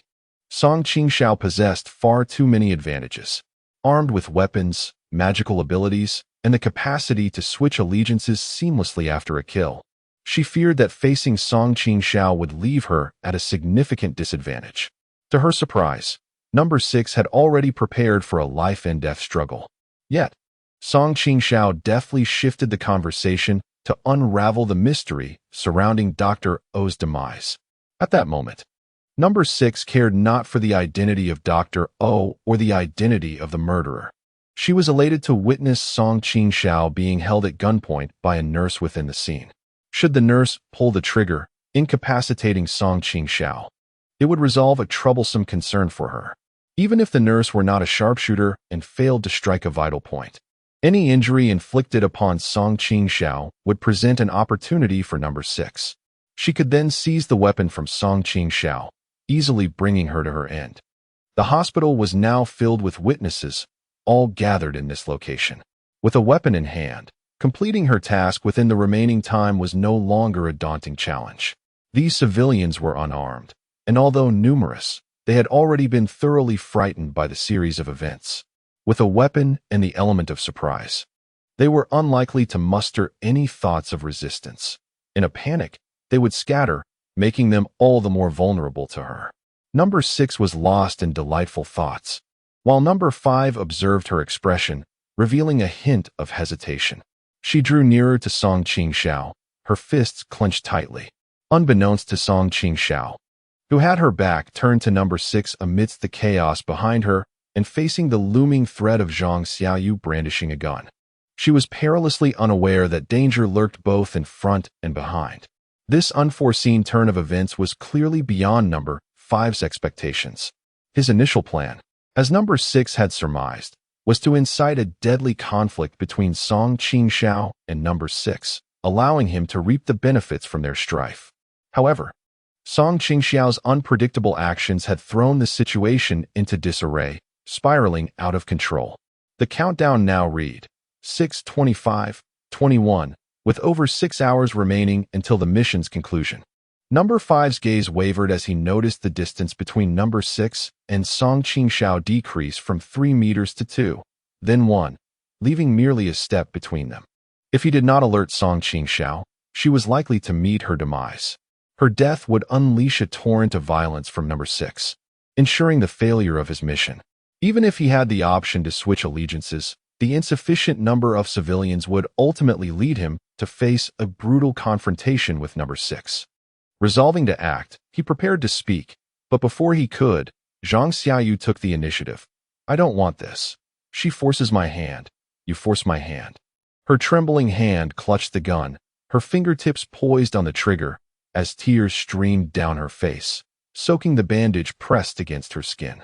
The medical adhesive plaster, clinging to her skin, had fallen away, moistened by tears, revealing a portion of the gauze that had slipped off, exposing the wound she had tended to just hours earlier, angry and swollen, resembling a centipede lying across her face. "Qingxiao," number 5 exclaimed loudly, "Be careful." At that very moment, Zhang Xiaoyu placed her other hand on the gun, steadying it, her fingertips poised to pull the trigger. Simultaneously, number 6, who was positioned close behind Song Qingxiao, sprang into action. Her outstretched hand sought to seize Song Qingxiao, but just as her fingertips were about to make contact, she noticed Song Qingxiao subtly shifting her foot. Whether this movement was intentional or accidental remained a mystery, yet it deftly evaded her attack. In a swift motion, Song Qingxiao raised her arm and accurately seized number 6's outstretched wrist, as if the act had been premeditated. From number 5's perspective, it appeared as though Song Qingxiao had been awaiting this moment, while number 6's intentions seemed almost willingly offered. In the next instant, number 6 heard Song Qingxiao softly utter, drawing a line to confine, "Be trapped." To her utter horror, she realized that her once swift movements had come to an abrupt halt. Her body felt as though it were under the influence of a mysterious force, rendering her unable to act autonomously. She was ensnared by Song Qingxiao, unable even to muster the strength to struggle. It was as if the air surrounding her had been compressed from all directions, preventing her from even attempting to move her eyes, a sensation that filled number 6 with profound dread. At this moment, number 6 began to truly comprehend the sensations experienced by number 4 just before her demise, after having fallen victim to Song Qing's minor sorcery. She was consumed by urgency. Yet approximately 1 second later, number 6 discerned that the force binding her was gradually waning. A flicker of joy ignited within her, leading her to surmise that Song Qing's sorcery might not be invincible after all. Song Qing too sensed this shift as she turned her gaze. Her eyes met with number 6, where she witnessed the elation reflected in her counterpart's expression. Her mental energy was feeble and could not restrain number 6 for long. Although number 6 lacked the weaponry that number 4 possessed, she excelled far beyond number 4 in terms of agility and mental prowess. Consequently, while the Red Whip woman had been ensnared by Song Qing's temporary technique for 2 to 3 seconds, the same incantation applied to number 6 had barely held her for a mere second before it faltered. However, for Song Qing, her objective was not to engage in a life-and-death struggle with number 6 through sorcery. Managing to bind her for a second would suffice to achieve her goal. She gazed at the jubilant number 6, who, perhaps overwhelmed by her own joy, had a smile tugging at her lips, her grasp transforming from a capture to a fist, attempting to retaliate against her captor. Observing this, Song Qing curved her lips into a slight smile before forcefully shoving number 6 aside to shield herself. She then turned her attention to the on the verge of collapse Zhang Xiaoyu and shouted loudly, "Murderer!" This provocation finally pushed the already unstable Zhang Xiaoyu over the edge, causing her to pull the trigger. With a resounding bang, the gunfire drowned out the cries of the patients, the shrieks of the nurses, and the hurried footsteps of everyone around. At that moment, every individual instinctively crouched down, hands clutching their heads. The instant the gunfire erupted, Song Qing's heart first constricted tightly, then began to race tumultuously. Thump, thump, thump. While a buzzing tinnitus resonated in her ears, and the acrid scent of gunpowder pervaded the corridor. The sixth individual was remarkably astute. The moment Song Qing had pushed her out, she comprehended her intentions. Despite her heart raging with fury, in this perilous moment, she endeavored to adjust her posture to evade Zhang Xiaoyu's bullet aimed at her vital points. When the bullet struck her shoulder, her body jolted violently, and she collapsed in response. Upon witnessing the sixth person fall, the nurses in the hospital succumbed to a frenzy of shrill screams. The patients, already in a state of emotional turmoil, caused the scene to spiral into chaos. After hitting her target, Zhang Xiaoyu stood frozen for a moment, seemingly incredulous that the shot had come from her. Eventually, she regained her composure, covered her face, and sprinted towards the emergency exit. The sixth individual lay groaning on the ground, her hospital gown stained with large splotches of blood from her shoulder. Observing the disarray around her, Song Qing raised her voice sharply at the panicked nurses, demanding, "What are you all in a frenzy about? Settle the patients. We must prevent further incidents." At this juncture, the crowd was already in a state of disarray, but upon hearing Song Qing's command, they instinctively followed her directives. The preceding series of events had momentarily disoriented the fifth individual. However, upon hearing Song Qing's call, he jolted back to awareness, instantly grasping her intent. It appears that number 6 is not dead, merely injured for the time being. Song Qingxiao's decision to pursue him is undoubtedly motivated by the need to address the unexpected presence of the hunter, Zhang Xiaoyu, in this scenario. In such critical moments, she instructs number 5 to bring the wounded number 6 along, clearly for her own reasons. The factions of the trial participants can shift due to certain triggered events, as exemplified by the massacre committed by the Han or the transformation of number 6 from protector to hunter upon slaying a Han. If transitioning from the protector to the hunter requires proactive engagement, conversely, to shift from hunter back to protector, one cannot achieve this by eliminating one's own teammates. Instead, such a change must occur through passive attacks from one's teammates, prompting a factional switch. From her earlier statements, Song Qingxiao has discerned this rule. Thus, while provoking Zhang Xiaoyu to aim her firearm at her, she deliberately creates a false opportunity for number 6. As number 6, elated and eager to ambush her, makes his move, she seizes the moment to intervene, shielding herself from Zhang Xiaoyu's gunfire. Should her conjecture prove accurate, and number 6 indeed alters his faction due to Zhang Xiaoyu's assault, the three of them would then belong to the protector faction. Together, they would need to unite in their efforts to eliminate Zhang Xiaoyu, thereby concluding this trial. Conversely, if her hypothesis is unfounded and number 6 remains unchanged in allegiance despite Zhang Xiaoyu's attack, then should the bullet find its mark, even if it does not prove fatal, it could incapacitate him, allowing Song Qingxiao to easily deal with him after neutralizing Zhang Xiaoyu. Number 5 speculated that there were two possible reasons for her decision to bring number 6 along.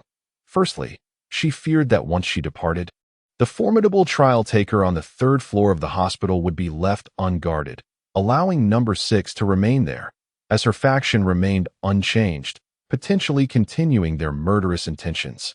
Secondly, she worried that Song Qingxiao might also harbor plans to keep number 6 close, so that if Zhang Xiaoyu were to be killed and their mission remained unaccomplished, it would demonstrate that number 6's allegiance had not wavered despite the assault. With Zhang Xiaoyu's demise, she would become the ultimate hunter. and keeping her nearby would facilitate her elimination without the need for a subsequent search.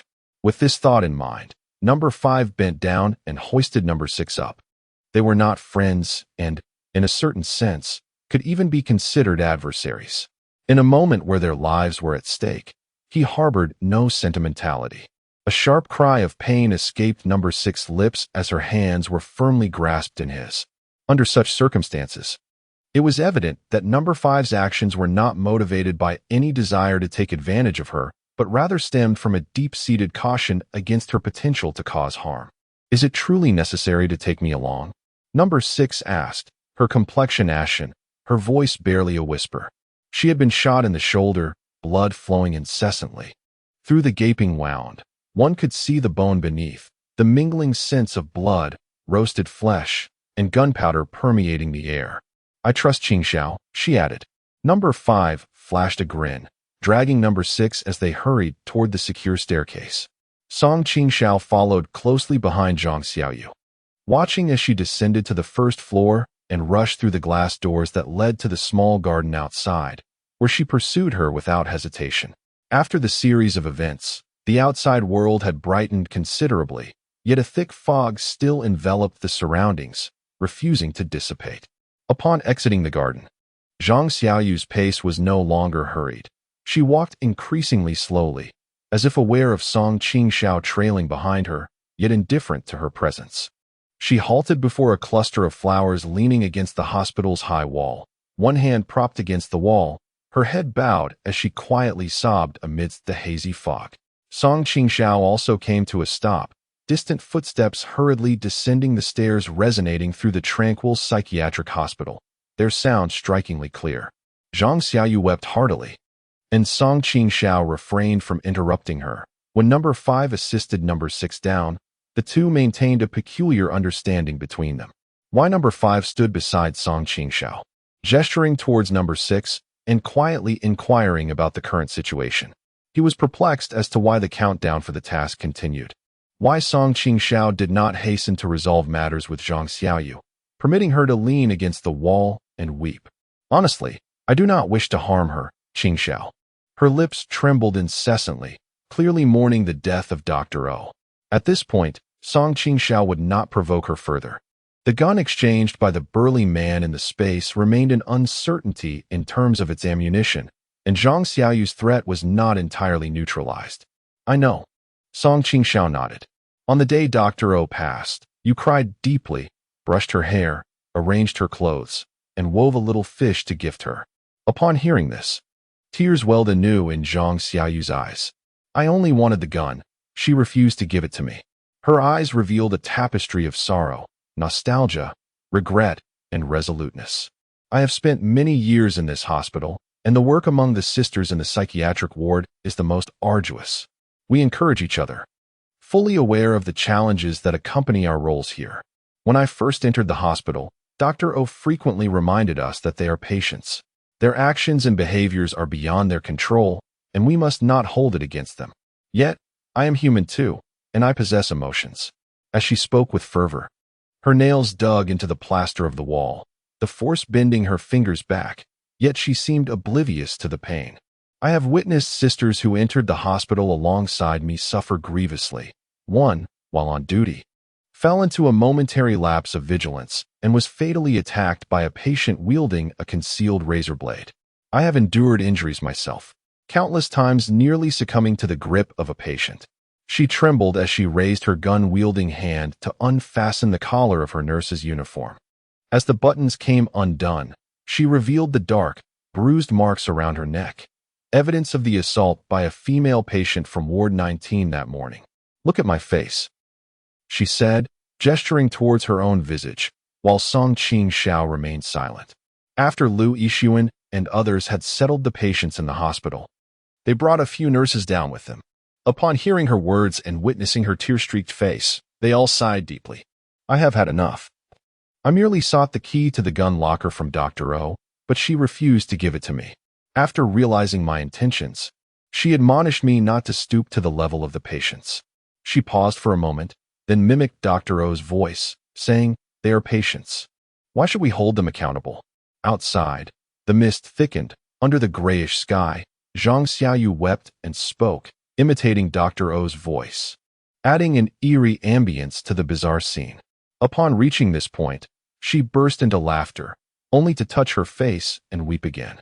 As Five observed this, an unsettling chill crept over him. He glanced at Song Qingxiao, his fingers twitching slightly, raising his hand to his throat, mimicking a gesture of murder. Qingxiao. Time is running short.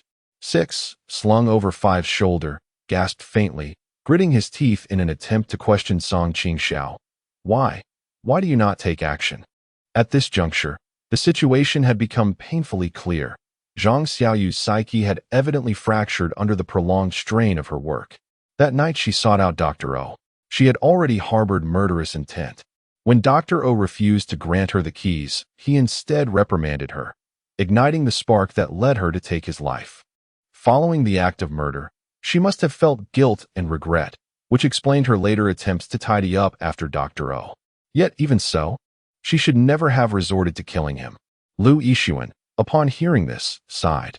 The juxtaposition of laughter and tears in Zhang Xiaoyu made her pause at his words. Her gaze landing on Dr. Lu, her expression one of confusion. Dr. Lu, what are you doing here? After uttering this, as if recalling something, her countenance shifted dramatically. Where is Dr. O? Several nurses who had previously worked alongside her displayed expressions of distress. In the next moment, Zhang Xiaoyu seized a firearm, prompting the nurses to scream in terror. Lu Yixuan was startled as well, yet Zhang giggled, directing the gun towards the crown of her head, saying, Dr. O, Xiaoyu has come to keep you company. With a resounding bang, the bullet pierced through the left side of her skull, splattering blood mixed with fragments of flesh across the blooming flowers. Zhang Xiaoyu's hand fell limply, and the vibrant blossoms, stained with blood, swayed incessantly. Song Qingxiao recalled the moment she entered the scene when Zhang Xiaoyu had led her out of Lu Yixuan's office, pointing to a cluster of flowers and remarking, Look, last year, Xiaoyu planted some flora over there, and they thrived beautifully. At that time, her mental state must have been somewhat unstable, merely suppressed by force. With Zhang Xiaoyu's demise, the countdown in her mind came to an abrupt halt, freezing at 6:11:17. Simultaneously, a voice echoed in Song Qingxiao's consciousness. Trial completed. Disengagement from space in 10 seconds. Number 5 was ecstatic, and even number 6 displayed a sense of relief. Song Qingxiao's conjecture had proven correct. She had won her gamble. The surrounding scene gradually blurred, and the figures began to fade. Number 5's gaze wandered, landing on the firearm left behind by the burly man. Approximately 7 or 8 meters away, and a glint of greed crossed his face. 10, 9, 8. Song Qingxiao exhibited no intention of retrieving the firearm as the countdown reached 5. She cast aside the 6th numbered object resting on her shoulder, instinctively rushing towards the direction where Zhang Xiaoyu had attempted to take her own life. At that moment, Song Qingxiao, who had remained motionless until now, suddenly stirred. She squeezed her hand, still clutching the small fish that Zhang Xiaoyu had woven. Amidst the anguished cries following the casting away of the 6th object, she hurled the small fish towards the location where Zhang Xiaoyu had sought to end her life. Zhang Xiaoyu's figure began to blur gradually as the fish was thrown. The 5th object was merely a step away from the gun. He assumed that Song Qingxiao had launched a surprise attack, hesitating in his approach to the weapon, instinctively tilting his head to evade. 3, 2, 1. The scene abruptly transformed. The acrid scent of gunpowder and the stench of blood dissipated entirely. Upon opening her eyes, Song Qingxiao found herself clad in the very attire she had worn upon entering the trial space, holding a whip in one hand, standing in the familiar confines of her kitchen. Chapter 64. Reinforcement in the dim light. Song Qingxiao glanced down to see several daggers scattered at her feet. Those were the weapons she had intended to bring into the trial space, but had ultimately been rejected by it. She coiled the long whip around her waist, bending down to collect the daggers. Since these items could not be taken into the trial space, they had lost their intended purpose, rendering them useless. Thus, she casually discarded them into the nearby trash bin. As she exited the kitchen, her mother, Tang Yun, remained lost in thought, still holding a bowl of food that emitted steam. Song Qingxiao had been in the trial space for nearly 5 days. Yet in the realm of reality, little had changed since her departure. Suddenly, a sound broke the silence. Tang Yun, with effort, turned her head, her bloodshot eyes appearing somewhat clouded. After scrutinizing Song Qingxiao for a considerable time, she seemed to recognize her daughter and eventually inquired. The sound she referred to was likely the noise made by the dagger falling to the ground when Song Qingxiao entered the trial space. From her reclining position, it appeared that she had not noticed her daughter's abrupt disappearance. Song Qingxiao felt a wave of relief wash over her. Observing her mother trembling as she held the bowl, evidently struggling, she took the porridge from her hands, stirred it to cool it down, and began to feed her, saying, "It's nothing, just encountered a few things." Tang Yun glanced at her, an expression of contemplation in her eyes. She could sense some changes in her daughter compared to before, though she could not precisely articulate what had altered. Within the sea of consciousness, her points reward displayed, 1,000 points. This unexpected revelation filled Song Qingxiao with both surprise and delight. According to the reward prompts within the trial, Zhang Xiaoyu, being the last dangerous figure in the trial scenario, would yield a reward of 50 points upon death. Thus, her total reward should have amounted to 750 points. Yet now, her points total reached an impressive 1,000, exceeding the original reward by a significant 250 points. Perplexed, she pondered whether this time, having completed her task, the trial space had granted her an additional reward. However, this notion was swiftly dismissed by Song Qingxiao. According to the standard that every life claimed rewards 50 points, the accumulated 250 points would imply the necessity of claiming an additional 5 lives. Yet, during the trial scenario, she had only truly taken the lives of 2 individuals. The fourth, known as the bespectacled man, and Zhang Xiaoyu, who ultimately succumbed to her own despair. Nevertheless, a troubling thought soon crossed Song Qingxiao's mind. Although she had only dispatched the bespectacled man and the fourth prior to their demise, the fourth had previously killed a female patient on the 4th floor, and the bespectacled man had slain both Dr. Hu and another security guard. The total number of lives taken by these 2 amounted to precisely 5. If the 250 points she obtained were not merely a reward from the trial space upon completing her task, it suggested a disconcerting possibility. After the demise of both the fourth and the bespectacled man, would she not be able to claim their accomplishments in addition to seizing their weapons? The realization sent shivers down her spine, and she felt an overwhelming sense of dread. This was her second venture into the trial space, and prior to this, she had been oblivious to such a secret.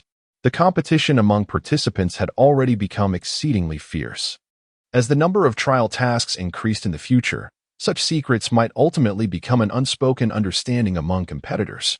During subsequent trials, would she not have to guard against others who might resort to lethal measures in their greed for her points? The significance of points was well understood by all. As each trial concluded, the reward system of divine trials evidently encouraged participants to engage in mutual destruction beyond the completion of their tasks. The exhilaration of receiving an additional 250 points was somewhat dampened by this newfound awareness, causing Song Qingxiao to shudder slightly and heighten her vigilance towards the trial. This time, she was rewarded with 1,000 points, which allowed for a broader array of redeemable items within her sea of consciousness. In addition to the monetary rewards, weaponry, and enhancements to her lineage that she had previously encountered, there now appeared options for physical augmentation as well. To her disappointment, after thoroughly reviewing the available items for redemption, she found no trace of the special reward she had acquired during her last exchange.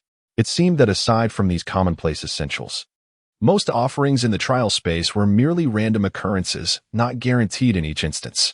Throughout this trial, she had already begun to grasp the formidable nature of the 9-character secret command. According to its literal interpretation, there should ideally be 9 distinct incantations. However, she had only obtained the Ling character thus far. The remaining 9-character secret commands would have to await her fortune in future trials. Nevertheless, with her limited mental fortitude, She realized that even the Ling character could not be wielded to its fullest potential. Coming to this understanding helped alleviate her disappointment over the absence of a special reward related to the 9-character secret command in her current exchange. After perusing the items available for redemption, she reaffirmed that weapons and money were not her primary priorities. Money could not ensure survival in the trials, and weapons, as evidenced by the experience with the muscular man from number 4, were easily seized by others. Her current strength is not particularly high. In this round of trials, her ability to eliminate the 4th and the bespectacled man relied greatly on unexpected tactics and composure. During her confrontation with the 6th individual, the reason she instilled apprehension in him was due to her possession of the 9-character secret command technique, which appeared exceedingly mysterious to him, along with her 2 weapons. Had it not been for these trump cards, the disparity in strength between her and the 6th would have been stark. Merely in terms of physical stamina, she would have been far outmatched. In the next trial, should she encounter an opponent akin to the 6th, all participants would have undergone several rounds of trials and would not be easily defeated. Such fortuitous outcomes are unlikely to recur. Revealing too many of her hidden strengths would not only diminish the fear she instilled, but could also provoke others to covet her abilities. After some contemplation, she opted to enhance her physical form. When her consciousness lingered on the choice of physical enhancement, a prompt echoed in her mind. Do you wish to enhance your physical form? She confirmed with a yes, and immediately felt a surge of inexplicable power enveloping her entire being. Lying on her bed, she could almost hear her blood boiling, and her bones creaked ominously, as if that unseen force were intent on shattering and reorganizing her very essence. Amidst the agony, a copious amount of sweat expelled the impurities within her body. With gritted teeth, Qingxiao fought to stifle her cries. This situation persisted for nearly an hour. After more than an hour, that peculiar sensation gradually dissipated. Qingxiao found her clothing completely drenched in sweat, and the excruciating pain that had penetrated to her very bones began to fade. She clenched her fist and sensed a marked increase in the strength of her arms compared to before. A surge of joy filled her heart. This was merely the initial enhancement of her physical form. After deducting 50 points, she still had 950 remaining.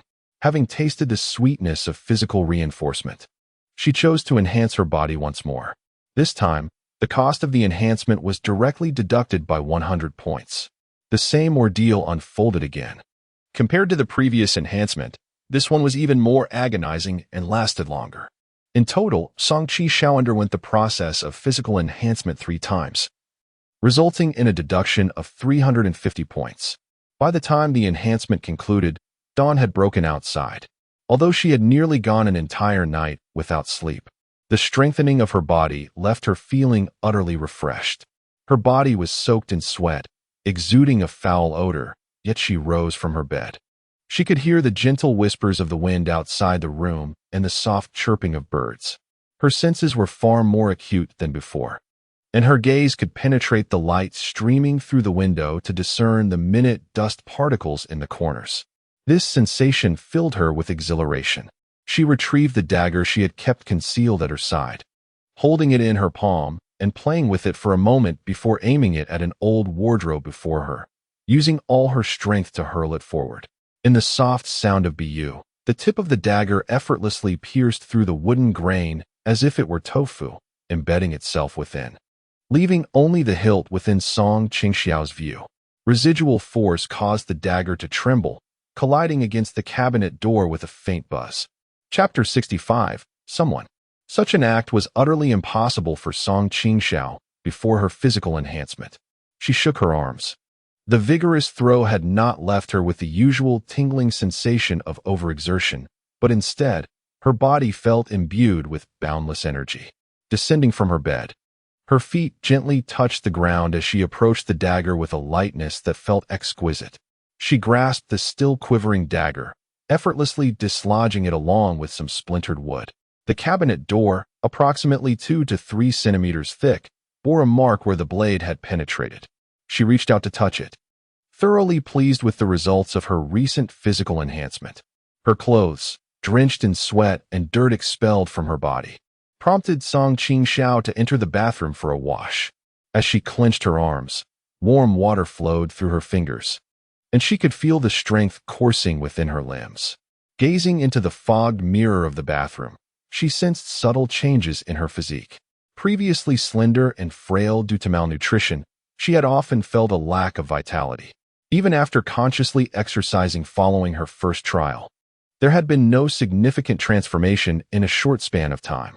Last night, after exchanging points for physical enhancement in the trial space, her physique became taut and well-defined, devoid of any superfluous flesh. The benefits of this enhancement extended beyond mere strength. She closed her eyes and felt as though her mental energy was far more abundant than before. She cupped some water in her palm and casually splashed it away, forming a seal with her fingers while softly reciting, drawing the ground as a prison, confined. Under the pressure of her mental energy, the droplets that were initially ascending slowed to a halt, suspended in midair. The water that had been cascading from the showerhead also ceased its descent due to her mental influence, silencing the once rushing sound of water in the bathroom. Within this nearly 1 square meter space, everything lay within her mental control. However, as her mental energy was not inexhaustible, this control could not be maintained for long. After approximately 4 to 5 seconds, the suspended droplets began to roll, and the grip of her mental energy loosened. The water from the shower head resumed its descent, and the droplets in midair scattered, ultimately merging into the flowing stream and vanishing. This time, employing her mental energy did not drain her as it had previously, where each exertion felt like a significant depletion. It seemed that, alongside her physical enhancement, her mental energy had also increased. Qing pursed her lips and filled her palm with water once more, recalling the incantation for the Ling character technique, drawing the ground as a prison. From the literal interpretation of the incantation itself, it seems that when demonstrating the Ling character technique, one should not confine oneself to a single individual or object. Instead, one ought to harness mental strength to create an absolute domain, ensnaring the desired targets within it. During this trial, she had previously executed the confinement aspect of the Lin technique on subjects 4 and 6, primarily focusing her mental energy on them. However, she had not yet attempted to construct her own confinement realm using her mental prowess. Now, without any onlookers and outside of the trial space, her mental energy remained abundant after a prior use, leaving no need for reserve. With this thought, Qingxiao felt a renewed eagerness to experiment. She gathered water in her palm and scattered it outward, this time with even greater concentration as she endeavored to isolate the splashes from the stream of water in the faucet. Initially, her efforts felt somewhat clumsy. Her mental energy did not respond as effortlessly as she wished, causing the water and droplets to be trapped together. Exhaling softly, she withdrew her hand, allowing the droplets to fall. Yet, Qingxiao remained undeterred and resolutely continued her experiment. After numerous attempts, she began to sense a faint connection. With her remaining mental energy dwindling, she persevered through her fatigue, carefully dividing her feeble mental strength to gradually form an encircled space, approximately the size of her fist, effectively ensnaring several droplets within. The water from the shower cascaded down with a delightful whoosh, flowing past the trapped droplets, while a small vacuum zone formed in the center of the water column, seemingly isolated and unaffected by the force of the rushing stream.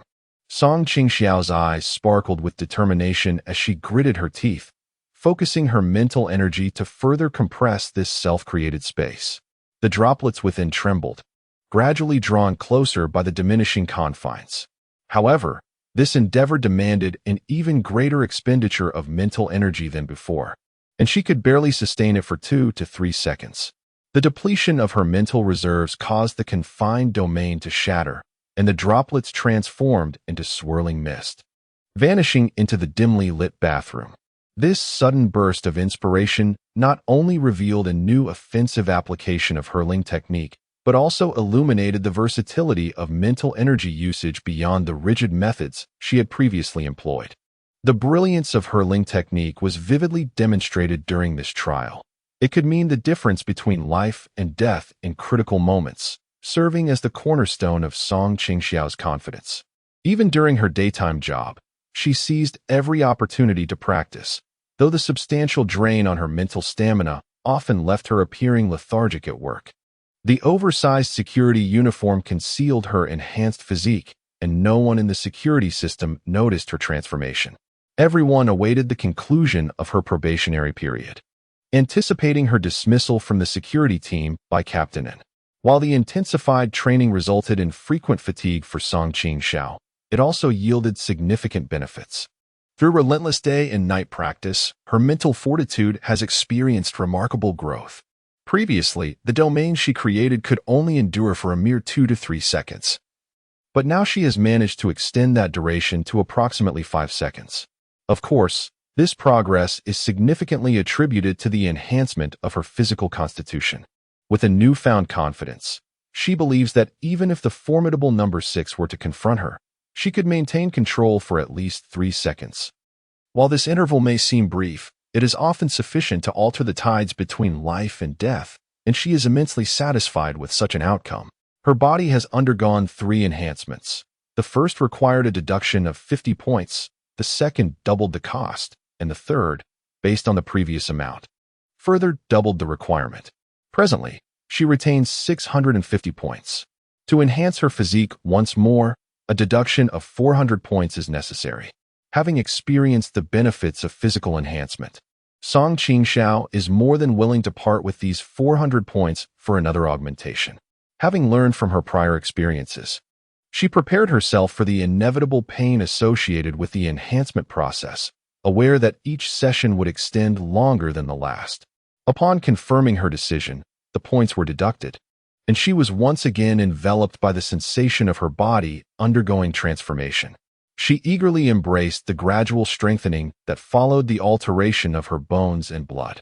The pain made time feel interminable, and after an undetermined duration, she thought she heard a faint rustling sound beside her. Clenching her teeth, she initially dismissed it as a mere illusion born from the intensity of her discomfort. Yet, in the next moment, she distinctly heard footsteps, the sound of soles scraping against the floor. At that moment, Mother Tang Yun was already inebriated beyond consciousness, having succumbed to slumber after dinner. As per her usual habits, she would not awaken until dawn, when the craving for alcohol would seize her once more. Someone was outside. The thought surged into Song Qing's mind, instantly filling her with dread.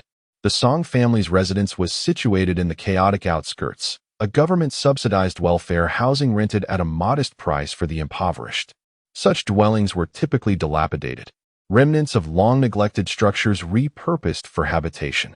Although the western suburbs were frequently rife with altercations and various criminal activities, perpetrators seldom targeted these welfare houses, knowing that the inhabitants were unlikely to possess any valuables. Years ago, Song Qing's father had vanished after accumulating a substantial debt. Despite her inability to repay the principal, she had consistently made an effort to cover the interest, which was a crucial factor in her and her mother's survival in this area despite frequent harassment. Typically, troublemakers would come during the day to vandalize or lock the doors, rarely making an appearance at such late hours. She could not fathom who might be outside at this hour. Ordinarily, she would not be overly concerned, having asserted her strength after having taken lives in the trial space. However, tonight, as she was undergoing a painful physical enhancement, even turning over proved to be a daunting task, let alone engaging in any other activity.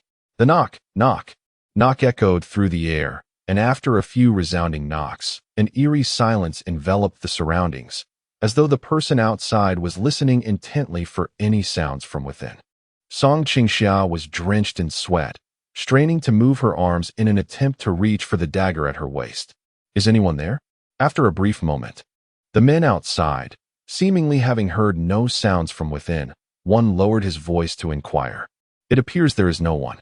A trembling voice followed, and the locked door was pushed, the iron chain clinking ominously, echoing sharply through the night. There were 2 individuals outside. They acted without restraint, unafraid of disturbing the occupants within on such a night. It was implausible. 2 women occupied this dwelling. After a pause, the first speaker countered, They must be asleep. Following these words, silence enveloped the outside once more. Song Qingxiao strained to move her limbs. The absence of sound outside did little to soothe her anxiety. Approximately 5 or 6 minutes later, she heard the sound of someone shifting objects, accompanied by a hoarse male voice commanding, "Hurry up and get it done." As his words fell, the sound of a cap being twisted open echoed, and a faint scent of gasoline infiltrated the cracks of the room, filling her nostrils. "Brother Mai, is everything truly all right? What could possibly be wrong?" The man referred to as Brother Mai rasped in response. "This place is home to a mother and daughter, burdened with insurmountable debts, without a man in the house. Killing them would be as trivial as squashing an ant." He paused momentarily before continuing. "Moreover, this is the outskirts. A slum. Deaths are a common occurrence here." As he spoke, Song Qingxiao trembled slightly, propping herself up on the bed and slowly sitting up. Even in the event of an incident, calling the police might not guarantee the arrival of security personnel. By the time someone comes tomorrow morning, if the place hasn't turned to ashes, and if a body can be unearthed, it is likely that identification would be impossible. Perhaps perceiving the occupants of the room as inconsequential, the man continued to speak. "Even if a person could be recognized, such cases are abundant in the western suburbs.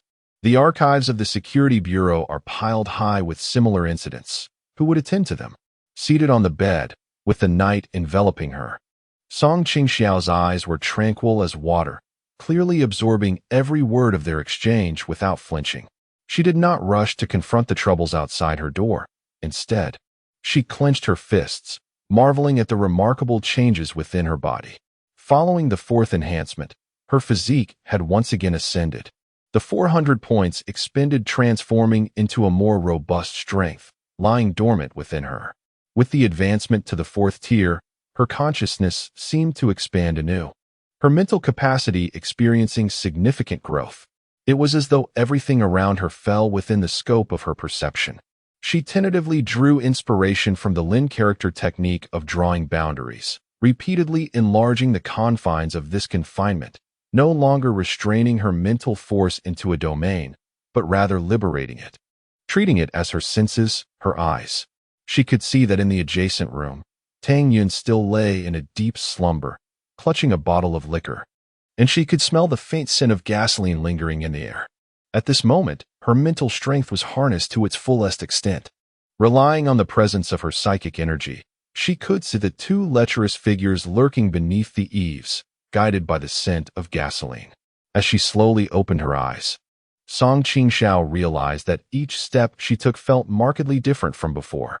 Every muscle in her body moved in unison the moment she began to stir, granting her a newfound lightness. Each footfall, even when unintentional, was soundless. She cautiously opened the door, and the 2 men engaged in conversation outside remained oblivious to the subtle noise. As she stood behind the entrance to the living room, she caught sight of the shadows of the 2 men through the narrow gaps in the boarded-up window. Had it been in the past, she would have trembled with fear, too frightened to utter a sound. Yet now, she reached for the door's lock, gently twisting it. The lock had not been turned in a long while. Ever since the Song family had been pursued by creditors, the front door had been secured with a fine iron chain and padlock from the outside. Consequently, she and Tang Yin had refrained from using the main entrance. The lock had rusted over time, and as she turned it, it emitted a piercing creak.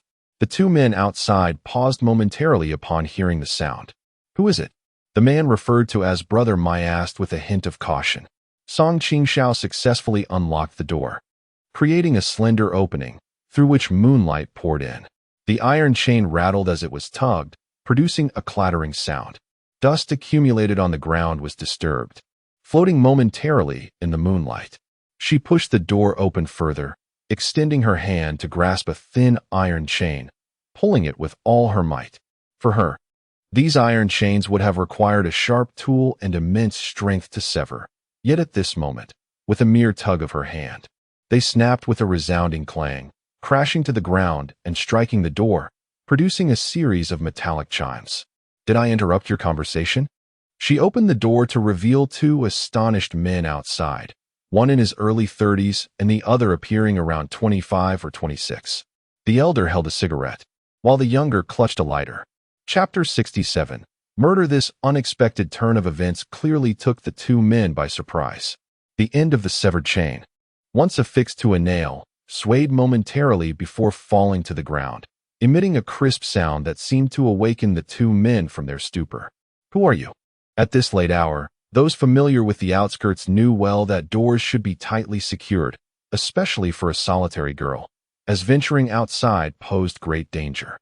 Yet here stood Qingxiao, appearing silently, aware of the noise outside, and instead of seeking refuge, she had boldly opened the door, an act of sheer folly.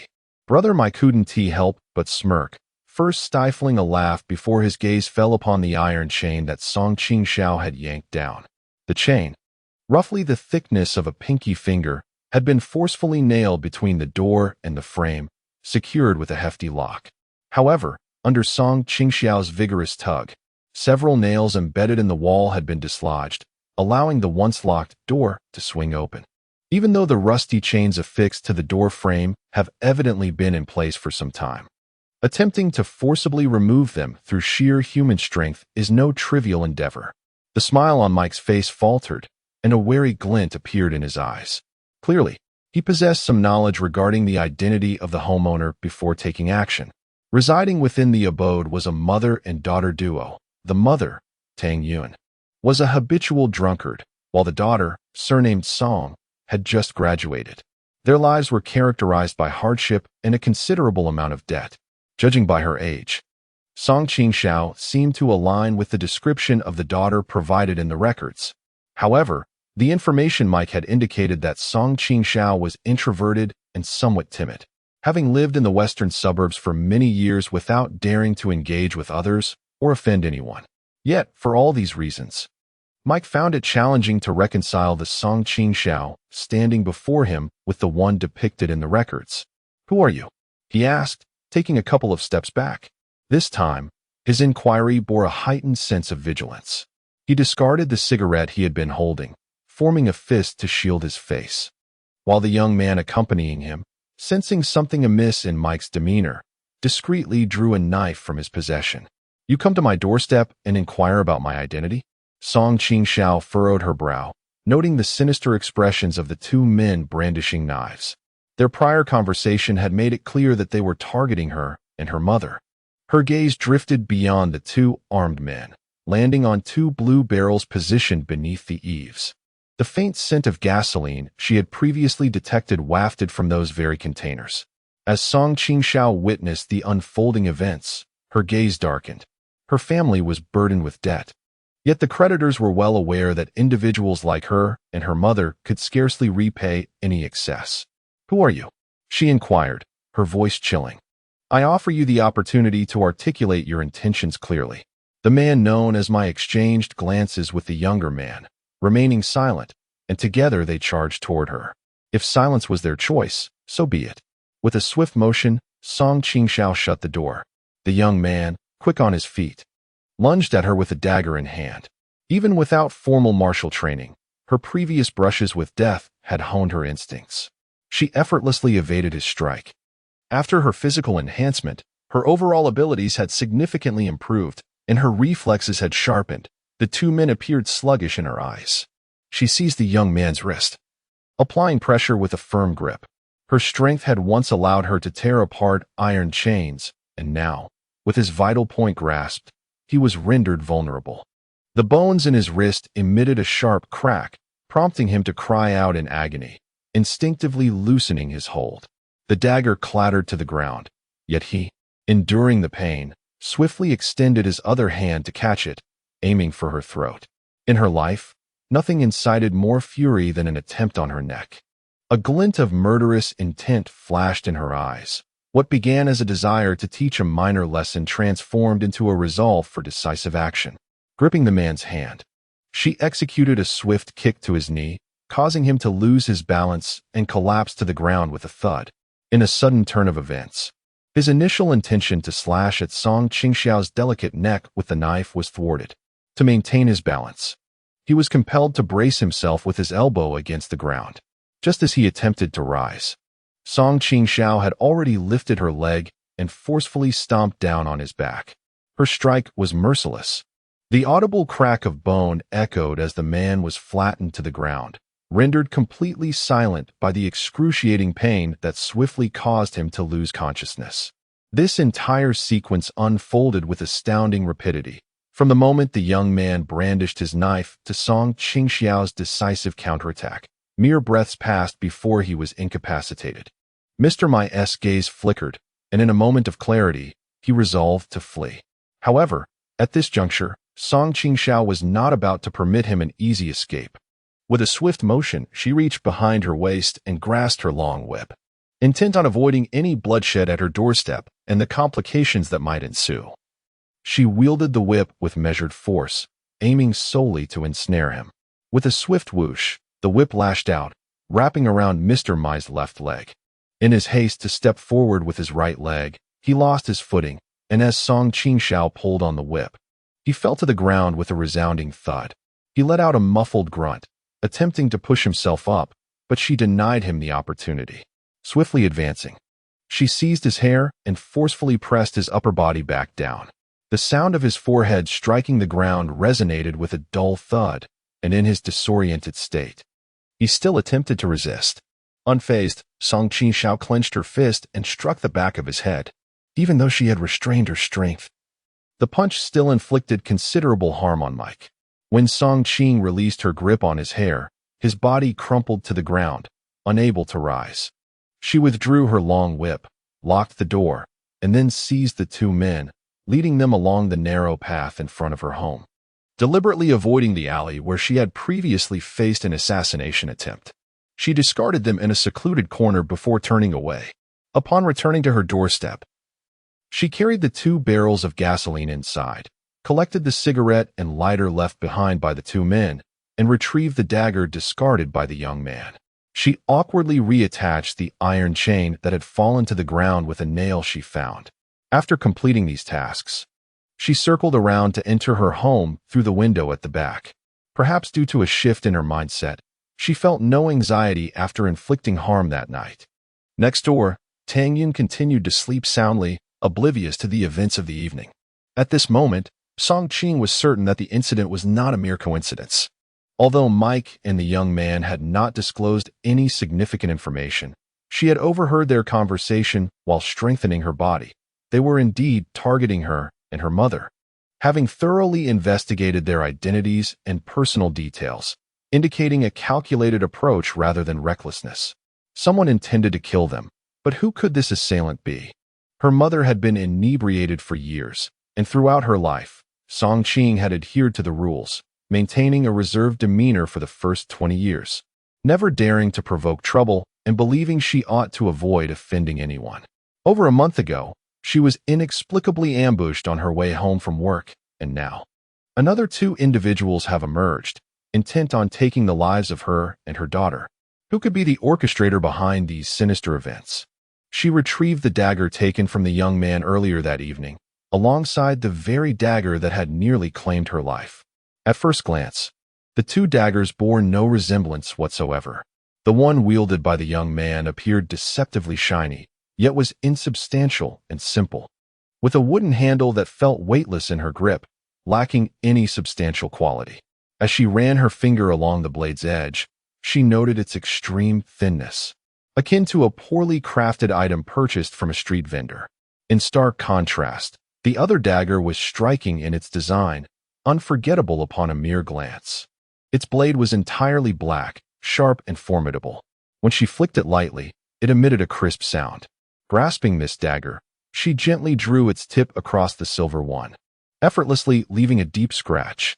Observing the 2 assailants from earlier that evening, she discerned their skills to be those of mere common thugs, far beneath the level of the man who had attempted to assassinate her in the alleyway.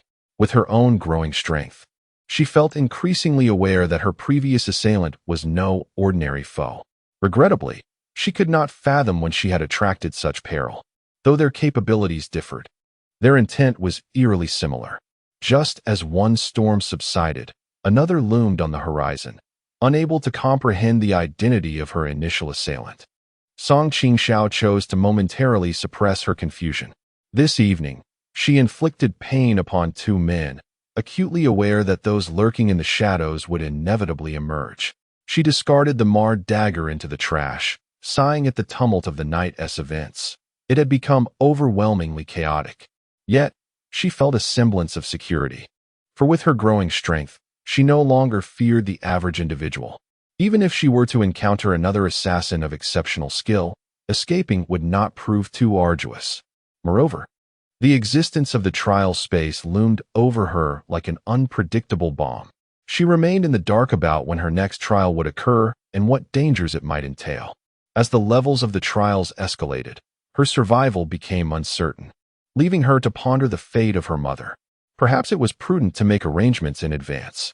With this thought in mind, she turned her attention to her sea of consciousness. After completing the psychiatric hospital trial, she had earned a reward of 1,000 points. Following 4 enhancements to her physical form, 750 points had been deducted, leaving her with a mere 250 points. Initially, she intended to save these points, awaiting the next trial's completion and the subsequent refresh of exchangeable items within the trial space. However, the events of the night sowed seeds of doubt, prompting her to contemplate using her remaining points to secure some cash, settle her debts, and subsequently seek a better apartment, thereby vacating this tumultuous area. Resolutely, she decided that after work tomorrow, coinciding with her day off, she would attend to these matters. That night, due to the disturbances from others, Qingxiao found herself utterly sleepless. Seizing the opportunity, she recalled the sensation of projecting her mental energy after her recent physical enhancement. She settled her mind and devoted her thoughts to practicing her mental prowess. Upon awakening in the morning, although she had expended a significant portion of her mental energy, Qingxiao felt remarkably well. The application of her mental energy not only allowed her to grasp the subtlety of reaping from the trap technique, but also enabled her to experience the liberating sensation from her practice the previous night. The two distinctly different methodologies hastened her mastery of the secrets to honing her mental energy, while simultaneously accelerating her training progress. Throughout the night, she had experimented with projecting her mental energy outward. With her current capabilities, the range of her projection was approximately confined to the perimeter of her home, lasting around 10 seconds. However, Qingxiao discovered that despite the considerable depletion of her mental energy, the overwhelming fatigue was outweighed by a notably quicker recovery rate than before. Furthermore, the restored mental energy felt subtly more refined, as if it had been tempered through repeated expenditure. As she stepped out of her room, she found Tang Yun seated on the sofa, staring blankly at a bottle of liquor. In the small living room, 2 barrels of gasoline she had brought in the previous night lay conspicuously. Yet Tang Yun appeared oblivious to the presence of these items that did not belong in their home. Since her early memories, Tang Yun often exhibited such behavior. After a brief pause, Qingxiao called out, "Mother, are you awake?" Without lifting her head, Tang Yun replied with a nonchalant as she made her way towards the kitchen, saying, "I'm going to prepare breakfast." Often, there exists a dearth of conversation between the mother and daughter, contributing to Qingxiao's enduring reticence. The government-provided housing is modest, with the kitchen mere steps away from the living room. As she washed the rice and set it to boil, she recalled her plan from the previous night. "I wish to change my place of residence." While speaking, she turned on the water to wash her hands. Droplets splashed down, her fingers formed impressions, and her lips moved slightly, creating a small domain that ensnared a few droplets within. Change locations. Where to go? She lifted her gaze, only to find her mother, Tang Yun, frowning in the living room, seemingly awaiting an explanation. "I want to live somewhere safer. It's too chaotic here. Do you have money?" Tang Yun's voice sharpened abruptly, and she even hurled the bottle in her hand, attempting to rise. "Where did you acquire the money? Who provided it?" "I just graduated. I've been working and earned a little." Upon hearing this, Tang Yun's expression faltered, the fire in her eyes dimming somewhat, though her countenance remained grim. Her chest heaved as she clutched the armrest of the wooden sofa, and after a prolonged pause, she declared, "I will not leave." Following this statement, silence enveloped them for a while, until she finally reached for the bottle she had previously discarded. "I intend to stay here." She grasped the bottle, attempting to drink. But it had long been emptied, leaving only a few drops. She licked at it repeatedly. In the Song household, Song Qingxiao's father remains a taboo subject, seldom mentioned by either of them. In the early morning, a minor disagreement with her mother left Song Qingxiao feeling rushed as she headed to work. Upon arriving at the security office, just as she entered the changing room to don her uniform, a staff member abruptly walked in. "Song Qingxiao," she called out. Halfway through changing, with her uniform buttons still undone, the intruding female staff member caught a glimpse of Song Qingxiao's form-fitting white t-shirt beneath her uniform. Momentarily taken aback by her exquisite figure, slender waist and prominent bust, the delicate curve of her waist gracefully leading down to her alluring hips. "Someone is looking for you." Chapter 68. Silencing the woman in the black uniform skirt cast several scrutinizing glances at Song Qingxiao. In the security office, she had recently become somewhat of a celebrity. Compared to the many robust women there, she appeared as an anomaly, seemingly out of place. Possessing a commendable education, her current position was not reflective of her academic achievements. It was said that she had stumbled into this role out of sheer desperation for employment. At first glance, she did not exude an air of menace. Lacking a formidable physique capable of deterring crime, she instead appeared quite frail, almost malnourished. The oversized security uniform hung loosely on her, devoid of any semblance of the imposing presence typical of imperial guards. Initially, Captain N, the head of the security office, had no intention of hiring her.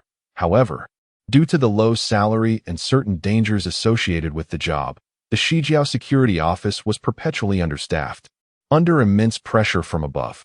The recruiting staff hastily filled positions whenever candidates were available, signing them on a 3-month probationary basis. In order to prevent unnecessary casualties during work hours, Captain N refrains from assigning generally hazardous reports to Song Qingxiao. This has resulted in her lackluster performance after more than a month on the job, inadvertently stirring discontent among some of her female colleagues, who have subtly conspired to ostracize her. However, due to Captain N's prior declaration that he would dismiss Song Qingxiao upon the completion of her probationary period, no significant conflicts have erupted among the colleagues. Everyone in the security office is acutely aware of Song Qingxiao's unpopularity. Their impression of her is largely shaped by her reticence and perceived fragility. After over a month of employment, she has not formed any private connections with her co-workers, appearing solitary and friendless. Therefore, when someone approached her today, especially given the identity of the visitor, it garnered considerable attention. "Is someone looking for me?" Not only did the woman who entered to call for Song Qingxiao feel surprised, but Song Qingxiao herself was equally taken aback. During her time at school, she had contemplated transforming her circumstances through diligent study, as the disparities in their upbringing had created a profound rift between her and her classmates, resulting in nothing more than nodding acquaintances. Most of her former classmates have since taken positions in more prestigious departments, leaving her bewildered as to who might seek her out here. "Yes," the woman nodded, calling out to someone before turning to leave. The fleeting curiosity she initially harbored for Song Qingxiao dissipated, replaced once again by the familiar image of the inconspicuous Song Qingxiao as she fastened her uniform. After the woman departed, Song Qingxiao placed her belongings into the locker, pondering who could have come to find her. She considered the possibility of her classmates, even recalling the 2 individuals who had caused trouble the previous night. However, as she emerged from the changing room, she never anticipated that it would be number 5, the man with whom she had completed a task during the last trial, who would seek her out. Surprisingly, upon seeing Song Qingxiao, number 5 exhibited a sense of excitement. His appearance was a stark contrast to the image he had portrayed in the trial space, having exchanged the familiar blue-patterned patient attire for a well-tailored suit and tie. His hair was slicked back impeccably, exuding an air of confidence. Those around them instinctively assessed him, while he nonchalantly brushed his hair aside, revealing an expensive watch adorning his wrist, a far cry from the timid demeanor he had displayed in the trial. "What are you doing here?" Song Qingxiao felt a momentary tension in her body upon seeing number 5, instinctively reaching for the dagger concealed on her person. The presence of a fellow trial participant who should only have manifested in the trial space, now appearing in reality was not necessarily a fortuitous event. It could very well herald trouble, especially after understanding the competitive and often brutal dynamics among the trial participants. Qingxiao remained deeply wary of him. I learned your name during the trial and made an effort to look you up once I got out, Number 5 remarked, seemingly oblivious to the caution reflected in her gaze. He lowered his voice conspiratorially. I bought a plane ticket the moment I could. What do you think? Am I a good friend, or what? Qing felt a momentary hesitation as memories of the two men who had troubled her at home last night flooded her mind. Their appearance had been closely followed by the arrival of Number 5, a sequence of events that seemed far too coincidental to be mere happenstance. This individual, seemingly foolish and weak, was in fact astute and cunning. In the scene at the mental hospital, the instant he was exposed by her, he remained unfazed, skillfully analyzing the situation to save his own life, which demonstrated his proficiency in disguise and his profound depth of character. He was likely well aware of the dynamics among the trial participants and might even have known of her wariness towards him, yet he chose this moment to approach her. A cold glint flickered in Qing's eyes as Number 5, overly familiar, reached out to place a hand on her shoulder, saying, "Come on, we're friends. Let us have a chat over a drink." Though they had collaborated during the previous trial and accomplished their task, they were not friends, and he had nearly perished at her hands. Under such circumstances, there was little to discuss between them. She deftly sidestepped his outstretched hand, asserting, "We are not friends." "How can you say that?" Number 5 replied with a playful grin. "We've shared hardships. Such camaraderie is rare. With so many people around, their conversation was unsuitable for public discourse." Qing moved to a corner, and Number 5 followed her. She lowered her voice and got straight to the point. "What do you want?" Among the 9 participants in the first trial, she was the sole survivor, and thus no one else had approached her. However, with Number 5's sudden appearance following this trial, it became clear that her once peaceful life was now but a relic of the past. She had a premonition that the arrival of Number 5 was merely the beginning, and as the trials increased in frequency, a myriad of diverse individuals and events would inevitably manifest in her life. "What could possibly concern me?" Number 5 initially chuckled lightly, finding himself merely vexed and restless. His eyes darted around as he remarked, "You see, the way we live is no different from having a knife poised at our throats. I too yearn for someone to converse with, yet when I speak to others, they fail to comprehend." Qing's expression remained unchanged. His words did not stir her emotions. Instead, she fixed her gaze upon him, patiently awaiting his continuation. Soon, Number 5 could no longer maintain his composure. For a fleeting moment, his expression became rigid, reminiscent of the first encounter Qing had with him in the trial space. Beads of sweat formed on his forehead, and his once exuberant demeanor transformed into one marked by trepidation. "I speak the truth," he asserted emphatically. Qing offered a faint smile. Though it did not reach her eyes, it merely curved the corners of her lips. She tucked her bangs to the side, revealing her slender, upturned eyes. Her gaze was calm and unruffled, and that slight smile only accentuated her sense of detachment. "You have mistaken your confidant," she stated nonchalantly. "Do I appear to you as someone with whom you share a common language?" She continued candidly, "During the trial, I did not eliminate you solely because you posed no hindrance to my affairs. Wasn't it true that you ultimately spared me?" The smile on Number 5's face gradually faded as he quietly uttered a few words. Noticing Qingxiao slightly furrow her brow, it was evident she was reluctant to engage in idle chatter.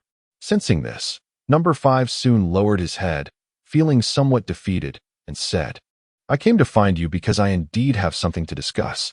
He clasped his hands over his abdomen and rubbed them together. "Do you remember the scene after the last trial, when that deranged nurse took her own life?" Qingxiao remained silent, and Number 5 continued speaking to himself. The gun should have belonged to that burly man, and it ought to have been freely taken out of the trial space. After Zhang Xiaoyu shot herself, I initially reached for the gun, my hand nearly grasping it. In those final 2 seconds, you threw something to distract me, and instinctively, I dodged. Just as we were about to leave the trial space, I missed my chance at the gun. To be honest, every time I think of it, my heart aches terribly. His words carried a hint of reproach towards Song Qingxiao, yet he refrained from expressing it too openly, mindful of her formidable abilities. In the exchange of trials, a gun was worth a staggering 100 points. Upon hearing this, Song Qingxiao felt a stir in her heart and discreetly scrutinized number 5. His appearance was unchanged from the first time she had encountered him. He still donned an elegant suit that seemed quite expensive. He had once mused about converting his earned points into imperial currency to indulge in a lavish lifestyle. However, number 5's subsequent behavior revealed his adeptness at disguise, as most of his claims turned out to be mere fabrications. During the last trial, she revealed a significant portion of her trump card, including the long whip, dagger, and magical techniques she seized from the 4th participant, even exposing her cunning in the process of outmaneuvering the 6th. In contrast, the 5th participant, aside from his cleverness and restraint, disclosed little information. Throughout the ordeal, he merely engaged in verbal exchanges without taking any action, leaving one to wonder about the depths of his character. Song Qingxiao lowered her head, using the pretext of adjusting her cuffs to inquire, after completing your task. You have ample points. Why concern yourself with this mere 100 points? You could simply redeem another. A sly glimmer appeared in the 5th's eyes as he retorted, ample points. You say? After posing the question, he cautiously glanced at Song Qingxiao's face, only to find her lifting her eyelids, her gaze imbued with a warning that was both playful and ominous. The 5th quickly recalled how this girl had dispatched the 4th participant within the trial space, sending a chill through him. He promptly redirected the conversation. How many points could one possibly have? Aren't they similar to yours? Those points aren't even sufficient for me to convert into cash. He proudly extended his hand, revealing a watch adorning his wrist. Behold, this alone is worth 1,000,000. This outfit, these shoes, even this hairstyle, all meticulously maintained. What is it that you truly want? Song Qingxiao interrupted his boastful tirade. The 5th's eyes flickered as he glanced around before finally fixing his gaze on her. You see, I didn't acquire that firearm. A person like me, utterly lacking in resources, is indeed quite alarming. Your skills surpass mine. Would you consider selling the long whip you obtained from the 4th? His visit indeed held significance. The long whip that emerged from the 4th entity could also be exchanged within the trial space, requiring 200 points. The 5th entity muttered to himself that his points were the same as those of Song Qingxiao and the 6th entity, which proved he was lying. Song Qingxiao had amassed 1,000 points in this trial, which included the reward for eliminating the 4th entity, the bespectacled man. Meanwhile, the 6th entity had undergone a change in identity and had killed the armed man, suggesting that his points would differ from the 2 others. The 5th entity had neither taken a life nor altered his allegiance. If he had not eliminated the threat within the psychiatric hospital's trial scene, he would not have received any additional rewards. Thus, considering that each member of the Guardian faction initially received a reward of 1,000 points, and deducting the points for the 8 civilians who were killed, the remaining points should amount to 600. If he truly intended to exchange for a weapon, even if 600 points were not an abundant sum, it would suffice. Are you planning to buy the whip? Song Qingxiao inquired, following his lead. Upon hearing her tone, which lacked any hint of anger, the 5th entity felt a sense of relief and nodded affirmatively. Yes, indeed. The price for the whip in the trial space was 200 points. The long whip from the 4th entity, observed during the previous round of trials, appeared to be a valuable item. At that time, everyone was considered a novice with limited points. However, as the difficulty of the trials escalated, such weapons could only be deemed as commonplace, still far removed from truly exceptional items. Number 5 misunderstood Song Qingxiao's intentions and quickly replied, I understand it's 200 points. He assumed that her words indicated a hint of interest. Rest assured, if you are willing to sell, I will certainly offer you a price exceeding 200 points. You will not suffer a loss. Perhaps due to his eagerness to acquire the weapon, he momentarily lost his composure. Aren't you short on funds? I can provide you with a price that far surpasses the exchange rate of points for imperial currency. Just name your price, and I shall comply. As he spoke, he reached into his suit pocket for a handkerchief, attempting to wipe the sweat from his brow. Hearing his words, Qingxiao couldn't help but chuckle. You wish to buy a whip at a price that exceeds the exchange rate for imperial currency? Number 5 nodded, and she continued with a playful inquiry. If that is the case, why bother spending points to exchange for money in excess? Isn't that redundant? As her words fell, Number 5's hand froze mid-wipe. Realizing she had cleverly unearthed his secret, a hint of frustration flickered across his features as he prepared to salvage the situation, but just then, a flurry of hurried footsteps echoed from the security office. Instinctively, Qingxiao turned to look, spotting Captain and emerging briskly from his office, appearing ready to depart. His stern expression tinged with a hint of urgency. His gaze swept across the security hall before finally landing on Qingxiao, who was conversing with Number 5 in the corner. He pointed at her decisively, saying, "You, come with me." Number 5 still had words left unsaid, but Qingxiao had lost interest in their exchange, stating simply, "Excuse me."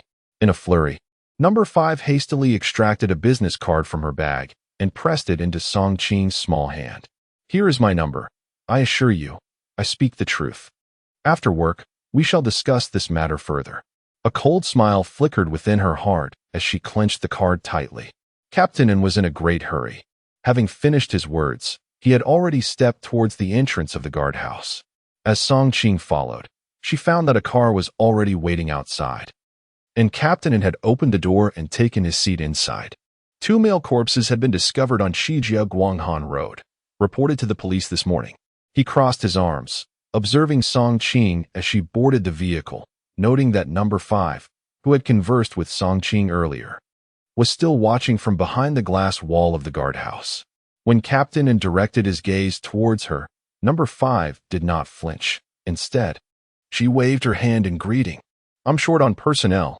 Otherwise, I wouldn't have brought you along," he remarked, tossing a notebook with a pen towards Qing. "Once we arrive, you are responsible for taking notes. Do not faint from fright." When he mentioned the 2 male bodies found on Guanghan Road, Qing was momentarily taken aback, recalling the 2 men who had appeared at her doorstep the previous night, whom she had knocked unconscious and subsequently left on Guanghan Road. Lost in her thoughts, she barely noticed as Captain, observing her demeanor, grew increasingly impatient. He warned her sternly, "If you cannot manage even such trivial tasks, even if your probation period is not yet over, I will ensure you are expelled from my domain. The Empire has no need for parasites like you, living off the taxes of the diligent citizens." With that, Captain closed his eyes. After starting the car, Qingxiao carefully stowed away her notebook and pen, her thoughts drifting to the 2 men mentioned by Captain and who had perished in the western suburbs. A premonition settled over her.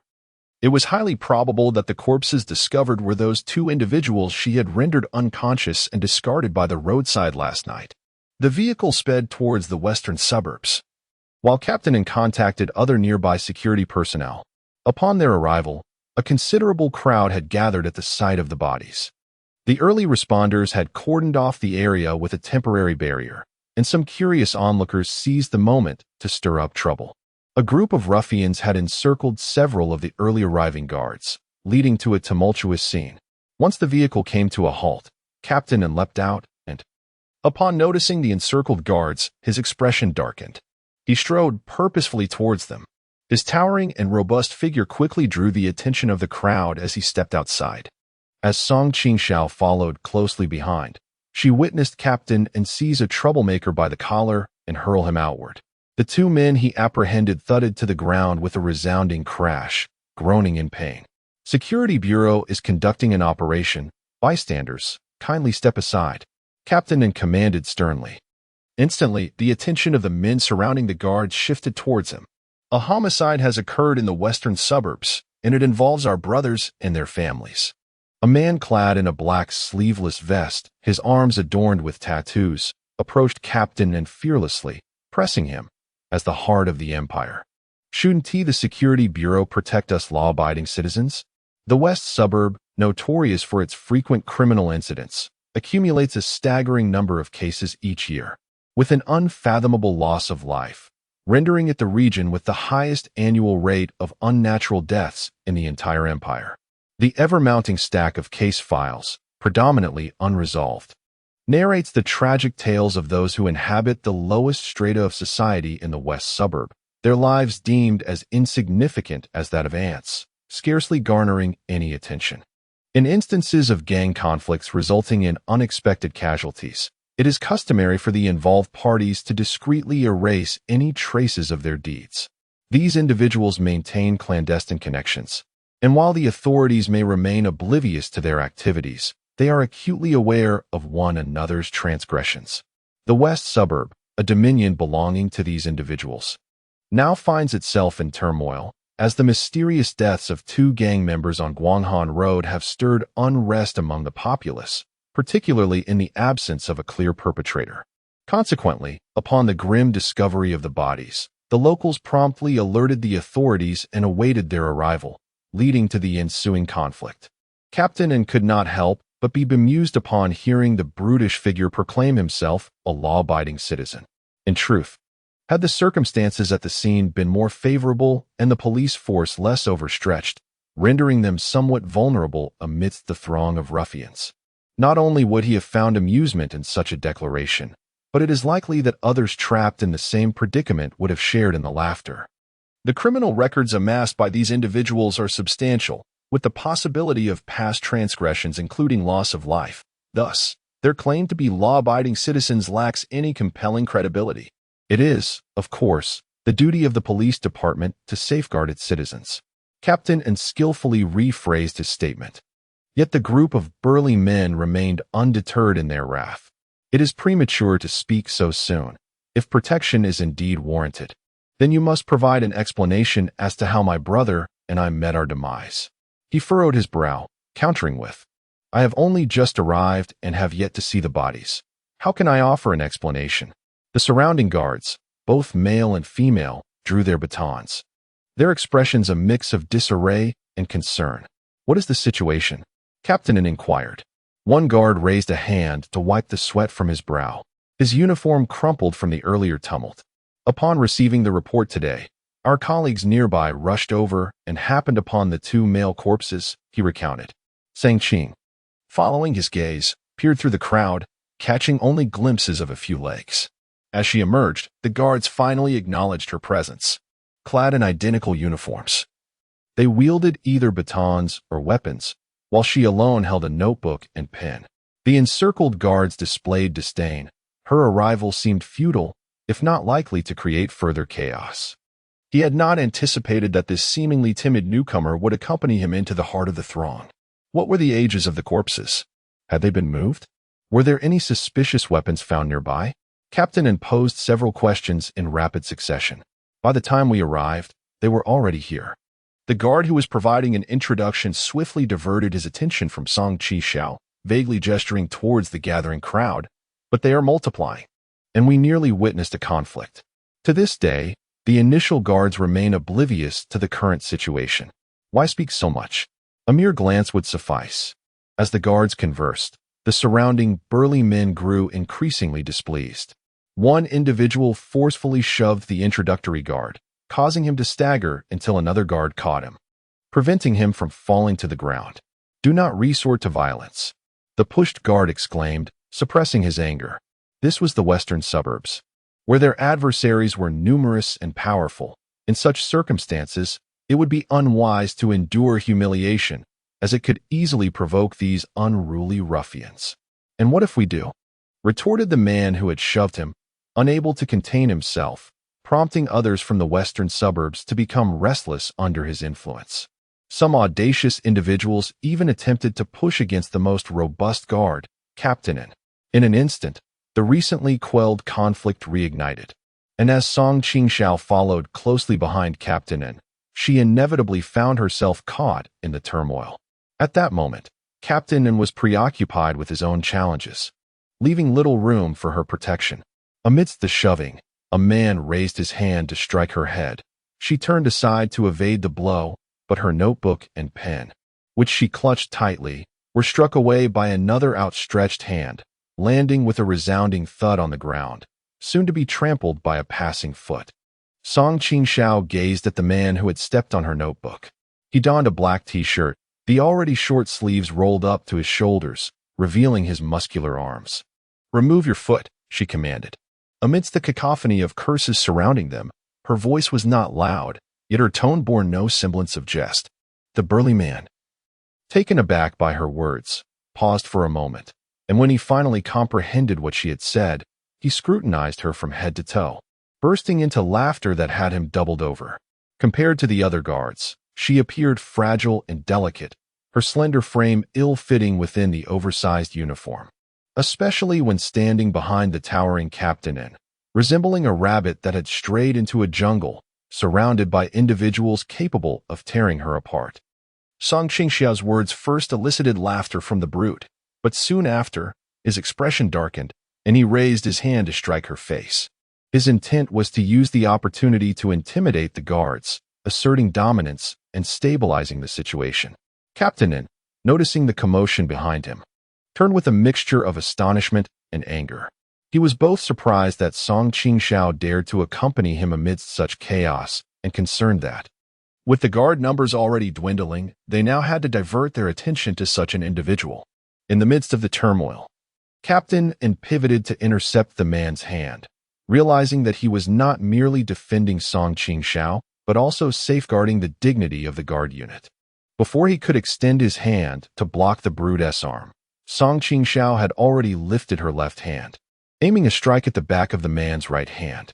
To onlookers, her action appeared as futile as a mantis attempting to block a vehicle.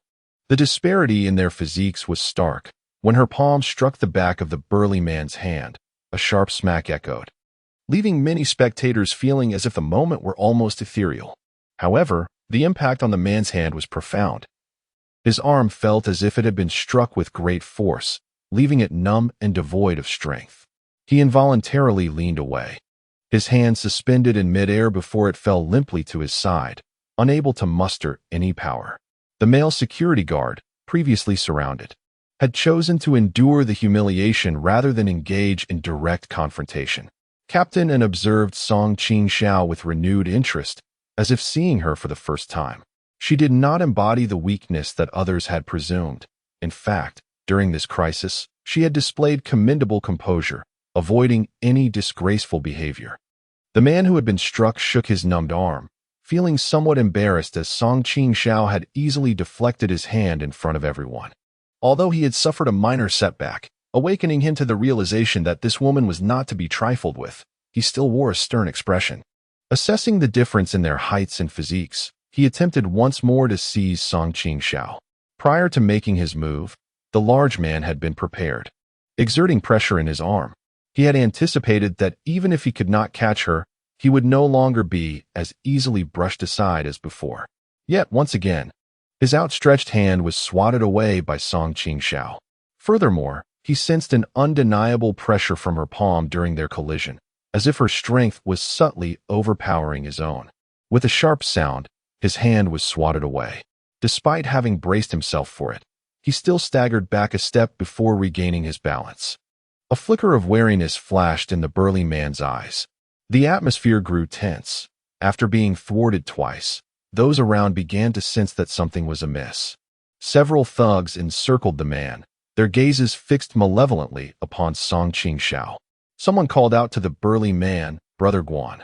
"That's enough." Captain Yin, observing the scene, swiftly interjected to redirect everyone's attention to himself. "You gather here to uncover the true culprit behind the deaths of these two individuals, not to oppose the Security Bureau, correct?" Regardless of whether Song Qingxiao was a naive newcomer or audaciously fearless, her ability to maintain the Bureau's dignity today was sufficient for Captain Yin to regard her with newfound respect. Seizing the opportunity as Captain Yin spoke, Song Qingxiao bent down to retrieve the notebook and pen that had fallen to the ground. All eyes were upon her as she brushed off the footprints imprinted on the notebook's surface, casting a glance at the burly man. Her gaze, seemingly unremarkable, inexplicably sent chills coursing through him. The man had begun to sense that Song Qingxiao was not someone to be trifled with. However, in front of his comrades, the embarrassment of being unable to subdue a mere woman was palpable. At that moment, Captain Yin's words provided a convenient excuse to step back. A genuine confrontation with the Security Bureau was not in anyone's interest. Consequently, they all retreated a step. The burly man huffed coldly, tacitly conceding to captain and statement. As the crowd parted slightly, several personnel from the Security Bureau exhaled in relief. It was only at this moment that Qingxiao noticed the two male bodies lying on the ground. Even without seeing their faces, she recognized them by their attire and physique as the two men she had incapacitated and discarded the previous night. The crime scene, trampled by the majority, had obscured crucial evidence. Upon the arrival of the forensic team, they deduced, based on the environmental conditions and climate, that the time of death occurred around 3 or 4 in the morning. Both men had sustained injuries prior to death, but the fatal blow had been a forceful crush to their skulls. After a protracted investigation, little was gleaned, and as more personnel from the Security Bureau arrived, the onlookers from the outskirts had long since dispersed. The more efficiently the assailant acted, leaving minimal traces, the greater the likelihood that this case would remain unsolved. Within the vehicle, silence enveloped the group, yet the glances directed at Qingxiao were markedly different from the previous disdain. There was now an element of curiosity. Qingxiao. It has been a long time, a somewhat familiar voice called out. Reflexively, she looked up to see number 6 standing at the entrance of the Security Bureau, arms crossed. She wore a dark green plaid skirt that accentuated her long legs, paired with a loose-fitting black knitted sweater. Her long hair was casually tied into a ponytail, and her striking appearance drew the attention of those entering and exiting the bureau. However, number 6 displayed no overt reaction, her demeanor rather indifferent, until she finally spotted the individual she had been waiting for. Only then did her expression shift as she approached Qingxiao, her left arm still cradling her right. Her movements somewhat awkward. Today is quite a coincidence. When Qingxiao caught sight of number 6, she couldn't help but twitch her lips. She had anticipated the possibility of number 6's appearance since number 5 had shown up that morning. However, she did not expect number 6 to arrive so swiftly, and like number 5, to head directly to the entrance of the security office where she worked. Chapter 70. Coincidence? Number 6 approached Qingxiao, raising an eyebrow, and quickly discerned another implication from her words. Has number 5 been here as well? As she spoke, Qingxiao keenly noticed two indistinct gazes in the security office that had been following number 6. As he drew nearer, those scrutinizing gazes fell upon her, imbued with a sense of examination. Despite the caution of the observers, Qingxiao, with her heightened mental acuity, was still able to capture their attention. One of them was a man lounging against the glass wall of the security office, casually crossing his legs. A newspaper obscured his face and most of his body, leaving only the cap perched atop his head visible. Seemingly aware that Qingxiao had noticed him, he paused for a moment, lowered the newspaper, and his gaze flickered before meeting Qingxiao's. He was an elderly gentleman, perhaps in his 60s, with graying hair at the temples, clad in a gray jacket. Upon realizing that Qingxiao was intently staring at him and not merely glancing by, an unmistakable expression of surprise crossed his face, soon followed by a look of solemnity as he set down the newspaper and stood up. When seated, this individual appeared rather unremarkable, much like many ordinary individuals in the Security Bureau. However, upon rising, his presence transformed entirely. He stood tall, his piercing gaze scrutinizing Qingxiao with an air of deliberate warning and pressure. The Security Bureau was bustling with people, yet the elderly man's discreet examination did not escape Qingxiao's notice, a testament to her strength that belied her outward appearance. With a gentle smile, she remained undaunted by his imposing aura. At the same time, she formed a seal with her hands, concentrating her spiritual energy into a singular beam that surged toward him the moment their eyes met. Recently, she had only begun to grasp the nuances of her spiritual power, and due to its relative weakness, the impact of her mental assault was limited. The elderly man, appearing quite formidable and hindered by distance, seemed merely momentarily pained by her attempt. She preferred not to draw excessive attention to herself, yet at times, excessive modesty could render one vulnerable to scrutiny. The arrival of individuals numbered 5 and 6 underscored that her ostensibly private information could be easily accessed by certain parties, necessitating a warning for these two. After locking eyes with her, the elderly man hesitated mid-step, his brow furrowing, indicating that Song Qingxiao's attack had indeed been effective. The exchange transpired in mere seconds, and 6. Who was conversing with Song Qingxiao, sensed something amiss. Turning to look, she was met with the elderly man's grave expression. With a resigned sigh, she waved her right hand toward him in a gesture of reassurance, and after a moment's hesitation, the elderly man resumed his seat. "Do not mind me." The elder resumed her seat, and, upon picking up the newspaper, number 6 turned her head to gaze at Song Qingxiao. "You know, I was injured for no apparent reason, and my family is quite protective, hence their reluctance to let me come along." As she spoke, she casually scrutinized Song Qingxiao, narrowing her eyes slightly. "However, I presume you have gained quite a bit from this trial?" While she spoke, her ponytail swayed behind her. The disguise of uncling is something that only a discerning few can perceive. After 2 trials, everyone had developed a heightened instinct for danger, and number 6 sensed that Song Qingxiao was far more perilous now than during the previous trial. "Is your injury still not healed?" Even as number 6 attempted to conceal it, her left hand exhibited a lack of dexterity, clearly indicating that the gunshot wound she sustained in the trial space had yet to recover. Following the trial's completion, even severe injuries could be mended with points. Number 6 understood her implication, and upon being seen through, she dropped her facade and replied candidly, "Indeed, it has not healed." After a brief pause, she glanced at Captain Un and the others in the distance, suggesting, "How about we share a meal together? A great deal has transpired today." Besides the 2 men who appeared at my doorstep last night, the arrivals of number 5 and number 6 have piqued Song Qingxiao's curiosity. Number 5 came in search of a long whip. "I am eager to discern number 6's intentions." She nodded. "I have 50 minutes until I finish work." Number 6 was momentarily taken aback, her eyes reflecting a sense of incredulity. In her perspective, Song Qingxiao had exhibited remarkable performance in the previous trial. Such an individual, with the increasing frequency of trials, would undoubtedly transcend the realm of ordinary people if she were to survive. She was taken aback that Song Qingxiao would still hold such a mundane job in high regard, even diligently fulfilling her responsibilities. Upon submitting her notes from today to Captain N, it seemed that her commendable performance in the western suburbs had led to a notable softening of his demeanor towards her. He perused the meticulously written notes, where every utterance of the on-site staff was recorded without omission. Even casual remarks made by some personnel had been diligently noted down.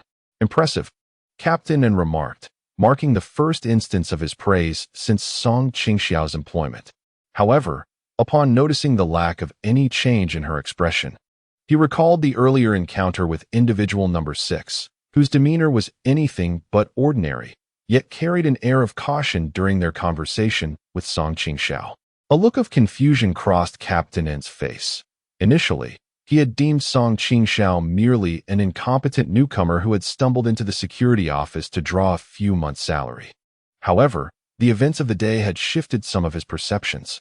As he closed the notebook, he tentatively inquired, "Have you studied any self-defense techniques?" Certain critical techniques could not be disclosed, yet there was no need for Song Qingxiao to conceal this matter. She nodded, and upon witnessing her acknowledgement, Captain N's satisfaction deepened. "That should be recorded in your resume. At the very least, this would provide a more profound understanding of you beyond mere superficiality." From Captain N's words, Song Qingxiao felt that her position was currently quite stable.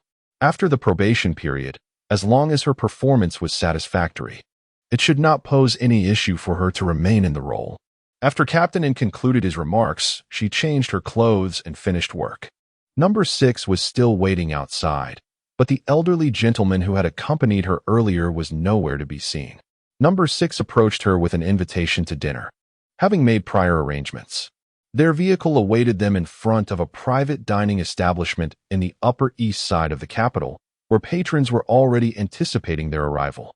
Upon seeing number 6 alight from the car, The individual leading the group waiting outside stepped forward, exclaiming, "Miss Pei has arrived." Chapter 71. And you? The Upper East Side of the capital was not an area that Song Qingxiao frequented. Compared to number 6, who donned formal attire, she appeared rather inconspicuous in her casual wear. The person who approached to greet number 6 swiftly glanced over her before directing their attention entirely to number 6, exhibiting warmth and enthusiasm. The restaurant's exterior was unremarkable, yet it offered a tranquil ambience, establishing such a serene spot in the Upper East Side, where space is at a premium, clearly required more than mere wealth. The number of people outside the restaurant was limited, and judging by the interaction between the man and number 6, it seemed she bore the surname Pei. The elderly gentleman she had been accompanied by earlier was evidently skilled, able to halt any confrontation merely at the behest of number 6's gaze, suggesting he was likely employed by her in a capacity akin to a bodyguard rather than a familial role. Given her ability to frequent such venues and the presence of an individual of the elderly gentleman's caliber by her side, it was evident that number 6 hailed from a commendable background. Song Qingxiao sensed that something was amiss in the restaurant. As she observed the interaction between the man and number 6, she didn't need to exert her mental energy deliberately. She could already feel several piercing gazes sweeping over her from the shadows. While number 6 continued to engage in pleasantries with the man, Song Qingxiao, lost in thought, keenly detected a mental probe brushing against her essence. This sensation was extraordinarily peculiar, almost indescribable. It felt as though her mental energy, akin to a tranquil pond, was gently disturbed, sending ripples that she could barely control. A shiver coursed down her spine, causing the hairs on her body to stand on end. Since acquiring the Ling character technique and honing her mental prowess, Song Qingxiao had never encountered such a scenario. Her mental energy seemed to slip from her grasp, instinctively resisting this intrusion. The feeble essence she possessed felt utterly vulnerable against this encroaching force. Lowering her head, beads of sweat began to form on her brow. She realized that among this group were skilled individuals who had already taken notice of her. The mental energy that coiled around her felt like a current, subtly attempting to invade her consciousness. With gritted teeth, Song Qingxiao feigned confusion and raised her head, casting her gaze about. Her movements were exaggerated, but at that very moment, she exerted every effort to stabilize her mental energy. The probing consciousness swirled around her, and the pressure it exerted soon dissipated. The man who had been conversing with No. 6 concluded their exchange and promptly stated, "I have arranged a place for you." Everything that transpired earlier seemed to have escaped the notice of 6.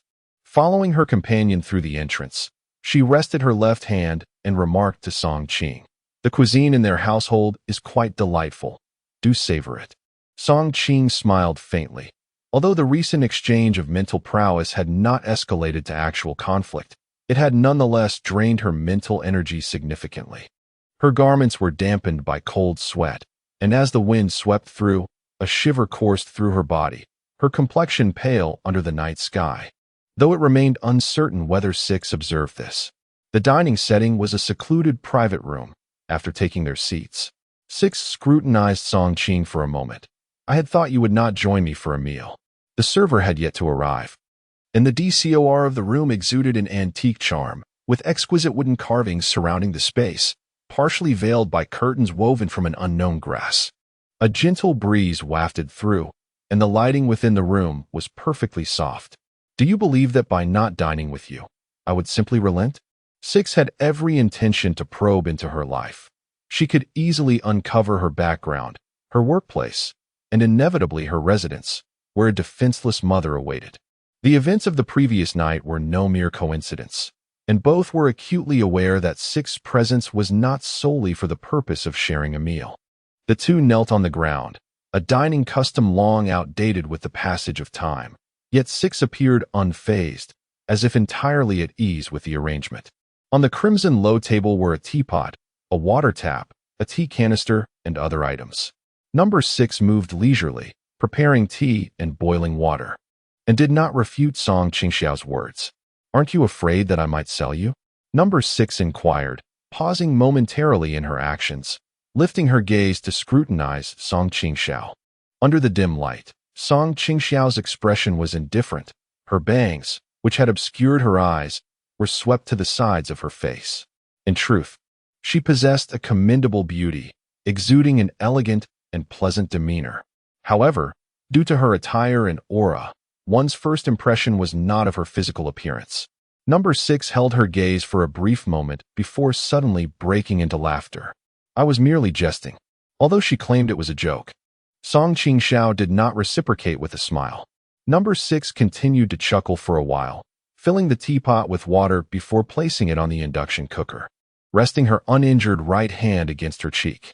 You did injure me during the trial. Is it unreasonable for me to treat you to a meal? In that scenario, I acted for the sake of ensuring that everyone could fulfill their tasks.